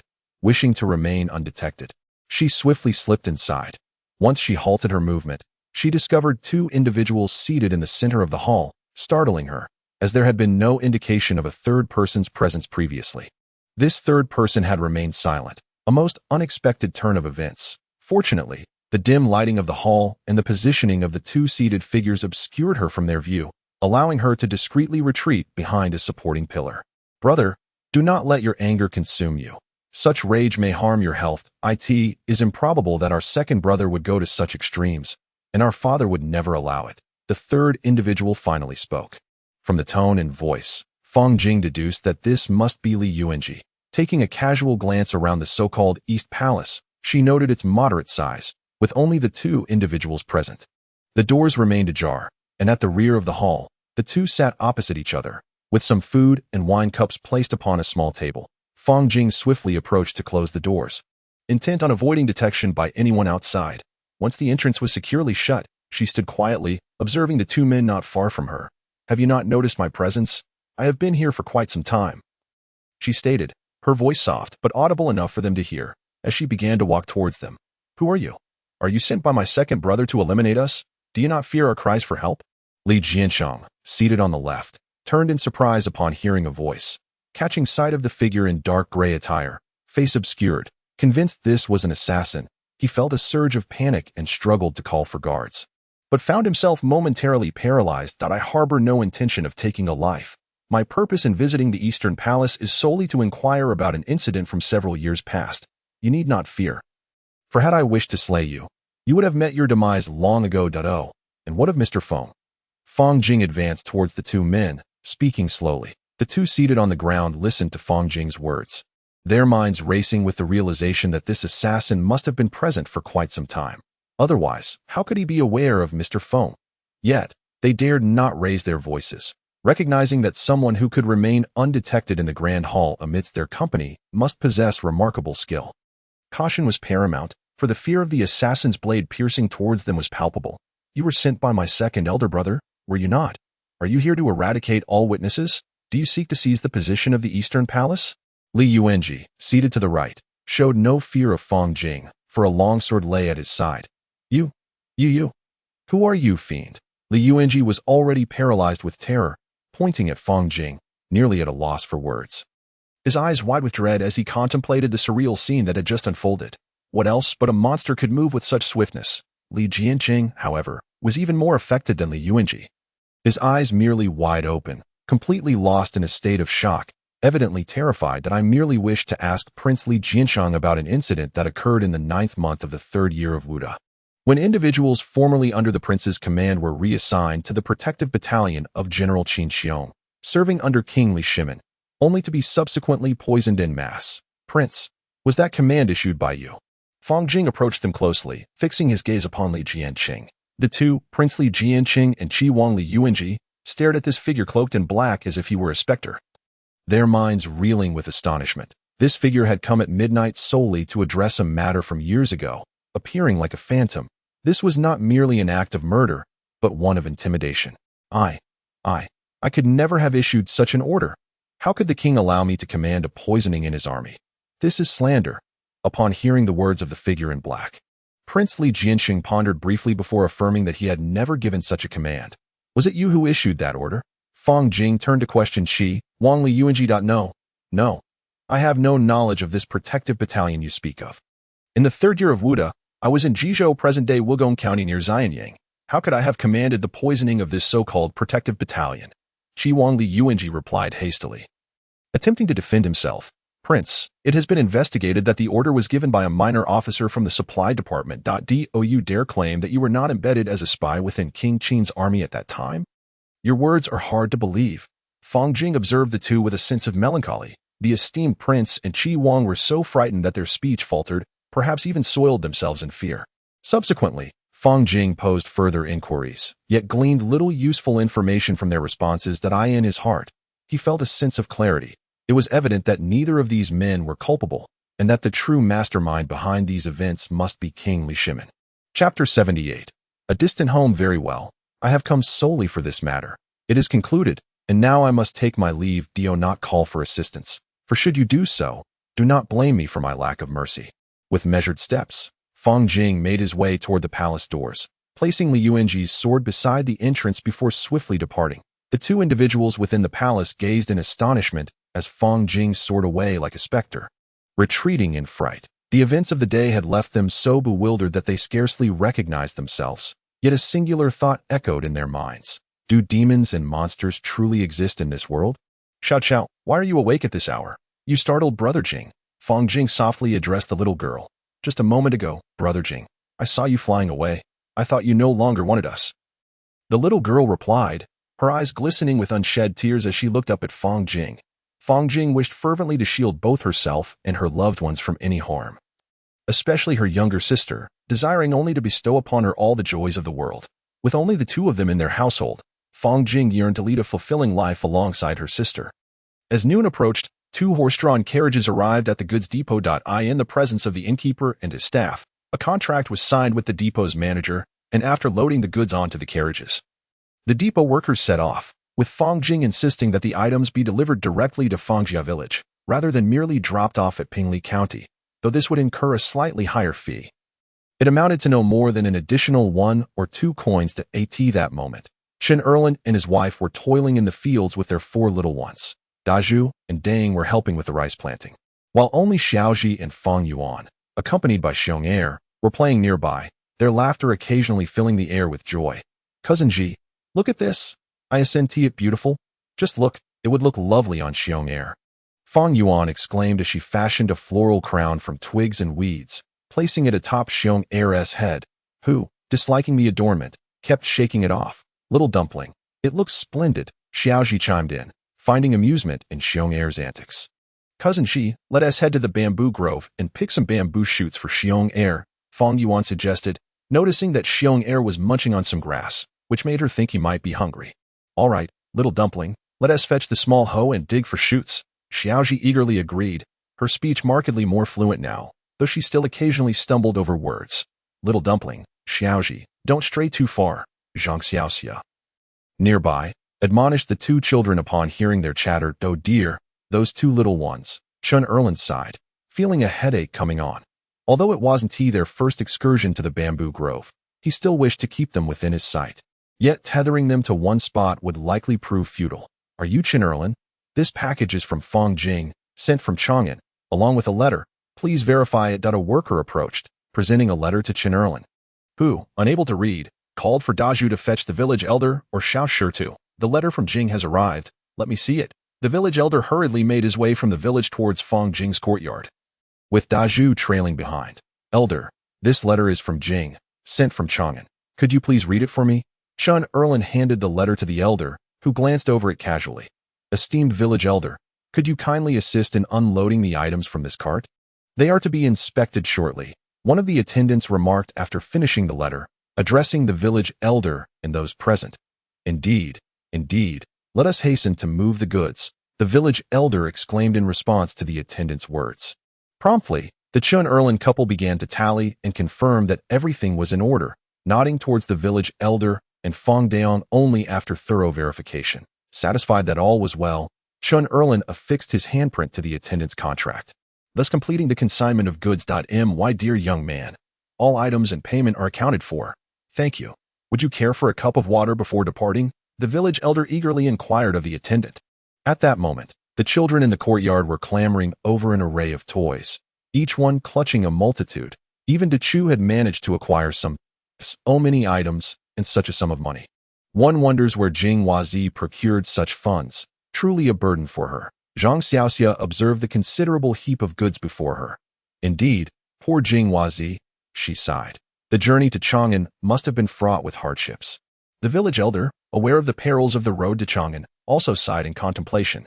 Please, tend to your belongings. There are matters at home that require attention. Ensure that this letter and the gold ingots are well safeguarded.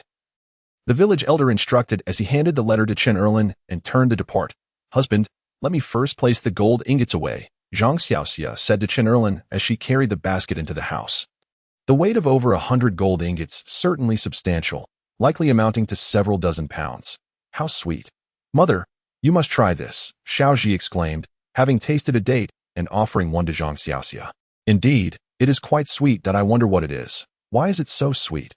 Little dumpling, have this. It is truly delightful. After savoring a date, Zhang Xiaoxia found it pleasantly sweet and extended it towards Fang Yuan's mouth.